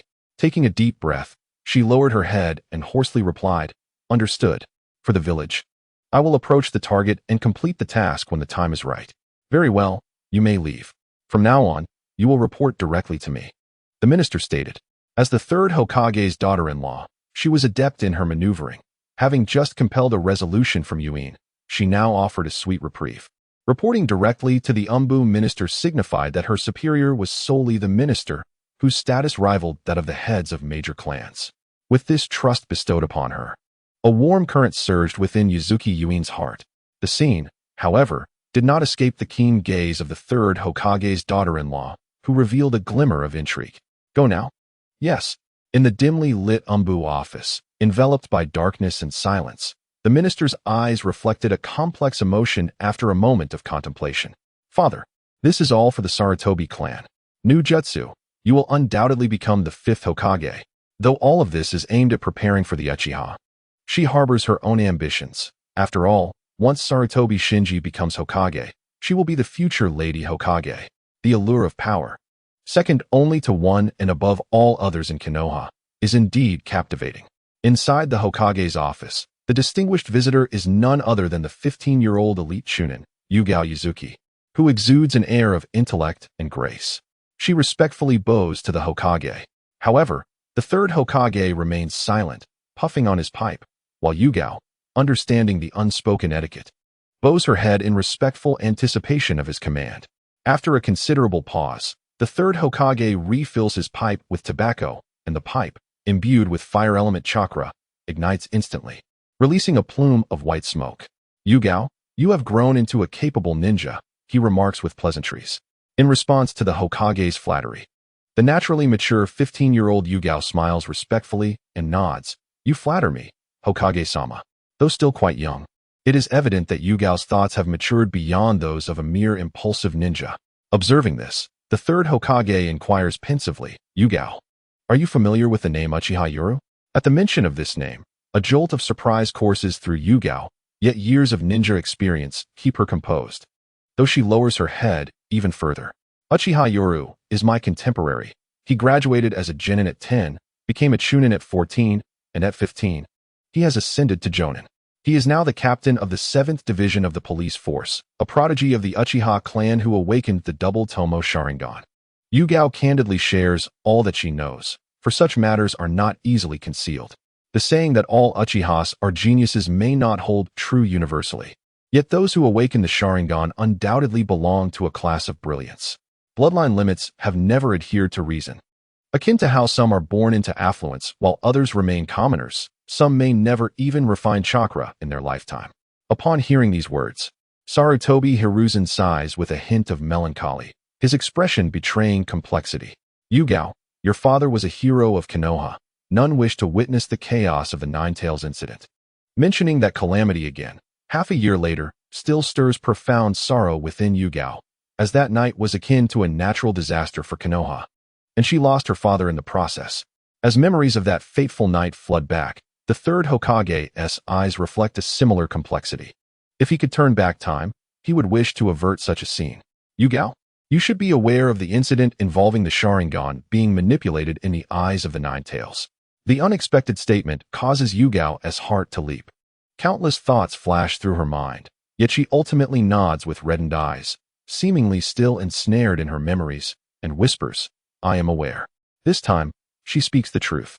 And the third Hokage, upon hearing her, nods with a sense of relief, though his face soon shifts to one of frustration.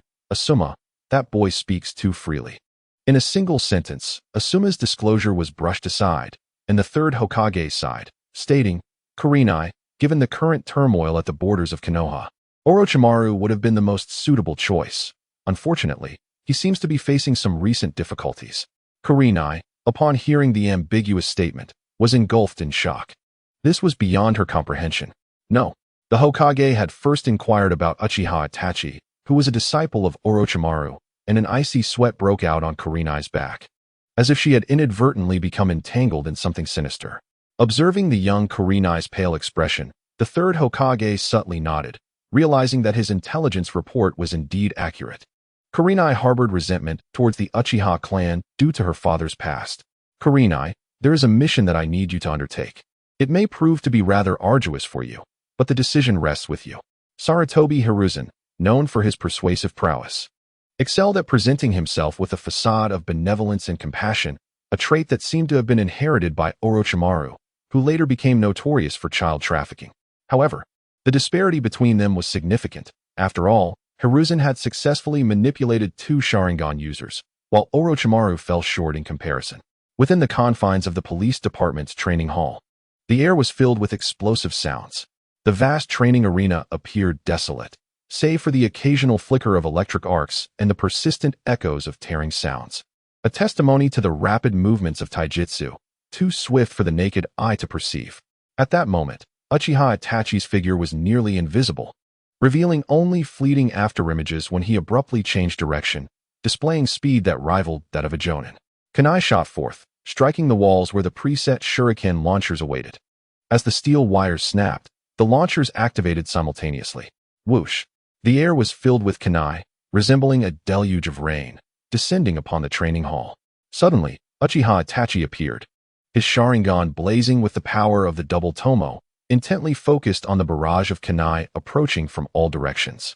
The air resonated with a series of sharp, crisp sounds as Itachi wielded the Kusanagi sword, his body crackling with electric arcs as he unleashed a flurry of afterimages. The relentless onslaught of kunai found it impossible to breach his defenses, and those that lost momentum fell to the ground. The metallic kunai clattered against the bluestone floor with a bright, ringing sound. As the noise came to an abrupt halt, the heavy sound of Itachi's labored breathing filled the air, beads of sweat pouring down his face. Gazing at the scattered, shattered kunai around him, Itachi frowned, realizing he had come perilously close to failure. Though he appeared to have successfully defended against the concentrated assault, he alone knew that one kunai had pierced his back, only to be thwarted by his resilient physique. With his entire being shimmering with arcs of electricity, Uchiha revealed a smile. Indeed, talent is requisite in all aspects, and I now consider myself to be exceptionally gifted. After acquiring the physique of the third Hokage, not only have my chakra attributes reached their zenith, but my aptitude in taijutsu has also flourished immensely. My body feels as though it possesses boundless strength, and my growth in power has accelerated exponentially of late. Host: Uchiha 2 Tomo. Chakra amount: Jonin, 12 cards. Chakra attributes: Fire, LV3, Lightning, LV5, Earth, LV1. Taijutsu, Swordsmanship, LV5, Medical Ninjutsu, LV4. Observing his current attributes, Uchiha smiled with satisfaction. Though enhanced by the Sharingan, his recent training had finally propelled him into the ranks of a Jonin. This advancement was not solely reflected in the quantity of his chakra, but also in his nascent mastery of the nature transformation of lightning. He had officially crossed the threshold into Jonin status, particularly in taijutsu. The increase in chakra amount and mastery over the nature transformation of lightning was entirely attributed to his innate talent. Whether in nature transformation or taijutsu training, there was a sense of remarkable efficiency, leading to rapid progress.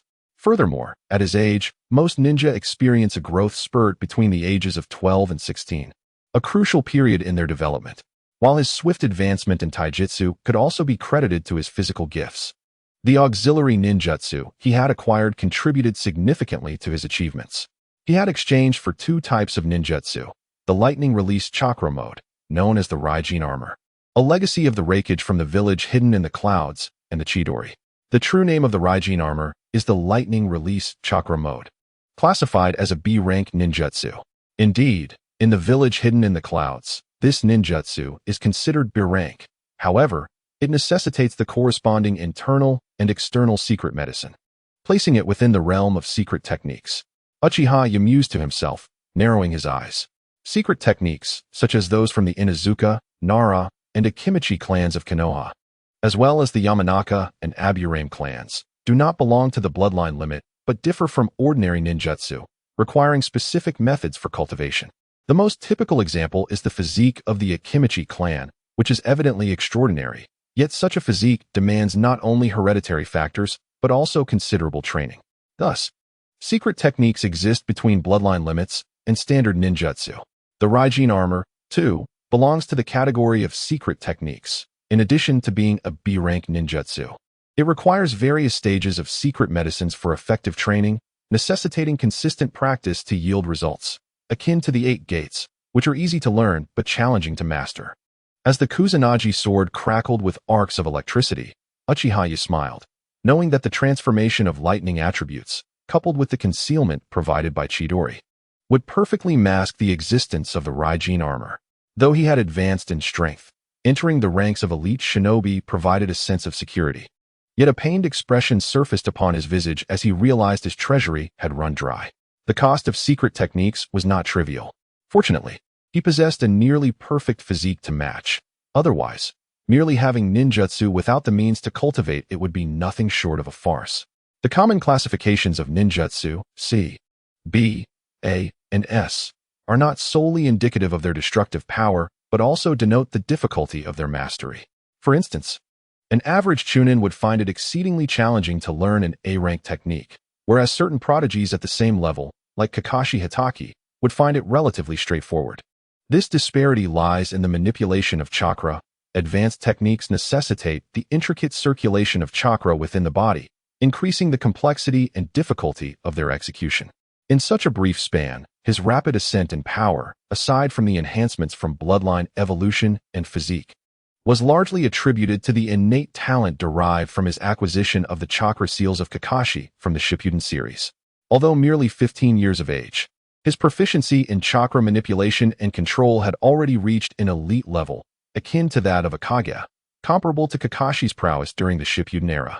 As the crackling arcs of electricity dissipated around him, Uchiha revealed a faint smile and sheathed his straight blade, casually addressing the door, while the double tomo in his eyes gradually transformed back to their normal hue. Uchiha, your progress has been quite remarkable of late, came a voice as the training hall's door swung open. There stood Mitarashi Anko, her eyes reflecting a lingering astonishment, though her expression feigned a facade of pride.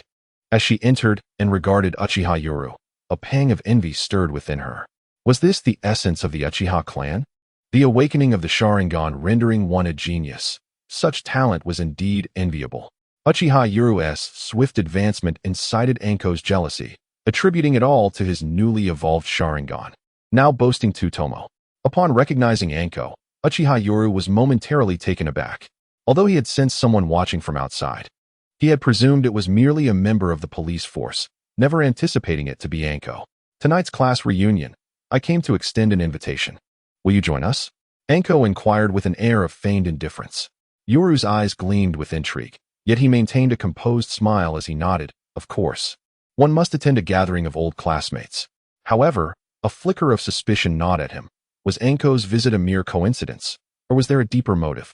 In the heart of Konoha, beneath the vibrant sign of the renowned barbecue joint, the aroma of grilled meat filled the air, a testament to the establishment's bustling business. "I'm here," Anko exclaimed with excitement as she gently parted the Norin, her exuberance evident as she greeted the assembled group within the room. Within the wooden private chamber, a considerable number of individuals had already gathered, most notably the more mature-looking Asuma Sarutobi, who, with a cigarette dangling from his lips, lifted his gaze upon the arrival of a newcomer, momentarily lost in thought.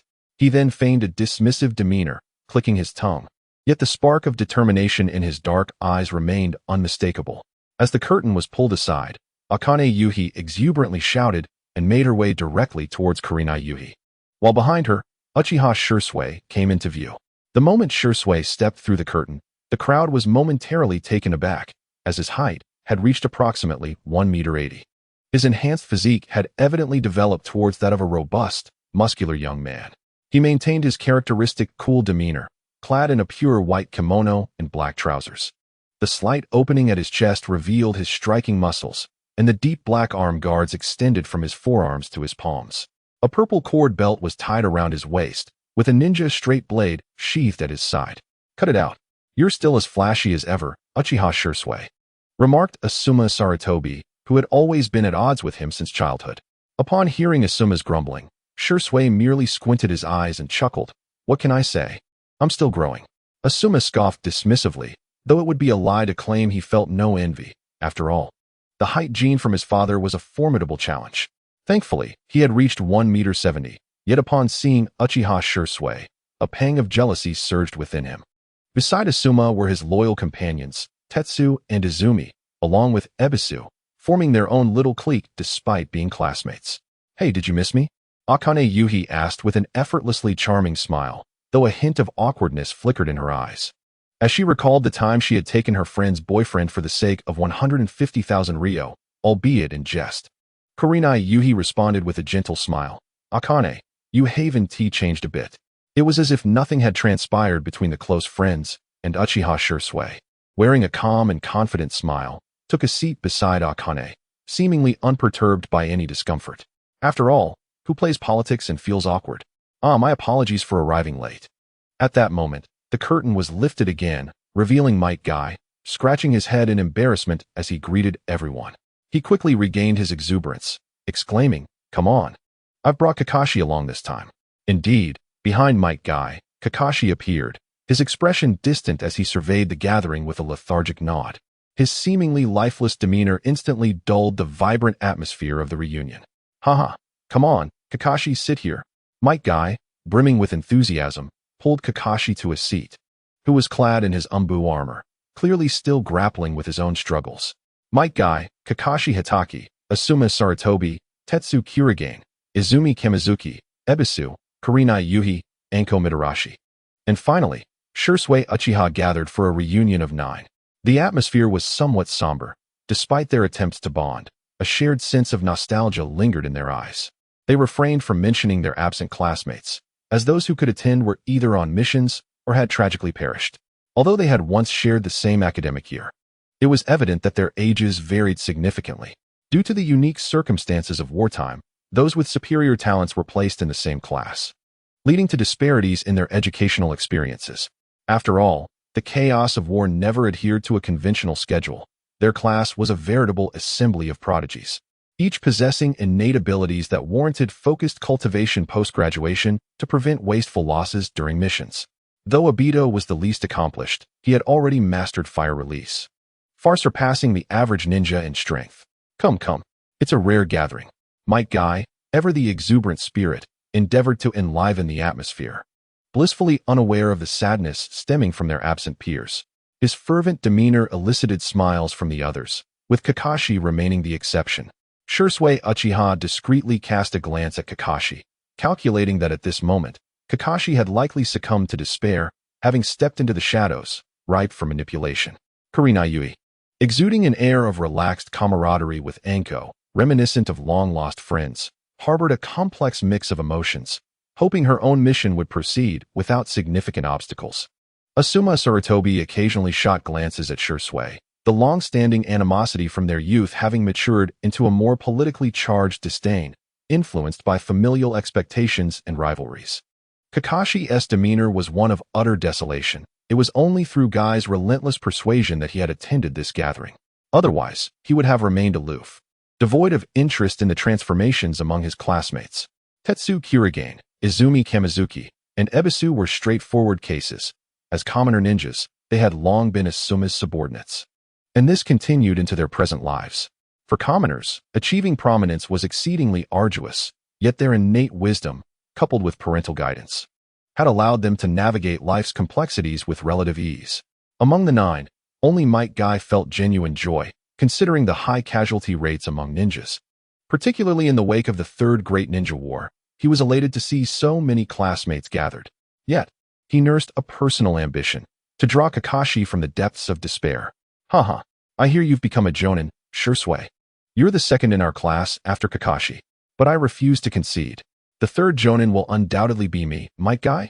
His exuberant laughter resonated as he flashed his iconic thumbs up at Shisui, revealing a brilliant, gleaming smile. Under Guy's encouragement, Shisui momentarily displayed a rare expression of embarrassment. For not everyone could disregard Might Guy's infectious enthusiasm. Humph, becoming a jonin doesn't inherently define one's capabilities, murmured Kakashi, a hint of skepticism lingering in his tone.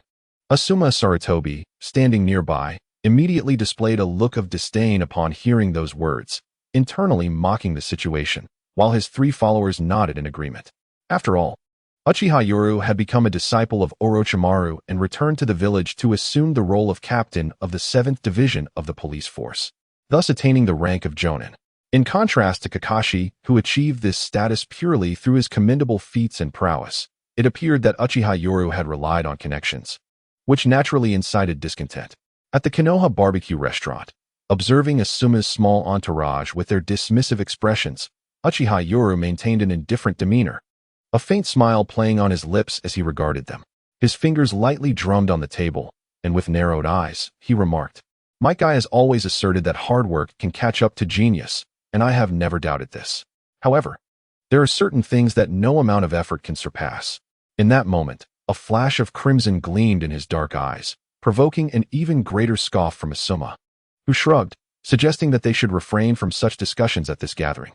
Yet, the expressions of Gongzi Tai, Kamizuki Izumi, and Ebisu betrayed a hint of awkwardness, their hearts heavy with frustration and a profound sense of helplessness.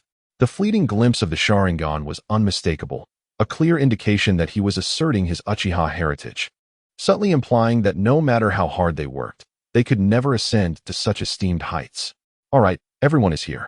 Let's get the meat on the grill," teased Kurenai Yuhi with a casual smile directed at Guy. Although Might Guy was passionate, he was not foolish. His somewhat dense nature belied a keen observational skill befitting a ninja. He immediately grasped Kurenai's underlying message and broke into a hearty grin. "Today, Kakashi and I are treating since we arrived late," he declared. "It must be acknowledged that sometimes the presence of someone like Might Guy is invaluable." Amidst the boisterous laughter, the subtle tensions of differing stances seemed to dissipate, and with the arrival of the barbecue, the group engaged in delightful banter, cherishing this rare moment together. While Uchiha Yoru appeared relaxed and jovial, mingling with the others, he discreetly cast a glance at Kakashi, pondering whether this gathering was truly for his benefit. Kakashi, wearing a morose expression, seemed to be the center of attention today, especially under the boisterous laughter of Might Guy, whose concern never strayed far from Kakashi's demeanor. "Kakashi, Yoru is the second among us to achieve jonin status after you, and he has awakened the Sharingan. I wonder which of you is stronger?"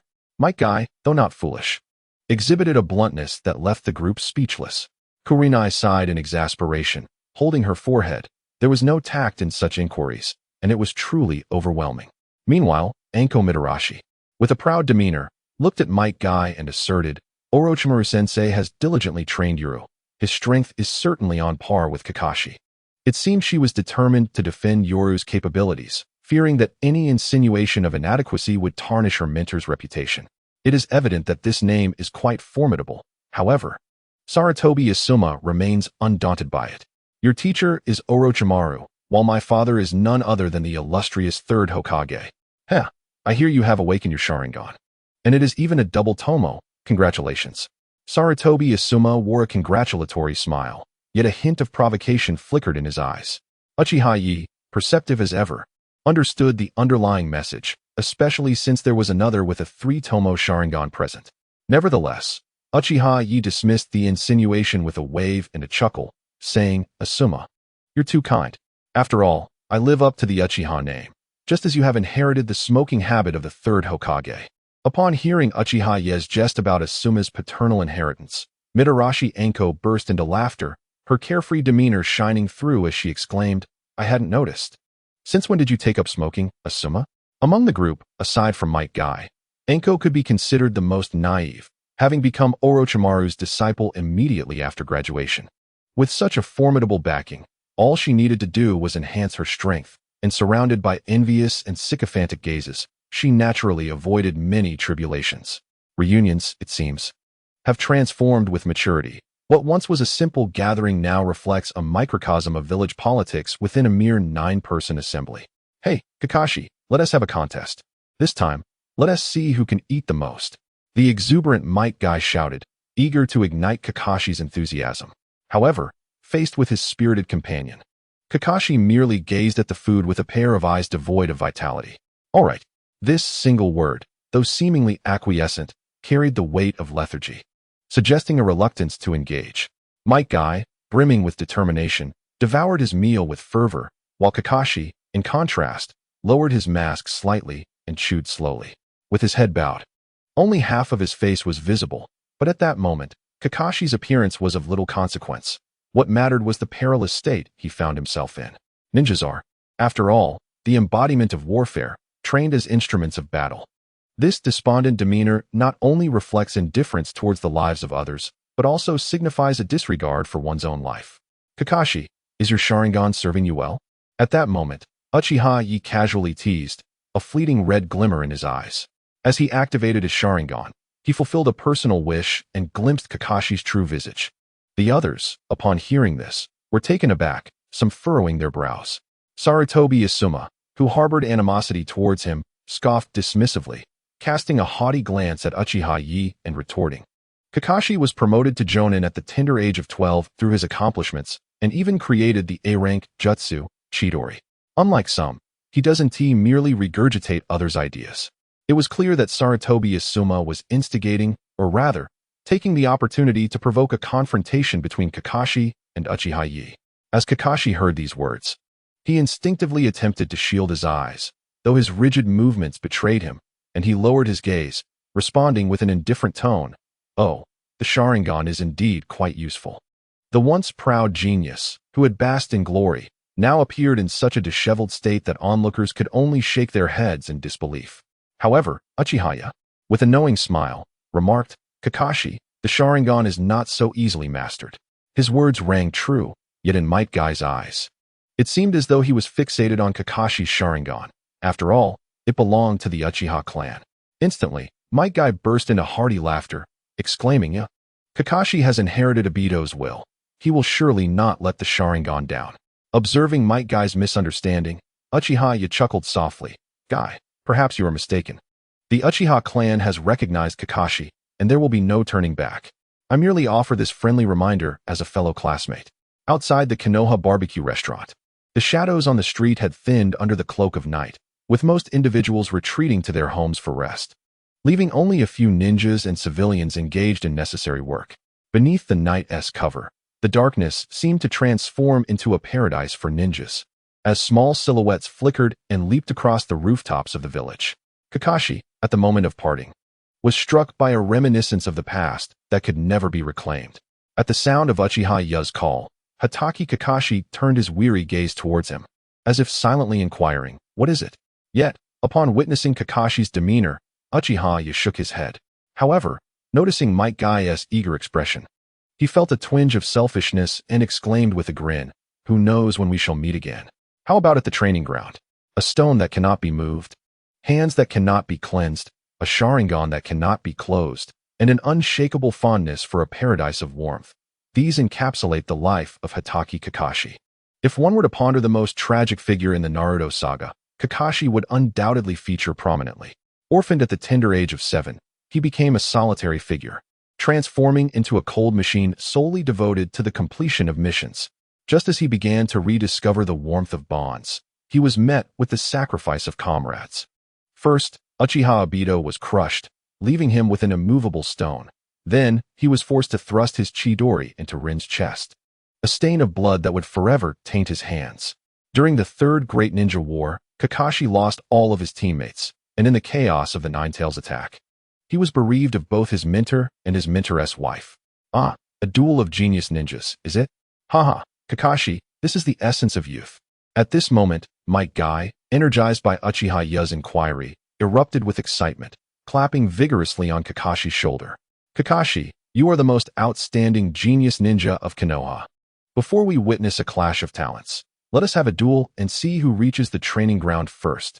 Upon uttering these words, Might Guy winked at Uchiha Ya with what could only be described as a poor performance, as if to convey his gratitude. Uchiha Ya merely shrugged and smiled. He understood Might Guy's intention to assist Kakashi, though he did not believe it would bear much fruit. Nevertheless, it presented an opportunity. The thoughts of Uchiha Yuru remain obscured from others, yet as the gathering approaches its conclusion, an air of intrigue envelopes the crowd, particularly as Sarutobi Asuma casts a knowing smile towards Kakashi. Kakashi, this time, we eagerly anticipate witnessing the true prowess of a jonin. Asuma emphasizes with a slight weight to his words, clearly relishing the prospect of amusement at Kakashi's expense. Upon witnessing this, Yuhi Kurenai's crimson eyes flicker with a glimmer of excitement as she casts a glance at the eager Hinata beside her. Perhaps Yoru is not as lacking in substance as outsiders perceive. After all, he is a disciple of Orochimaru. Hatake Kakashi, with his perpetually indifferent gaze, perceives the intentions of those around him. Just as he contemplates a refusal, Might Guy exuberantly clasps his shoulder and exclaims, Kakashi, my eternal rival, before your contest of geniuses, let us settle our own scores first. I will count to 3, and we shall see who reaches training ground 43 first. The rivalry between Kakashi and Uchiha unfolds as a duel of the Sharingan, and Yoru, you must not bring shame upon yourself. The ever-enthusiastic Mitarashi Anko, undeterred by the unfolding spectacle, fervently cheers for both contenders, the atmosphere thickening with excitement.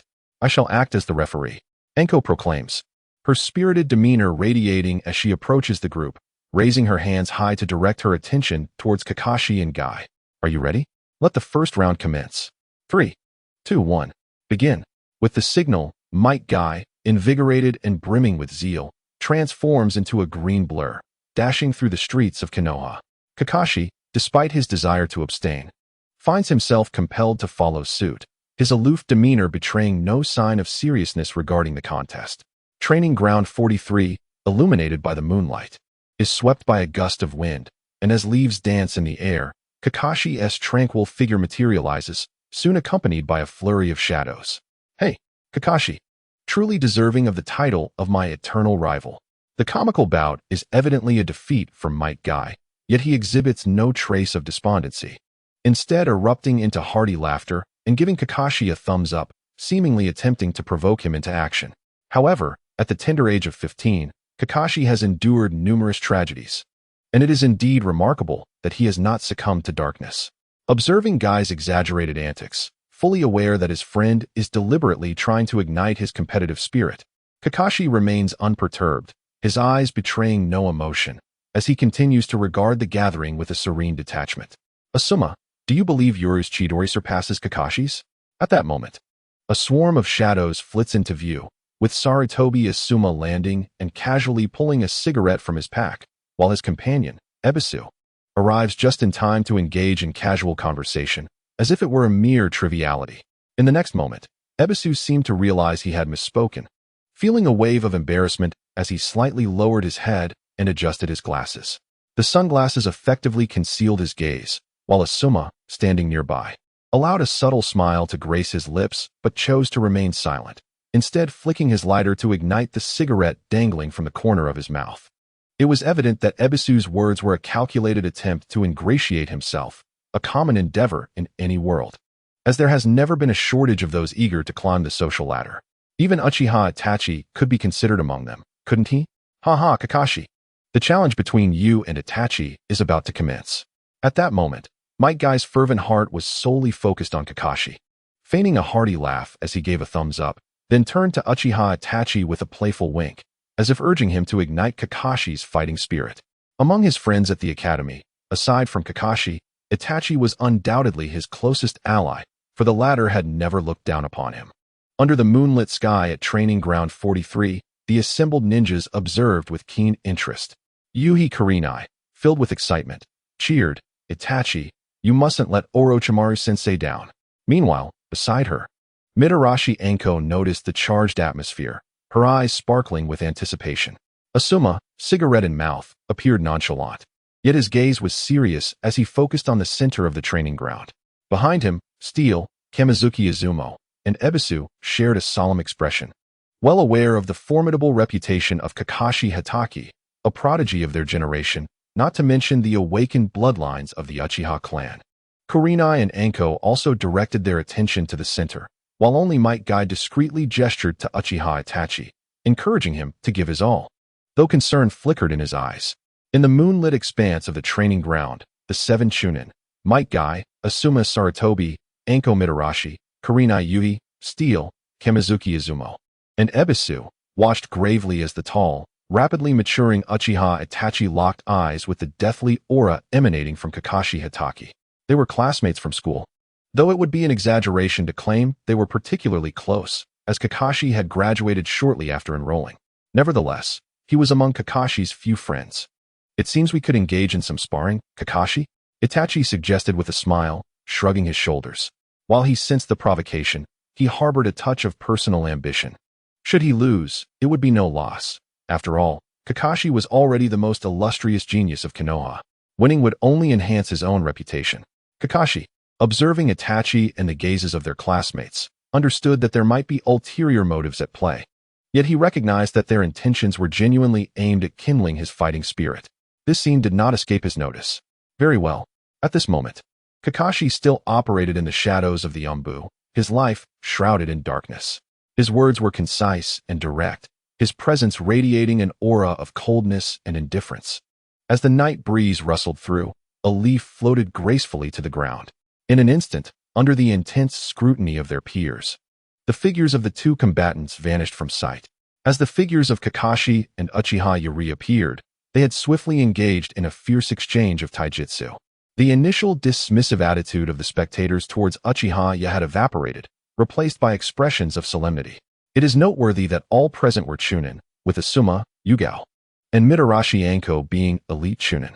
In their eyes, they could only perceive the afterimages of the 2 combatants. In terms of physical prowess, both had transcended the realm of Chunin. How astonishingly swift. At that moment, Uchiha felt a surge of amazement. It was no wonder that Kakashi had achieved Jonin status at the tender age of 12, were it not for the absence of a protagonist's halo. His talent would be deemed nothing short of monstrous.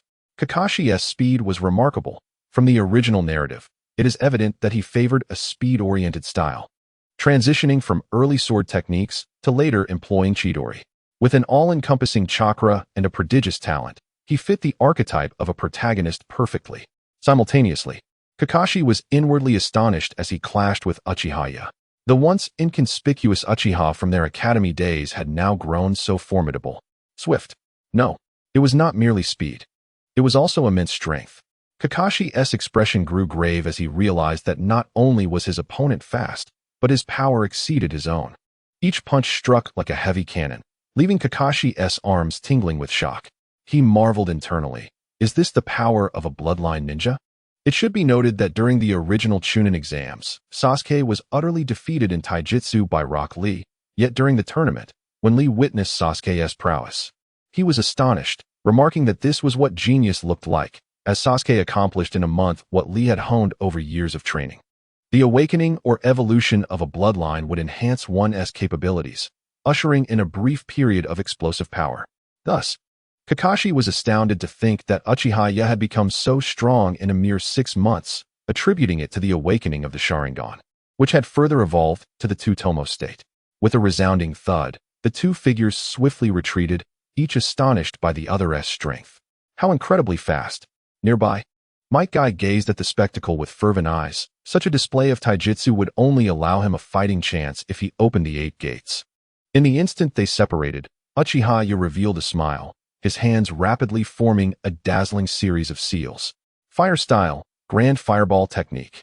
In the blink of an eye, the C-rank ninjutsu was completed with the seals of the snake, horse, monkey, pig, goat, and tiger. Before either combatant could halt their movements, Uchiha unleashed the ninjutsu. Gathering chakra in his throat, he expelled a massive fireball from his mouth, a blazing sphere towering approximately 3 meters, surging forth and engulfing the training ground in a searing heat. Witnessing this spectacle, the onlookers were filled with astonishment. Even Mitarashi Anko was taken aback, murmuring in disbelief. How could it be so fast? To understand the formation of hand seals, one must recognize its correlation with the internal circulation speed of chakra, which is influenced not only by innate talent but also through rigorous training. Although merely a C-rank ninjutsu, the speed of its release was astonishing. The spectators had witnessed Jonin perform ninjutsu before, yet it was evident that Uchiha's release speed surpassed that of an ordinary Jonin. Fire style, great fireball technique. Kakashi hastily formed his seals in retaliation. However, he barely completed them as the opponent's technique was already unleashed. In an instant, 2 great fireballs collided, with Kakashi retreating quickly after executing his technique, for the proximity of the clash was perilously close. With a thunderous roar, flames erupted, revealing Kakashi's left eye, the 3-tomo Sharingan, and his face was etched with seriousness, fully acknowledging his opponent as a rival of equal caliber. Water style, water shark bullet technique. The onlookers were captivated, their eyes gleaming with admiration for Kakashi's combat experience. At the moment of the fireball collision, he had already retreated to the lake within the training ground, swiftly forming seals. Although not on par with Uchiha, his speed was nonetheless impressive. With a swift sequence of 6 seals, he conjured a water bullet, shaped like a shark and measuring 2 to 3 meters in diameter, surging towards Uchiha. Kakashi's extensive battle experience, honed through years of warfare and his time in the Umbu, had become instinctual, a quality that Uchiha currently lacked. Yet, to everyone's astonishment, Uchiha did not choose to evade Kakashi's technique. Instead, he rapidly formed seals, surprising all present. Fire style, head hardening. Upon completing the seals, chakra gathered in his mouth, and with a sudden exhalation, an immense wave of fire surged forth. Kakashi, observing with his 3-tomo Sharingan from the lake, realized the gravity of the situation as Uchiha performed the seals. He recognized it as a B-rank fire technique. Instinctively, Kakashi began forming seals himself, preparing to utilize the advantage of water in the lake to counteract the impending assault. However, the overwhelming B-rank technique surged forth, directly colliding with the C-rank water shark bullet he had just released. In an instant, hissing sounds echoed as steam erupted. Yet the ferocity of the flames evaporated the water bullet, continuing unabated in its advance. There was no time left. Kakashi could not complete his technique in time, but his extensive combat experience allowed him to relax his chakra in his feet, propelling himself swiftly into the water. The entire lake blazed with fire, casting a crimson glow upon the faces of the onlookers, their eyes sparkling with excitement and astonishment. Incredible! How fast! The clash between Kakashi and Uchiha, amidst the dazzling display of ninjutsu, left the spectators spellbound, even causing Sarutobi Asuma, who was typically unyielding, to exhibit a look of astonishment. The speed of hand seals signifies the velocity and control of chakra within a ninja's body. It can be asserted that apart from innate talent, this aspect can only be honed through relentless practice, with no shortcuts available. It is akin to the disparity between those born with open meridians and those who must painstakingly unseal them one by one. The flow rate and precise control of chakra within a ninja nearly epitomize the difficulty of ninjutsu cultivation. Some ninjas, even at the elite Jonin level, may never master S-rank ninjutsu due to their inability to meet the requisite conditions. As the onlookers beheld the crimson Sharingan in Uchiha's eyes, with its 2 spinning tomo, envy surged among them. Even Hibi's gaze reflected a dazed wonder as he murmured, "Is this what it means to be a bloodline ninja?" While ordinary ninjas can strive and even believe that their efforts can surpass genius, the existence of bloodline ninjas shatters this notion, igniting feelings of helplessness and jealousy within their hearts. Initially, Uchiha was merely considered to possess decent talent, ranking above average in his class, but since awakening his eyes, his gifts have catapulted him to unprecedented heights. Even Might Guy, witnessing this moment, could not conceal his astonishment at the sheer strength of the awakened bloodline limit. Despite Kakashi's years of diligent effort, culminating in his current adeptness at chakra control, Uchiha had surpassed him in just 6 months. Yet, in that fleeting moment, Might Guy erupted with fervor, exclaiming, "Huh? This is youth. Let it burn, youth." With Guy's exuberant interruption, the initial shock that had unsettled the spectators dissipated significantly, highlighting the fortune of having such a classmate. Meanwhile, in the training grounds, Kakashi, accustomed to the extensive fire release technique, chose to evade his opponent's ninjutsu by diving into a nearby lake, leveraging the terrain to his advantage. As the flames dissipated, and the lake's surface still emanated wisps of steam, Kakashi burst forth from the water just as Uchiha launched an aggressive assault. The crackling lightning illuminated the night sky, prompting Kakashi to instinctively unleash the Chidori technique. In an instant, 2 arcs of lightning flickered beneath the moonlight, stirring the crowd's emotions. As the lightning surged, the unmistakable sound of Chidori echoed, eliciting a mix of relief, excitement, and disbelief among the spectators. On the lake's surface, amidst the flickering lightning, Kakashi's Chidori shimmered with a pulsating intensity, while a hand, as unyielding as steel, gripped his wrist. "Is this the technique you developed?" At that moment, Kakashi's eyes reflected a myriad of complex emotions as Uchiha, enveloped in dazzling arcs of electricity, seized his wrist before the Chidori could fully form, its brilliance flickering erratically. This technique, derived from the original Chidori, was known as Chidori flow. With a gentle nod, the electric arcs emanating from his body began to dissipate, gradually releasing Kakashi's wrist. The two stood on the surface of the lake, gazing at each other, as Uchiha displayed a smile. "Kakashi, in that crucial moment, you faltered. It seems I detected a flicker of terror in your eyes." At this moment, Uchiha's expression grew increasingly grave, and he could not help but shake his head with a sigh. "Kakashi, the scars of war require time to heal. You are no longer suited for the Umbu. If you are willing, the Konoha Police Department welcomes you." In that final strike, Kakashi's jutsu did not succeed. Rather, it was the aftermath of war that haunted him. As he attempted to unleash his Chidori, a sudden fear manifested in his gaze. Understanding the underlying circumstances, Uchiha quietly shook his head. Was it because of Rin no Era? The pain of having personally slain his teammates still lingered, and he had yet to move beyond it. At this moment, Kakashi felt an inexplicable sense of frustration. In their jutsu confrontation, his opponent had even managed to counter him, marking the first time he experienced such overwhelming pressure, not through sheer power, but through the rapid execution of restrained techniques. It was as if he were battling a version of himself from a decade and a half later. Ultimately, he was bested by his own creation, the Chidori. While his own attempt faltered, his opponent successfully executed a technique derived from it, the Chidori flow. Frustration mounted, especially as his opponent's final maneuver unfolded. Kakashi, though troubled, watched as the match concluded and calmly lowered his forehead protector to shield his Sharingan once more. "Ah, Kakashi, you truly are not suited for the Umbu anymore." As the battle came to a close, the crowd began to gather, particularly Might Guy, who displayed a look of serious concern as he addressed Kakashi, echoing the sentiments of others who nodded in agreement. They had witnessed everything clearly. While Uchiha had dominated the jutsu release against Kakashi, the essence of a ninja's battle transcends such measures. In that last moment, they all saw Kakashi's sudden distraction leading to his failure to release his technique.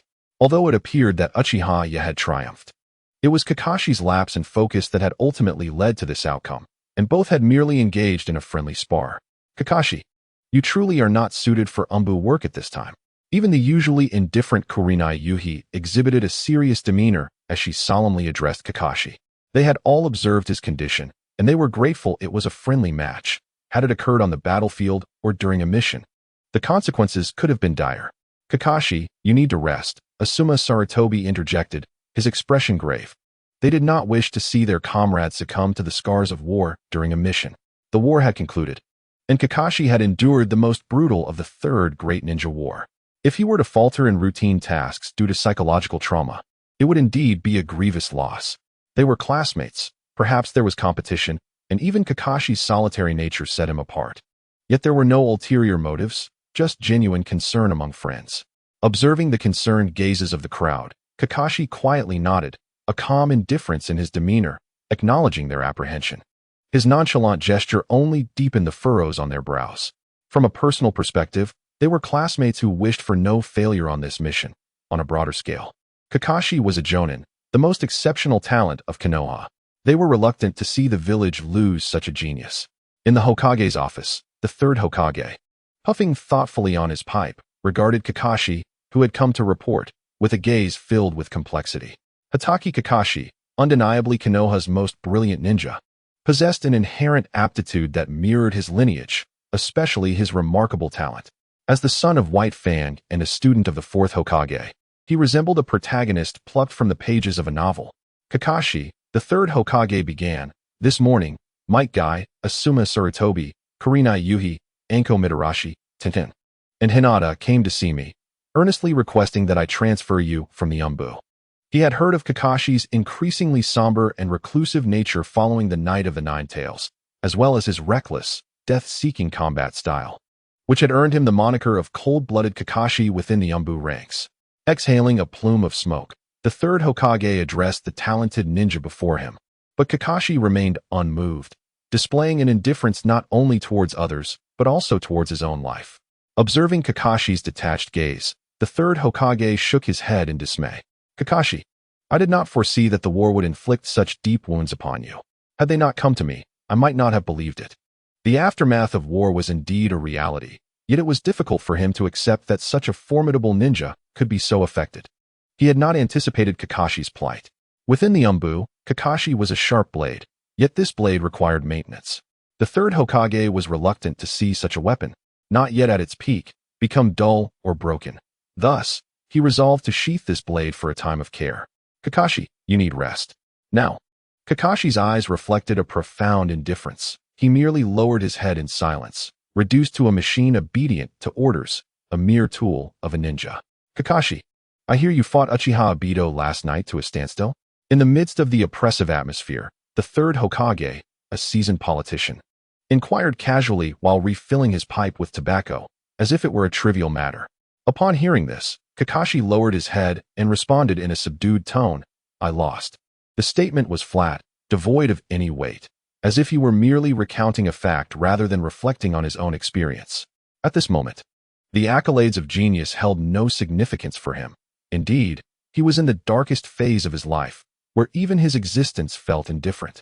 The third Hokage, however, chuckled and shook his head, saying, "Would you care to recount the details of last night's battle?" Though framed as a question, it was evident that he already possessed knowledge of the events. Still, he sought to hear Kakashi's perspective. Kakashi, adorned with a mask, reported with a demeanor reminiscent of an Umbu member returning from a mission, his head bowed in detached indifference as he recounted the events of the previous night. The account of the battle was succinct. Uchiha Yi possessed chakra at the level of a jonin, with mastery and control far surpassing that of an ordinary jonin. His physical prowess was at the jonin level, and he exhibited proficiency in ninjutsu, particularly in fire and lightning release. Based on the intelligence gathered, Uchiha Ye's overall strength was indeed at the jonin tier. At this moment, the third Hokage listened intently, his eyes narrowed as he absorbed Kakashi's report, gaining a profound understanding of the situation. Uchiha Yi, a disciple of Orochimaru and his own grand student, had indeed reached the jonin stage, bolstered by the power of the Sharingan. At the tender age of 14, he awakened his bloodline and activated the Sharingan, evolving it to the double tomo within 6 months. A 15-year-old jonin was undeniably a prodigy. Yet much of this brilliance stemmed from his inherited lineage.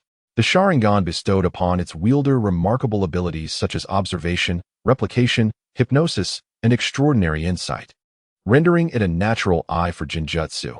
Thus, once awakened, the potential for illusionary techniques expanded exponentially. The third Hokage had already deduced Uchiha Ye's capabilities. In a life-or-death confrontation, had Kakashi not encountered the circumstances he did the previous night, Uchiha Ye might not have emerged victorious. "Kakashi, how many years have you been part of the Umbu?" The third Hokage sighed wistfully, reminiscent of a benevolent elder observing a younger generation. Kakashi, still bowing beneath his mask, replied with reverence, "Since the era of the fourth Hokage. Nearly 2 years have passed."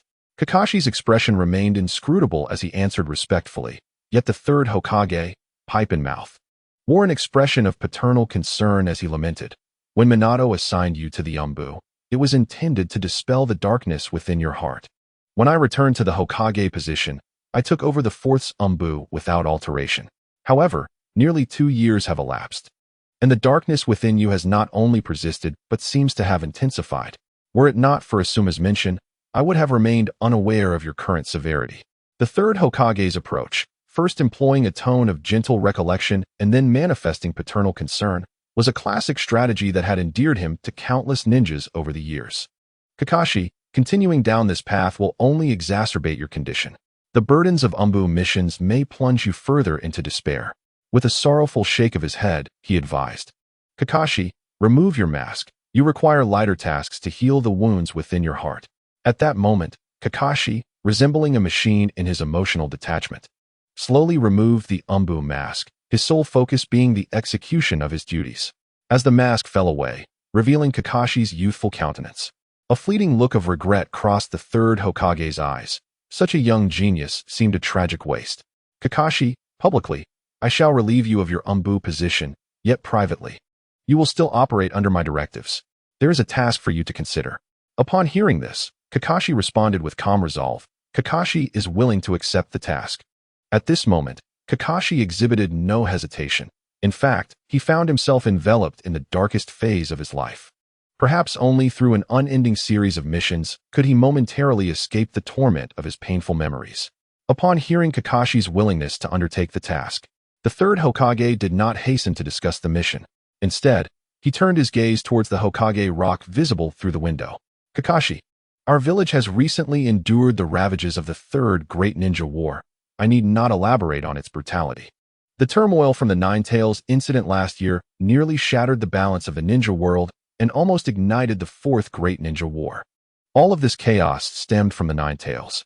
That fateful night, you likely witnessed the Sharingan within the eyes of the Nine Tails. I must clearly inform you that there are hidden machinations behind the Nine Tails incident, and it is highly probable that the Uchiha clan plays a significant role in this. The existence of the Sharingan is an undeniable fact. The third Hokage, employing his usual tactics, invoked the village's greater good before gradually introducing the mission at hand. I have heard that Uchiha Yuru invited you to join the police force last night. Once I relieve you of your duties in the Umbu, my guy will approach Uchiha Yuru, allowing you to seamlessly transition into the police force. I hope you can discreetly investigate whether the Uchiha clan is indeed the puppet master behind these events. As the third Hokage exhaled a thick cloud of smoke, it obscured his view, and his aged, solemn voice echoed within the office. The Konoha police force. Kakashi's continued presence in the Umbu is perilous. We must seek the aid of the third Hokage. Now that Kakashi's Umbu position has been revoked, even executing missions outdoors poses a threat due to his mental trauma. Thus, I implore you, Yuru. In the office, Might Guy knelt respectfully, performing a formal bow. Yuru. The only roles available now that can provide Kakashi with the necessary recuperation are those within the patrol security team and prison guard duties of the police force. Witnessing Might Guy cast aside his dignity to personally plead for Kakashi's sake, Uchiha Yuru sighed, reflecting on the bond between the two. Guy, I understand your concerns. After all, Kakashi is also my classmate. However, I fear that Kakashi may not accept the offer. Rest assured, Yuru, I will bring Kakashi with me. At that moment, Might Guy lifted his head, his eyes filled with unwavering determination. Kakashi's current situation is too dangerous. An incident could easily occur. The life of a ninja is inherently fraught with peril. If one lacks skill, it is one thing, as they have come to terms with life and death. However, when it comes to mental trauma, they are fully aware of the stakes, and thus, we cannot turn a blind eye. While Uchiha Yuru outwardly displayed concern for Kakashi, his mind was consumed with contemplation. His earlier words that night had been merely a tentative probe, initially intended to foster communication with Kakashi in the future. After all, Kakashi was currently enduring the darkest period of his life, and this was perhaps his last opportunity. Once Kakashi's resolve solidified, it would become exceedingly difficult to sway or guide him. Kakashi has been relieved of his Umbu duties. Might Guy appeared resolute as he approached with his request. A sense of unease lingered in the air as Uchiha Obito furrowed his brow, watching Might Guy retreat. The police department seemed to have transformed into a den of spies, with anyone feeling compelled to plant a covert agent. Were it not for his knowledge of the original storyline, he might have easily fallen prey to this deception, genuinely believing that Might Guy, alongside Asuma Sarutobi, had approached him. and that it was only after the third Hokage learned of this that Kakashi's position in the Umbu was rescinded. Subsequently, in the fervent spirit of Might Guy, it appeared entirely reasonable for him to seek out an old classmate in the police department. As a fellow student, one would naturally wish to offer guidance upon discovering Kakashi's emotional turmoil, prompting a request to the third Hokage. The third, taken aback, revealed his ignorance of the situation, and upon understanding, promptly reinstated Kakashi's status, allowing him to rest at home. Ultimately, as a close friend, Might Guy was deeply concerned about Kakashi's condition and, after thoughtful consideration, deemed the police department the most suitable workplace, offering a relaxed environment with minimal danger, thus affording Kakashi the time necessary to recover from his trauma. In the Land of Fire, before the memorial stone, Kakashi stood with a vacant gaze, as if lost in reverie.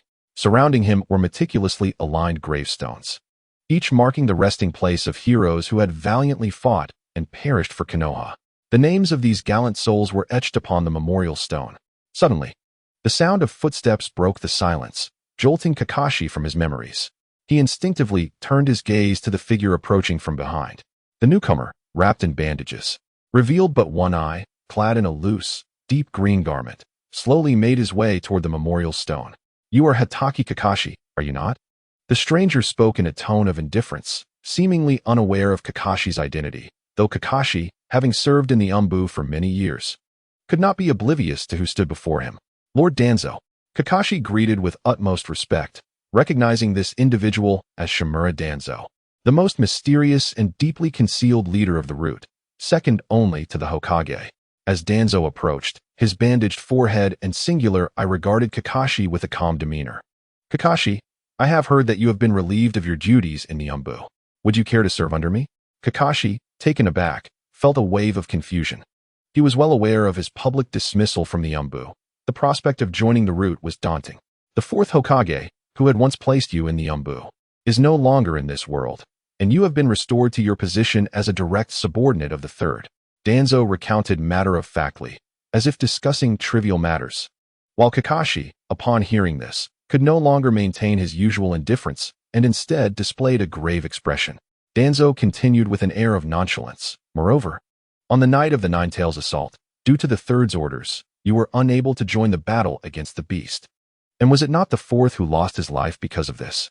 The narrative begins with a reflection on the grave error committed by Sarutobi Hiruzen during the Third Shinobi World War, which plunged Konoha into an extended conflict.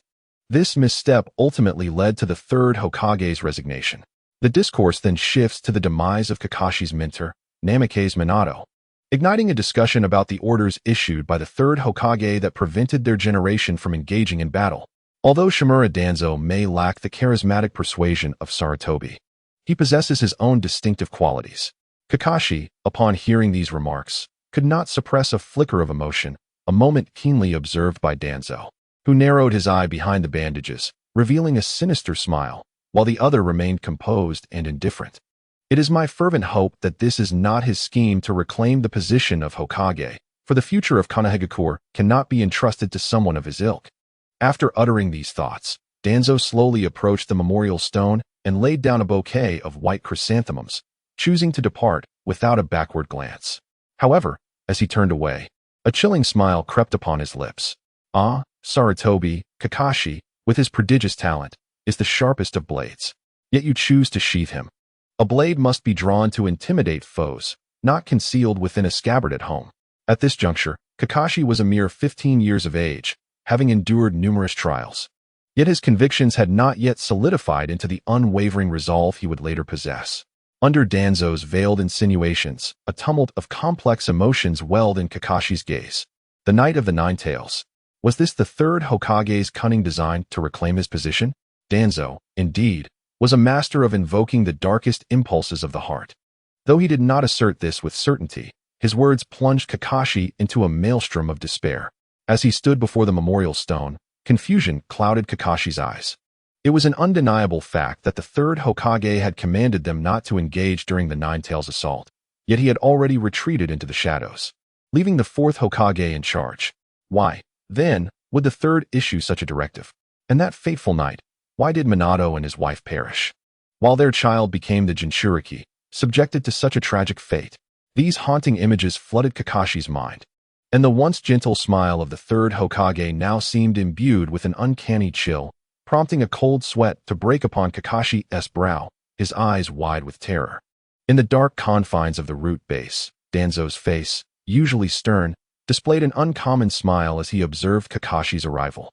However, upon witnessing Kakashi kneel and respectfully report his mission findings, Danzo's initial surprise quickly morphed into satisfaction. "Ah, I see now," he mused.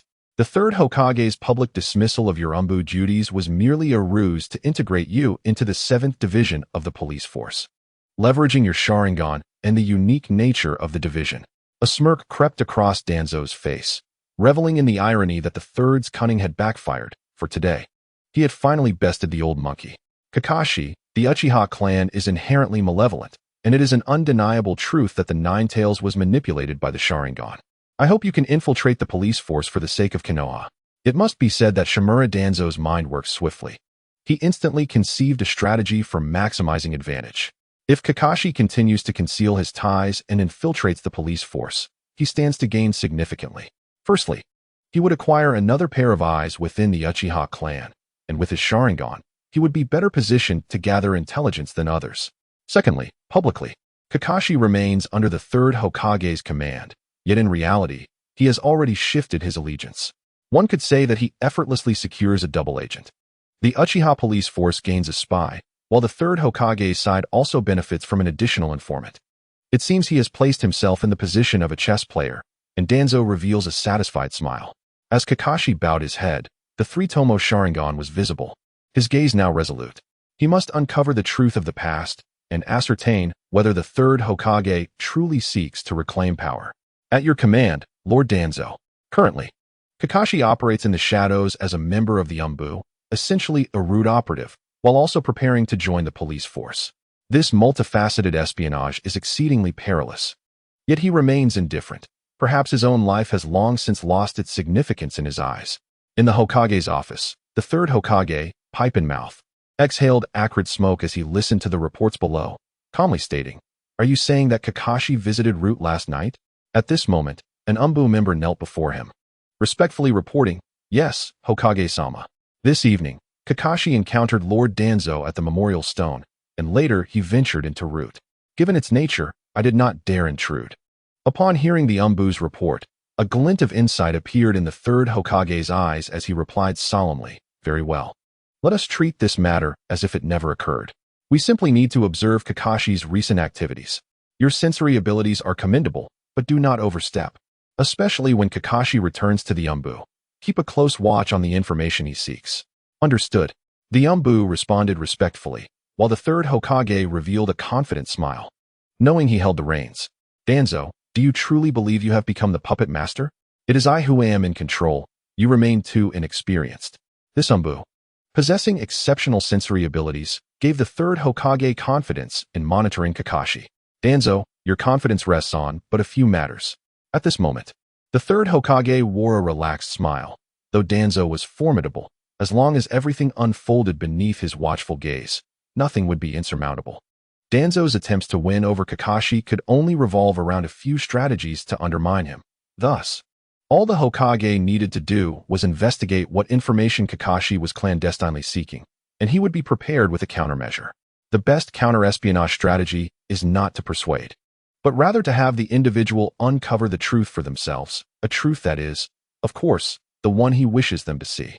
In a fleeting moment, the third generation revealed a smile, reflecting on how Kakashi truly resembled a sharp blade, an embodiment of the police department and the roots of the organization. This thought elicited a chuckle from him.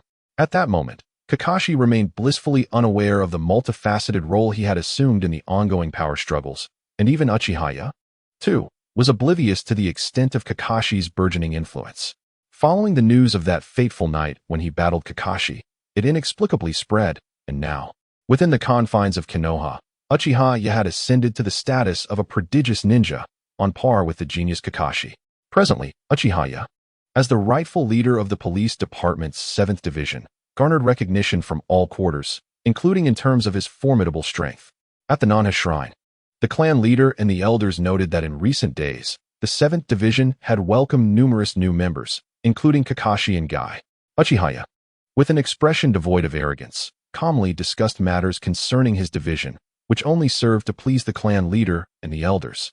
Many believe that Kakashi's decision to join the police department was motivated by his desire to support his good friend Guy. However, Uchiha Fugaku, with his typically stoic demeanor, displayed a hint of relief as he nodded and remarked, "Yeah, although the 7th Division has gained considerable strength, you must exercise caution. The division is now exposed to the scrutiny of all, with numerous factions watching closely, particularly with the recent additions of Guy and Kakashi. You should strive to win them over while remaining vigilant, for Kakashi hails from the Umbu." The entire village recognized the prodigious talents of Kakashi Hitaki, and Uchiha Fugaku could not help but acknowledge his exceptional abilities. Elder Shana, standing nearby, nodded gravely in agreement. Kakashi might very well be an operative from the Umbu, or perhaps he genuinely sought to recuperate from the traumas of war. Yet, it was imperative to remember his surname. As Elder Shana spoke, he lowered his head slightly, obscuring his expression. The Hitaki name still resonated with the echoes of the White Fang's legacy, should you manage to secure Kakashi's allegiance. The residual influence of the White Fang could potentially sway in favor of Orochimaru. Moreover, the Uchiha clan had historical ties with the Hitaki. Otherwise, how could a Sharingan have smoothly found its way into the hands of Kakashi Hitaki? As Elder Shana recounted this history, Uchiha's expression turned serious. He had not anticipated such connections. Was there truly a relationship between the Uchiha and the Hitaki clans? He discreetly scrutinized the elder before him, wondering if, in those days, the Uchiha had indeed placed their bets on the Hitaki. Seemingly perceiving Uchiha's thoughts, Elder Shana shook his head and said, "Do not dwell on this too much. The might of the White Fang was beyond your current comprehension. Even the formidable Sarutobi at his peak could not overshadow the impact of the White Fang. He proved with his strength that he was the next generation's Hokage. It was not solely the Uchiha clan. Countless noble families within the village had extended their olive branches at that time. Kakashi Hitaki, a legendary ninja contemporaneous with the Sannin, stands as a figure who surpasses even them. At one point, he was nearly destined to inherit the title of Hokage following the Third Hokage's resignation due to an error.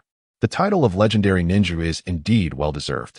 Even Uchiha Fugaku, who observed from the sidelines, could not help but feel a pang of nostalgia, never anticipating that such a formidable ninja would meet such an end.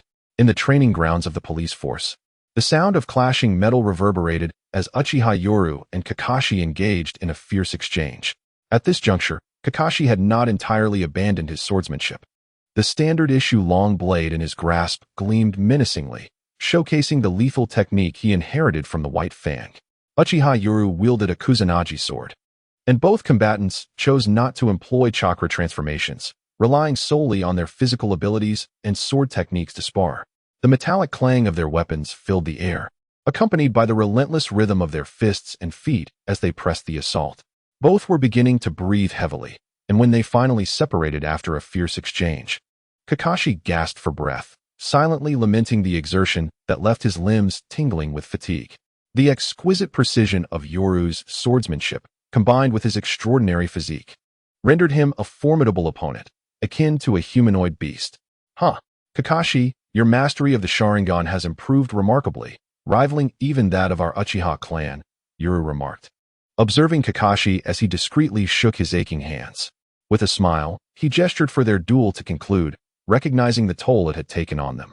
Though they were peers, Yoru's development was extraordinary, his body sculpted with powerful muscles that exuded strength without any hint of clumsiness.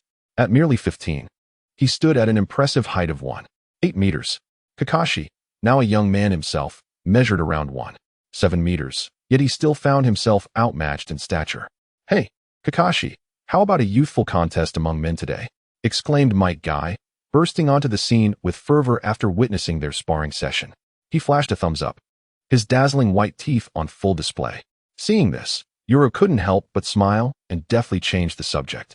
"Kakashi, while your use of the Sharingan has indeed become more adept, you are still not of the Uchiha clan. The inability to deactivate your Sharingan continuously drains your chakra.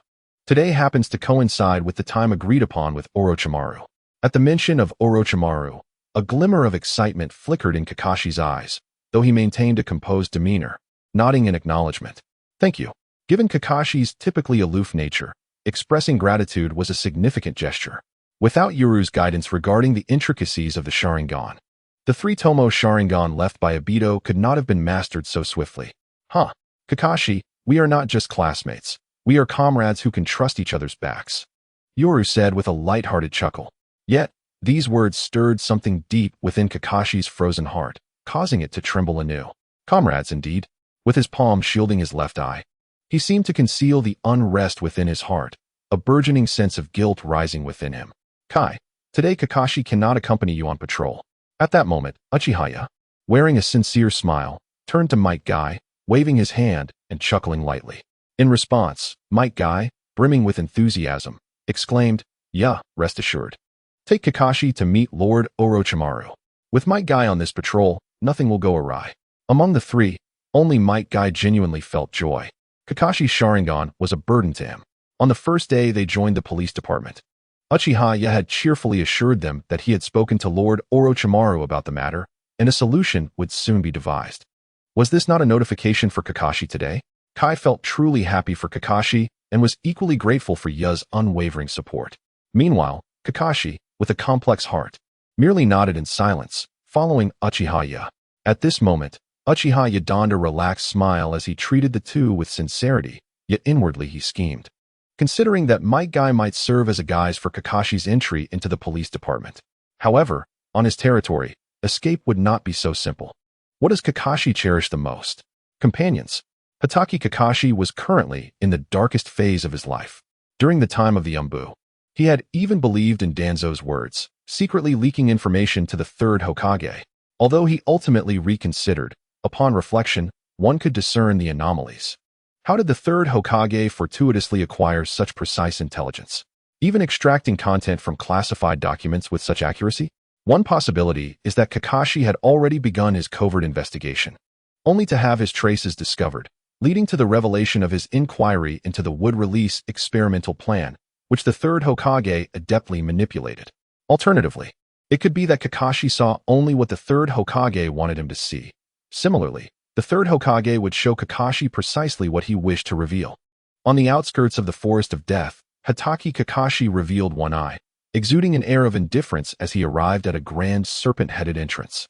Casting a curious glance at this unique opening. "Yo, what is this entrance?" Upon hearing Kakashi's query, Uchiha casually waved his hand and chuckled.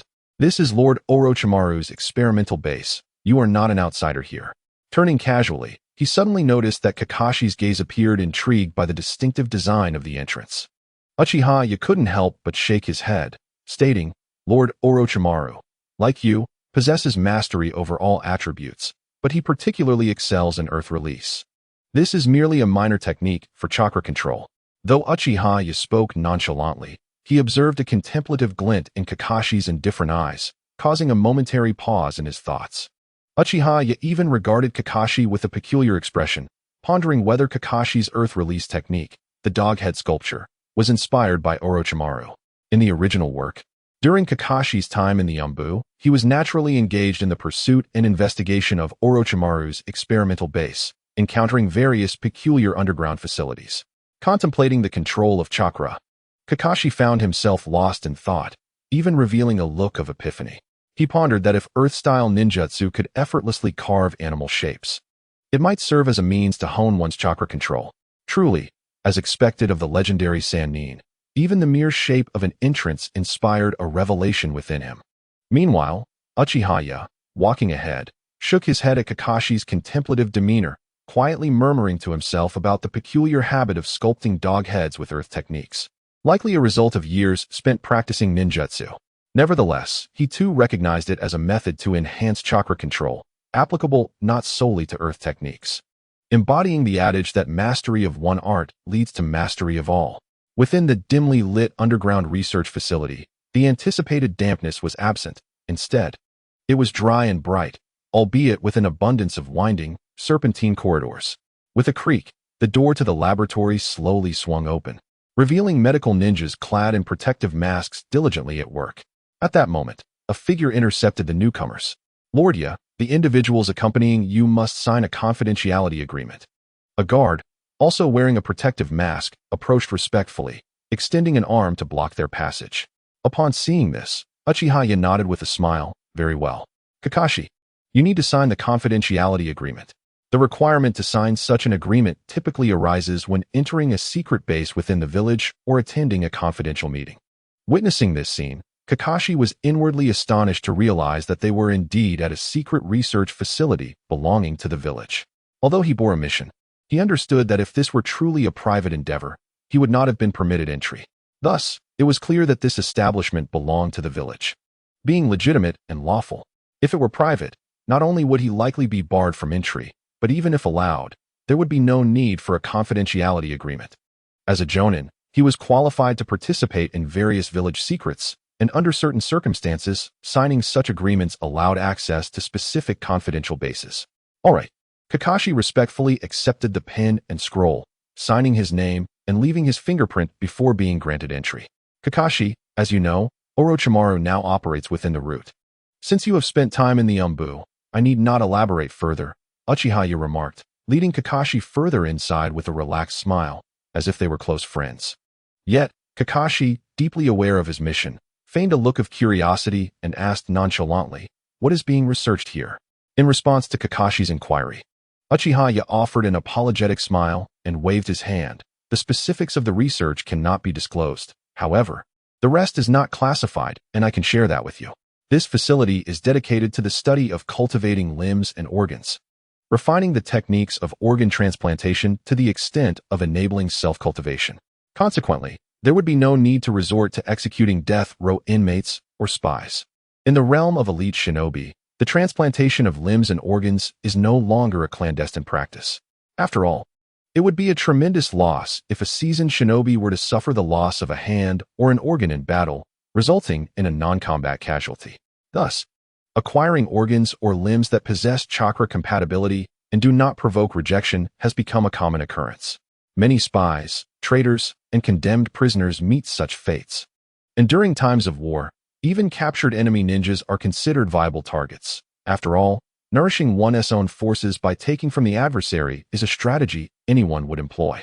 However, these practices remain unspoken rules, tacitly accepted by the 5 great shinobi nations, and few smaller nations possess the capability to execute such advanced techniques.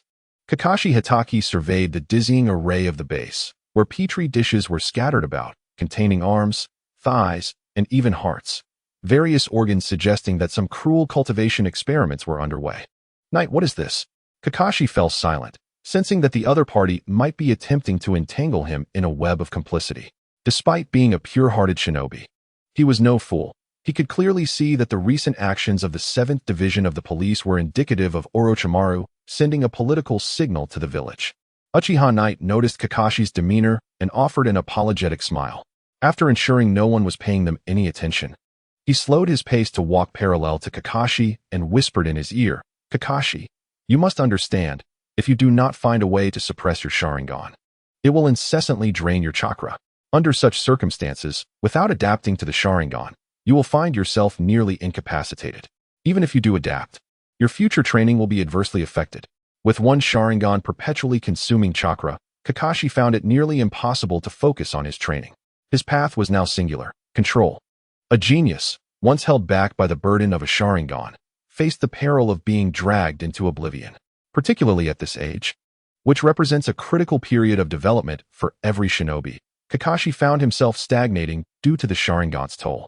Observing Uchiha Knight's apologetic smile, a warm current surged within Kakashi's long-buried heart, prompting him to lower his gaze and solemnly say, "Knight, thank you. Rest assured, Kakashi, I will not make things difficult for you. Once we resolve your eye issue, you will have nothing else to worry about." Knight replied with a smile reminiscent of their school days, suggesting a bond formed despite the brevity of their time together. Yet, Kakashi felt an added weight of guilt. He had never shown mercy to enemies, even to rogue ninjas from his own village, yet he found himself contemplating the use of his comrades for his own ends. Initially, he had thought that his old classmate intended to drag him into Orochimaru's faction, as he was still perceptive enough to recognize certain truths. One is the name of Hitaki, which carries considerable weight even after 8 years. The renown of White Fang persists, particularly since he became a jonin at the tender age of 12. Such intangible assets and connections may seem trivial to an ordinary ninja, yet they hold significant importance for a politician. Furthermore, he himself is a prodigious ninja of Konoha, a 12-year-old jonin, capable of attracting a faction of youthful ninjas. The legacy of his father, the illustrious White Fang, the student of the Fourth Hokage, combined with his own talents, creates a formidable political capital. Whoever secures Kakashi will gain from this tripartite political investment. Thus, Kakashi surmises that Uchiha might be attempting to drag him into murky waters. Although the current situation appears to suggest otherwise. Do not speak, leave everything to me. Rest assured, Lord Orochimaru's disposition is not petty, he instructed. Uchiha responded with a playful wink, implying that they should first seize the advantage and that Kakashi need not concern himself with the rest. However, to Kakashi, this exchange conveyed a sense of Uchiha's desire to keep him from becoming embroiled in this turmoil. Joining the 7th Division of the police force, on the surface, was for recuperation, yet it also served as a form of political investment, akin to Inuzuka and Yamanaka, which were merely ordinary political maneuvers. The Uchiha and Hyuga clans, however, had placed their bets directly with Orochimaru, thus revealing their allegiance. Consequently, Kakashi perceived that Uchiha wished to prevent him from becoming irrevocably entangled in this mess, which only intensified his feelings of guilt. Upon entering the brightly lit room, Kakashi was immediately struck by the pungent scent of alcohol and disinfectant, causing him to furrow his brow, suggesting that this room was frequently used for some form of experimentation. Lord Orochimaru, he addressed, noticing that the latter was alone, engrossed in observing a test tube, seemingly documenting some form of change. Without turning, Orochimaru subtly nodded. Yeah, let Kakashi lie down first. On the prepared bed, Kakashi lowered his head respectfully and replied, yes, Lord Orochimaru. The title of the Sannin holds immense prestige, second only to that of the Hokage within the village. Even the heads of the 6 divisions treat the Sannin with deference, for they have proven their prowess to be on par with that of the Kage. As Kakashi reclined in the chair, his exposed right eye appeared hollow and detached, gazing at the fluorescent lights illuminating the room while discreetly surveying his surroundings. After a quarter of an hour, Orochimaru finally set down the documents he had been recording and turned to face Kakashi, revealing his signature raspy smile. The 3-tomo Sharingan is indeed a subject worthy of study. The sinister undertone of Orochimaru's words could easily lead to misinterpretations, prompting Kakashi to frown involuntarily. Although he may currently regard his own life with indifference, this eye represents an existence more precious than life itself. Lord Orochimaru, your laughter is prone to misconceptions. At this moment, Uchiha shrugged with a smile and approached Kakashi alongside his mentor. At Ya's signal, Kakashi slowly unveiled his forehead protector, revealing the eternally open 3-tomo Sharingan. Orochimaru's malevolent and avaricious gaze seemed to behold a rare treasure. Yet, only those well-acquainted understood that Orochimaru was merely captivated by a novel subject for research. In this instance, Orochimaru felt a sense of pride. Although the bloodline-limit was formidable, it had not ensnared him completely, for the 3-tomo was incomparable to the kaleidoscope. Uchiha, with hands enveloped in the green chakra of medical ninjutsu, placed them over Kakashi's ocular region and stated solemnly, though the transplant was initially crude, it has since been meticulously repaired and is now fully connected with all neural pathways. This Sharingan has become one with Kakashi. As Uchiha reported Kakashi's condition, Orochimaru nodded thoughtfully. Without the bloodline in his body, yet possessing the awakened Sharingan, there existed a conflict between physique and bloodline. Hence, his body could not control the ocular activation as the Uchiha clan did. The seasoned Orochimaru articulated Kakashi's current state and shook his head, remarking, such a condition is not unprecedented. The village has long conducted experiments on bloodline transplantation. After a cursory examination of Kakashi's Sharingan, Orochimaru lost interest and waved dismissively. Yeah, your suggestion is commendable. We can seal this Sharingan with a sealing technique. When needed, one merely has to unravel the seal. With a knowing glance, Uchiha smiled and removed the forehead protector from Kakashi's head, while Orochimaru formed hand seals, manifesting purple, tangible chakra flames upon his 5 fingers. 5 elements sealing technique. Focusing chakra into his fingertips, he instantly inscribed the seal around Kakashi's left eye. In an instant, bizarre black sealing patterns emerged. As Kakashi valiantly endured the discomfort coursing through his body, his left eye's extraordinary vision gradually blurred and dimmed. The three tomos appeared to lose their vitality as Kakashi's left eye wearily closed, a small black pattern of the five-element seal appearing on his eyelid. Many possessed knowledge of the five-element sealing technique, but few could exert precise control over the sealing technique to a specific part of an individual's body, underscoring the sheer terror of Orochimaru's chakra control. This was the sealing talisman, akin to a key for the five-element seal. Typically, this seal would restrict the majority of chakra flow in the left eye, preserving only the vital chakra needed for the eyeball, much like a hibernation, when required. It could be unsealed following the proper hand signs. A plain yellow sealing talisman appeared in Uchiha Ya's hand, and a smile graced his face. Indeed, it was feasible. After all, in the original narrative, the Mist Ninja Ao was able to suppress the Byakugan using two-ear seals. Similarly, a three-tomo Sharingan should pose no issue, especially since it was Orochimaru who intervened. At this moment, Kakashi covered his left eye, as if he felt an urge to open it, yet found himself powerless to do so. As the searing sensation faded, it seemed as though a valve had been activated, causing his left eye to cease its incessant consumption of chakra, leaving only a flicker of energy. Upon sensing the changes within his body, Kakashi descended from the bed and respectfully nodded towards Orochimaru, expressing his gratitude. "Thank you, Lord Orochimaru." Observing Kakashi, Orochimaru licked his lips with a hint of interest, a sinister smile playing on his face. "The genius ninja Kakashi, you are remarkable, possessing an innate balance of all five elemental affinities. If you desire, you could work for me." Orochimaru held a particular admiration for prodigies, especially for Kakashi, who had attained the rank of Jonin at the tender age of 12. He was confident that under his tutelage, Kakashi would undoubtedly blossom into an exceptional Leaf Village ninja. However, Kakashi remained silent, bowing his head in contemplation. After all, he was a student of the Fourth Hokage, and aligning himself with Orochimaru now carried a different connotation. Knight, although your research progresses methodically, I must say your intellect is among the finest I have encountered, Orochimaru remarked, not harboring any anger towards Kakashi.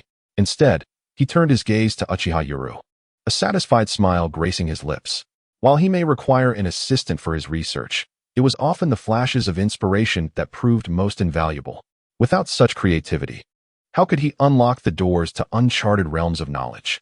Using sealing techniques to suppress bloodline ocular jutsu is a feasible, yet exceedingly challenging method. The rarity of bloodline abilities presents one obstacle, while the user must also possess impeccable chakra control, Orochimaru mused, his smile concealing the fact that his apprentice had learned these insights through prophetic means. For instance, Mist Village's Ching had utilized this technique to wield Byakugan.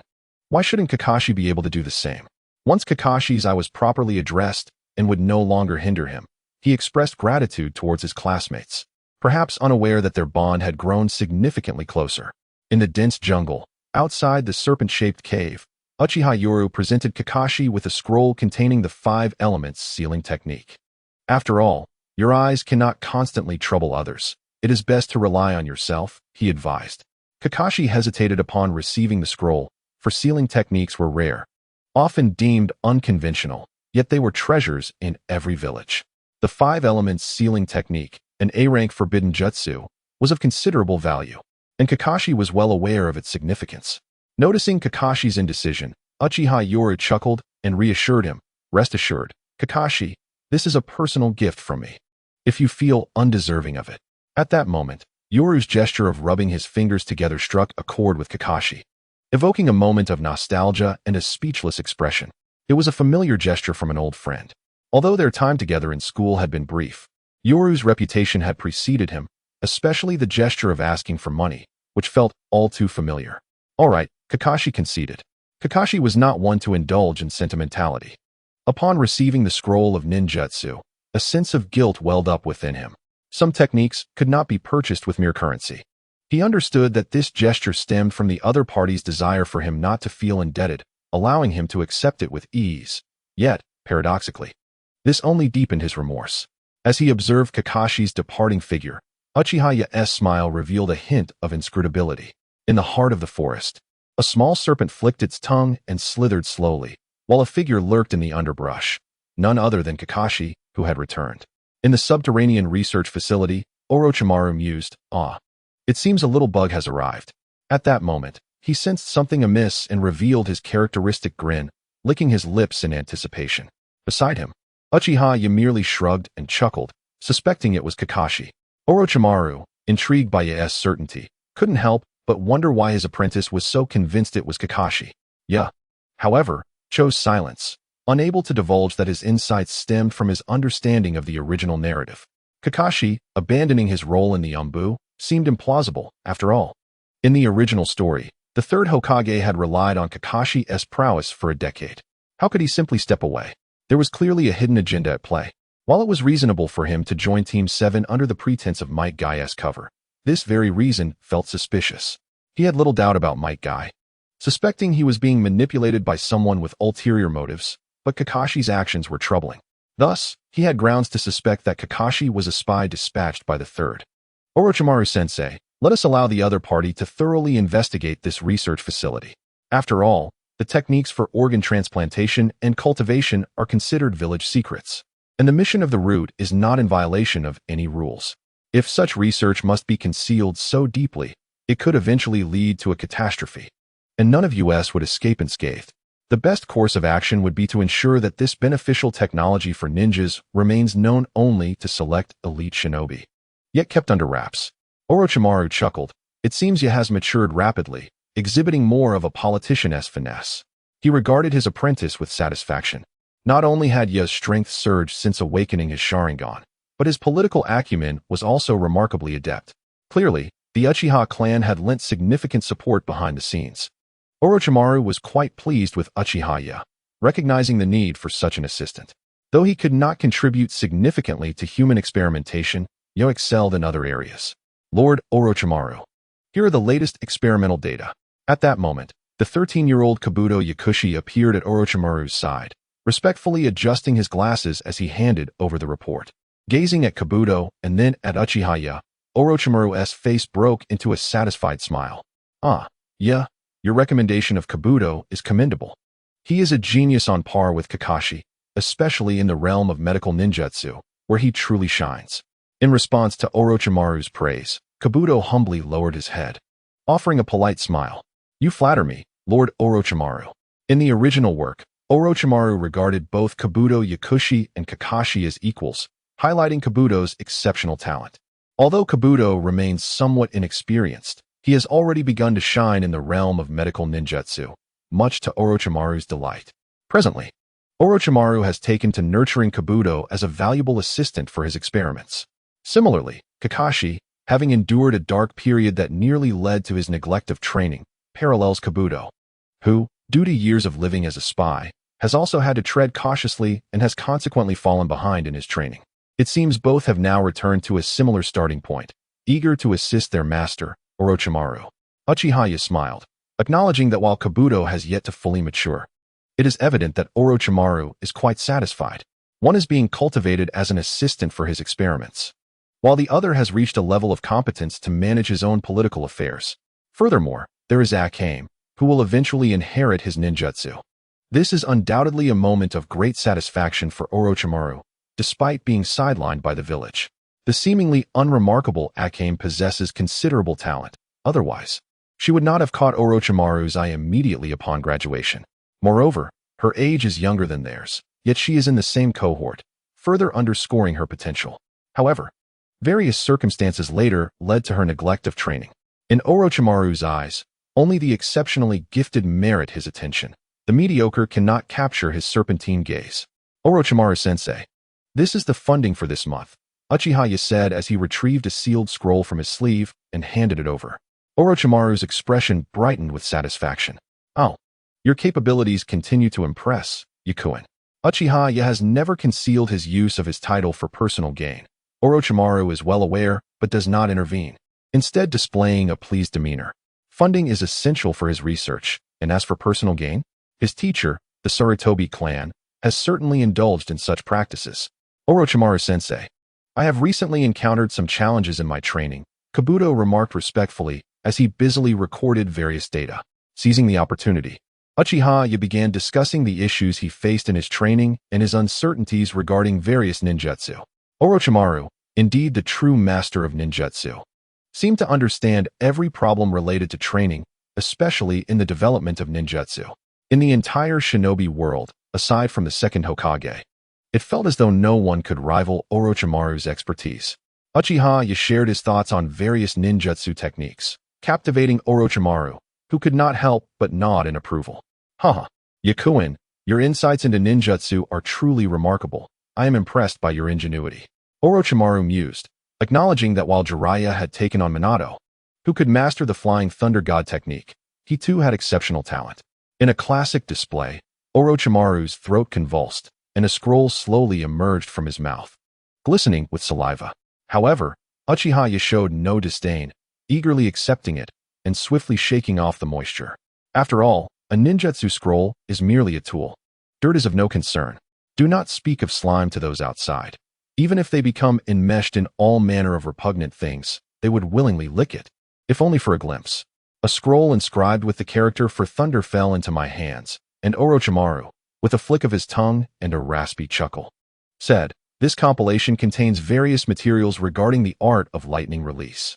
Ponder over it. It will surely aid your so-called development of the Chidori series of jutsu, especially your intriguing notion of harnessing the natural world.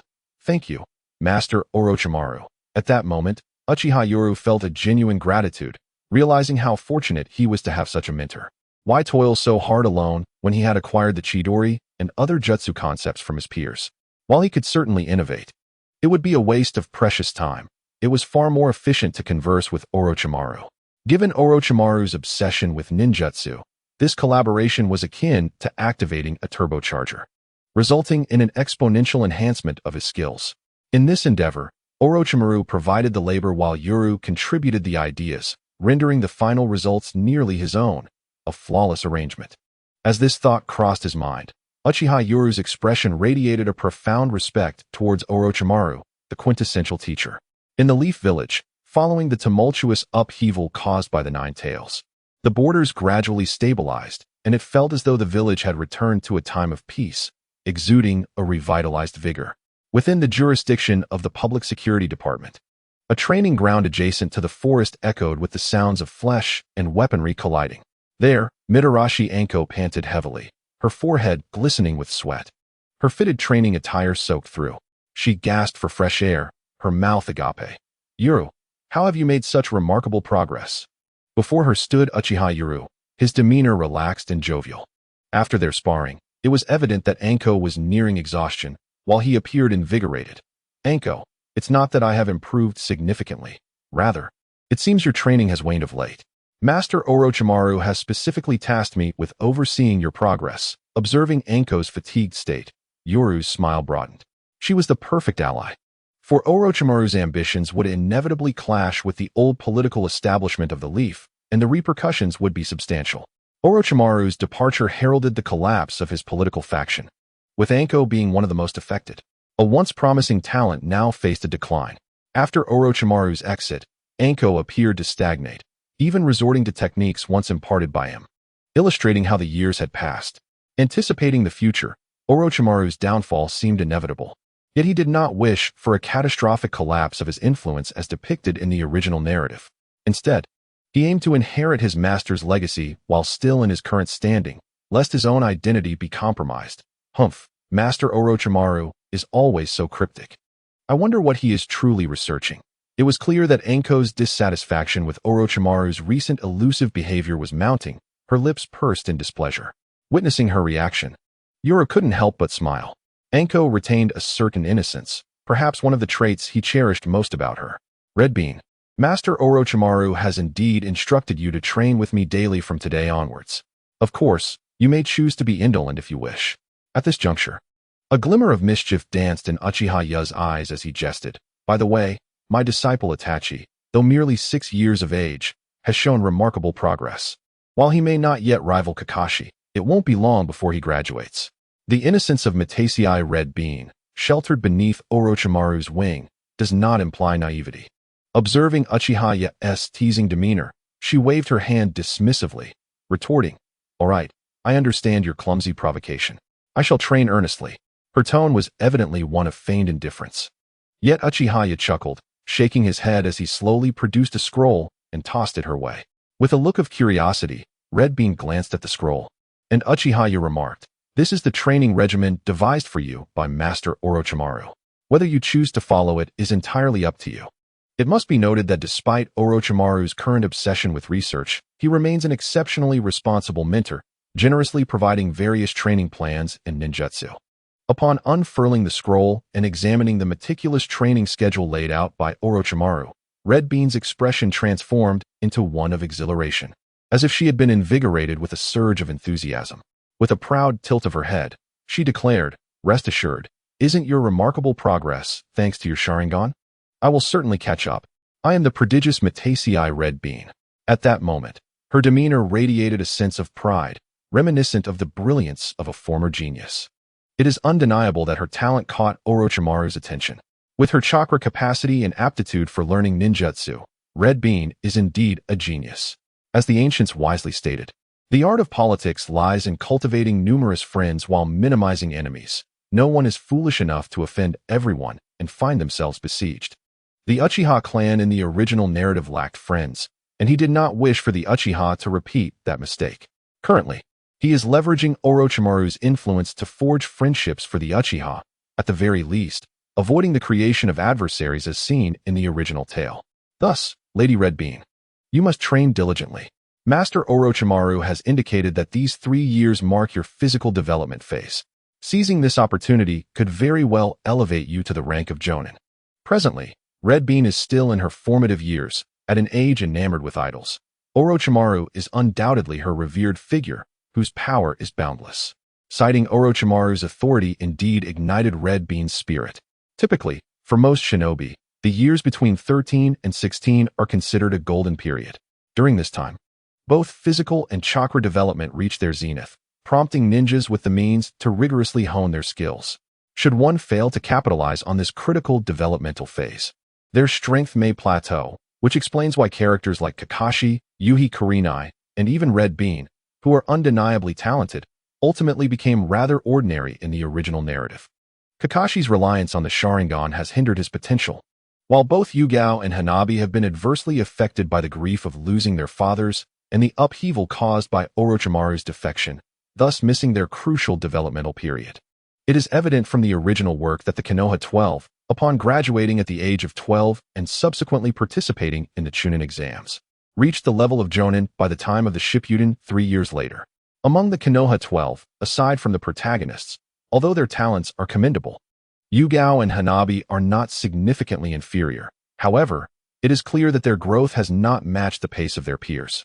Various factors contribute to this, including the missed opportunity for optimal development and the ensuing chaos from Orochimaru's betrayal, which left them with little time for dedicated training. The war in the Land of Water concluded only after Shisui's return to Konoha, prior to the Uchiha clan's massacre.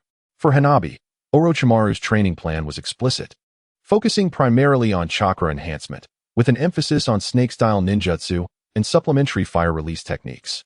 To Orochimaru, Hanabi represented a vital asset, one he could not afford to let go to waste. Uchiha Itachi, with a light chuckle, observed Hanabi's proud demeanor as she declared, "The Uchiha prodigy will show you, Orochimaru-sensei, that I, Hanabi, am the true genius." Watching her spirited and confident character, Itachi smiled, aware that time was of the essence. He needed to cultivate sufficient political acumen to avoid becoming a mere pawn, abandoned in the shadows, incapable of effecting change. At that moment, a glimmer of insight flashed in Itachi's eyes as he gazed towards the forest behind him, a smile gradually forming on his lips. Within the forest, Shisui emerged from the shadows, standing before the towering trees as Itachi observed the tirelessly training Hanabi in the distance. "Brother Itachi, this is the preliminary investigation's outcome." Shisui's demeanor was notably subdued, marked by a forced smile. Upon receiving the intelligence scroll from Shisui, Itachi skimmed through its contents, hardly able to contain his astonishment at the report. "Shisui, what is this?" Itachi exclaimed, his disbelief evident as he scrutinized the village's troubling behavior. Shisui, clearly disheartened, managed a strained smile as he replied, "Brother Itachi, the preliminary investigation reveals that there are 23 spies from various factions, including the Umbu, Root, and the Intelligence Department. embedded within the police department's 7th Division. Spies.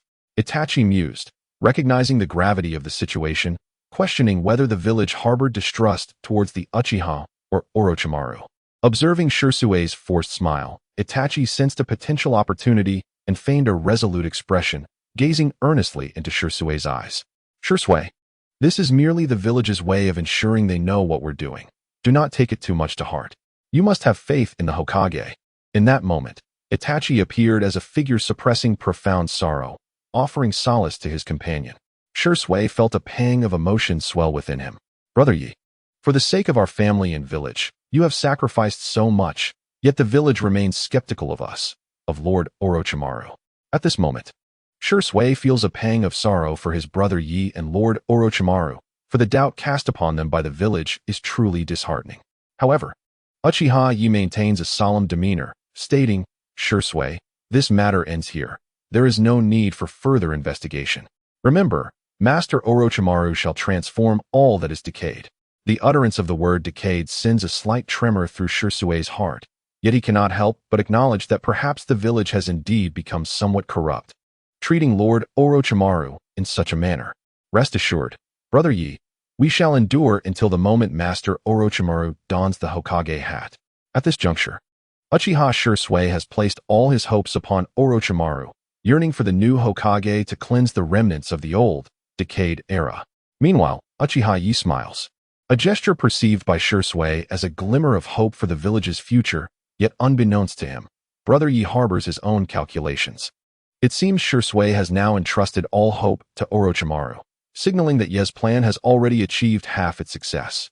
With a flicker of lightning in his palm, the intelligence scroll that Shisui had toiled to uncover turns to ashes before his eyes. After completing this, Uchiha Yi approaches and comforts him, saying, Shisui, focus on your duties in the police department. The rest is in Master Orochimaru's capable hands. Once he becomes the 5th Hokage, all will be well. In that moment, Uchiha Yi resembles a fearless warrior, shouldering immense pressure as he forges ahead, leaving Shisui at a loss for words, unsure of how to offer comfort. Reflecting on Uchiha Shisui's life in the original narrative, it is evident that despite his formidable strength, he is one who prefers to place his hopes in others, embodying a classic escapist personality. Initially, he invested his hopes in the 3rd Hokage's lineage, but upon the shattering of that hope, he turned to Uchiha Itachi, ultimately choosing to end his own life, a clear act of avoidance. Just then, a disturbance arises in the distance, prompting Shisui to quickly compose himself and respectfully nod. Brother Yi, I shall take my leave. Go on, Yi replies. As he watches Shisui depart, Uchiha Yi narrows his eyes, reflecting on the village's unsightly state. The roots, the umbu, even the intelligence division dare to meddle, and it is evident that the 7th Division of the police department has been infiltrated, resembling a sieve. It has nearly turned into a nest of spies. Brute force cannot resolve this, as it merely addresses the surface while the deeper threats remain concealed. Spies, you say? Uchiha Yi scoffs coldly, vowing that he will ensure everyone understands the meaning of returning the favor in kind. Amidst the rustling of leaves and the sound of figures darting through the forest, Kurenai Yuhi appears by his side, and the two share a tranquil gaze. Her black hair gently curls, and her crimson eyes reflect a serene beauty, devoid of the warmth typical of their school reunions, instead exuding an air of intellect, particularly with those gem-like red irises radiating a sense of steadiness. Red, it has been a long time. Uchiha Yuru's lips curled into a faint smile as he raised his hand in a gesture of acknowledgement, to which Yugao responded with a calm nod. Yuru, you must be aware that you are being watched. In response to Yugao's warning, Uchiha Yuru chuckled and shook his head. Is it the 3rd Hokage? Or perhaps the Umbu? Upon hearing the retort, Yugao revealed a seldom-seen side of herself, her expression exuding an air of aloofness, her crimson eyes reflecting a serene composure as she fixed her gaze upon Uchiha Yuru. Gradually, he turned his head, and the two stood side by side, quietly observing the training grounds in the distance. Yuru, during your time at the Ninja Academy, your eyes betrayed a hint of greed. I once thought you were merely avaricious, but I now realize I underestimated you. The Uchiha clan has thrust you into the limelight, yet you have also become a target. Yugao's calm narration elicited a smile from Uchiha Yuru. How many ninjas are truly foolish? Especially women, who are inherently more mature than men. Rest assured, Yugao, Your concerns will not come to pass. Once Orochimaru-sensei becomes the 5th Hokage, I shall be his direct disciple, and the Uchiha's crisis will be resolved by my hand. A confident smile adorned Uchiha Yoru's face, prompting a soft sigh from Yugao, who, though not well versed in politics, understood that the game of political maneuvering was never straightforward. I hope your wishes come to fruition. At that moment, Yugao silently prayed for everything to proceed smoothly. As Yoru turned to gaze at Yugao's exquisite visage, a flicker of guilt crossed his eyes. I apologize, it was never my intention to deceive you. I merely wished to alleviate your worries. However, he continued, Yugao, since you bear a certain mission. Attempting to divert the conversation, Uchiha Yoru extended his hand in a signature gesture, causing Yugao's expression to stiffen, as she initially misinterpreted it as an invitation to hold hands. After hearing his words, Yugao shot an annoyed glare at her rather frivolous boyfriend. Are you still jesting? The Hokage is covertly investigating the Ninetales incident. Humph, do not mention the Hokage. Our Uchiha clan is also diligently pursuing the investigation, Uchiha Yoru asserted with a resolute facade. He was aware of the true instigator behind the Ninetales turmoil, yet the stain could not be easily cleansed. It seemed that due to Orochimaru's influence, for no one could predict the future, Yugao gradually relaxed as she contemplated the current state of the village. With a melancholic sigh, she murmured, Yoru, may the village enjoy everlasting peace. That day will surely come. Beneath his smile, Uchiha Yoru harbored a cold sneer in his heart. What a cunning 3rd Hokage! Employing one stratagem after another with relentless ingenuity. First, he covertly arranged for spies like Tsukikage and Yuzuki Yugao. Then there were Kakashi and Might Guy, and now Yugao. The layers of deception were countless, both overt and covert. Perhaps, Yugao was merely a pawn, a shield for Kakashi, with even Might Guy serving as a cover for him. This entire scheme was orchestrated by the 3rd Hokage. If one were not aware that Kakashi departed from the Umbu shortly before the plot commenced, they might genuinely find themselves questioning the very fabric of existence in light of the methods before them. In the original narrative, Kakashi's extensive tenure in the Umbu must have inflicted profound psychological scars, a fact that the 3rd Hokage could not possibly overlook. Yet, despite this knowledge, a considerable span of time ensued before any action was taken. Ultimately, it was due to Asuma, Might Guy, and their fellow comrades advocating for him that a resolution was reached. While Asuma's involvement played a significant role, the 3rd Hokage's ascent served to achieve dual objectives. 1. A father's plea for his son, and 2. An expression of genuine concern for Kakashi's welfare. The introduction of Kakashi and Might Guy into the police department aroused a degree of skepticism, particularly with the subsequent appearance of Yuhi Kurenai. This development could be aptly described as a deliberate obfuscation, as Kurenai's presence disrupted the flow of thought and provided cover for the true spy, Kakashi. Consequently, an epiphany may dawn upon individuals, leading to the realization that they had misjudged Kakashi, who was indeed coerced by Might Guy into seeking a more relaxed position for recuperation. As this intricate web of deception unfolds, Kurenai, Might Guy, and Kakashi, alongside the Umbu spy, remain blissfully unaware of one another's true identities, creating an illusion of complacency should any party be exposed. The cunning of the 3rd Hokage is truly commendable, earning him the reputation of the longest-serving Hokage. Under the moonlight, the dimly lit office of the 7th Division of the Police Department flickered with shadows. At that moment, a cloaked ninja stealthily approached, cautiously surveying the surroundings for any signs of life before slowly opening a drawer in the office and retrieving a document from the very bottom.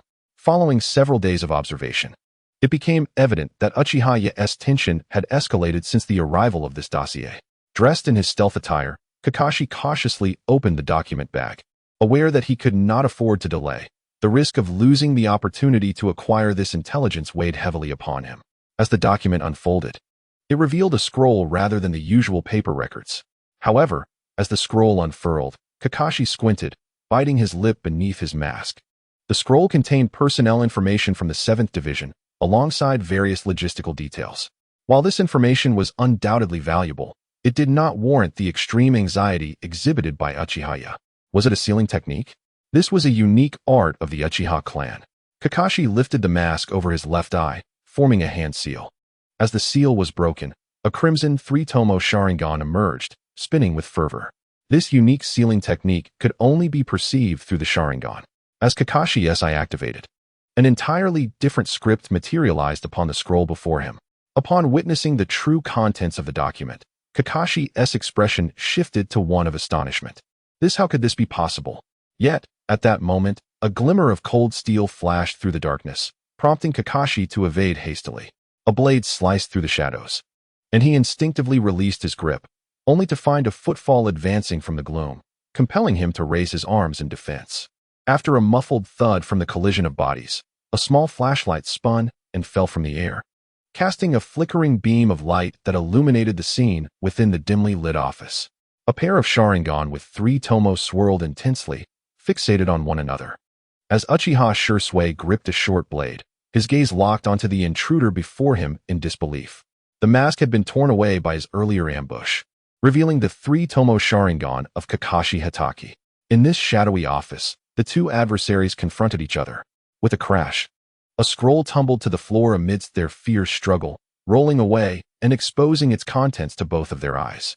The insight and replication abilities of the 3 tomo Sharingan allowed them to comprehend the scroll's information in an instant. Kakashi Hatake.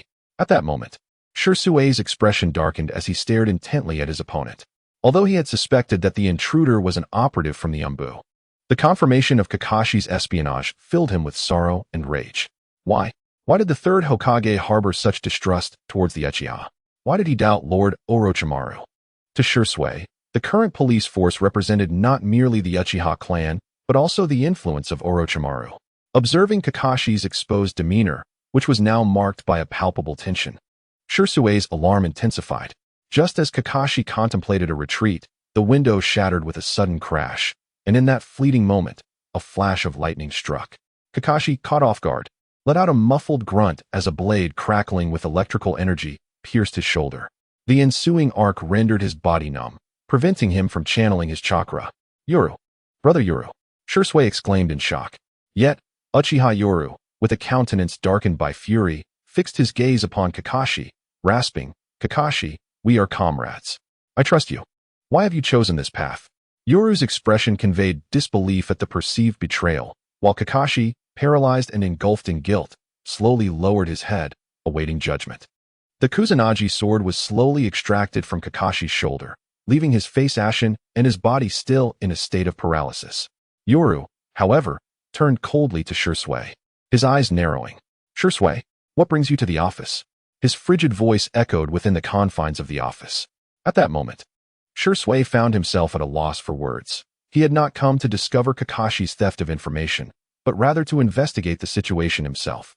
For the past 3 days, Yoru had sequestered himself within the office, and despite his careful concealment, Shisui had sensed his brother's heightened anxiety. The sound of footsteps reverberated through the dimly lit office as Yoru gradually sheathed the Kusanagi sword. Approaching the scattered scrolls on the floor, his double tomo Sharingan fixated on the scroll, he then, under the astonished gazes of Kakashi and Shisui, slowly placed his foot upon it. With a crackling sound, the scroll shattered and burned to ash beneath the flickering arcs of electricity from the soles of his feet. After completing this act, Uchiha turned his cold gaze towards the two individuals, enveloping the atmosphere in a suffocating heaviness. Kakashi sought to gather intelligence, while Uchiha Shisui also aimed to uncover secrets. Yet both found themselves ensnared in a precarious situation. You have seen everything. The hoarse and somber voice reverberated within the office. Faced with Uchiha's penetrating stare, Kakashi bowed his head in silence, perhaps grappling with the torment of betraying a comrade. Shisui too lowered his gaze, burdened with guilt. Amidst this oppressive ambience, Uchiha gradually approached the desk, slowly closing the open drawer. He glanced at the two, their heads bowed, revealing only his crimson eyes, engulfed in darkness. Kakashi, I care not for your intentions, nor for the identity of your benefactor. However, should you dare to utter even a single word of what you witnessed tonight, I shall show no mercy. At this juncture, his gaze shifted to Shisui, and the murderous intent emanating from his crimson Sharingan intensified. This information has never been verified. It is the machination of enemy spies. If leaked, it could incite turmoil within the village. For the sake of the village, for Konoha, I will not consider who you are, even if among you are my comrades, my clan, or even my family. In an instant, Uchiha transformed into a mere afterimage. delivering a powerful kick that sent Shisui crashing into Kakashi, the two colliding inelegantly against the wall. At that moment, the swirling crimson tomo of his Sharingan radiated an overwhelming aura of hostility. Confronting the asymmetrical sight of Kakashi's and Shisui's three-tomo Sharingan, a stark contrast yet a reality unfolding before them. As they groaned from their impact against the wall, the structure itself showed signs of cracking under the strain. Uchiha, devoid of restraint, fixed his piercing gaze upon them and intoned, "For the village. For Konoha. I will sever all ties without hesitation." Under the cloak of night, Konoha village exuded an aura of peace. In the office of the 7th Division of the police force, moonlight streamed in, illuminating the somewhat disheveled space where three figures lingered. Is the intelligence false? A ploy from an enemy nation? Then why? Kakashi found himself engulfed in profound self-reproach, the image of Uchiha's two-tomo, laden with lethal intent, echoing incessantly in his mind. He understood that should he dare to disclose this information, his life would undoubtedly be at stake. If this is true, a wave of fear and anxiety washed over Kakashi as he contemplated a possible scenario. Danzo's mention of the Third Hokage as a formidable schemer resonated in his thoughts.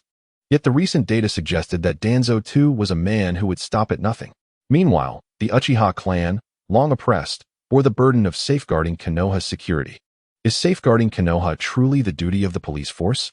Kakashi murmured to himself, recalling the declaration he made upon joining the department. The essence of the police force was permeated with an unwavering resolve to protect Konoha and its people.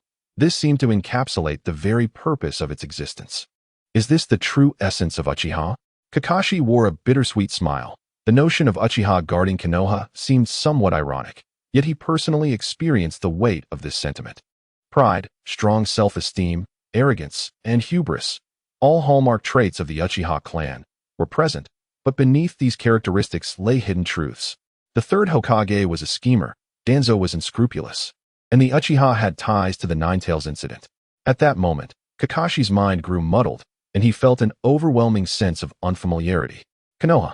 This peaceful and warm village appeared far from the idyllic vision he had conjured. Beneath its surface lay endless darkness.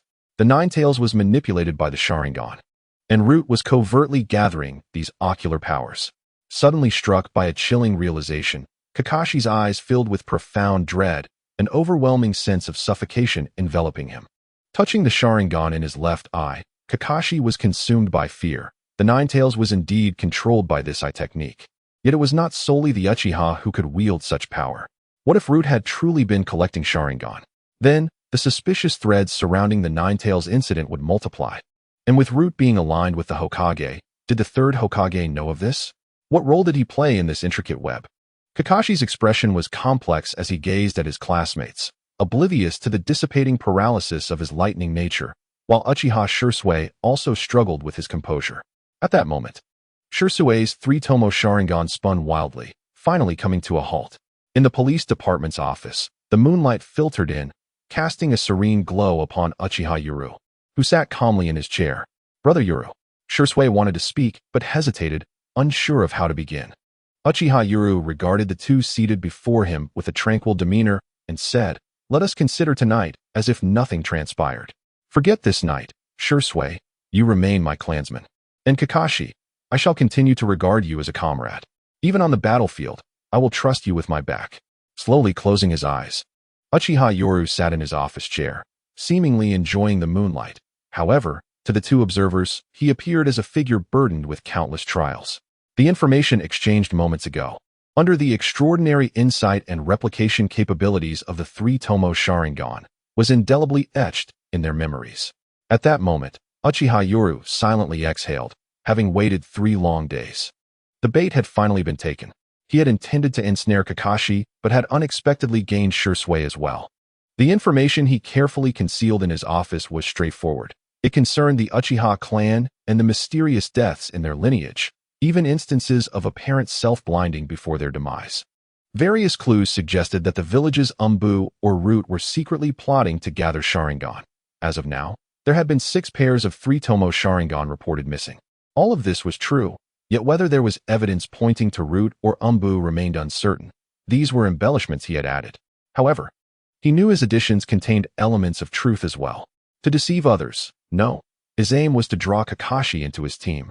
And the most crucial aspect was to ensure absolute authenticity, for falsehoods would inevitably be revealed in time.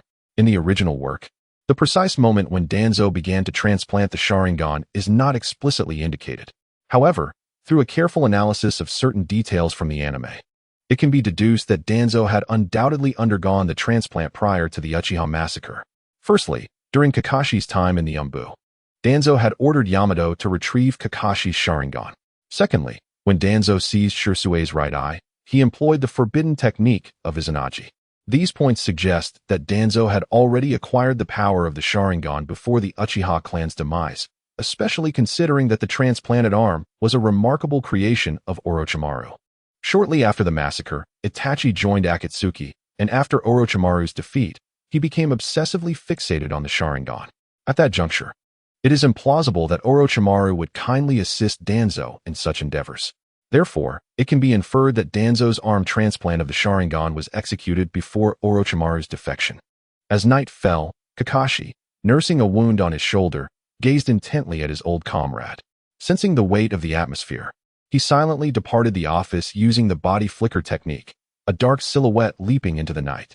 Once alone with Shisui, the latter spoke gravely, "Brother Yuru, my surname is Uchiha. I am a member of the Uchiha clan, and I have the right to know all of this." At that moment, a sense of shame washed over Shisui, as if he believed that all the darkness was a burden borne by Brother Yuru. While he possessed the strength of a lifetime, yet remained oblivious to it all. "Brother Yuru, I implore you. I am also an Uchiha." In a final act of earnestness, Shisui performed an impeccably respectful bow, lowering his head, as if he felt an insatiable yearning for the answer he sought. Observing Shisui's fervor, Uchiha Yoru's facade of calm began to wane, ultimately giving way to a weary sigh that echoed through the dimly lit office. "Shisui, you must remember the honor of our surname, Uchiha. Konoha was founded by the Uchiha and Senju clans. With the Senju no longer present, it falls upon the Uchiha to safeguard Konoha." At that moment, Uchiha Yoru's expression radiated determination, as if to convey that Shisui's perspective was somewhat narrow-minded. One cannot solely focus on their clan. In that instant, Shisui's heart jolted with realization, prompting a wave of self-reproach. Indeed, when did his thoughts become so limited? Fixated solely on being an Uchiha and forgetting the village? Changing a person's beliefs is never an easy endeavor, and Uchiha Yoru never sought to obliterate another's convictions. Rather than dismantling beliefs, he preferred to reshape the nascent, unclear convictions into what he deemed appropriate. Unbeknownst to him, Shisui's beliefs were gradually becoming clearer, and as his resolve to protect Konoha solidified, he unconsciously began to regard the village as the creation of the Uchiha. The village belongs to the Uchiha. In the dimly lit room, Uchiha Yoru, rising with a solemn tone, addressed Shisui. "What you witnessed earlier was indeed true. However, as for whether it was the work of the village's Umbu or root, I firmly believe that it is false. This is absolutely impossible." At this moment, Uchiha Shisui slowly lifted his head, gazing at his elder brother Yuru, whose eyes were obscured by shadows. For the first time, a sense of stubbornness arose within him. "Brother Yuru, do you believe I would accept your words without question?" Shisui rose steadily, his gaze unwavering as he addressed Uchiha Yuru with measured intensity. "I am Uchiha Shisui, a prodigy of the Uchiha clan, an elite jonin of the village. I am not a child. Do you intend to protect me indefinitely, brother? How long do you think you can shield me?" A sense of rebelliousness surged within Shisui, filled with frustration and anger. The brother he admired, Yo, was forever burdened by a dark, unsightly truth, one he never wished to reveal to Shisui, nor did he want him to bear it. Instead, he aspired for Shisui to become the envy of their clan. Yet, Shisui was an elite jonin, in terms of ninja prowess. He believed he could safeguard this secret and assist his brother. "Brother Yuru, you cannot shoulder all of this alone. I wish to help you. Let us bear this darkness together." At that moment, Shisui's determination mirrored that of a younger brother eager to aid his elder sibling. He did not wish to possess strength, yet remain unable to support his brother. Observing Shisui's resolute expression, Uchiha Yuru's demeanor faltered slightly, and he lowered his head. Speaking in a hoarse voice, "Shisui, the village is not only conducting experiments on the cells of the First Hokage, they are also performing human trials on the Uchiha Sharingan." In an instant, Disbelief washed over Shisui's face, his pupils flaring crimson as the three black tomo manifested within his eyes. At that moment, Uchiha Yoru seemed to deflate. As if all strength had left him, slumping wearily against the chair, his gaze vacant and murmuring to himself. The founders of Konoha, Senju, and Uchiha had become mere materials for the village's human experimentation. How absurd. Even more ludicrous was that this was an S-rank confidential research task assigned to Orochimaru. As these words escaped his lips, Shisui found it nearly impossible to believe. The very village that Senju and Uchiha had established to protect everyone now sought to turn against them? Had another spoken such a claim, he would have dismissed it outright. But this was his brother Yoru. More importantly, Yoru was a disciple of Orochimaru. The first test subject for this S-rank secret mission was none other than Shimura Danzo, who had undergone experimentation on his right eye with the Sharingan. It seemed Orochimaru was covertly working to suppress the Sharingan using the cells of the first Hokage. At this point, Uchiha Yoru closed his eyes in pain, as if admitting ignorance. No one could remain calm knowing that their family's bloodline was being studied. Shimura Danzo, suppressing the Sharingan with the cells of the first Hokage? Shisui felt as though his entire understanding was shattered. It was as if he were caught in a surreal nightmare. Suddenly, the village of Konoha was rife with secrets. He felt like a fool. Brother Yoru, what is the village truly aiming to achieve with the research on the first Hokage's cells and the Sharingan? At this moment, Uchiha Shisui, after the initial shock, was engulfed in an overwhelming fury, a rage so profound it was almost unspeakable. The Senju and Uchiha had founded Konoha, safeguarding all. So why? Why did it come to this? For Shisui, his deepest pride lay in the fact that the Uchiha and Senju had established the mightiest ninja village. Yet now, what was transpiring? Betrayal. A blatant act of treachery. An unprecedented sense of betrayal surged within him, his eyes turning blood red, suffused with an aura of lethal intent. At this juncture, Uchiha Itachi slowly awakened his Sharingan. The double tomo spun rapidly, evolving before Shisui's eyes into the triple tomo state. At that moment, Uchiha Itachi's expression was laden with a sinister coldness as he fixed his gaze upon Shisui, rasping each word with deliberate intensity. Shisui, remember, your surname is Uchiha, and this village was founded by the Uchiha. If this news were to leak, do you comprehend the turmoil it would incite?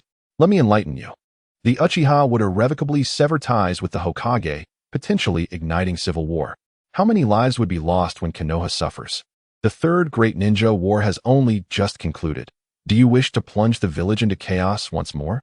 As he uttered his final words, Uchiha Itachi fixed his piercing gaze into Shisui's eyes, speaking with grave emphasis. Shunshin Shisui, I recognize your formidable strength, but should you become a criminal, I will be compelled to end your life myself. His last statement rang out with a resonant force, portraying him as a man willing to sacrifice everything for the stability of the village. Upon hearing the potential for the Fourth War, Shisui was abruptly awakened to reality. He regarded Itachi's warning, feeling a surge of warmth and guilt within him. Despite being an elite jonin of the Uchiha clan, he had always lived under the protection of his elder brother. In that moment, Shisui comprehended the perilous environment Itachi was navigating, realizing he had almost doubted his brother. Brother Itachi, rest assured. At that moment, Shisui fully embraced the village as belonging to the Uchiha. Despite the betrayal, he fervently wished to avert the outbreak of war. Finally, Uchiha Shisui grasped the entirety of the situation, understanding that the information Itachi had been desperately concealing was intrinsically linked to the spark that could ignite the Fourth Great Ninja War. It was no wonder his brother had been acting so erratically. Outside the office, beneath the cover of night, a pair of eyes displayed astonishment. What, Brother Itachi? Are your intentions? Realizing everything, Uchiha Shisui wore a solemn expression, eager to learn of the forthcoming plans. Wishing to assist his brother rather than allowing him to bear this burden alone. Observing Shisui's inquiry, Itachi discreetly glanced out the window, sensing his residual chakra lingering outside. He had spontaneously decided to stage this performance before Shisui. Everything on this stage was genuine, devoid of deceit. The only aspect was that certain information he had deduced based on his knowledge of the narrative. However, as long as Shisui and Kakashi outside continued their covert investigation, the veracity of his claims would soon be revealed. As for his reluctance to instigate war for the sake of the village, in his heart, Konoha was established by the Senju and Uchiha clans, with nature as its rightful sovereign. With the Senju now in decline, nature rightfully belonged to the Uchiha. Therefore, everything was indeed genuine. However, for the sake of Shisui and Kakashi, he found himself entangled in a web of complexity. Uchiha, quietly murmuring to himself, was earnest in his dedication to the Uchiha clan. Within the confines of the police department's office, when Shisui inquired about his plans, a glimmer of ambition ignited in Uchiha's eyes, unrestrained and fixed intently on Shisui. Shisui, once our Uchiha clan aids Lord Orochimaru in ascending to the position of the 5th Hokage, I shall personally engage with him and ensure he clandestinely commands the cessation of the 1st Hokage's would release Cell and Sharingan research. Should we fail to eradicate the decayed influence of the 3rd Hokage's administration, then my sights shall be set on the 6th Hokage. At that moment, Uchiha seemed to radiate a brilliance akin to the brightest star in the night sky. In the moonlit office, Shisui's eyes sparkled with a strange light. The 6th Hokage. When Uchiha eventually became the 6th, he would possess the authority to prohibit those grotesque experiments, sealing the unsightly aspects of Konoha away in the annals of history. In Shisui's eyes, Uchiha appeared magnificent, and without realizing it, Shisui began to transfer a portion of his hopes from Orochimaru to Uchiha. Brother, rest assured, I shall become the most steadfast tool in your hands. In that moment, Shisui felt as though he had discovered a guiding light in his life. His expression solemn and resolute. Upon hearing this, Uchiha revealed a relaxed smile, a stark contrast to his earlier gravity. In response to Shisui's astonished gaze, he uttered a phrase that solidified Shisui's conviction. No, Shisui, you are not a tool. You are a comrade to whom I can entrust my back. Comradeship. Bonds.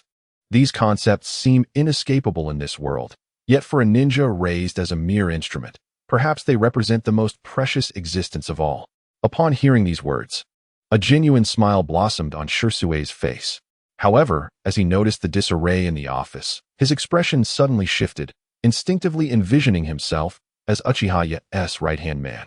Brother, Kakashi just came across this information. Should we? As he spoke, a flicker of murderous intent flashed in Shisui's eyes, as if to say, Brother, as long as you give the nod, I shall take care of this personally. Yet, upon hearing this, Uchiha's visage clouded with weariness, and he shook his head slowly, uttering softly, Shisui, Kakashi is of the Itachi clan, a descendant of the Great White Fang. He understands the gravity of the situation and would not act recklessly. Moreover, Uchiha's voice paused momentarily, then he smiled with a carefree demeanor. Kakashi is also a comrade I trust. The White Fang is a hero of Konoha. And so is Kakashi. I have faith in him.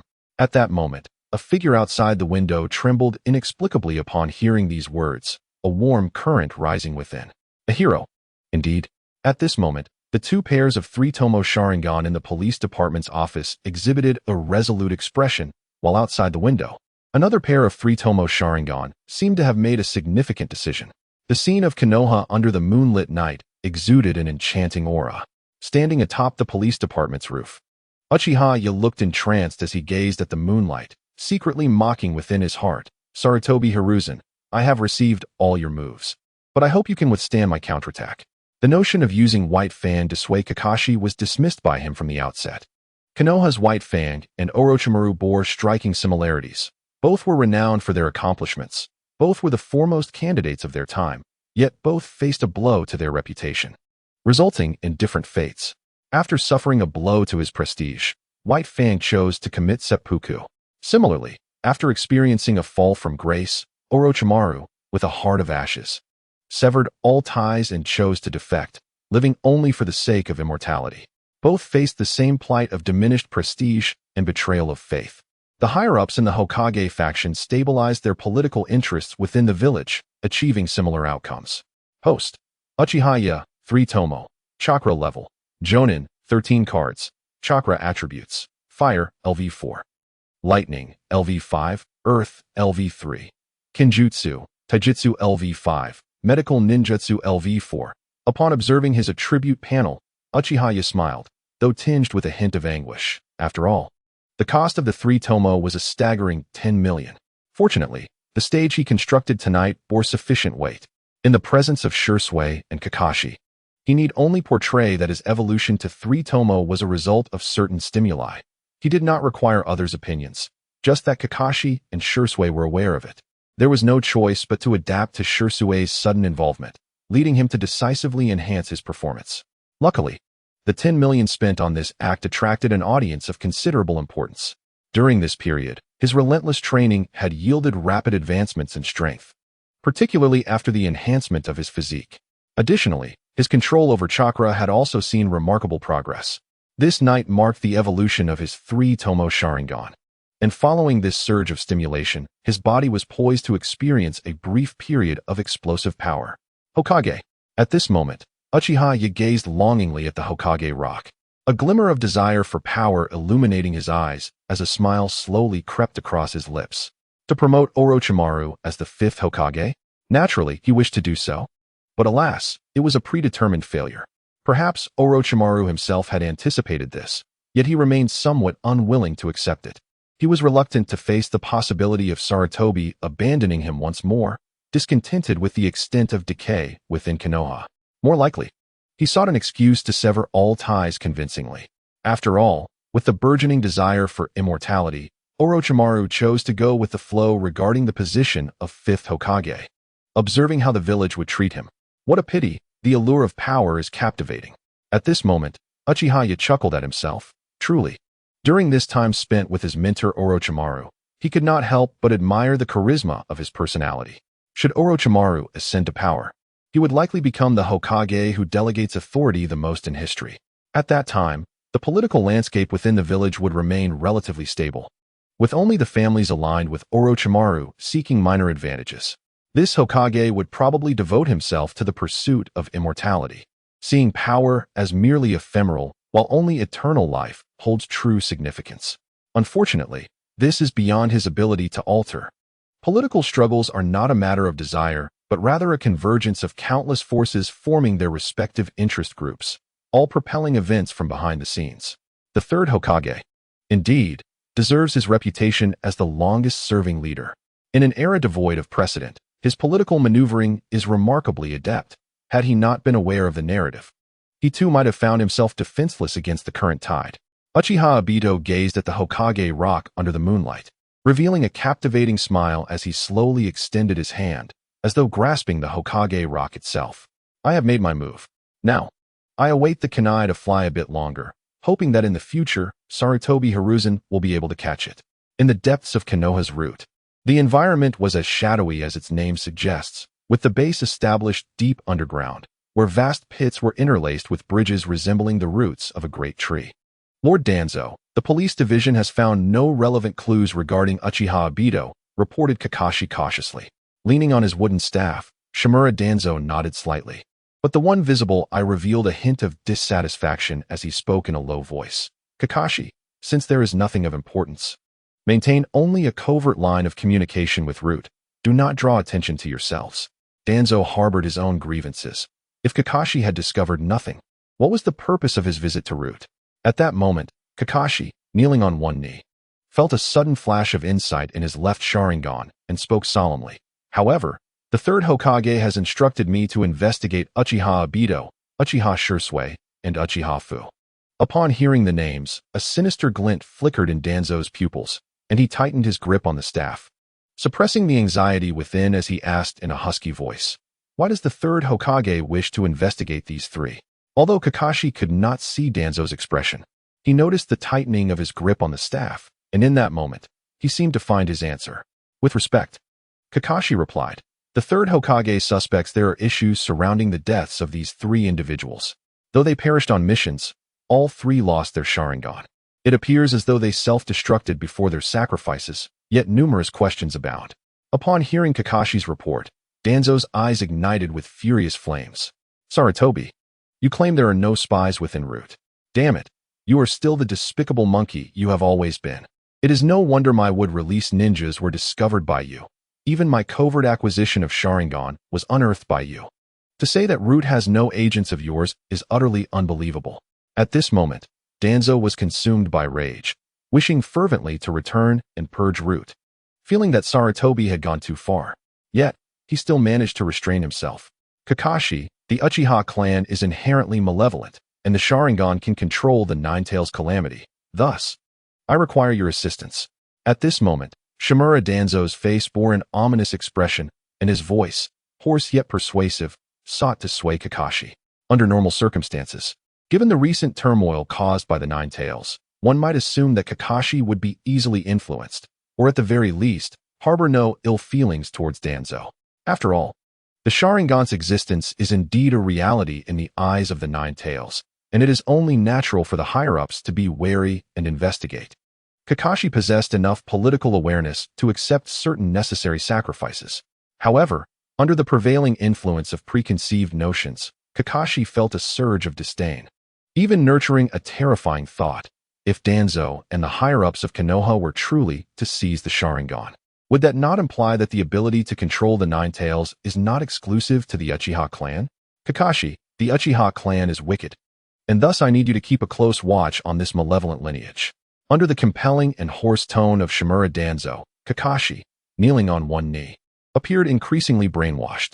This scene sparked a sense of pride within Danzo, who thought to himself, Sarutobi, while you have your spies rooted at my base, I too have my eyes upon you. Emerging from the roots, Kakashi was filled with a tumult of emotions as he gazed towards the Hokage office, seemingly yearning for the truth, yet also gripped by fear. Ultimately, he resolved to pursue the path with unwavering determination, his gaze set firmly on the Third Hokage's office. In the Hokage office, Kakashi reported, Hokage-sama, Elder Shimura Danzo from the root has recently instructed me to secretly investigate the Uchiha clan's 3-tomo Sharingan ninja intelligence. When Kakashi recounted Danzo's persuasion to join the root and the deceptive nature of the task to investigate the movements of Uchiha elites, the Third Hokage, Hiruzen Sarutobi, fell into rare silence upon hearing the report. The oppressive atmosphere of the office was punctuated only by the sound of the Third Hokage puffing on his pipe. The rich aroma of tobacco lingered in the office until the tobacco within the pipe burned out. With a heavy sigh, the Third Hokage lowered his conical hat, a sound laden with myriad emotions. Simultaneously, he regarded Kakashi with a glimmer of reassurance in his eyes, recognizing that Kakashi was even more exceptional and loyal than he had anticipated. Kakashi, do you know of the two great bloodlines capable of controlling tailed beasts at the dawn of Konoha? At this moment, Kakashi, still kneeling, fell silent, poised to respond. When the Third Hokage, with a habitual sigh, began to reminisce with a tone tinged with nostalgia.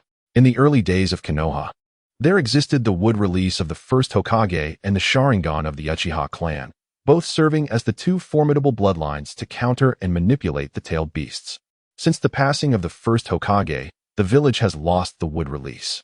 In the face of the mounting pressures of war, the village was compelled to undertake perilous secret research into wood release experiments, leading to tremendous losses, after which the village ultimately sealed this experiment. The linguistic charm of the Third Hokage is undeniably captivating, as if one were entirely immersed in the perilous and tumultuous era of war, where the village was compelled to undertake such actions in the name of peace. Listening to the Third Hokage recount secrets of the past, Kakashi Hitaki remained silent. Destined to ascend to the position of the sixth Hokage, he may be favored by fortune, yet his political acumen is indispensable. Kakashi possesses a nascent political insight, one that is still in its infancy. However, he has begun to grasp certain truths. Sacrifices must be made for peace. And even if it entails the loss of a few to save many, he would make such a decision, as in the case of Rin. From a young age, Kakashi has harbored this spirit of political sacrifice, an innate quality that transcends mere strength. Observing Kakashi's silence, the Third Hokage felt immense relief. He had initially intended to painstakingly guide Kakashi back onto the right path, but to his astonishment, Kakashi's understanding of the will of fire was far more profound than anticipated, rendering his efforts unnecessary. Kakashi, perhaps, bears the burden of the failed wood release experiment and the calamity brought forth by the Nine-Tails. Danzo's reckless pursuit of the Sharingan is all for the sake of Konoha. At that moment, the Third Hokage was imbued with a spirit of self-sacrifice. Yet his heart simmered with indignation. Danzo, how dare he conduct clandestine research on the Sharingan without his knowledge? Did he not realize the magnitude of the disaster that could ensue? Meanwhile, Kakashi's convictions began to waver, perhaps feeling a sense of terror and suffocation amidst Konoha's darkness. The third Hokage did not vehemently oppose this. Rather, he spoke in a tone that suggested sacrifices were necessary for the good of Konoha. If that were the case, it might imply a covert collaboration between the third Hokage and Danzo in the research of the Sharingan, with both parties aware of the situation. Otherwise, the third Hokage would not have articulated such sentiments. He could understand the research on would release, as those involved were already deceased, but the Sharingan? No bloodline clan in the entire shinobi world would permit others to study their Kekkei Genkai. Caught between the roots of the village and the third Hokage, Kakashi, while lacking direct evidence, gleaned answers from their responses. Both the third Hokage and the higher-ups of Danzo's root were wary of the Uchiha clan, and they shared a broad understanding of the experiments concerning the Sharingan. Based on his political understanding, it seemed that this attitude could tacitly allow for the clandestine pursuit of such unacknowledged experiments. If one were to identify Kakashi's most notable distinction, it would be his profound appreciation for his comrades. Kakashi has inherited his father's spirit, regarding his companions as his very life. The village, after all, must take precedence over individuals. From the perspective of Rin's sacrifice, it is evident that Kakashi embodies the traits of a hero. Though Rin willingly faced death, did Kakashi harbor regrets? His deepest sorrow lies in his failure to protect his comrades, lamenting that it was not he who perished instead. Yet, heroes often possess an unwavering moral line. Should they transgress this threshold, they will never choose to compromise their integrity. This delineates the difference between a hero and a tyrant. Both White Fang and Kakashi are heroes of Konoha. The initial aims of the wood-release human experimentation were understandable, particularly given that this matter undoubtedly involved Lady Tsunade and the upper echelons, who are all disciples of the second Hokage. As the saying goes, disciples are akin to sons, rendering external commentary on this issue unwarranted. Moreover, the Senju clan has its own motives for wanting to control the awakening of the wood release. However, what of the Sharingan? If the Uchiha clan were to acknowledge this, it would be one matter, yet this is being conducted clandestinely. From the very beginning, the third Hokage and his senior officials have never viewed the Uchiha clan as fellow villagers, which is why their actions have been so unrestrained. In the Uchiha clan's territory, beneath the resplendent sun, Uchiha Shisui was contentedly teaching Uchiha Itachi in the courtyard. At this moment, he was unaware that, due to his various machinations, Kakashi was investigating the answers that resided within his heart. He had never uttered falsehoods, yet his preconceived notions elicited a wholly different reaction within Kakashi. To Kakashi, it seemed that the Uchiha clan was already aware of these matters but chose to endure the burden in silence, even sacrificing their dignity for the village. However, the upper echelon regarded this as a given, which he found intolerable. Had the third Hokage and Danzo addressed this issue from the outset, the outcome would have been markedly different. Though Kakashi might have felt oppressed and stifled, he would have merely sighed and chosen to look the other way, as it was all for the sake of the village, especially considering the fearsome power of the nine-tailed Sharingan. Human emotions are indeed the most elusive of entities. Preconceived notions can often alter one's decisions. Teacher Shisui, is it not the case that a ninja harnesses their physical potential to attain great power? Why then do you advocate for restraint? The thoughts of the 6-year-old Uchiha Itachi were indeed distinct from his peers. His precociousness had led him to form such inquiries early on. Observing Itachi's question, Uchiha Shisui smiled and nodded. Indeed, Itachi, you are correct. The formidable power of a ninja is indeed derived from the exploration of one's physical potential. However, one must understand that while the human body is a treasure trove, it also possesses limits. For instance, there are age-related confines. Your youth means your body has yet to fully develop. Should one excessively exploit their potential, they may gain immense power in the short term, but it could leave indelible scars in the future. At that moment, Uchiha Shisui donned a feigned smile. Yet his clumsy performance prompted a frown of suspicion from Itachi, as if he sensed that his teacher was concealing something. Curiosity. When a woman becomes curious about a man, she is driven to uncover the truth behind the veil of mystery. The same principle applies to Itachi. By igniting Itachi's curiosity and prompting him to seek the underlying truth, it would lead to a situation where his mind was preoccupied, thereby reducing the effectiveness of any ulterior influence he might encounter at school. Additionally, as Itachi frequently trained alongside Shisui, once Itachi showcased his remarkable ninja talent and their friendship reached its zenith, Shisui would inevitably reveal certain secrets. the human heart. The difference between a truth spoken aloud and one uncovered after prolonged investigation presents two distinctly different scenarios for the heart. The heart of an individual is finite. When it accommodates a portion of one's concerns, the capacity for focus on other matters diminishes significantly. Itachi, you are still young. Were this a time of war, I would urge you to relentlessly excavate the depths of your physical potential, regardless of the repercussions it may have on your future. At this juncture, Uchiha Fugaku embodies the essence of a responsible mentor, his visage adorned with a smile brimming with genuine care. However, the village now enjoys peace. And although there are minor disturbances along the borders, they do not necessitate your generation of children to tread the battlefield. Thus, Itachi, what you must prioritize now is the pursuit of a complete childhood. While others may experience a wholesome childhood, such a luxury is denied to you. For your fate was sealed the moment you were born into the Uchiha clan as its heir. Your elevated lineage equally dictates the burdens you must shoulder. Itachi, at your current age, my guidance for you is to exercise restraint in your exploration of chakra. Do not delve too deeply, for such endeavors may lead to physical exhaustion. With a genuine concern that reflects his role as a teacher, Uchiha Fugaku shakes his head with a smile. Your talent for shuriken techniques is exceptional within the clan. At your age, you can afford to hone your skills further while also mastering chakra control. Do not rush yourself unduly. In the courtyard, Uchiha Fugaku, with a demeanor of concern, imparts wisdom to the young Itachi, his words emanating from the depths of his heart, devoid of any pretense. After all, Itachi has yet to become the traitor he is destined to be. Otherwise, he would have long sought to eliminate the opposition. Having illuminated the path of life under Fugaku's guidance, it is only natural for him to nurture his own kin, especially since tensions between the Uchiha and the higher echelons of the Hokage are bound to erupt. To survive, he must empower his clan. For one individual's strength is inherently limited, unless they possess the might to transcend all. Through the window, Uchiha Mikoto gazes outside, observing her 1-year-old son Sasuke, who wobbles as he takes his first steps.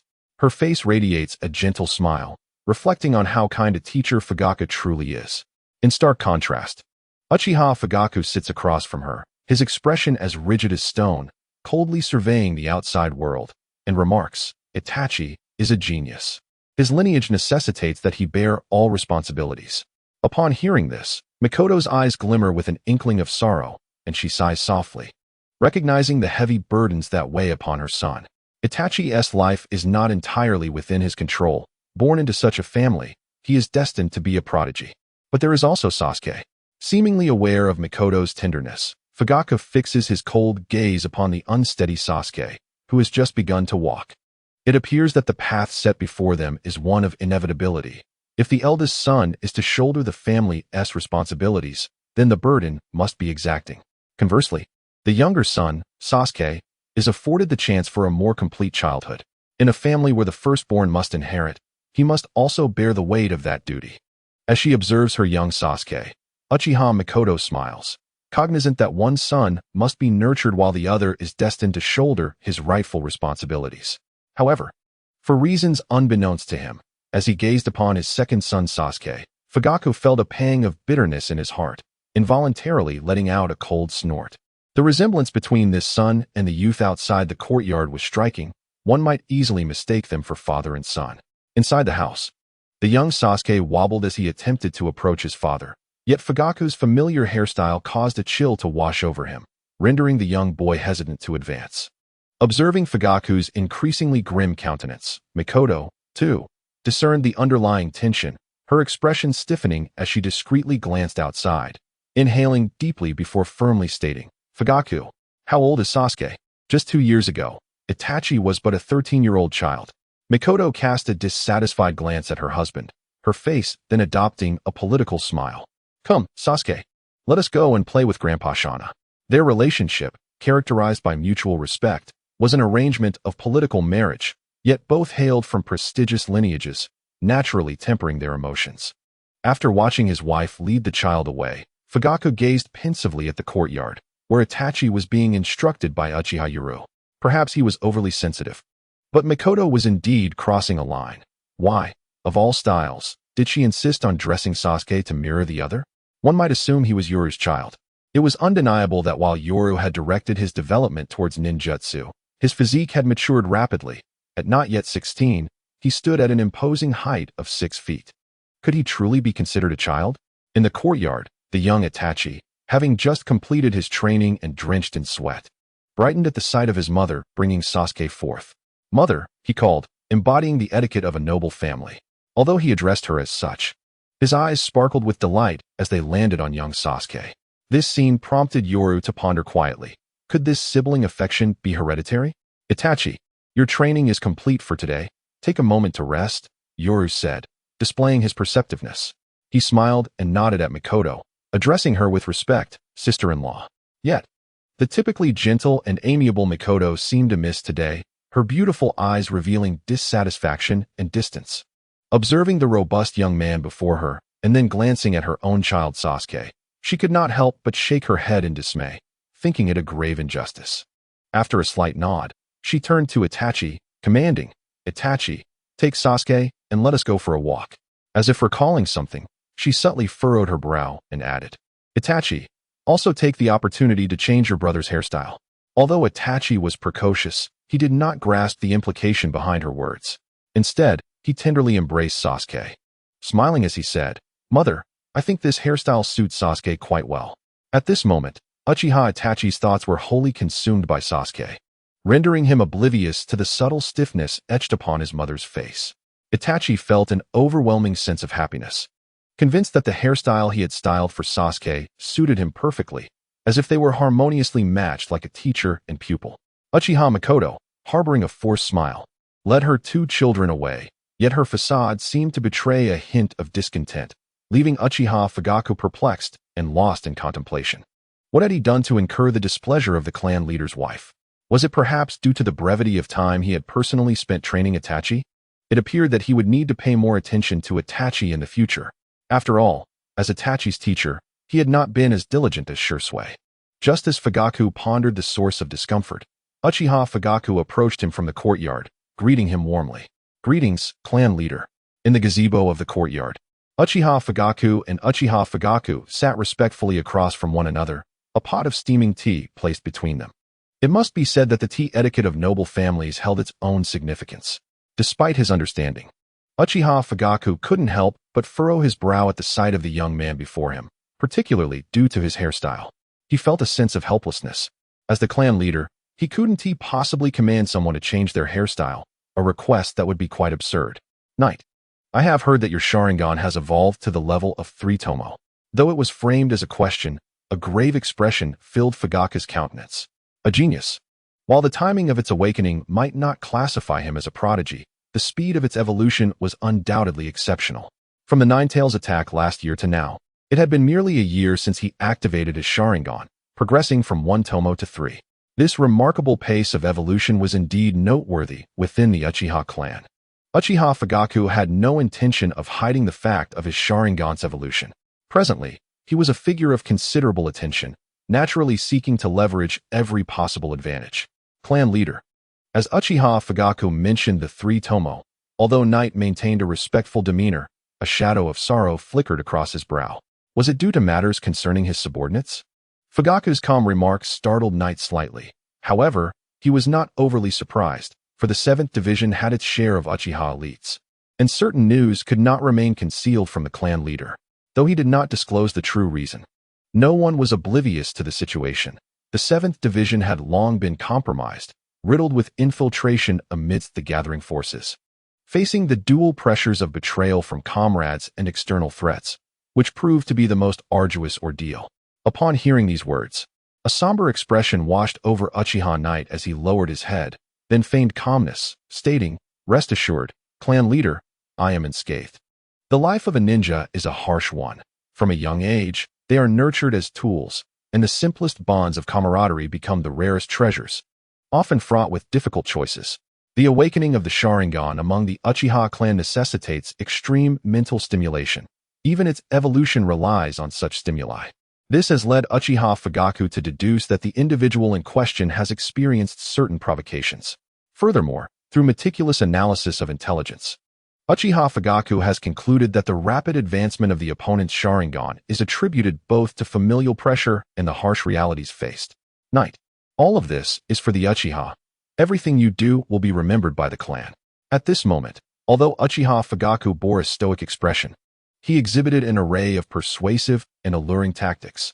Knight, since you have already awakened the three-tomo Sharingan and are a distinguished member of the clan, you possess the ability to learn ninjutsu reserved solely for those elite individuals within the family. As the clan leader, Fugaku, having set aside personal sentiments, recognized the sacrifices made by the youth for the clan and understood the necessity of fostering loyalty, paving the way for his own son in the future. Upon witnessing Fugaku retrieve a scroll from his robes, Uchiha Knight's face brightened with gratitude as he solemnly nodded, expressing, "Thank you, esteemed clan leader." Indeed, a child who cries will receive milk. Evoking sympathy from one's family often leads to the best outcomes. Astute individuals typically allow others to voice their offers of goodwill, adopting a demeanor of consolation and allure rather than directly soliciting assistance, thereby altering the nature of the interaction. In the dimly lit confines of the secret study within Konoha, Orochimaru regarded the scroll with a visage marked by a certain morbid fervor, as if he had stumbled upon a significant discovery, unable to suppress a raspy chuckle. Oh, so it is thus. Perhaps this ninjutsu could achieve the goal of immortality. Just as Orochimaru let out a sinister laugh, his serpent-like eyes narrowed as he caught a sound from beyond the door. With a creak, the wooden door slowly opened, revealing Uchiha Knight, who surveyed the dim study. Where Orochimaru cradled a massive scroll, a lingering, unsettling smile etched upon his face. Uchiha Knight felt a sense of bemusement, for reasons unknown. While Orochimaru's research lab was a beacon of brightness and modernity, the study and bedroom seemed deliberately cloaked in dimness and chilliness, as if to enhance the atmosphere. "Oh, it is you, Knight.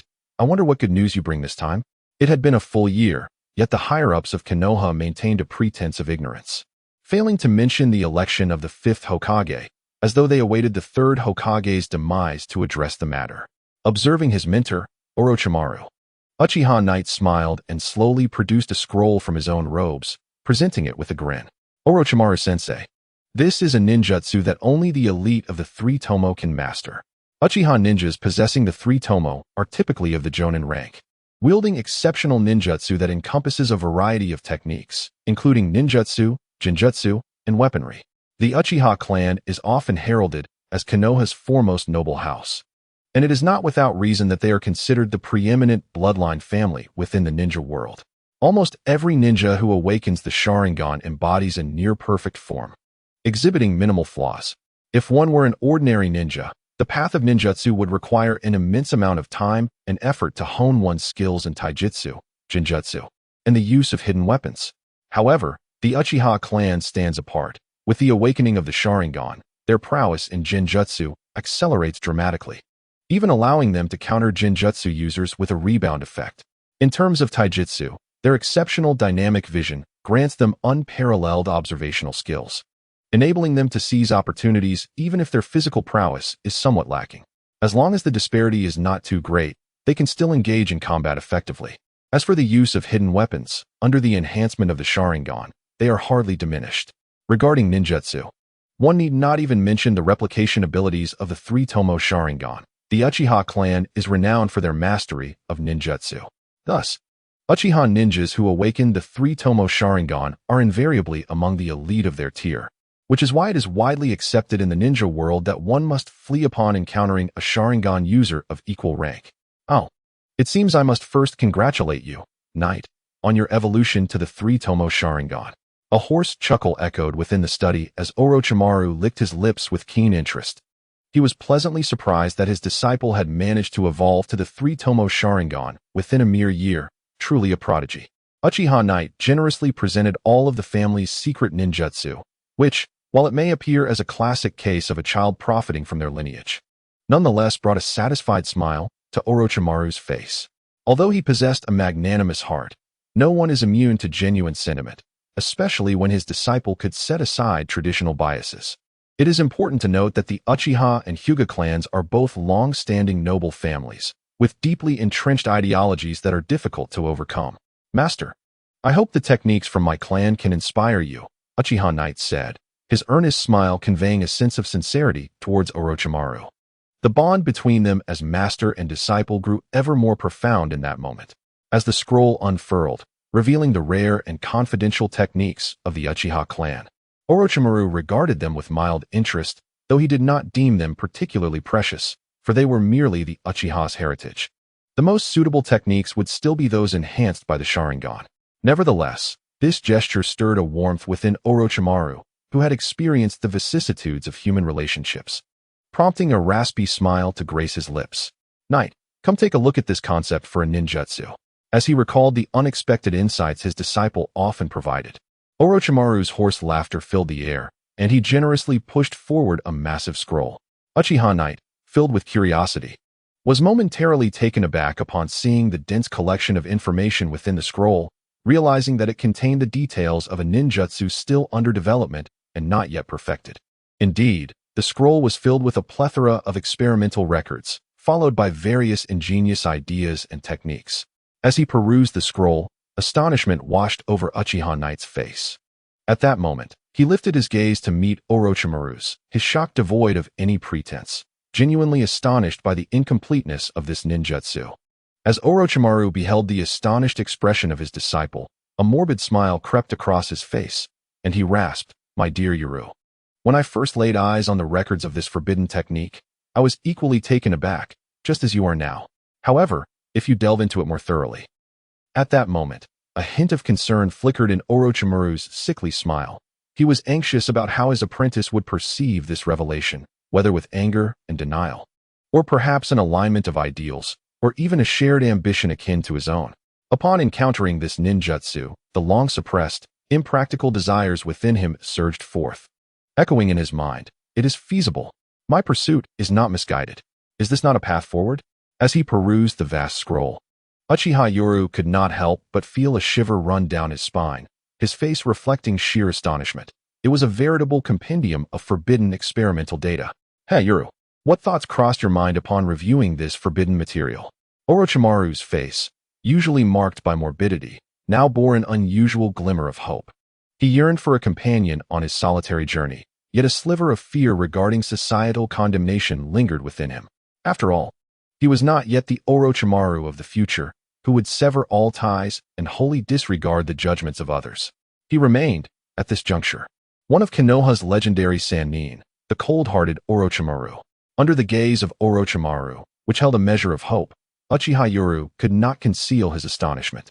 He inhaled deeply and, under the complex expression of his mentor, slowly uttered two words.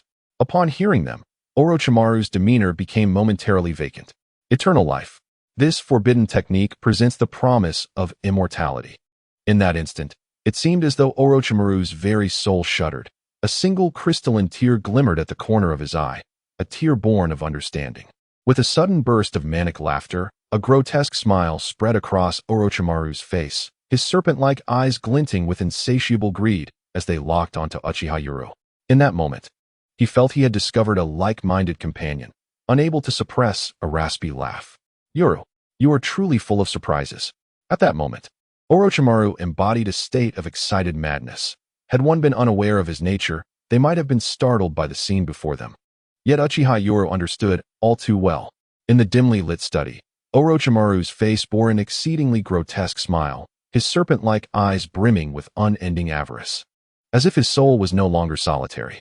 This forbidden technique is inspired by the S-rank secret art of the Kato clan, the spirit transformation technique.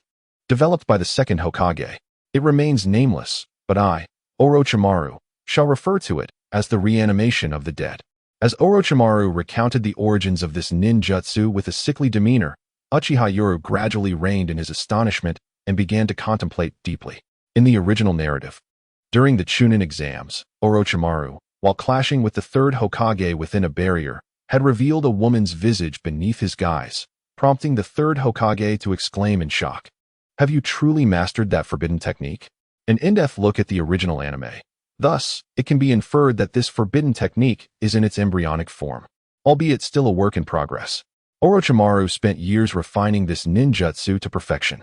At this moment, he appeared to be in his element, his face illuminated by a pathological smile of excitement, and his hoarse voice resonated with palpable exhilaration. "Do you know for whom this ninjutsu was developed by the second Hokage?" At this juncture, Orochimaru could hardly contain the fervor in his gaze, exclaiming with unbridled enthusiasm. It was for the first Hokage, Senju Hashirama. The first Hokage, this ninjutsu was entirely conceived by the second Hokage for the first. Not long after the first returned from the battle at the Valley of the End against your Uchiha ancestors, the second Hokage ascended to power, and within a few years, the first passed away. This suggests that the first must have sustained severe injuries or experienced significant depletion of life force, compelling the second to seek alternative solutions. The second Hokage was truly a genius, having conceived a method to extend life. If this ninjutsu were to succeed, it could allow for the transfer of one's soul into the body of a young ninja, enabling the continuation of life indefinitely. In this moment, Orochimaru appeared to have discovered the essence of life itself, his excitement bordering on delirium, while Uchiha feigned a frown and shook his head in disapproval. Orochimaru-sensei, this ninjutsu is not yet perfected. The records clearly document the experimental outcomes. Soul transfer results in severe backlash when completely occupying another's body. This seems to transcend mere physical incompatibility, delving into the realm of forbidden interactions with the soul. However, upon hearing this, Orochimaru not only did not express disappointment, but instead chuckled with a hoarse excitement. The soul separation technique allows the soul to leave the body, traversing distances to strike down foes, and also enables control over another's body and entry into their mental realm. Yet, the technique's flaw lies in the fact that if the original body suffers harm, the soul will likewise be affected. If the original body dies, the soul cannot remain in another's body. We must resolve these two challenges. First, how to ensure the soul is not tethered to the original body after departure, and second, how to ensure the soul can fully occupy another's body without succumbing to its influence, including the backlash you mentioned.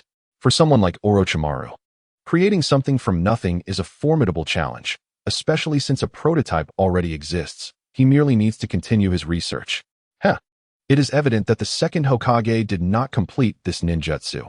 Otherwise, the first Hokage would not have fallen, nor would the Ninja World War have occurred. At this moment, Orochimaru was utterly engrossed in the pursuit of this immortality technique, and based on his experience, he deemed it entirely feasible. Observing Uchiha, he seemed anxious that the latter might deem it impossible, and he eagerly articulated his thoughts. Yakun. Since the soul separation technique can allow the soul to detach from the body and even control another's body, it proves the viability of this ninjutsu. As long as we overcome these hurdles, immortality is within our grasp, you and I. At that moment, Orochimaru fixated on Uchiha Yoru with an almost feverish intensity. The thought that had long been suppressed surged within him, overwhelming his composure. Previously, he had refrained from indulging in this notion, wary of its solitary path. Yet now, it seemed he had discovered a potential companion for this journey. Yoru, what is your perspective on this forbidden jutsu? Orochimaru was eager to glean his disciples' thoughts. Despite their master-student relationship, they resembled more of a partnership, with Yoru serving as his aide in Konoha. Observing the madness glimmering in Orochimaru's eyes, Uchiha Yoru understood that his master had become utterly enchanted by this jutsu, resolutely preparing to tread a path that few could comprehend. Master Orochimaru. The lifespan of a ninja is exceedingly brief. Even the legendary first Hokage could not escape the clutches of aging and death. Although unspoken, Yoru's resolute tone elicited an uncharacteristic chuckle from Orochimaru. The dimly lit study echoed with his distinctive, raspy laughter, and at that moment, the bond between them seemed to transcend that of mere teacher and pupil, evolving into a companionship united in their pursuit of immortality. However, Master, I have perused the records of this forbidden technique and noted that numerous human experiments have resulted in issues with the soul. One aspect concerns how to liberate the soul from its original body as constraints, ensuring that a soul detached from a wounded body remains unaffected. The second issue involves how to resist or even negate the backlash from another body. Yoru, having only skimmed the material, articulated the critical concerns, indicating his genuine engagement with the research. Upon hearing this, Orochimaru's laughter grew raspier as he replied, Yoru, do not rush. Every endeavor is born from countless failures. Challenges? Orochimaru feared not, for his trepidation lay in wandering aimlessly without direction. Yoru admired Orochimaru's unwavering dedication, fully aware that the jutsu had ultimately succeeded, albeit at the cost of years of Orochimaru's life, never reaching a state of perfection due to its inherent flaws. Master Orochimaru, I have a concept that may address the backlash from the soul on the body. After a moment of contemplation, Yoru shared his thoughts, prompting a unique smile from Orochimaru. Ah, Yoru, your ideas are always so innovative. I truly look forward to the surprises you shall unveil. Master, if other bodies experience backlash from the soul, what about one's own body? A confident smile crept across Yoru's lips, leaving Orochimaru momentarily speechless as he murmured, one's own body? My own. In an instant, a perverse grin spread across Orochimaru's face. Ah, I comprehend. Yoru, you have indeed astonished me. If the backlash from the soul cannot be avoided in others' bodies, then one might cultivate their own body, nurturing it with youthful cells while preserving countless dormant young cells. At this moment, Orochimaru appeared to have experienced a sudden surge of inspiration, his raspy laughter resonating throughout the study. Never before had he exhibited such a lack of composure. This was a first in his life, a moment of unparalleled joy, surpassing even the exhilaration of becoming Hokage. Delicate snowflakes gracefully descended from the sky, bestowing a pristine beauty upon Konoha. In the Hyuga clan, on the outskirts of the ancient residences, stood the homes of the branch family, clearly arranged to encircle the central abode of the main family. Within the wooden dwelling, a teapot filled with steaming tea tilted gently as Hinata Hisashi, with utmost seriousness and undivided attention, prepared the tea, every gesture reflecting the profound heritage of his illustrious lineage. Once the tea was brewed, Hisashi respectfully gestured for the tea to be savored. Observing Hisashi's typically stoic demeanor, Uchiha Yoru smiled. Despite the weight of the matters at hand, he understood the importance of etiquette as a mutual respect. With a composed demeanor, Yoru raised his teacup in a manner that exuded refinement. The two gentlemen gazed out at the falling snow while enjoying their warm tea, seemingly lost in a unique flavor of their own. With eyes half closed and an expression of indulgence, Yoru savored the tea and remarked, "Indeed, Hisashi-senpai, your tea-making skills are truly exceptional." "You are too kind, Yoru-kun," Hisashi replied. Their interactions were steeped in the strict decorum that characterized the exchange between two prominent clans, devoid of any impropriety. Although they had not indulged in a full round of drinks, after sharing several cups of tea, both men appeared at ease, as if the day was solely dedicated to enjoying tea and admiring the snow. Hisashi's poise was impeccable, yet Yoru, while capable of patience, was reluctant to squander time in this setting, for his schedule had grown increasingly pressing. A year had passed since the Ninetales incident, and now Itachi was 6 years old, soon to be 7. A significant event had transpired when the protagonist was 3. The incident involving the Hyuga clan had evidently caused considerable turmoil within Konoha, providing an opportunity for the Land of Lightning to strike. This upheaval, it seemed, would only be incited by the defection of Master Orochimaru, potentially destabilizing not only Konoha but the entire shinobi world. "How old is Hisashi-senpai's child this year?" Yoru inquired, setting down his teacup with a smile that revealed no ulterior motives. Hisashi, maintaining a composed expression, responded softly, "Niji will soon turn 4 after the new year. Time flies." "Niji will soon be 4, Yoru remarked with a calm smile that concealed any deeper intentions, while Hisashi remained equally composed. However, the next statement shattered Hisashi's tranquility entirely. "4 is quite an age. I've heard that the main family's child will be 3 after the new year. Orochimaru-sensei wishes to see the caged bird of the Hyuga branch." With a light-hearted remark from Uchiha Yoru, Hinata Hisashi's expression trembled momentarily. As he was pouring tea, the liquid began to overflow before he could regain his composure, hastily suppressing the turmoil within him and taking a towel to wipe the spilled tea from the table.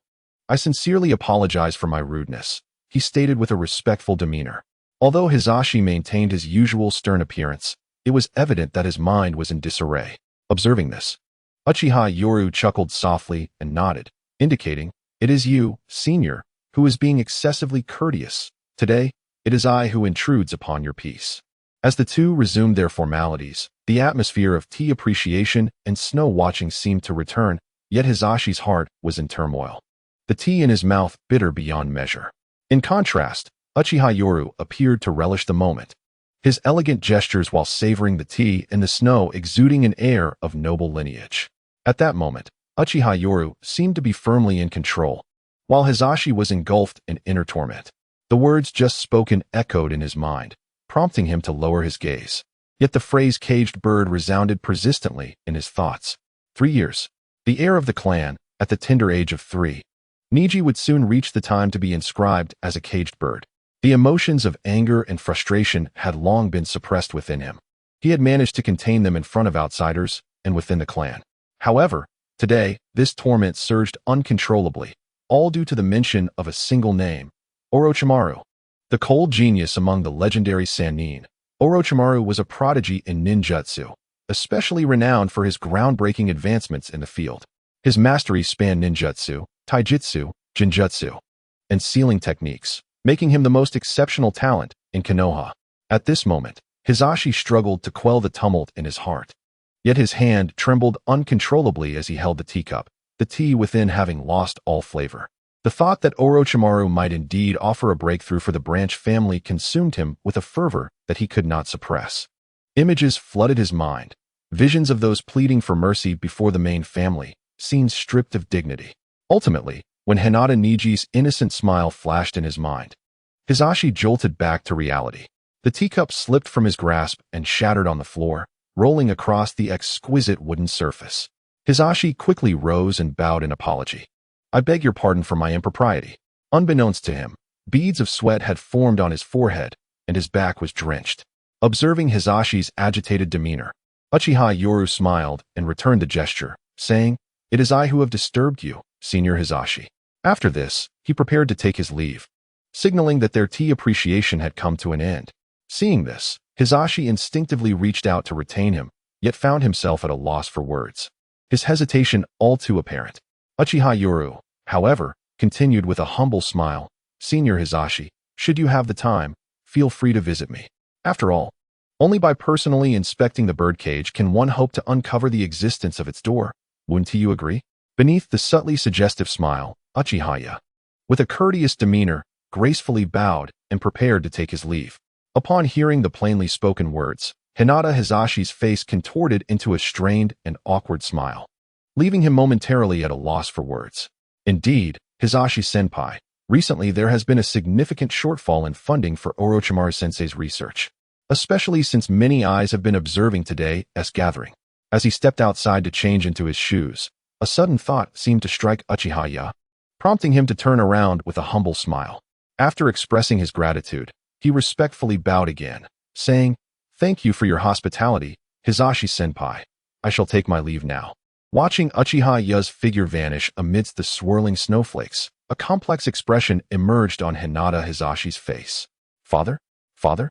Time passed indistinctly until a familiar voice broke the silence, causing Hinata Hisashi to turn around in rare confusion. He beheld a timid, youthful face gazing at him with concern, seemingly worried about his father's distress.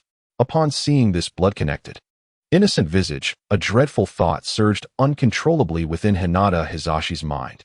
He understood the implication behind the last words exchanged. Uchiha's visit had drawn many observers, necessitating a plausible excuse, with the funding for Orochimaru's research serving as that excuse.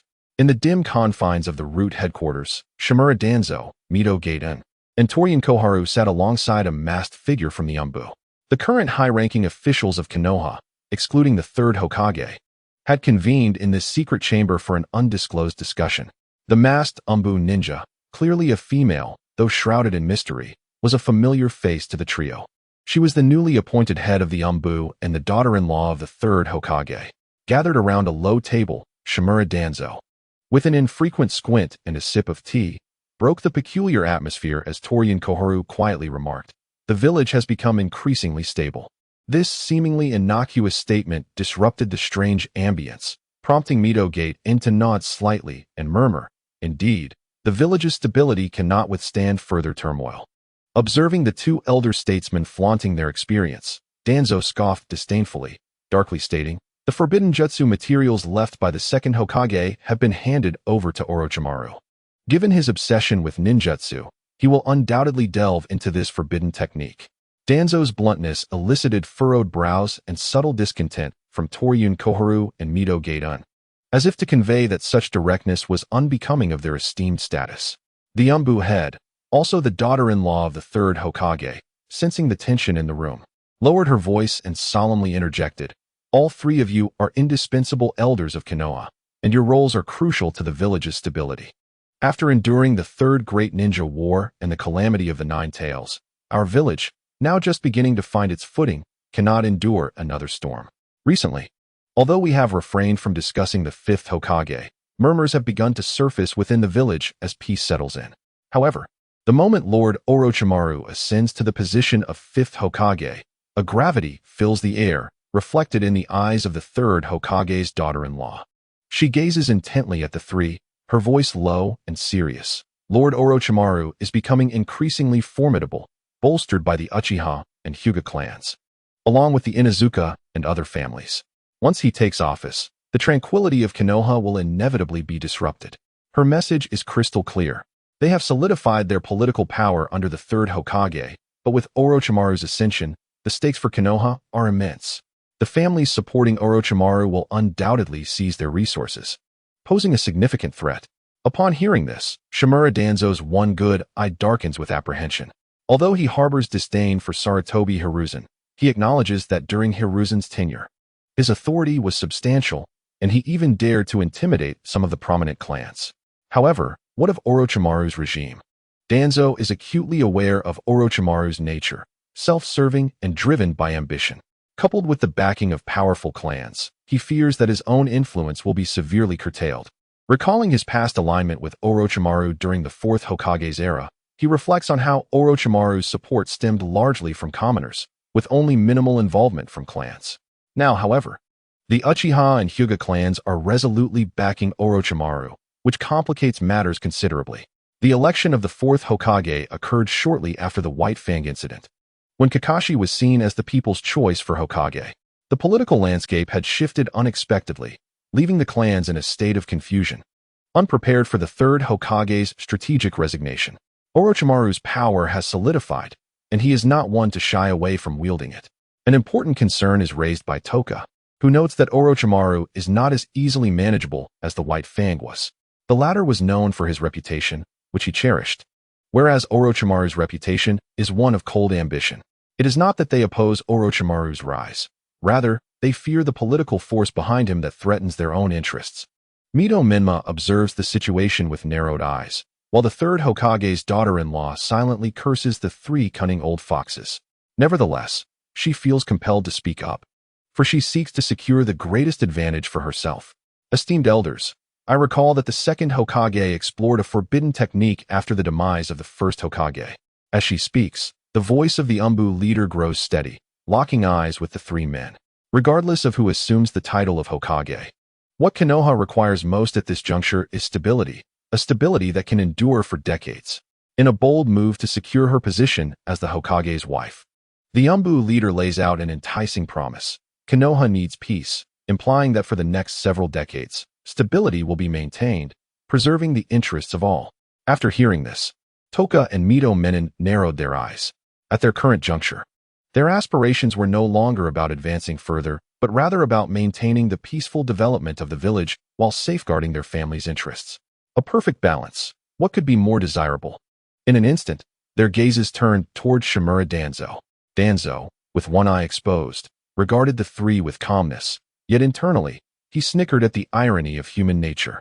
What a treacherous heart this woman possessed, intending to employ the tactics used against White Fang against Orochimaru.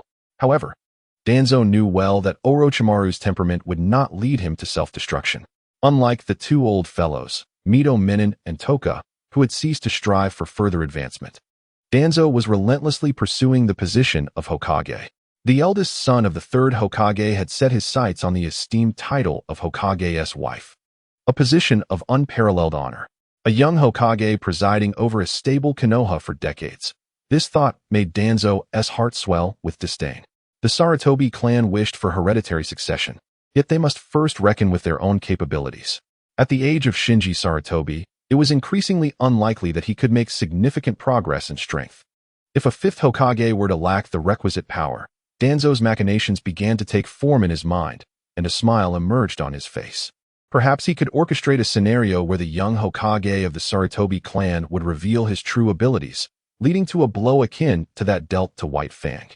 By that time, with Orochimaru's notoriety, and Jiraiya and Tsunade absent from Konoha, it was implausible for the third Hokage to return. To appear again would be a disgrace. And would anyone even agree to such a notion? Did they truly believe that Konoha's Hokage belonged solely to the Sarutobi clan? Having come to this realization, Danzo nodded subtly, his voice low yet firm. Indeed, the village requires stability, and the Uchiha clan poses too great a threat.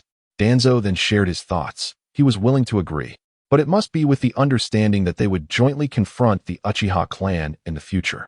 His greed for the Uchiha's power was matched only by his wariness of them. Moreover, he could manipulate a Hokage lacking strength to deal with the Uchiha, thereby avoiding the burden of infamy. Even if they emerged victorious, he would still come out unscathed. In the depths of the Root's shadowy chamber, the Umbu leader, satisfied with the political arrangement, departed with a smile, leaving the three behind. Once the Umbu leader was gone, Toka furrowed her brow and spoke solemnly. This woman is far too infatuated with power. Perhaps, with the outsider's departure, the three of them shed their facades. For they had been companions since childhood. Mito Minen shook his head with a sigh. There is no fault in being enamored with power, but I fear that Sarutobi Shinji's strength and contributions might not be enough to command respect. They had already resolved to abandon Orochimaru, for he was uncontrollable. And once he ascended, he would rearrange the power dynamics representing Konoha's interests, plunging the village into chaos. Conversely, if Sarutobi Shinji were to take the helm, stability would prevail. At their age, they favored tranquility over challenge. Most importantly, Konoha had yet to recover from the Third Great Ninja War and the Nine-Tails disaster. The village desperately needed a period of rest and recuperation. At that moment, Danzo secretly wished for the new Hokage to exhibit weaknesses, as he contemplated ways to undermine the reputation of the newly appointed Sarutobi Shinji. With careful planning, he believed he might seize an opportunity. Sarutobi Shinji was far easier to manipulate than Orochimaru, and Danzo's mind was already brimming with schemes. In contrast, supporting Orochimaru would subject him to the scorn of his old acquaintances and the animosity from various factions within the former Konoha. For his roots were entrenched in the old powers. It was inconceivable for him to assist outsiders in undermining his own faction. Danzo's machinations remained concealed from his companions. However, Shimura Komatsu, seemingly lost in thought, furrowed her brow and remarked, "Danzo, the forbidden techniques left by our teacher, though incomplete, are exceedingly perilous, rather than merely dangerous. They were cruel." Danzo, upon hearing this, let out a cold laugh. Unlike the revered White Fang, Orochimaru was not one to shy away from ruthless measures. The incident involving the White Fang could not be allowed to repeat itself, yet if they wished to diminish Orochimaru's stature, they must resort to harsh tactics. The position of Hokage required a figure endorsed by the majority of elite shinobi. In the past, they had seized the opportunity to tarnish the reputation of the White Fang amid the tumultuous political climate, where a transition of power within Konoha could easily incite chaos, leaving them vulnerable to external threats. They never anticipated that the White Fang would take his own life, a taboo subject for them. The White Fang's rigid demeanor was far less malleable than that of Orochimaru, whose fierce and decisive nature was only met with some criticism, making them more at ease this time. Mito Gatika sighed, shaking his head gently. The two unfinished forbidden techniques left by our teacher will likely require a multitude of living subjects for experimentation. We must tread carefully. We cannot allow a repeat of the White Fang incident. While they could indeed tarnish Orochimaru's reputation to eliminate him as a contender for Hokage, they could not permit a bloodbath akin to that of the White Fang, for such a loss would be catastrophic for the village. The White Fang remained a lesson for their higher-ups. Political battles had never entertained the notion of his sacrifice, as they were politicians driven by interests rather than warriors seeking conflict. A completely disqualified candidate for Hokage, with a powerful presence in Konoha, maximized their benefits. Observing his two friends reference the White Fang incident once more, Danzo could not suppress a frown as he spoke gravely. "Do not worry. Orochimaru's temperament differs from that of the White Fang." What sort of person was Orochimaru? At this thought, Shimura Komatsu and Mito Gatika exchanged knowing glances and allowed themselves a relaxed smile. Orochimaru was notorious for his ruthless methods. His reputation as the Cold Prince was well earned, and he was indifferent to public opinion, a trait that made him more formidable than the White Fang. Yet, despite their perception of Orochimaru as cold-blooded and profit-driven, they had never contemplated the potential for madness. After all, The notion of immortality was simply absurd, and no one could have foreseen that Orochimaru would evolve into the deranged and twisted figure he would later become. This is also why, in the original text, the Third Hokage's incredulous shock upon beholding Orochimaru's feminine visage during the Chunin exams was so profound. Impure world reincarnation, an imperfect ninjutsu, was merely known to be a forbidden technique developed by their teacher, the Second Hokage. It was rumored to be a taboo art conceived by a malevolent onmyoji and ninja during the Warring States period. However, it remained incomplete and was subsequently eradicated by the combined forces of the Uchiha and Senju clans. The records of this ninjutsu then fell into the hands of the Senju clan, which raises the question of how the Uchiha clan, known for their temperament, could have taken an interest in it. As the first Hokage passed away, the second Hokage resumed research on this forbidden technique, but just as he began, a calamity struck in the Land of Lightning, leading to the technique's subsequent sealing. After Orochimaru acquired the data on impure world reincarnation, vigilance was imperative. There must be irrefutable evidence. Tsurugi Koharu furrowed her brow and spoke in a low tone, and the three understood the implications of her words. Such forbidden techniques invariably necessitated extensive human experimentation, which would inevitably expose their misdeeds.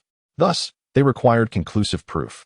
A decisive blow to Orochimaru's reputation would render him unfit for the position of Hokage, and he could be relegated to the fringes, akin to Jiraiya and Tsunade.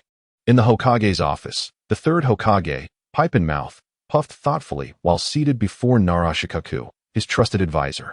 Shikaku, the Umbu leader, has gone to the route. Accompanied by Tsurugi Koharu and Midokage, the third Hokage, his voice raspy, spoke in a subdued tone. As the Hokage of Konoha, how could he remain oblivious to every movement within the village after governing for so many years, especially regarding the high-ranking officials? Hearing this, Nara Shikaku bowed his head. Feeling the weight of the situation, he was ensnared in the tumult of Hokage succession, a predicament rife with moral dilemmas. Perceiving Shikaku's discomfort, the third Hokage sighed heavily, lamenting that Orochimaru had strayed onto a perilous path. If left unchecked, Konoha would soon face another upheaval. Years ago, he had fervently supported Minato Namikaze, primarily because the latter had little backing. Once he became Hokage, the transition of power could be gradual and stable, ensuring peace within the village. More importantly, Minato's ideals of the will of fire closely mirrored his own, unlike Orochimaru's, which stood in stark contrast to his political philosophy. This was the essence of his choice. Now, he found himself confronting this dilemma yet again. Konoha had scarcely recovered from the Third Great Ninja War and could ill afford further turmoil, especially under such dire circumstances. The third Hokage's true intentions were never solely focused on Orochimaru's research. It was inconceivable that Orochimaru's vast base and myriad resources could elude the Hokage's scrutiny. Furthermore, had not the second Hokage engaged in human experimentation as well? Even during his tenure, he had initiated a wood release project, which ultimately ended in catastrophic failure. However, it at least demonstrates one point. Although research on the human body is considered taboo, it remains a veiled subject rather than entirely forbidden. Which of the great ninja villages does not engage in such practices? Without these formidable medical ninjutsu and various forbidden techniques, how could they have emerged? A glance at the original work reveals that the third Hokage may harbor personal motives, especially given the growth of the Sarutobi clan. Yet his genuine affection for Konoha is indisputable, transcending all self-interest. His political philosophy, however, is excessively domineering. He believes that only his interpretation of the will of fire can ensure the village's stability, deeming all alternatives erroneous. Inside the Hokage's office, the air is thick with the acrid scent of smoke. Nara Shikaku, although wary of trouble, quickly deduces the situation with his astute mind. He may fear complications. Yet the Ino-Shikicho trio is undoubtedly aligned with the Hokage, especially his own clan, renowned as the Hokage's advisors. There is no escaping this role. Observing Nara Shikaku's prolonged silence, the third Hokage gently sets down his pipe and rasps. The head of the Umbu visited the Nara clan 3 days prior, although you were on duty at the time.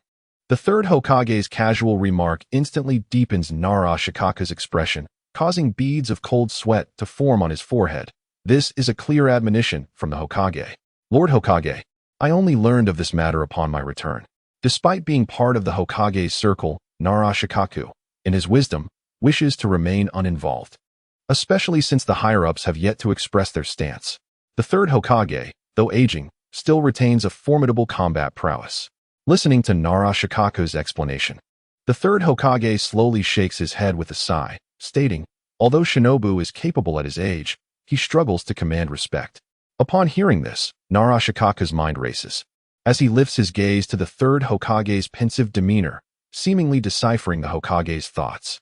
Lord Hokage, the head of the Umbu has promised the position of Jonin team leader.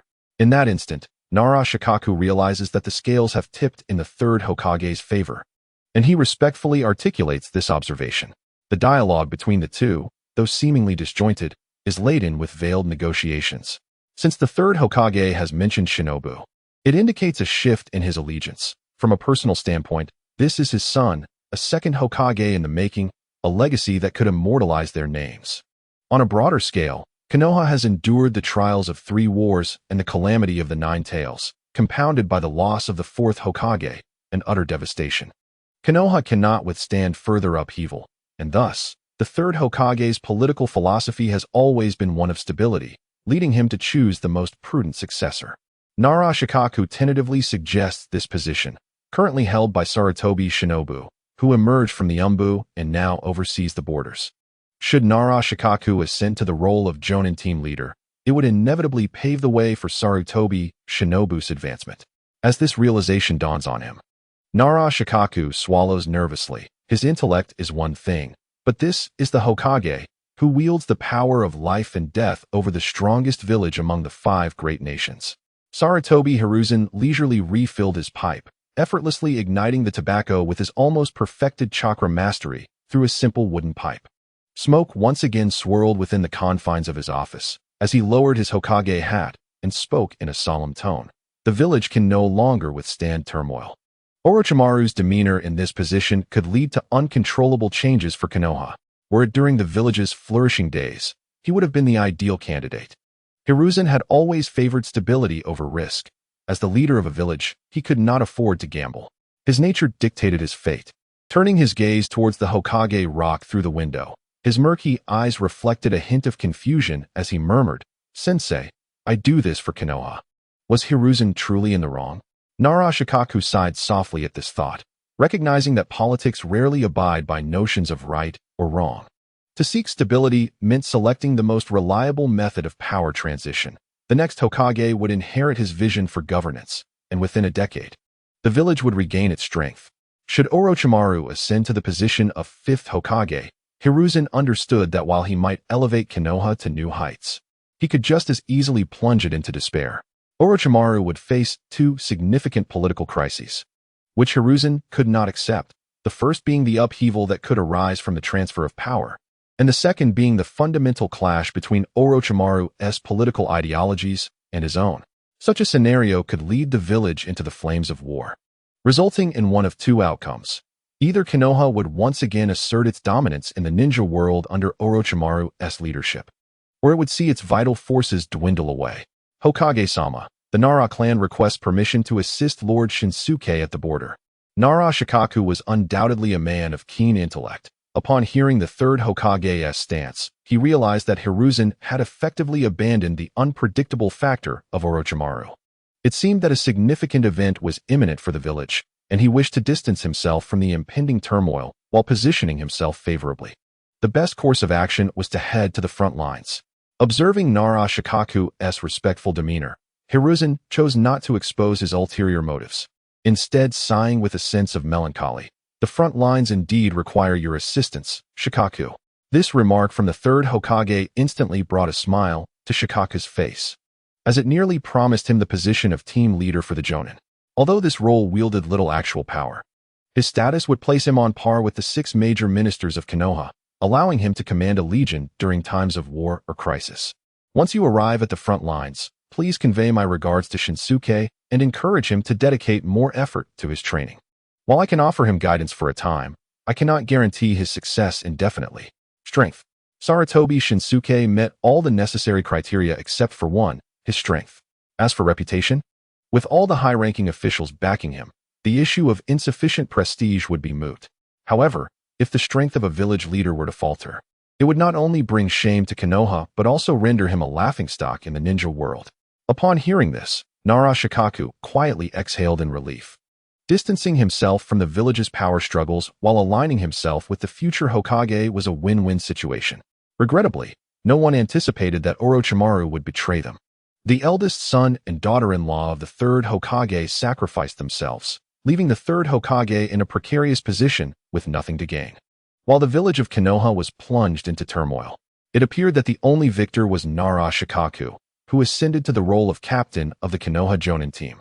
A shadow flitted past him like a flea, and Nara Shikaku, who had just exited the Hokage's office, wore a wry smile on his face. "Minister, the Third Hokage has dispatched me to the border to assist Lord Shino." Observing Shikaku's evident reluctance to engage in this political strife, the minister of the Umbu chuckled lightly. Beneath the mask, his eyes sparkled with assuredness. "Captain Shikaku, rest assured, we never intended to conceal anything from the Hokage." Despite the calm demeanor on Shikaku's face, he felt a deep-seated wariness towards this woman, the daughter-in-law of the Third Hokage. She was far from ordinary. Her strategies were overt, meticulously calculated to align with the Third's political ideology of stability. It was clear that the Hokage had tacitly approved of her actions, enabling her to reach out to the upper echelons of Konoha with such audacity. In a dimly lit underground secret base, Orochimaru's face contorted into a sickly smile as he gazed at the enormous scroll before him, revealing an unrestrained grin. "Ha, the impure world reincarnation. Such a technique still exists in the ninja world, a near-extinct fusion of yin-yang masters and ninjutsu, a perfect amalgamation. This is truly another key to unlocking the mysteries of the soul." Amidst Orochimaru's hoarse, maniacal laughter, 2 tears of sorrow glistened at the corners of his purple eyes. As Uchiha entered the study and beheld Orochimaru's uncharacteristic demeanor, he couldn't help but furrow his brow. However, he remained silent, calmly observing the colossal scroll instead. Impure world reincarnation. As he perused the records of this jutsu, a look of enlightenment dawned upon Uchiha. No wonder Uchiha Madara was aware of this technique and even understood the unsealing methods. One must recognize that this jutsu was originally invented by the second Hokage, yet its timeline presents contradictions. If it had been formulated at the inception of Konoha, Madara's knowledge could be explained. But the second Hokage did not utilize it in the Land of Lightning, rendering it somewhat illogical. Thus, the jutsu remained unrefined, a fragment of a larger whole. Madara's familiarity with it, and the second Tsuchikage's prior acquaintance could only suggest that it had not yet reached completion. This malevolent jutsu had surfaced during the Warring States period, when Uchiha Madara and Senju Hashirama defeated each other, acquiring this technique among the spoils, albeit in a damaged state, incomplete. Yakuin. This forbidden technique was intended by the second Hokage to resurrect the first Hokage. Unfortunately, it was merely in the early stages of experimentation. At this moment, Orochimaru wore a genuine smile reminiscent of a youthful boy who had discovered a treasured artifact. In his eyes, these forbidden techniques held greater significance than anything else, for they bestowed upon him 2 keys to the pursuit of immortality. The reanimation jutsu. This soul-manipulating ninjutsu, if successfully developed, would surely grant him deeper insights into the mysteries of the soul, enabling him to explore the secrets of eternal life. The impure world reincarnation. This technique offered him a pathway to transform into a youthful body, allowing him to maintain a perpetual state of youth. Though these 2 forbidden arts appeared to be at odds with one another, the body-switching aspect of the impure world reincarnation was intrinsically linked to the enigmatic soul, thereby making both techniques exquisitely tailored for Orochimaru. Observing Orochimaru's growing obsession with the quest for immortality, Uchiha glanced at him with a furrowed brow and spoke in a serious tone. "Teacher Orochimaru, it seems that there has been a long silence regarding the nomination of the 5th Hokage within the village." The dimly lit study fell into a profound silence, and Orochimaru's fanatical smile gradually faded. Turning to face him, he replied with a raspy chuckle, "It appears you are quite concerned about this 5th Hokage, Yakin." In response to Orochimaru's remark, Uchiha candidly nodded, expressing his true sentiments. Indeed, if Orochimaru were to ascend as the 5th Hokage, the Uchiha clan would no longer face exclusion. They could seamlessly integrate into the upper echelons of Konoha. The entire village would serve as a robust support for his endeavors. providing endless resources to study the art of immortality. Likewise, as his disciple, I could shed the burdens I currently bear. Uchiha spoke with complete sincerity. He understood that once Orochimaru became the fifth Hokage, his own fortunes would rise in tandem, granting him access to greater authority within Konoha, alleviating his worries. After all, it is easier to find solace beneath a great tree, and relying on Orochimaru would be quite effortless, as long as one remained valuable. Observing his remarkable and most satisfactory disciple, Orochimaru smiled, unusually refraining from discussing forbidden techniques. Instead, he retrieved a scroll and tossed it over. This scroll contained strategic maps of the borders of Konoha, along with the commercial shares held by various clans within the Land of Fire. For example, the Nara clan controlled 40% of the medicinal herb trade in the Land of Fire, while the Akimichi clan monopolized 50% of the military supplies in Konoha. The Yamanka clan oversaw the intelligence department of the village, and other clans divided the entirety of Konoha's resources among themselves. Even the Uchiha clan had a stake in medicinal herbs and military supplies, albeit modestly. In contrast, the Hyuga clan dominated the lucrative trade of shuriken, kunai, and chakra metal throughout the Land of Fire. At this moment, Orochimaru transcended the image of a mere fanatic obsessed with forbidden techniques. He emerged as a seasoned politician, exuding stability and wisdom, his eyes gleaming with insight as he meticulously analyzed the intelligence regarding the various clans of Konoha. Orochimaru had become a sagacious statesman, while Uchiha opened the scroll to unveil a comprehensive analysis of Konoha's interests, detailing the extent of each clan's holdings. Observing the grave expression on Uchiha's face, Orochimaru revealed his uniquely captivating, raspy smile. The current state of Konoha resembled a stagnant pool, where all interests had been meticulously divided and laid bare. Your political acumen, dear Yakuin, is truly the most formidable I have encountered among the youth throughout my lifetime, even surpassing my own.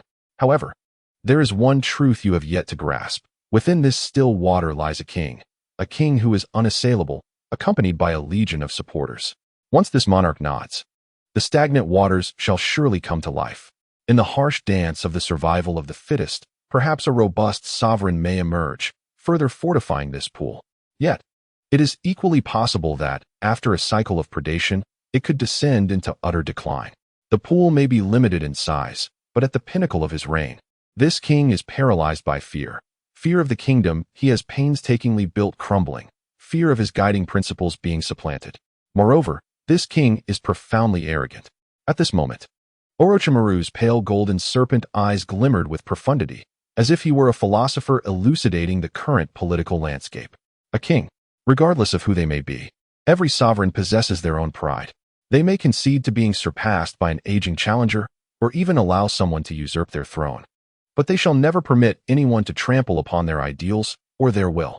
Each formidable ninja harbors their own steadfast convictions, much like you and I. At this juncture, Orochimaru cast a meaningful glance at Uchiha, his raspy laughter resonating with significance. Just as it is with you, Yakuin, deep within, you embody an unwavering pride. Even in the face of my authority, your essence exudes an innate arrogance, impervious to the will of others. In this moment, Uchiha comprehended Orochimaru's insinuation. The third Hokage stands as the reigning monarch at the zenith of his power, while Orochimaru represents the new generation of kings. Both possess their own ideologies, and neither will yield to the other. Should Orochimaru aspire to ascend, he cannot bypass the third. Without the third's endorsement, Orochimaru must contend with all the clans and ninjas aligned with the third's interests. Though Orochimaru's influence is formidable, bolstered by the Uchiha and Hyuga clans alongside numerous civilian ninjas, will they truly fight for him? In the realm of political rivalry, will they risk their lives? To fight fiercely implies a schism in politics. Failure signifies elimination. Conversely, adhering to the established political norms transforms them into mere investors. Should Orochimaru falter, they would forfeit only their invested stakes, rather than their entire fortunes. To be eliminated signifies the conclusion of the game. Losing means relinquishing one's wagers. However, wagering everything signifies a complete upheaval of the board. Among the civilian ninjas, many have placed their bets, but what of the Hyuga and Uchiha clans? The Hyuga will not. As for the Uchiha, at this moment, Uchiha wore a bittersweet smile. Though the Uchiha have made their wagers, their ultimate goal is merely to regain their rightful place at the center of village power. They would not dare to overturn the board now, especially since the future of the Hokage faction aims to partition the Uchiha's position. This is merely a prospect, not the present reality. The Uchiha will not stake everything for Orochimaru, unless the chosen successor happens to be one of their own. In the study, Orochimaru seemed to have entirely transformed, embodying the shrewdness of a politician who comprehends the intricate dynamics of Konoha's situation. Uchiha Itachi felt a profound shock within. Indeed, it was a critical oversight to assume that a formidable contender for the position of Hokage would lack political acumen. The fourth Hokage's failure to ascend was a consequence of the third Hokage's strategic maneuvering. Otherwise, it would have been improbable for the mantle of Hokage to so easily fall upon Minato Namikaze. The initiative has never rested in our hands. After all, we are still in the final peak era of a reigning monarch, and it is perilous to provoke the underlying limits of such a sovereign. At this juncture, Orochimaru gazed at the forbidden scroll in his hands, a sardonic smile gracing his lips. Is this truly your choice, sensei? You have once again cast me aside. What will your next move be? Will it be akin to the last time when you reassigned me, or something else entirely? During the first instance, Orochimaru had chosen silence, resigning himself to accept the reality of the situation. Contemplating this, a chilling smile returned to his face, his raspy laughter echoing in the dimly lit study. Though I am not the White Fang, I possess my own path as a shinobi. And is this not precisely what you have tacitly permitted me to pursue, the long-buried way of the ninja within my heart? Amidst his hoarse laughter, Uchiha Itachi grasped his teacher's intent. All political maneuvers were, in essence, futile. If the third Hokage opted to remain a bystander, his chances of success would be substantial. However, should he choose to intervene, his position would be virtually unassailable. The decades of accumulated authority of the third Hokage, coupled with his revered status during the tumultuous period following the demise of the fourth Hokage, rendered him an immovable force. Although the third Hokage appeared to be a benevolent elder, he was, in the realm of politics, an autocrat. Furthermore, it is crucial to acknowledge the sheer strength he possessed, as he maintained an alarming prowess befitting the zenith of his capabilities. In the grotesque historical context of the ninja world, any leader inevitably becomes a political autocrat, much like the first Hokage, whose vision of peace was inviolable even for Uchiha Madara. Indeed, this world is both bizarre and distorted. With this realization, Uchiha Itachi smiled, intoxicated by the glory and power that his noble lineage bestowed upon him. Itachi, your strength is advancing swiftly. Alas, you still lack a certain refinement. However, should you cultivate this further, you might emerge as a new windmill in this decaying village. At that moment, Orochimaru spoke with a disturbingly twisted smile, as if he had discovered a particularly intriguing toy, sending a shiver down Uchiha Itachi's spine. Sensei, Itachi began, but before he could complete his thought, Orochimaru's raspy laughter interrupted him. Itachi, from the very beginning, I have observed the ambition in your eyes, your inherent pride that distinguishes you from other Uchiha. You have always exuded such confidence, coupled with your aspirations. Though you conceal it well, I perceive the delight you derive from the power it bestows upon you. Orochimaru candidly unveiled the facade of Uchiha, who could not help but smile. The artificial grin that usually adorned his face gradually faded, replaced by a smile imbued with a hint of arrogance and an air of superiority. Orochimaru-sensei, he mused, if that exalted position were occupied by an individual of immense power, a figure who instills fear throughout the ninja world and possesses eternal life, what would the ninja realm become? At this juncture, Uchiha momentarily paused, as if struck by a profound thought, a playful smile emerging upon his visage. Moreover, in a ninja world with but a single village and a singular voice, would the brutal ninja wars cease to exist? Am I, in essence, destined to become the savior of the ninja realm? As Orochimaru listened to Uchiha's unabashed ambition, his smile deepened, ultimately erupting into a husky laugh within the dimly lit study. I did not anticipate your ambitions to be so grand, Yakuin, he remarked, his eyes narrowing slightly, revealing a glimmer of longing and desire for what lay ahead. At that time, the ninja world may well welcome a legendary sage of 6 paths. No, not merely a sage lost to the annals of history, but a true sage indeed. Uchiha, gazing at Orochimaru, responded with a smile. No, it must be 2 sages. Or perhaps these two sages will forge a ninja realm governed by immortals. The two sages they referred to were, of course, themselves, suggesting the existence of other immortal sages yet to emerge. With this realization, Orochimaru's smile grew increasingly twisted and fervent. Indeed, as the number of outliers increases, they cease to be considered anomalies.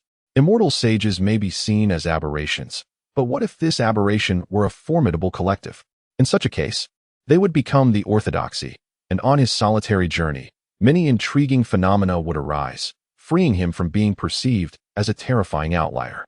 Laughing hoarsely, Orochimaru reveled in this thought, while Uchiha, for once, expressed his innermost feelings. No one begins perched atop the heavens, neither you nor I. Not even the sage of six paths. Yet, the intolerable void of the throne must come to an end, from this day forth. It shall be you and I standing at the pinnacle. Beneath Uchiha's noble smile, Orochimaru mirrored his expression, recognizing a fellow dreamer with ambitions akin to his own. Both sought immortality, albeit for different reasons. Uchiha aspired to dominate the entire ninja world, while Orochimaru yearned for endless life and mastery over all ninjutsu. Eager to witness how far his disciple would ascend and the tempest he would unleash upon the world. A whirlwind.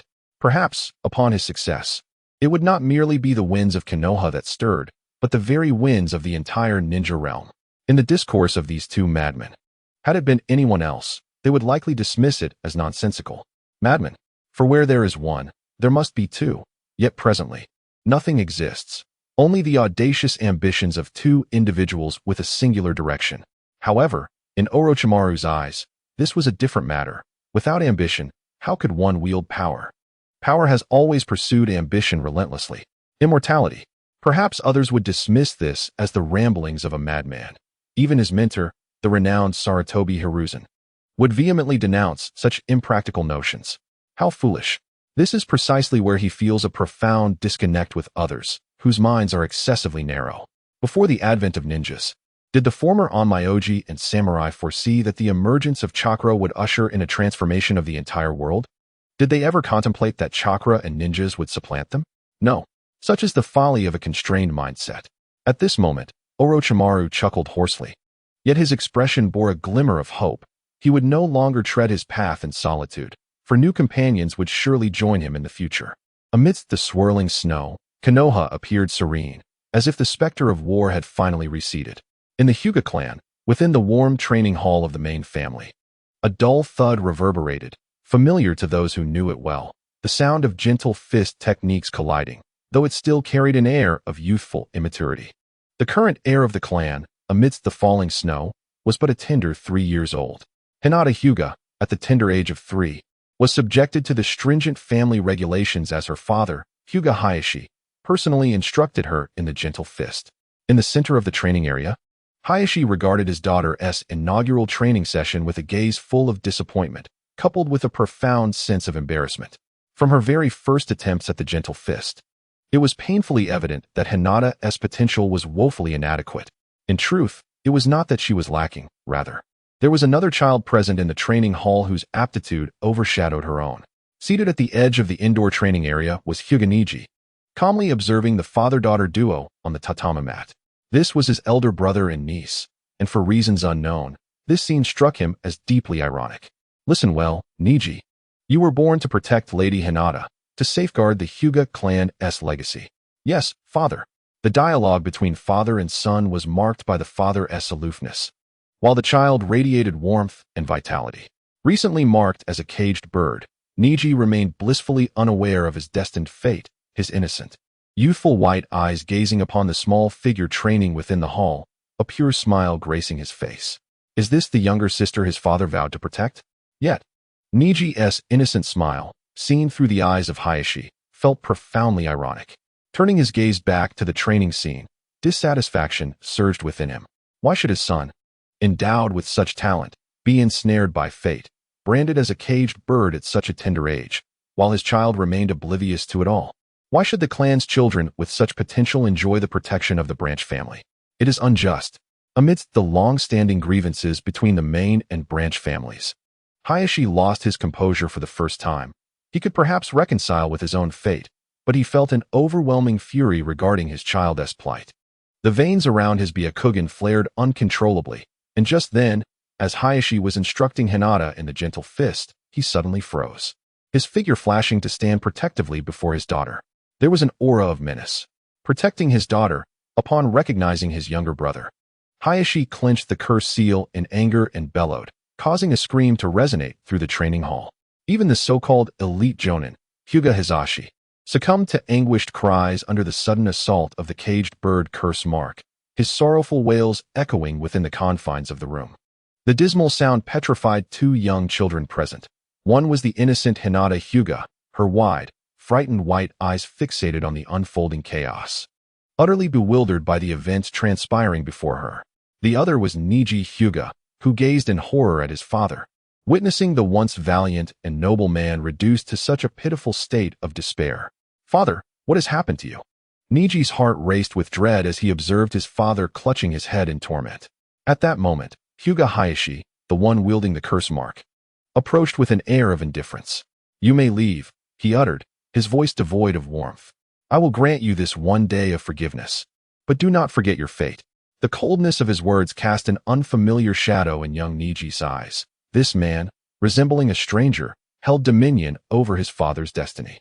Though he sensed something profound, his tender age prevented him from grasping the truth. As Hayashi turned away from his brother's anguished cries, he appeared unfazed, as if dismissing a trivial matter, departing with an air of condescension. He led Hinata away, leaving behind a scene of stark contrast. One adult retreated with apathy, while the other remained in a state of disarray. In that moment, an invisible rift seemed to form between the two innocent figures. Hinata, trembling in fear, witnessed the tragic scene unfold, while Niji, tears staining his cheeks, felt the loss of his childhood innocence as he watched his uncle depart. "Father." Under the weight of the caged bird's horror, Hizashi felt a deep sense of humiliation, particularly as he caught sight of the concern in his children's eyes. His anguish stemmed not from the shame of disgrace before them, but from a profound hatred for the circumstances that led to their birth. No father wishes to bind his child with the shackles of fate from a young age. Every father envisions his offspring as the epitome of potential. Yet, it seemed that his child's destiny was irrevocably tied to the protection of the clan. "Niji, support me. We must return." Gritting his teeth against the pain that assaulted his mind, Hizashi had never before harbored such intense resentment towards the clan, nor such loathing for the caged bird. Memories of the Uchiha flashed in his mind, particularly that of the pale golden snake eyes belonging to Orochimaru. At that moment, Hizashi's resolve was reignited. Under the weight of Niji's concern, his gaze grew resolute. He could lay down his life for the clan, but he could not bear to see his child follow the same path. Meanwhile, after leaving, Hayashi's expression remained impassive, yet anger simmered within him. He was furious with his brother for revealing such murderous intent, oblivious to the consequences should it reach the ears of other clans. His rage was palpable. While he understood the enmity between the main and branch families, he also cherished his brother. Though his methods of protection were flawed, they were the only means he knew to shield him. Due to this matter, he began to harbor disdain for his own daughter, believing that it was her lack of talent that led his younger brother to entertain undesirable thoughts. The young Hinata Hyuga, filled with terror and unease, remained oblivious to the fact that she had become a scapegoat in this situation. With a cold snort, Hinata Hizashi retreated to their residence, leaving Hinata Hyuga too frightened to approach, slowly making her way out of the Hyuga estate amidst the falling snow. As snowflakes danced through the air, a youthful silhouette appeared in the snowy landscape. It was the innocent young Hinata, her pale eyes seemingly brimming with innocence. "Are you from the Hyuga clan? Show us your Byakugan." One child taunted. "If you're unwilling, then don't look at us. Those eyes are eerie." Another chimed in. "Indeed, those eyes are like a monster's, Byakugan monster." In the snow, 3 older children, clearly of an age to have attended ninja school, laughed loudly at Hinata. Perhaps they did not comprehend the weight of their words, but they had certainly absorbed the prejudices of their parents. Class distinctions were ever present. The young boys, aware of the Byakugan, felt emboldened to mock with impunity, unaware of their own ignorance regarding the merits and burdens of bloodline clans. In the snowy expanse, Hinata, subjected to the ridicule of the 3 older children, felt tears welling up in her innocent eyes, eventually spilling forth. A small figure crouched in the snow, while the 3 older children, driven perhaps by a foolish envy, continued their taunts. At that moment, a figure appeared, calmly observing the scene. The three children were taken aback. In their eyes, the forehead protector and ninja blade symbolized a ninja, evoking a natural fear that caused them to display visible panic. Children, have your parents not taught you? Do not bully those younger than yourselves, especially a girl, admonished Uchiha, his tone serene as he addressed the trio. His gaze, however, drifted towards a frail child who had just jumped off a swing, momentarily freezing upon noticing their presence. At that moment, Hinata wept with a sense of injustice. When a gentle hand reached out to stroke her head, when she lifted her gaze, she saw a sharply defined silhouette belonging to the Hyuga clan. Uchiha narrowed his eyes at this scene. It seemed he had inadvertently intercepted a princess. He then glanced at the frail figure in the distance. Brother, a voice startled him. As Uchiha Shisui appeared behind him, his expression solemn. Yet his eyes lingered on the distant child. Shisui understood the child's identity all too well. And precisely because of this knowledge, the Uchiha clan felt compelled to steer clear of that child, aware that they could easily be manipulated by those with ulterior motives. However, the sight of that frail child, clad in thin garments, was deeply ironic. With a calm demeanor, Uchiha took Hinata's hand and turned to depart. Casting one last indifferent glance at the frail figure in the distance, his mind swirling with contemplation, Jinchuriki. Upon witnessing this, Uchiha Shisui inwardly sighed in relief, fearing the onset of any misunderstandings. After all, interactions between the clan and Jinchuriki could stir trouble. However, despite his momentary relief, Shisui's emotions were exceedingly complex. As he clearly observed the frail figure of the Jinchuriki, Shisui, you ought to replace that garment with a new one next time. Do not tarnish the reputation of the police department. Refrain from visiting such trivial establishments henceforth.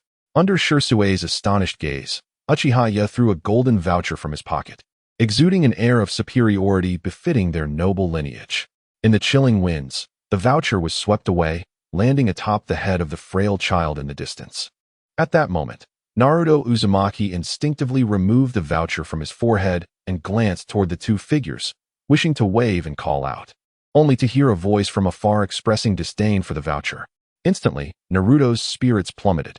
Yet, upon examining the voucher in his hand, he noticed the prominent inscription of good fortune on the front, while the reverse promised a winter children's outfit, redeemable with this voucher, albeit with limited availability. His slender, veined hand, though rough, suddenly glistened with a droplet of water.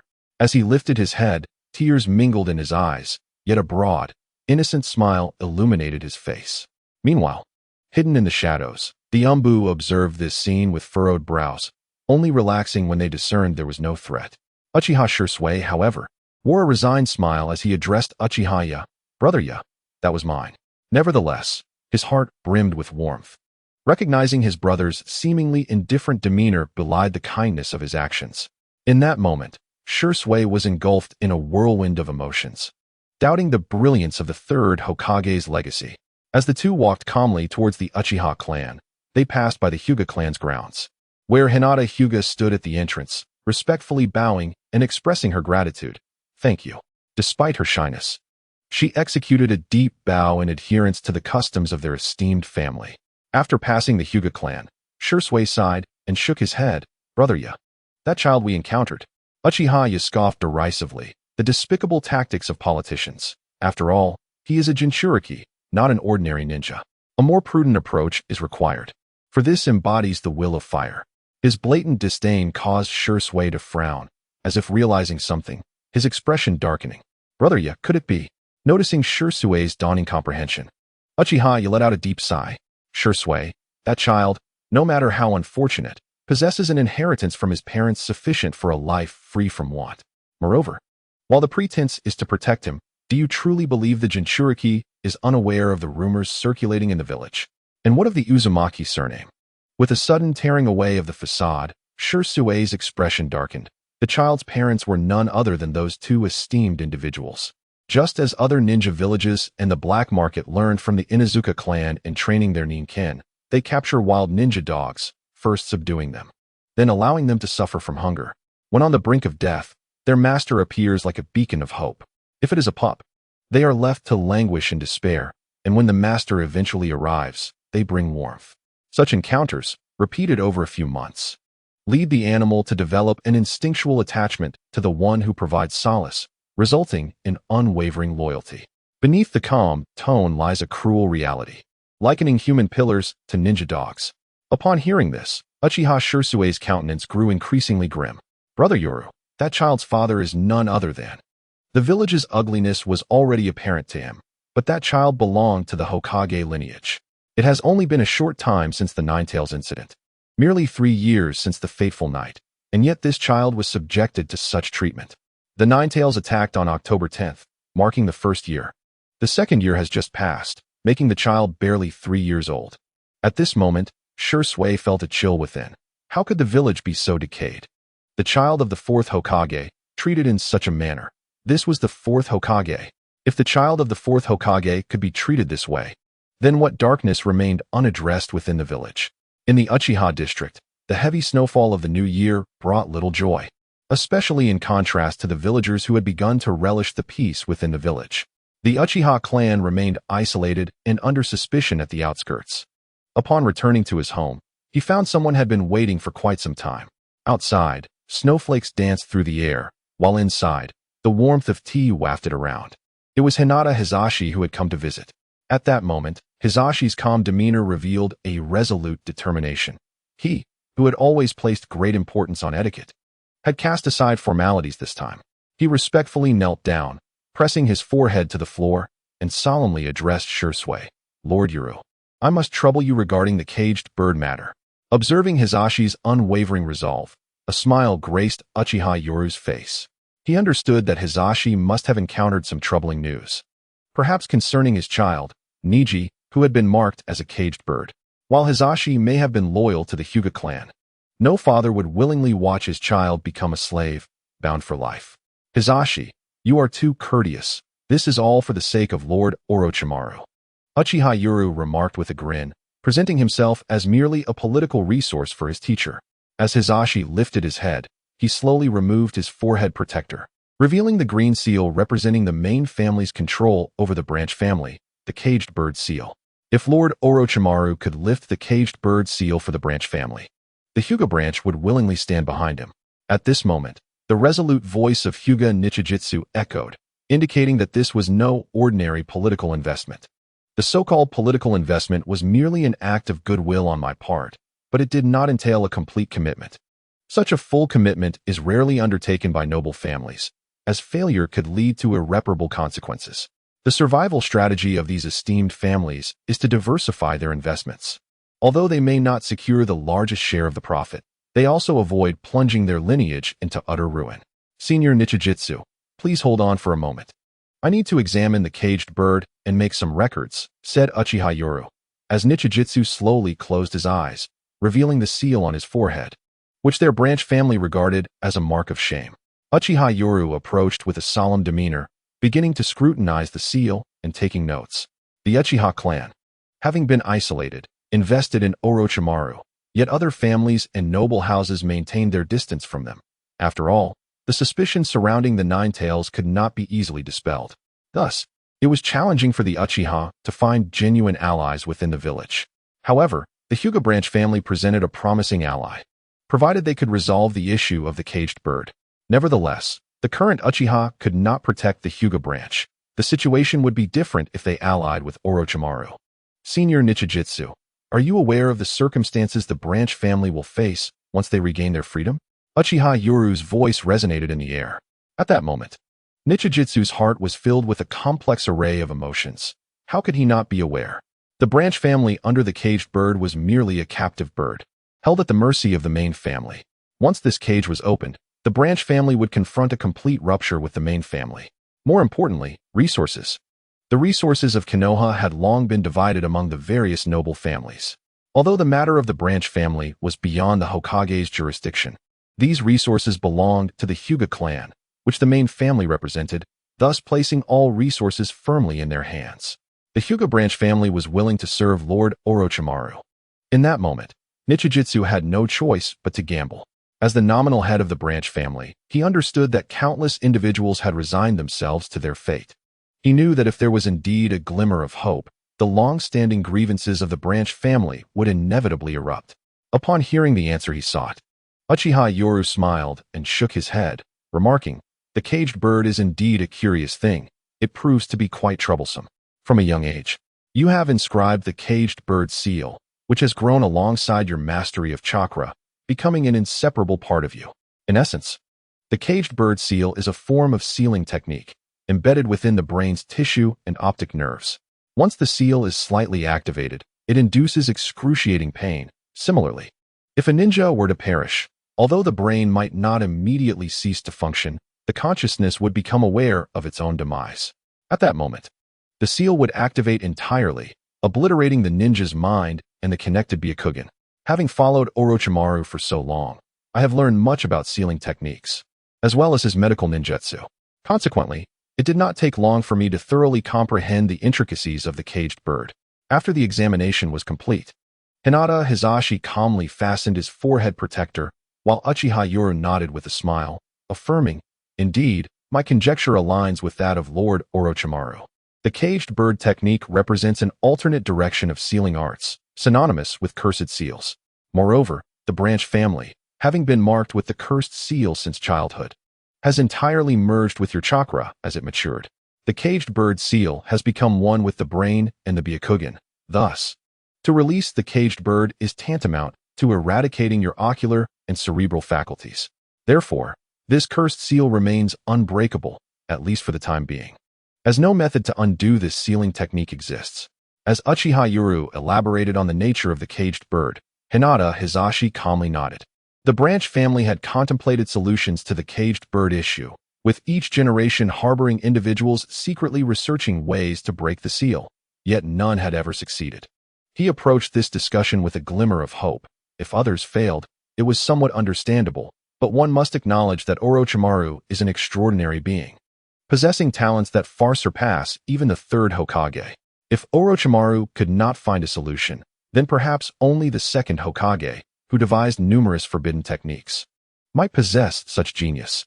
However, suddenly, a statement from Uchiha Yoru ignited hope within Hinata Hizashi. For the sake of Niji, he was willing to take this step. Thinking of his child, he hoarsely implored, "Please, Yoru-kun, enlighten me." Uchiha Yoru smiled confidently and replied, "The research required to undo the caged bird is not a matter of mere months. However, Lord Orochimaru once stated that every ninjutsu, even forbidden techniques, carries inherent risks. There has never been a flawless technique, and the existence of a technique implies a method to resolve it. Although the method to release the caged bird may be protracted, there exists another feasible approach." "What method?" At last, the normally stoic expression of Hinata Hizashi broke, and he appeared to grasp at a last straw, anxiously gazing at his counterpart. If the caged bird could indeed be undone, then his child Niji would no longer have to follow his path. Uchiha Yoru, with a self-assured smile, nodded and explained. Lord Orochimaru mentioned that the sealing of the Nine-Tails Jinchuriki was accomplished using a forbidden technique, subsequently reinforced by a four-symbol seal, thus fortifying the sealing arts. By the same token, while the caged bird is a cursed seal, it does not escape the realm of sealing techniques. What if a perfect sealing technique were applied in conjunction with the caged bird?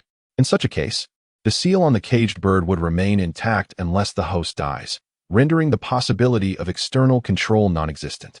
It would cease to be a restraint and instead serve as a protective seal. As Uchiha Yoru elucidated this concept with confidence, Hinata Hizashi's face lit up with excitement. A cursed seal paired with a sealing technique. The possibility of losing control. In that moment, Hinata Hizashi felt a surge of exhilaration upon hearing this novel approach. Indeed, the branch family had always sought ways to break the cursed seal, never considering the application of an additional seal. What did they resent the most about the caged bird? Was it not the manipulation by the main family? What if there were no one to manipulate it? Or if the main family could no longer exert control over the caged bird, due to the confinement of the caged bird, which rendered it entirely oblivious to its surroundings? The predicament of the caged birds was, in a sense, resolved. In light of such ingenious thinking, the approach was to render the problem non-existent if it could not be solved. In that instant, Hyuga Hayashi found himself opening the door to a new realm of thought. Grateful to Lord Orochimaru, he declared that the Hyuga branch would willingly come under his command. At that moment, Hyuga Hayashi solemnly knelt once more, articulating a resolute promise. Observing Hayashi's decision, Uchiha Yoru smiled and nodded, remarking, "Hayashi-senpai, you are too courteous." Lord Orochimaru has long believed that the division between the main and branch families of the Hyuga clan is excessively cruel. Though he is merciless towards enemies, he is notably accommodating towards his own kin. In this instance, Uchiha Yoru exhibited no signs of embarrassment as he invoked his mentor's name, instead revealing a sincere smile. Upon hearing this, Hyuga Hayashi began to stabilize his emotions and nodded, saying, "The branch family will forever remember Lord Yoru's great kindness." Those who had departed from the branch family sought to establish themselves within Konoha, even aspiring to recreate the Hyuga clan. To achieve this, they must leverage their influence. The position of Hokage seemed unattainable, but what of the future Hokage?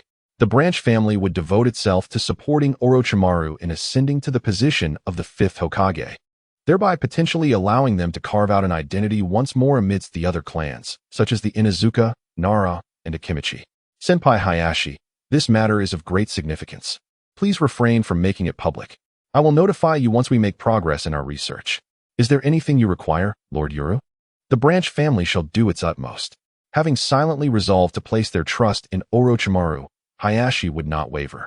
The issue of the caged birds must be addressed, otherwise, despite the branch family's goodwill, they would remain powerless. Thus, this arrangement presented a win-win situation. Once the caged bird problem was resolved, Orochimaru would gain the loyalty of the Hyuga branch family, a formidable force indeed, while the branch family would attain their freedom. One aspect involved funding for research. After all, Hayashi's arrival would inevitably attract the attention of those with ulterior motives, particularly those covertly monitoring the Uchiha clan. Therefore, using funding as a pretext would provide a suitable cover. Uchiha Yoru's composed smile elicited further admiration from Hyuga Hayashi, who marveled at how Orochimaru could entrust most matters to this disciple, a testament to Yoru's exceptional skills and meticulous thought process. Of course, the most crucial element was the documentation regarding the caged bird curse seal. Upon hearing this request, Hyuga Hayashi's expression turned resolute as he nodded affirmatively, stating, "Rest assured, Lord Yoru, I shall bring the curse seal documentation along with the funding next time." What could possibly justify Hyuga Hayashi's personal visit? Only the clandestine provision of funds for Orochimaru would suffice. However, upon hearing this, Uchiha Yoru smiled. Despite his confidence, he was acutely aware that the higher-ups of Konoha had already made their move, and the time for confrontation was fast approaching. Ultimately, Uchiha Yoru personally escorted Hyuga Hayashi to the exit, maintaining a benevolent smile as they parted ways. Beneath that smile lies a sense of urgency. As he gazes at the vanishing figures in the distance, Uchiha Yoru squints at the snowflakes drifting down from the sky. Despite his transformation, Orochimaru's influence remains formidable, and many within the village murmur anxiously about the delay in discussing the matter of the fifth Hokage. It appears that some are growing impatient. At this moment, Uchiha Yoru turns his gaze toward the iconic Hokage rock of Konoha, letting out a deep sigh. If given the choice, a simple yet powerful ninja would be a far easier option. Snowflakes dance in the air above Konoha, heralding the arrival of a new year. As everyone grows a year older, the young ones born during the chaos of the Ninetales rampage now step into their third year. At 16, Uchiha Yoru has reached an impressive height of around 1.8 meters, experiencing a rapid growth spurt, particularly due to his intense training in taijutsu. His physique has become more defined, leaning towards a streamlined muscularity rather than the explosive bulk characteristic of the Land of Lightning. In the office of the police department, Uchiha Yoru enters with a warm smile, embodying the spirit of renewal that accompanies the freshly fallen snow of the new year. Outside, under the moonlight, Tsukikage Shippu casually waves to Yuzuki Yuin. Although they are familiar with one another, neither is aware of the other's true identity. Yuin wears a forced smile, which prompts Shippu to furrow his brow as he gently inquires, "Yuin, I've heard that your father has left behind a significant debt. Are you all right?" Having been classmates for years, Shippu, a descendant of a once prominent ninja family, holds a certain status among the common folk due to the precious legacy of ninjutsu resources. In contrast, Yuzuki Yuin is evidently an ordinary civilian, possessing little more than her striking beauty and exceptional ninja talent. Observing the concern in Shippu's demeanor, a familiarity lingers between them, yet both remain cautious, mindful of their respective Umbu missions, as confidentiality is of utmost importance. "It's nothing," Yuin replies.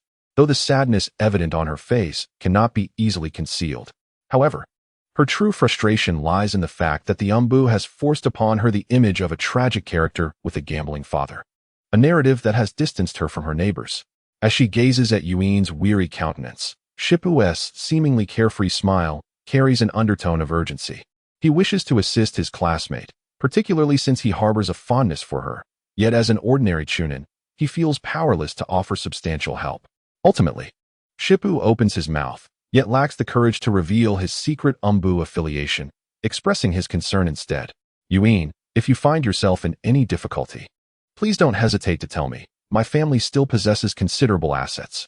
In truth, he is well aware of Yuin's plight, having harbored feelings for her. When Yuin perceives the subtlety in Shippu's offer, she frowns slightly before shaking her head. Shippu, it's all right. I can manage. Borrowing money from classmates to resolve one's own debt issues? Without delving into the specifics of what is owed, it is crucial to recognize that the shadowy organization has painstakingly crafted a persona for her to approach her goals. Should the Moonlight Gale step in to settle her debts, she would find herself utterly bereft of tears. As the scene unfolds, Moonlight Gale opens his mouth, yet the words of assistance remain unspoken. Helplessly watching the forced smile of Yuzuki Yuin as she enters the office building, leaving him with a bitter smile of regret. Moonlight Gale feels a pang of annoyance at his own lack of courage, unaware that his retreat today has inadvertently pushed his classmate into a chasm, or rather, that the mission from the Dark Organization has thrust Yuzuki Yuin into darkness. In the brightly lit office, Uchiha Yoru habitually closes his eyes to rest, awaiting the arrival of documents from his assistant. This is not an act of idleness. Rather, it is a necessary preparation for the fatigue that lies ahead. Within his courtyard, 4 Uchiha Yoru, or shadow clones, are present, one diligently honing his swordsmanship, while the other 3 sit in meditation, refining their chakra nature transformation.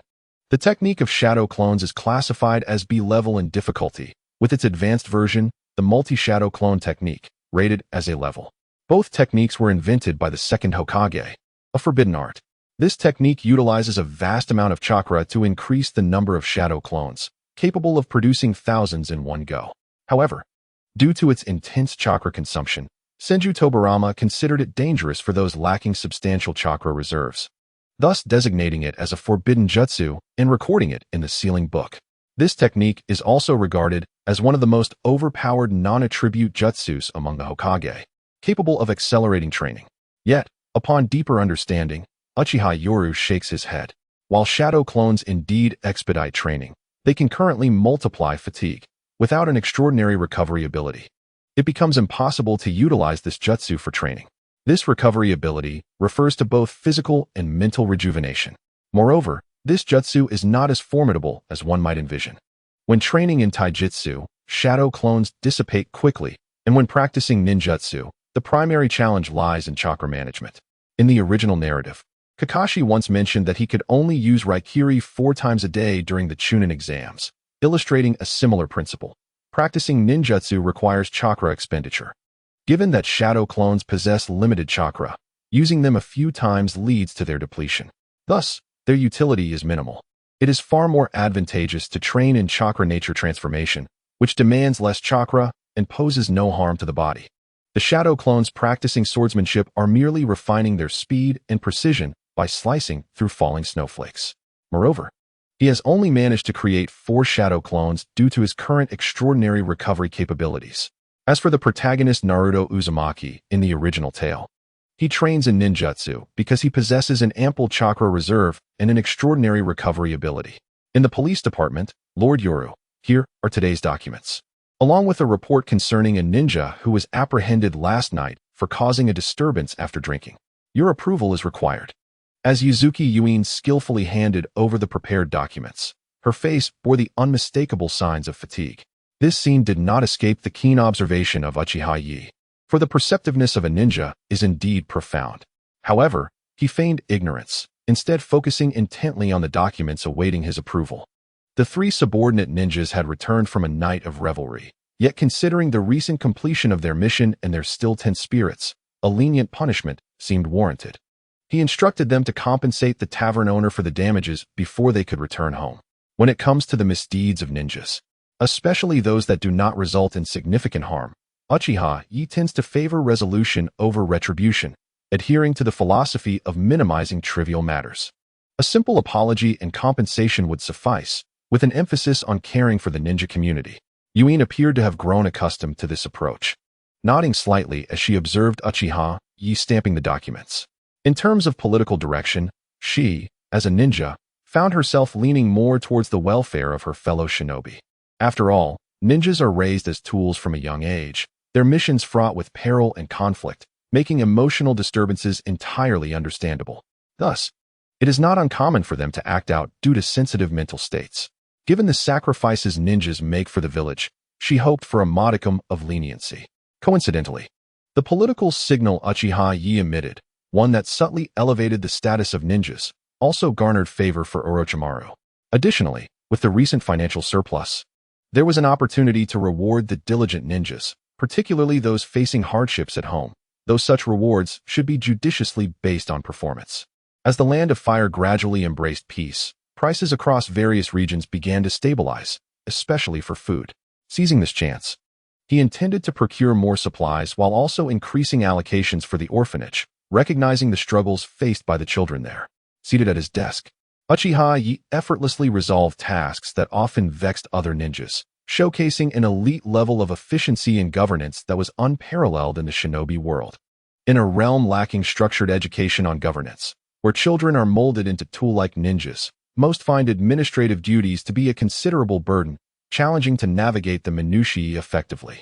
This requires continuous experience and learning. Yet, Uchiha Yi appeared to possess an innate aptitude for this role. As the office door swung open, Uchiha Shisui entered and, upon witnessing this familiar scene, could not help but gaze at Yi with admiration. The trivial administrative tasks that left him perplexed and uncertain were handled with remarkable ease by his elder brother, a feat that inspired both awe and reflection. No wonder Lord Orochimaru valued Uchiha Yi so highly. He had never encountered anyone so adept and efficient in managing affairs. What was once a source of frustration had, in Uchiha Yi's capable hands, become a process that satisfied all parties involved. For instance, in the tumultuous atmosphere of a tavern, those engaged in commerce have always prioritized harmony. Should one insist on pursuing accountability, the only outcome would be the alienation of esteemed patrons, who, after all, possess connections among themselves. Word spreads like wildfire, and the ultimate loss would be borne by oneself. Moreover, ninjas are inherently proud. Once released and reflecting upon their actions, they are bound to recognize their errors and feel remorse. Yet, the law enforcement agency has provided them with an opportunity for redemption, which they eagerly embrace. Compensation is offered. Hands are shaken in reconciliation, and should they encounter an affable proprietor, they may even be warmly invited to share a drink or two. Thus, this camaraderie blossoms, transforming erstwhile adversaries into regular patrons for the future.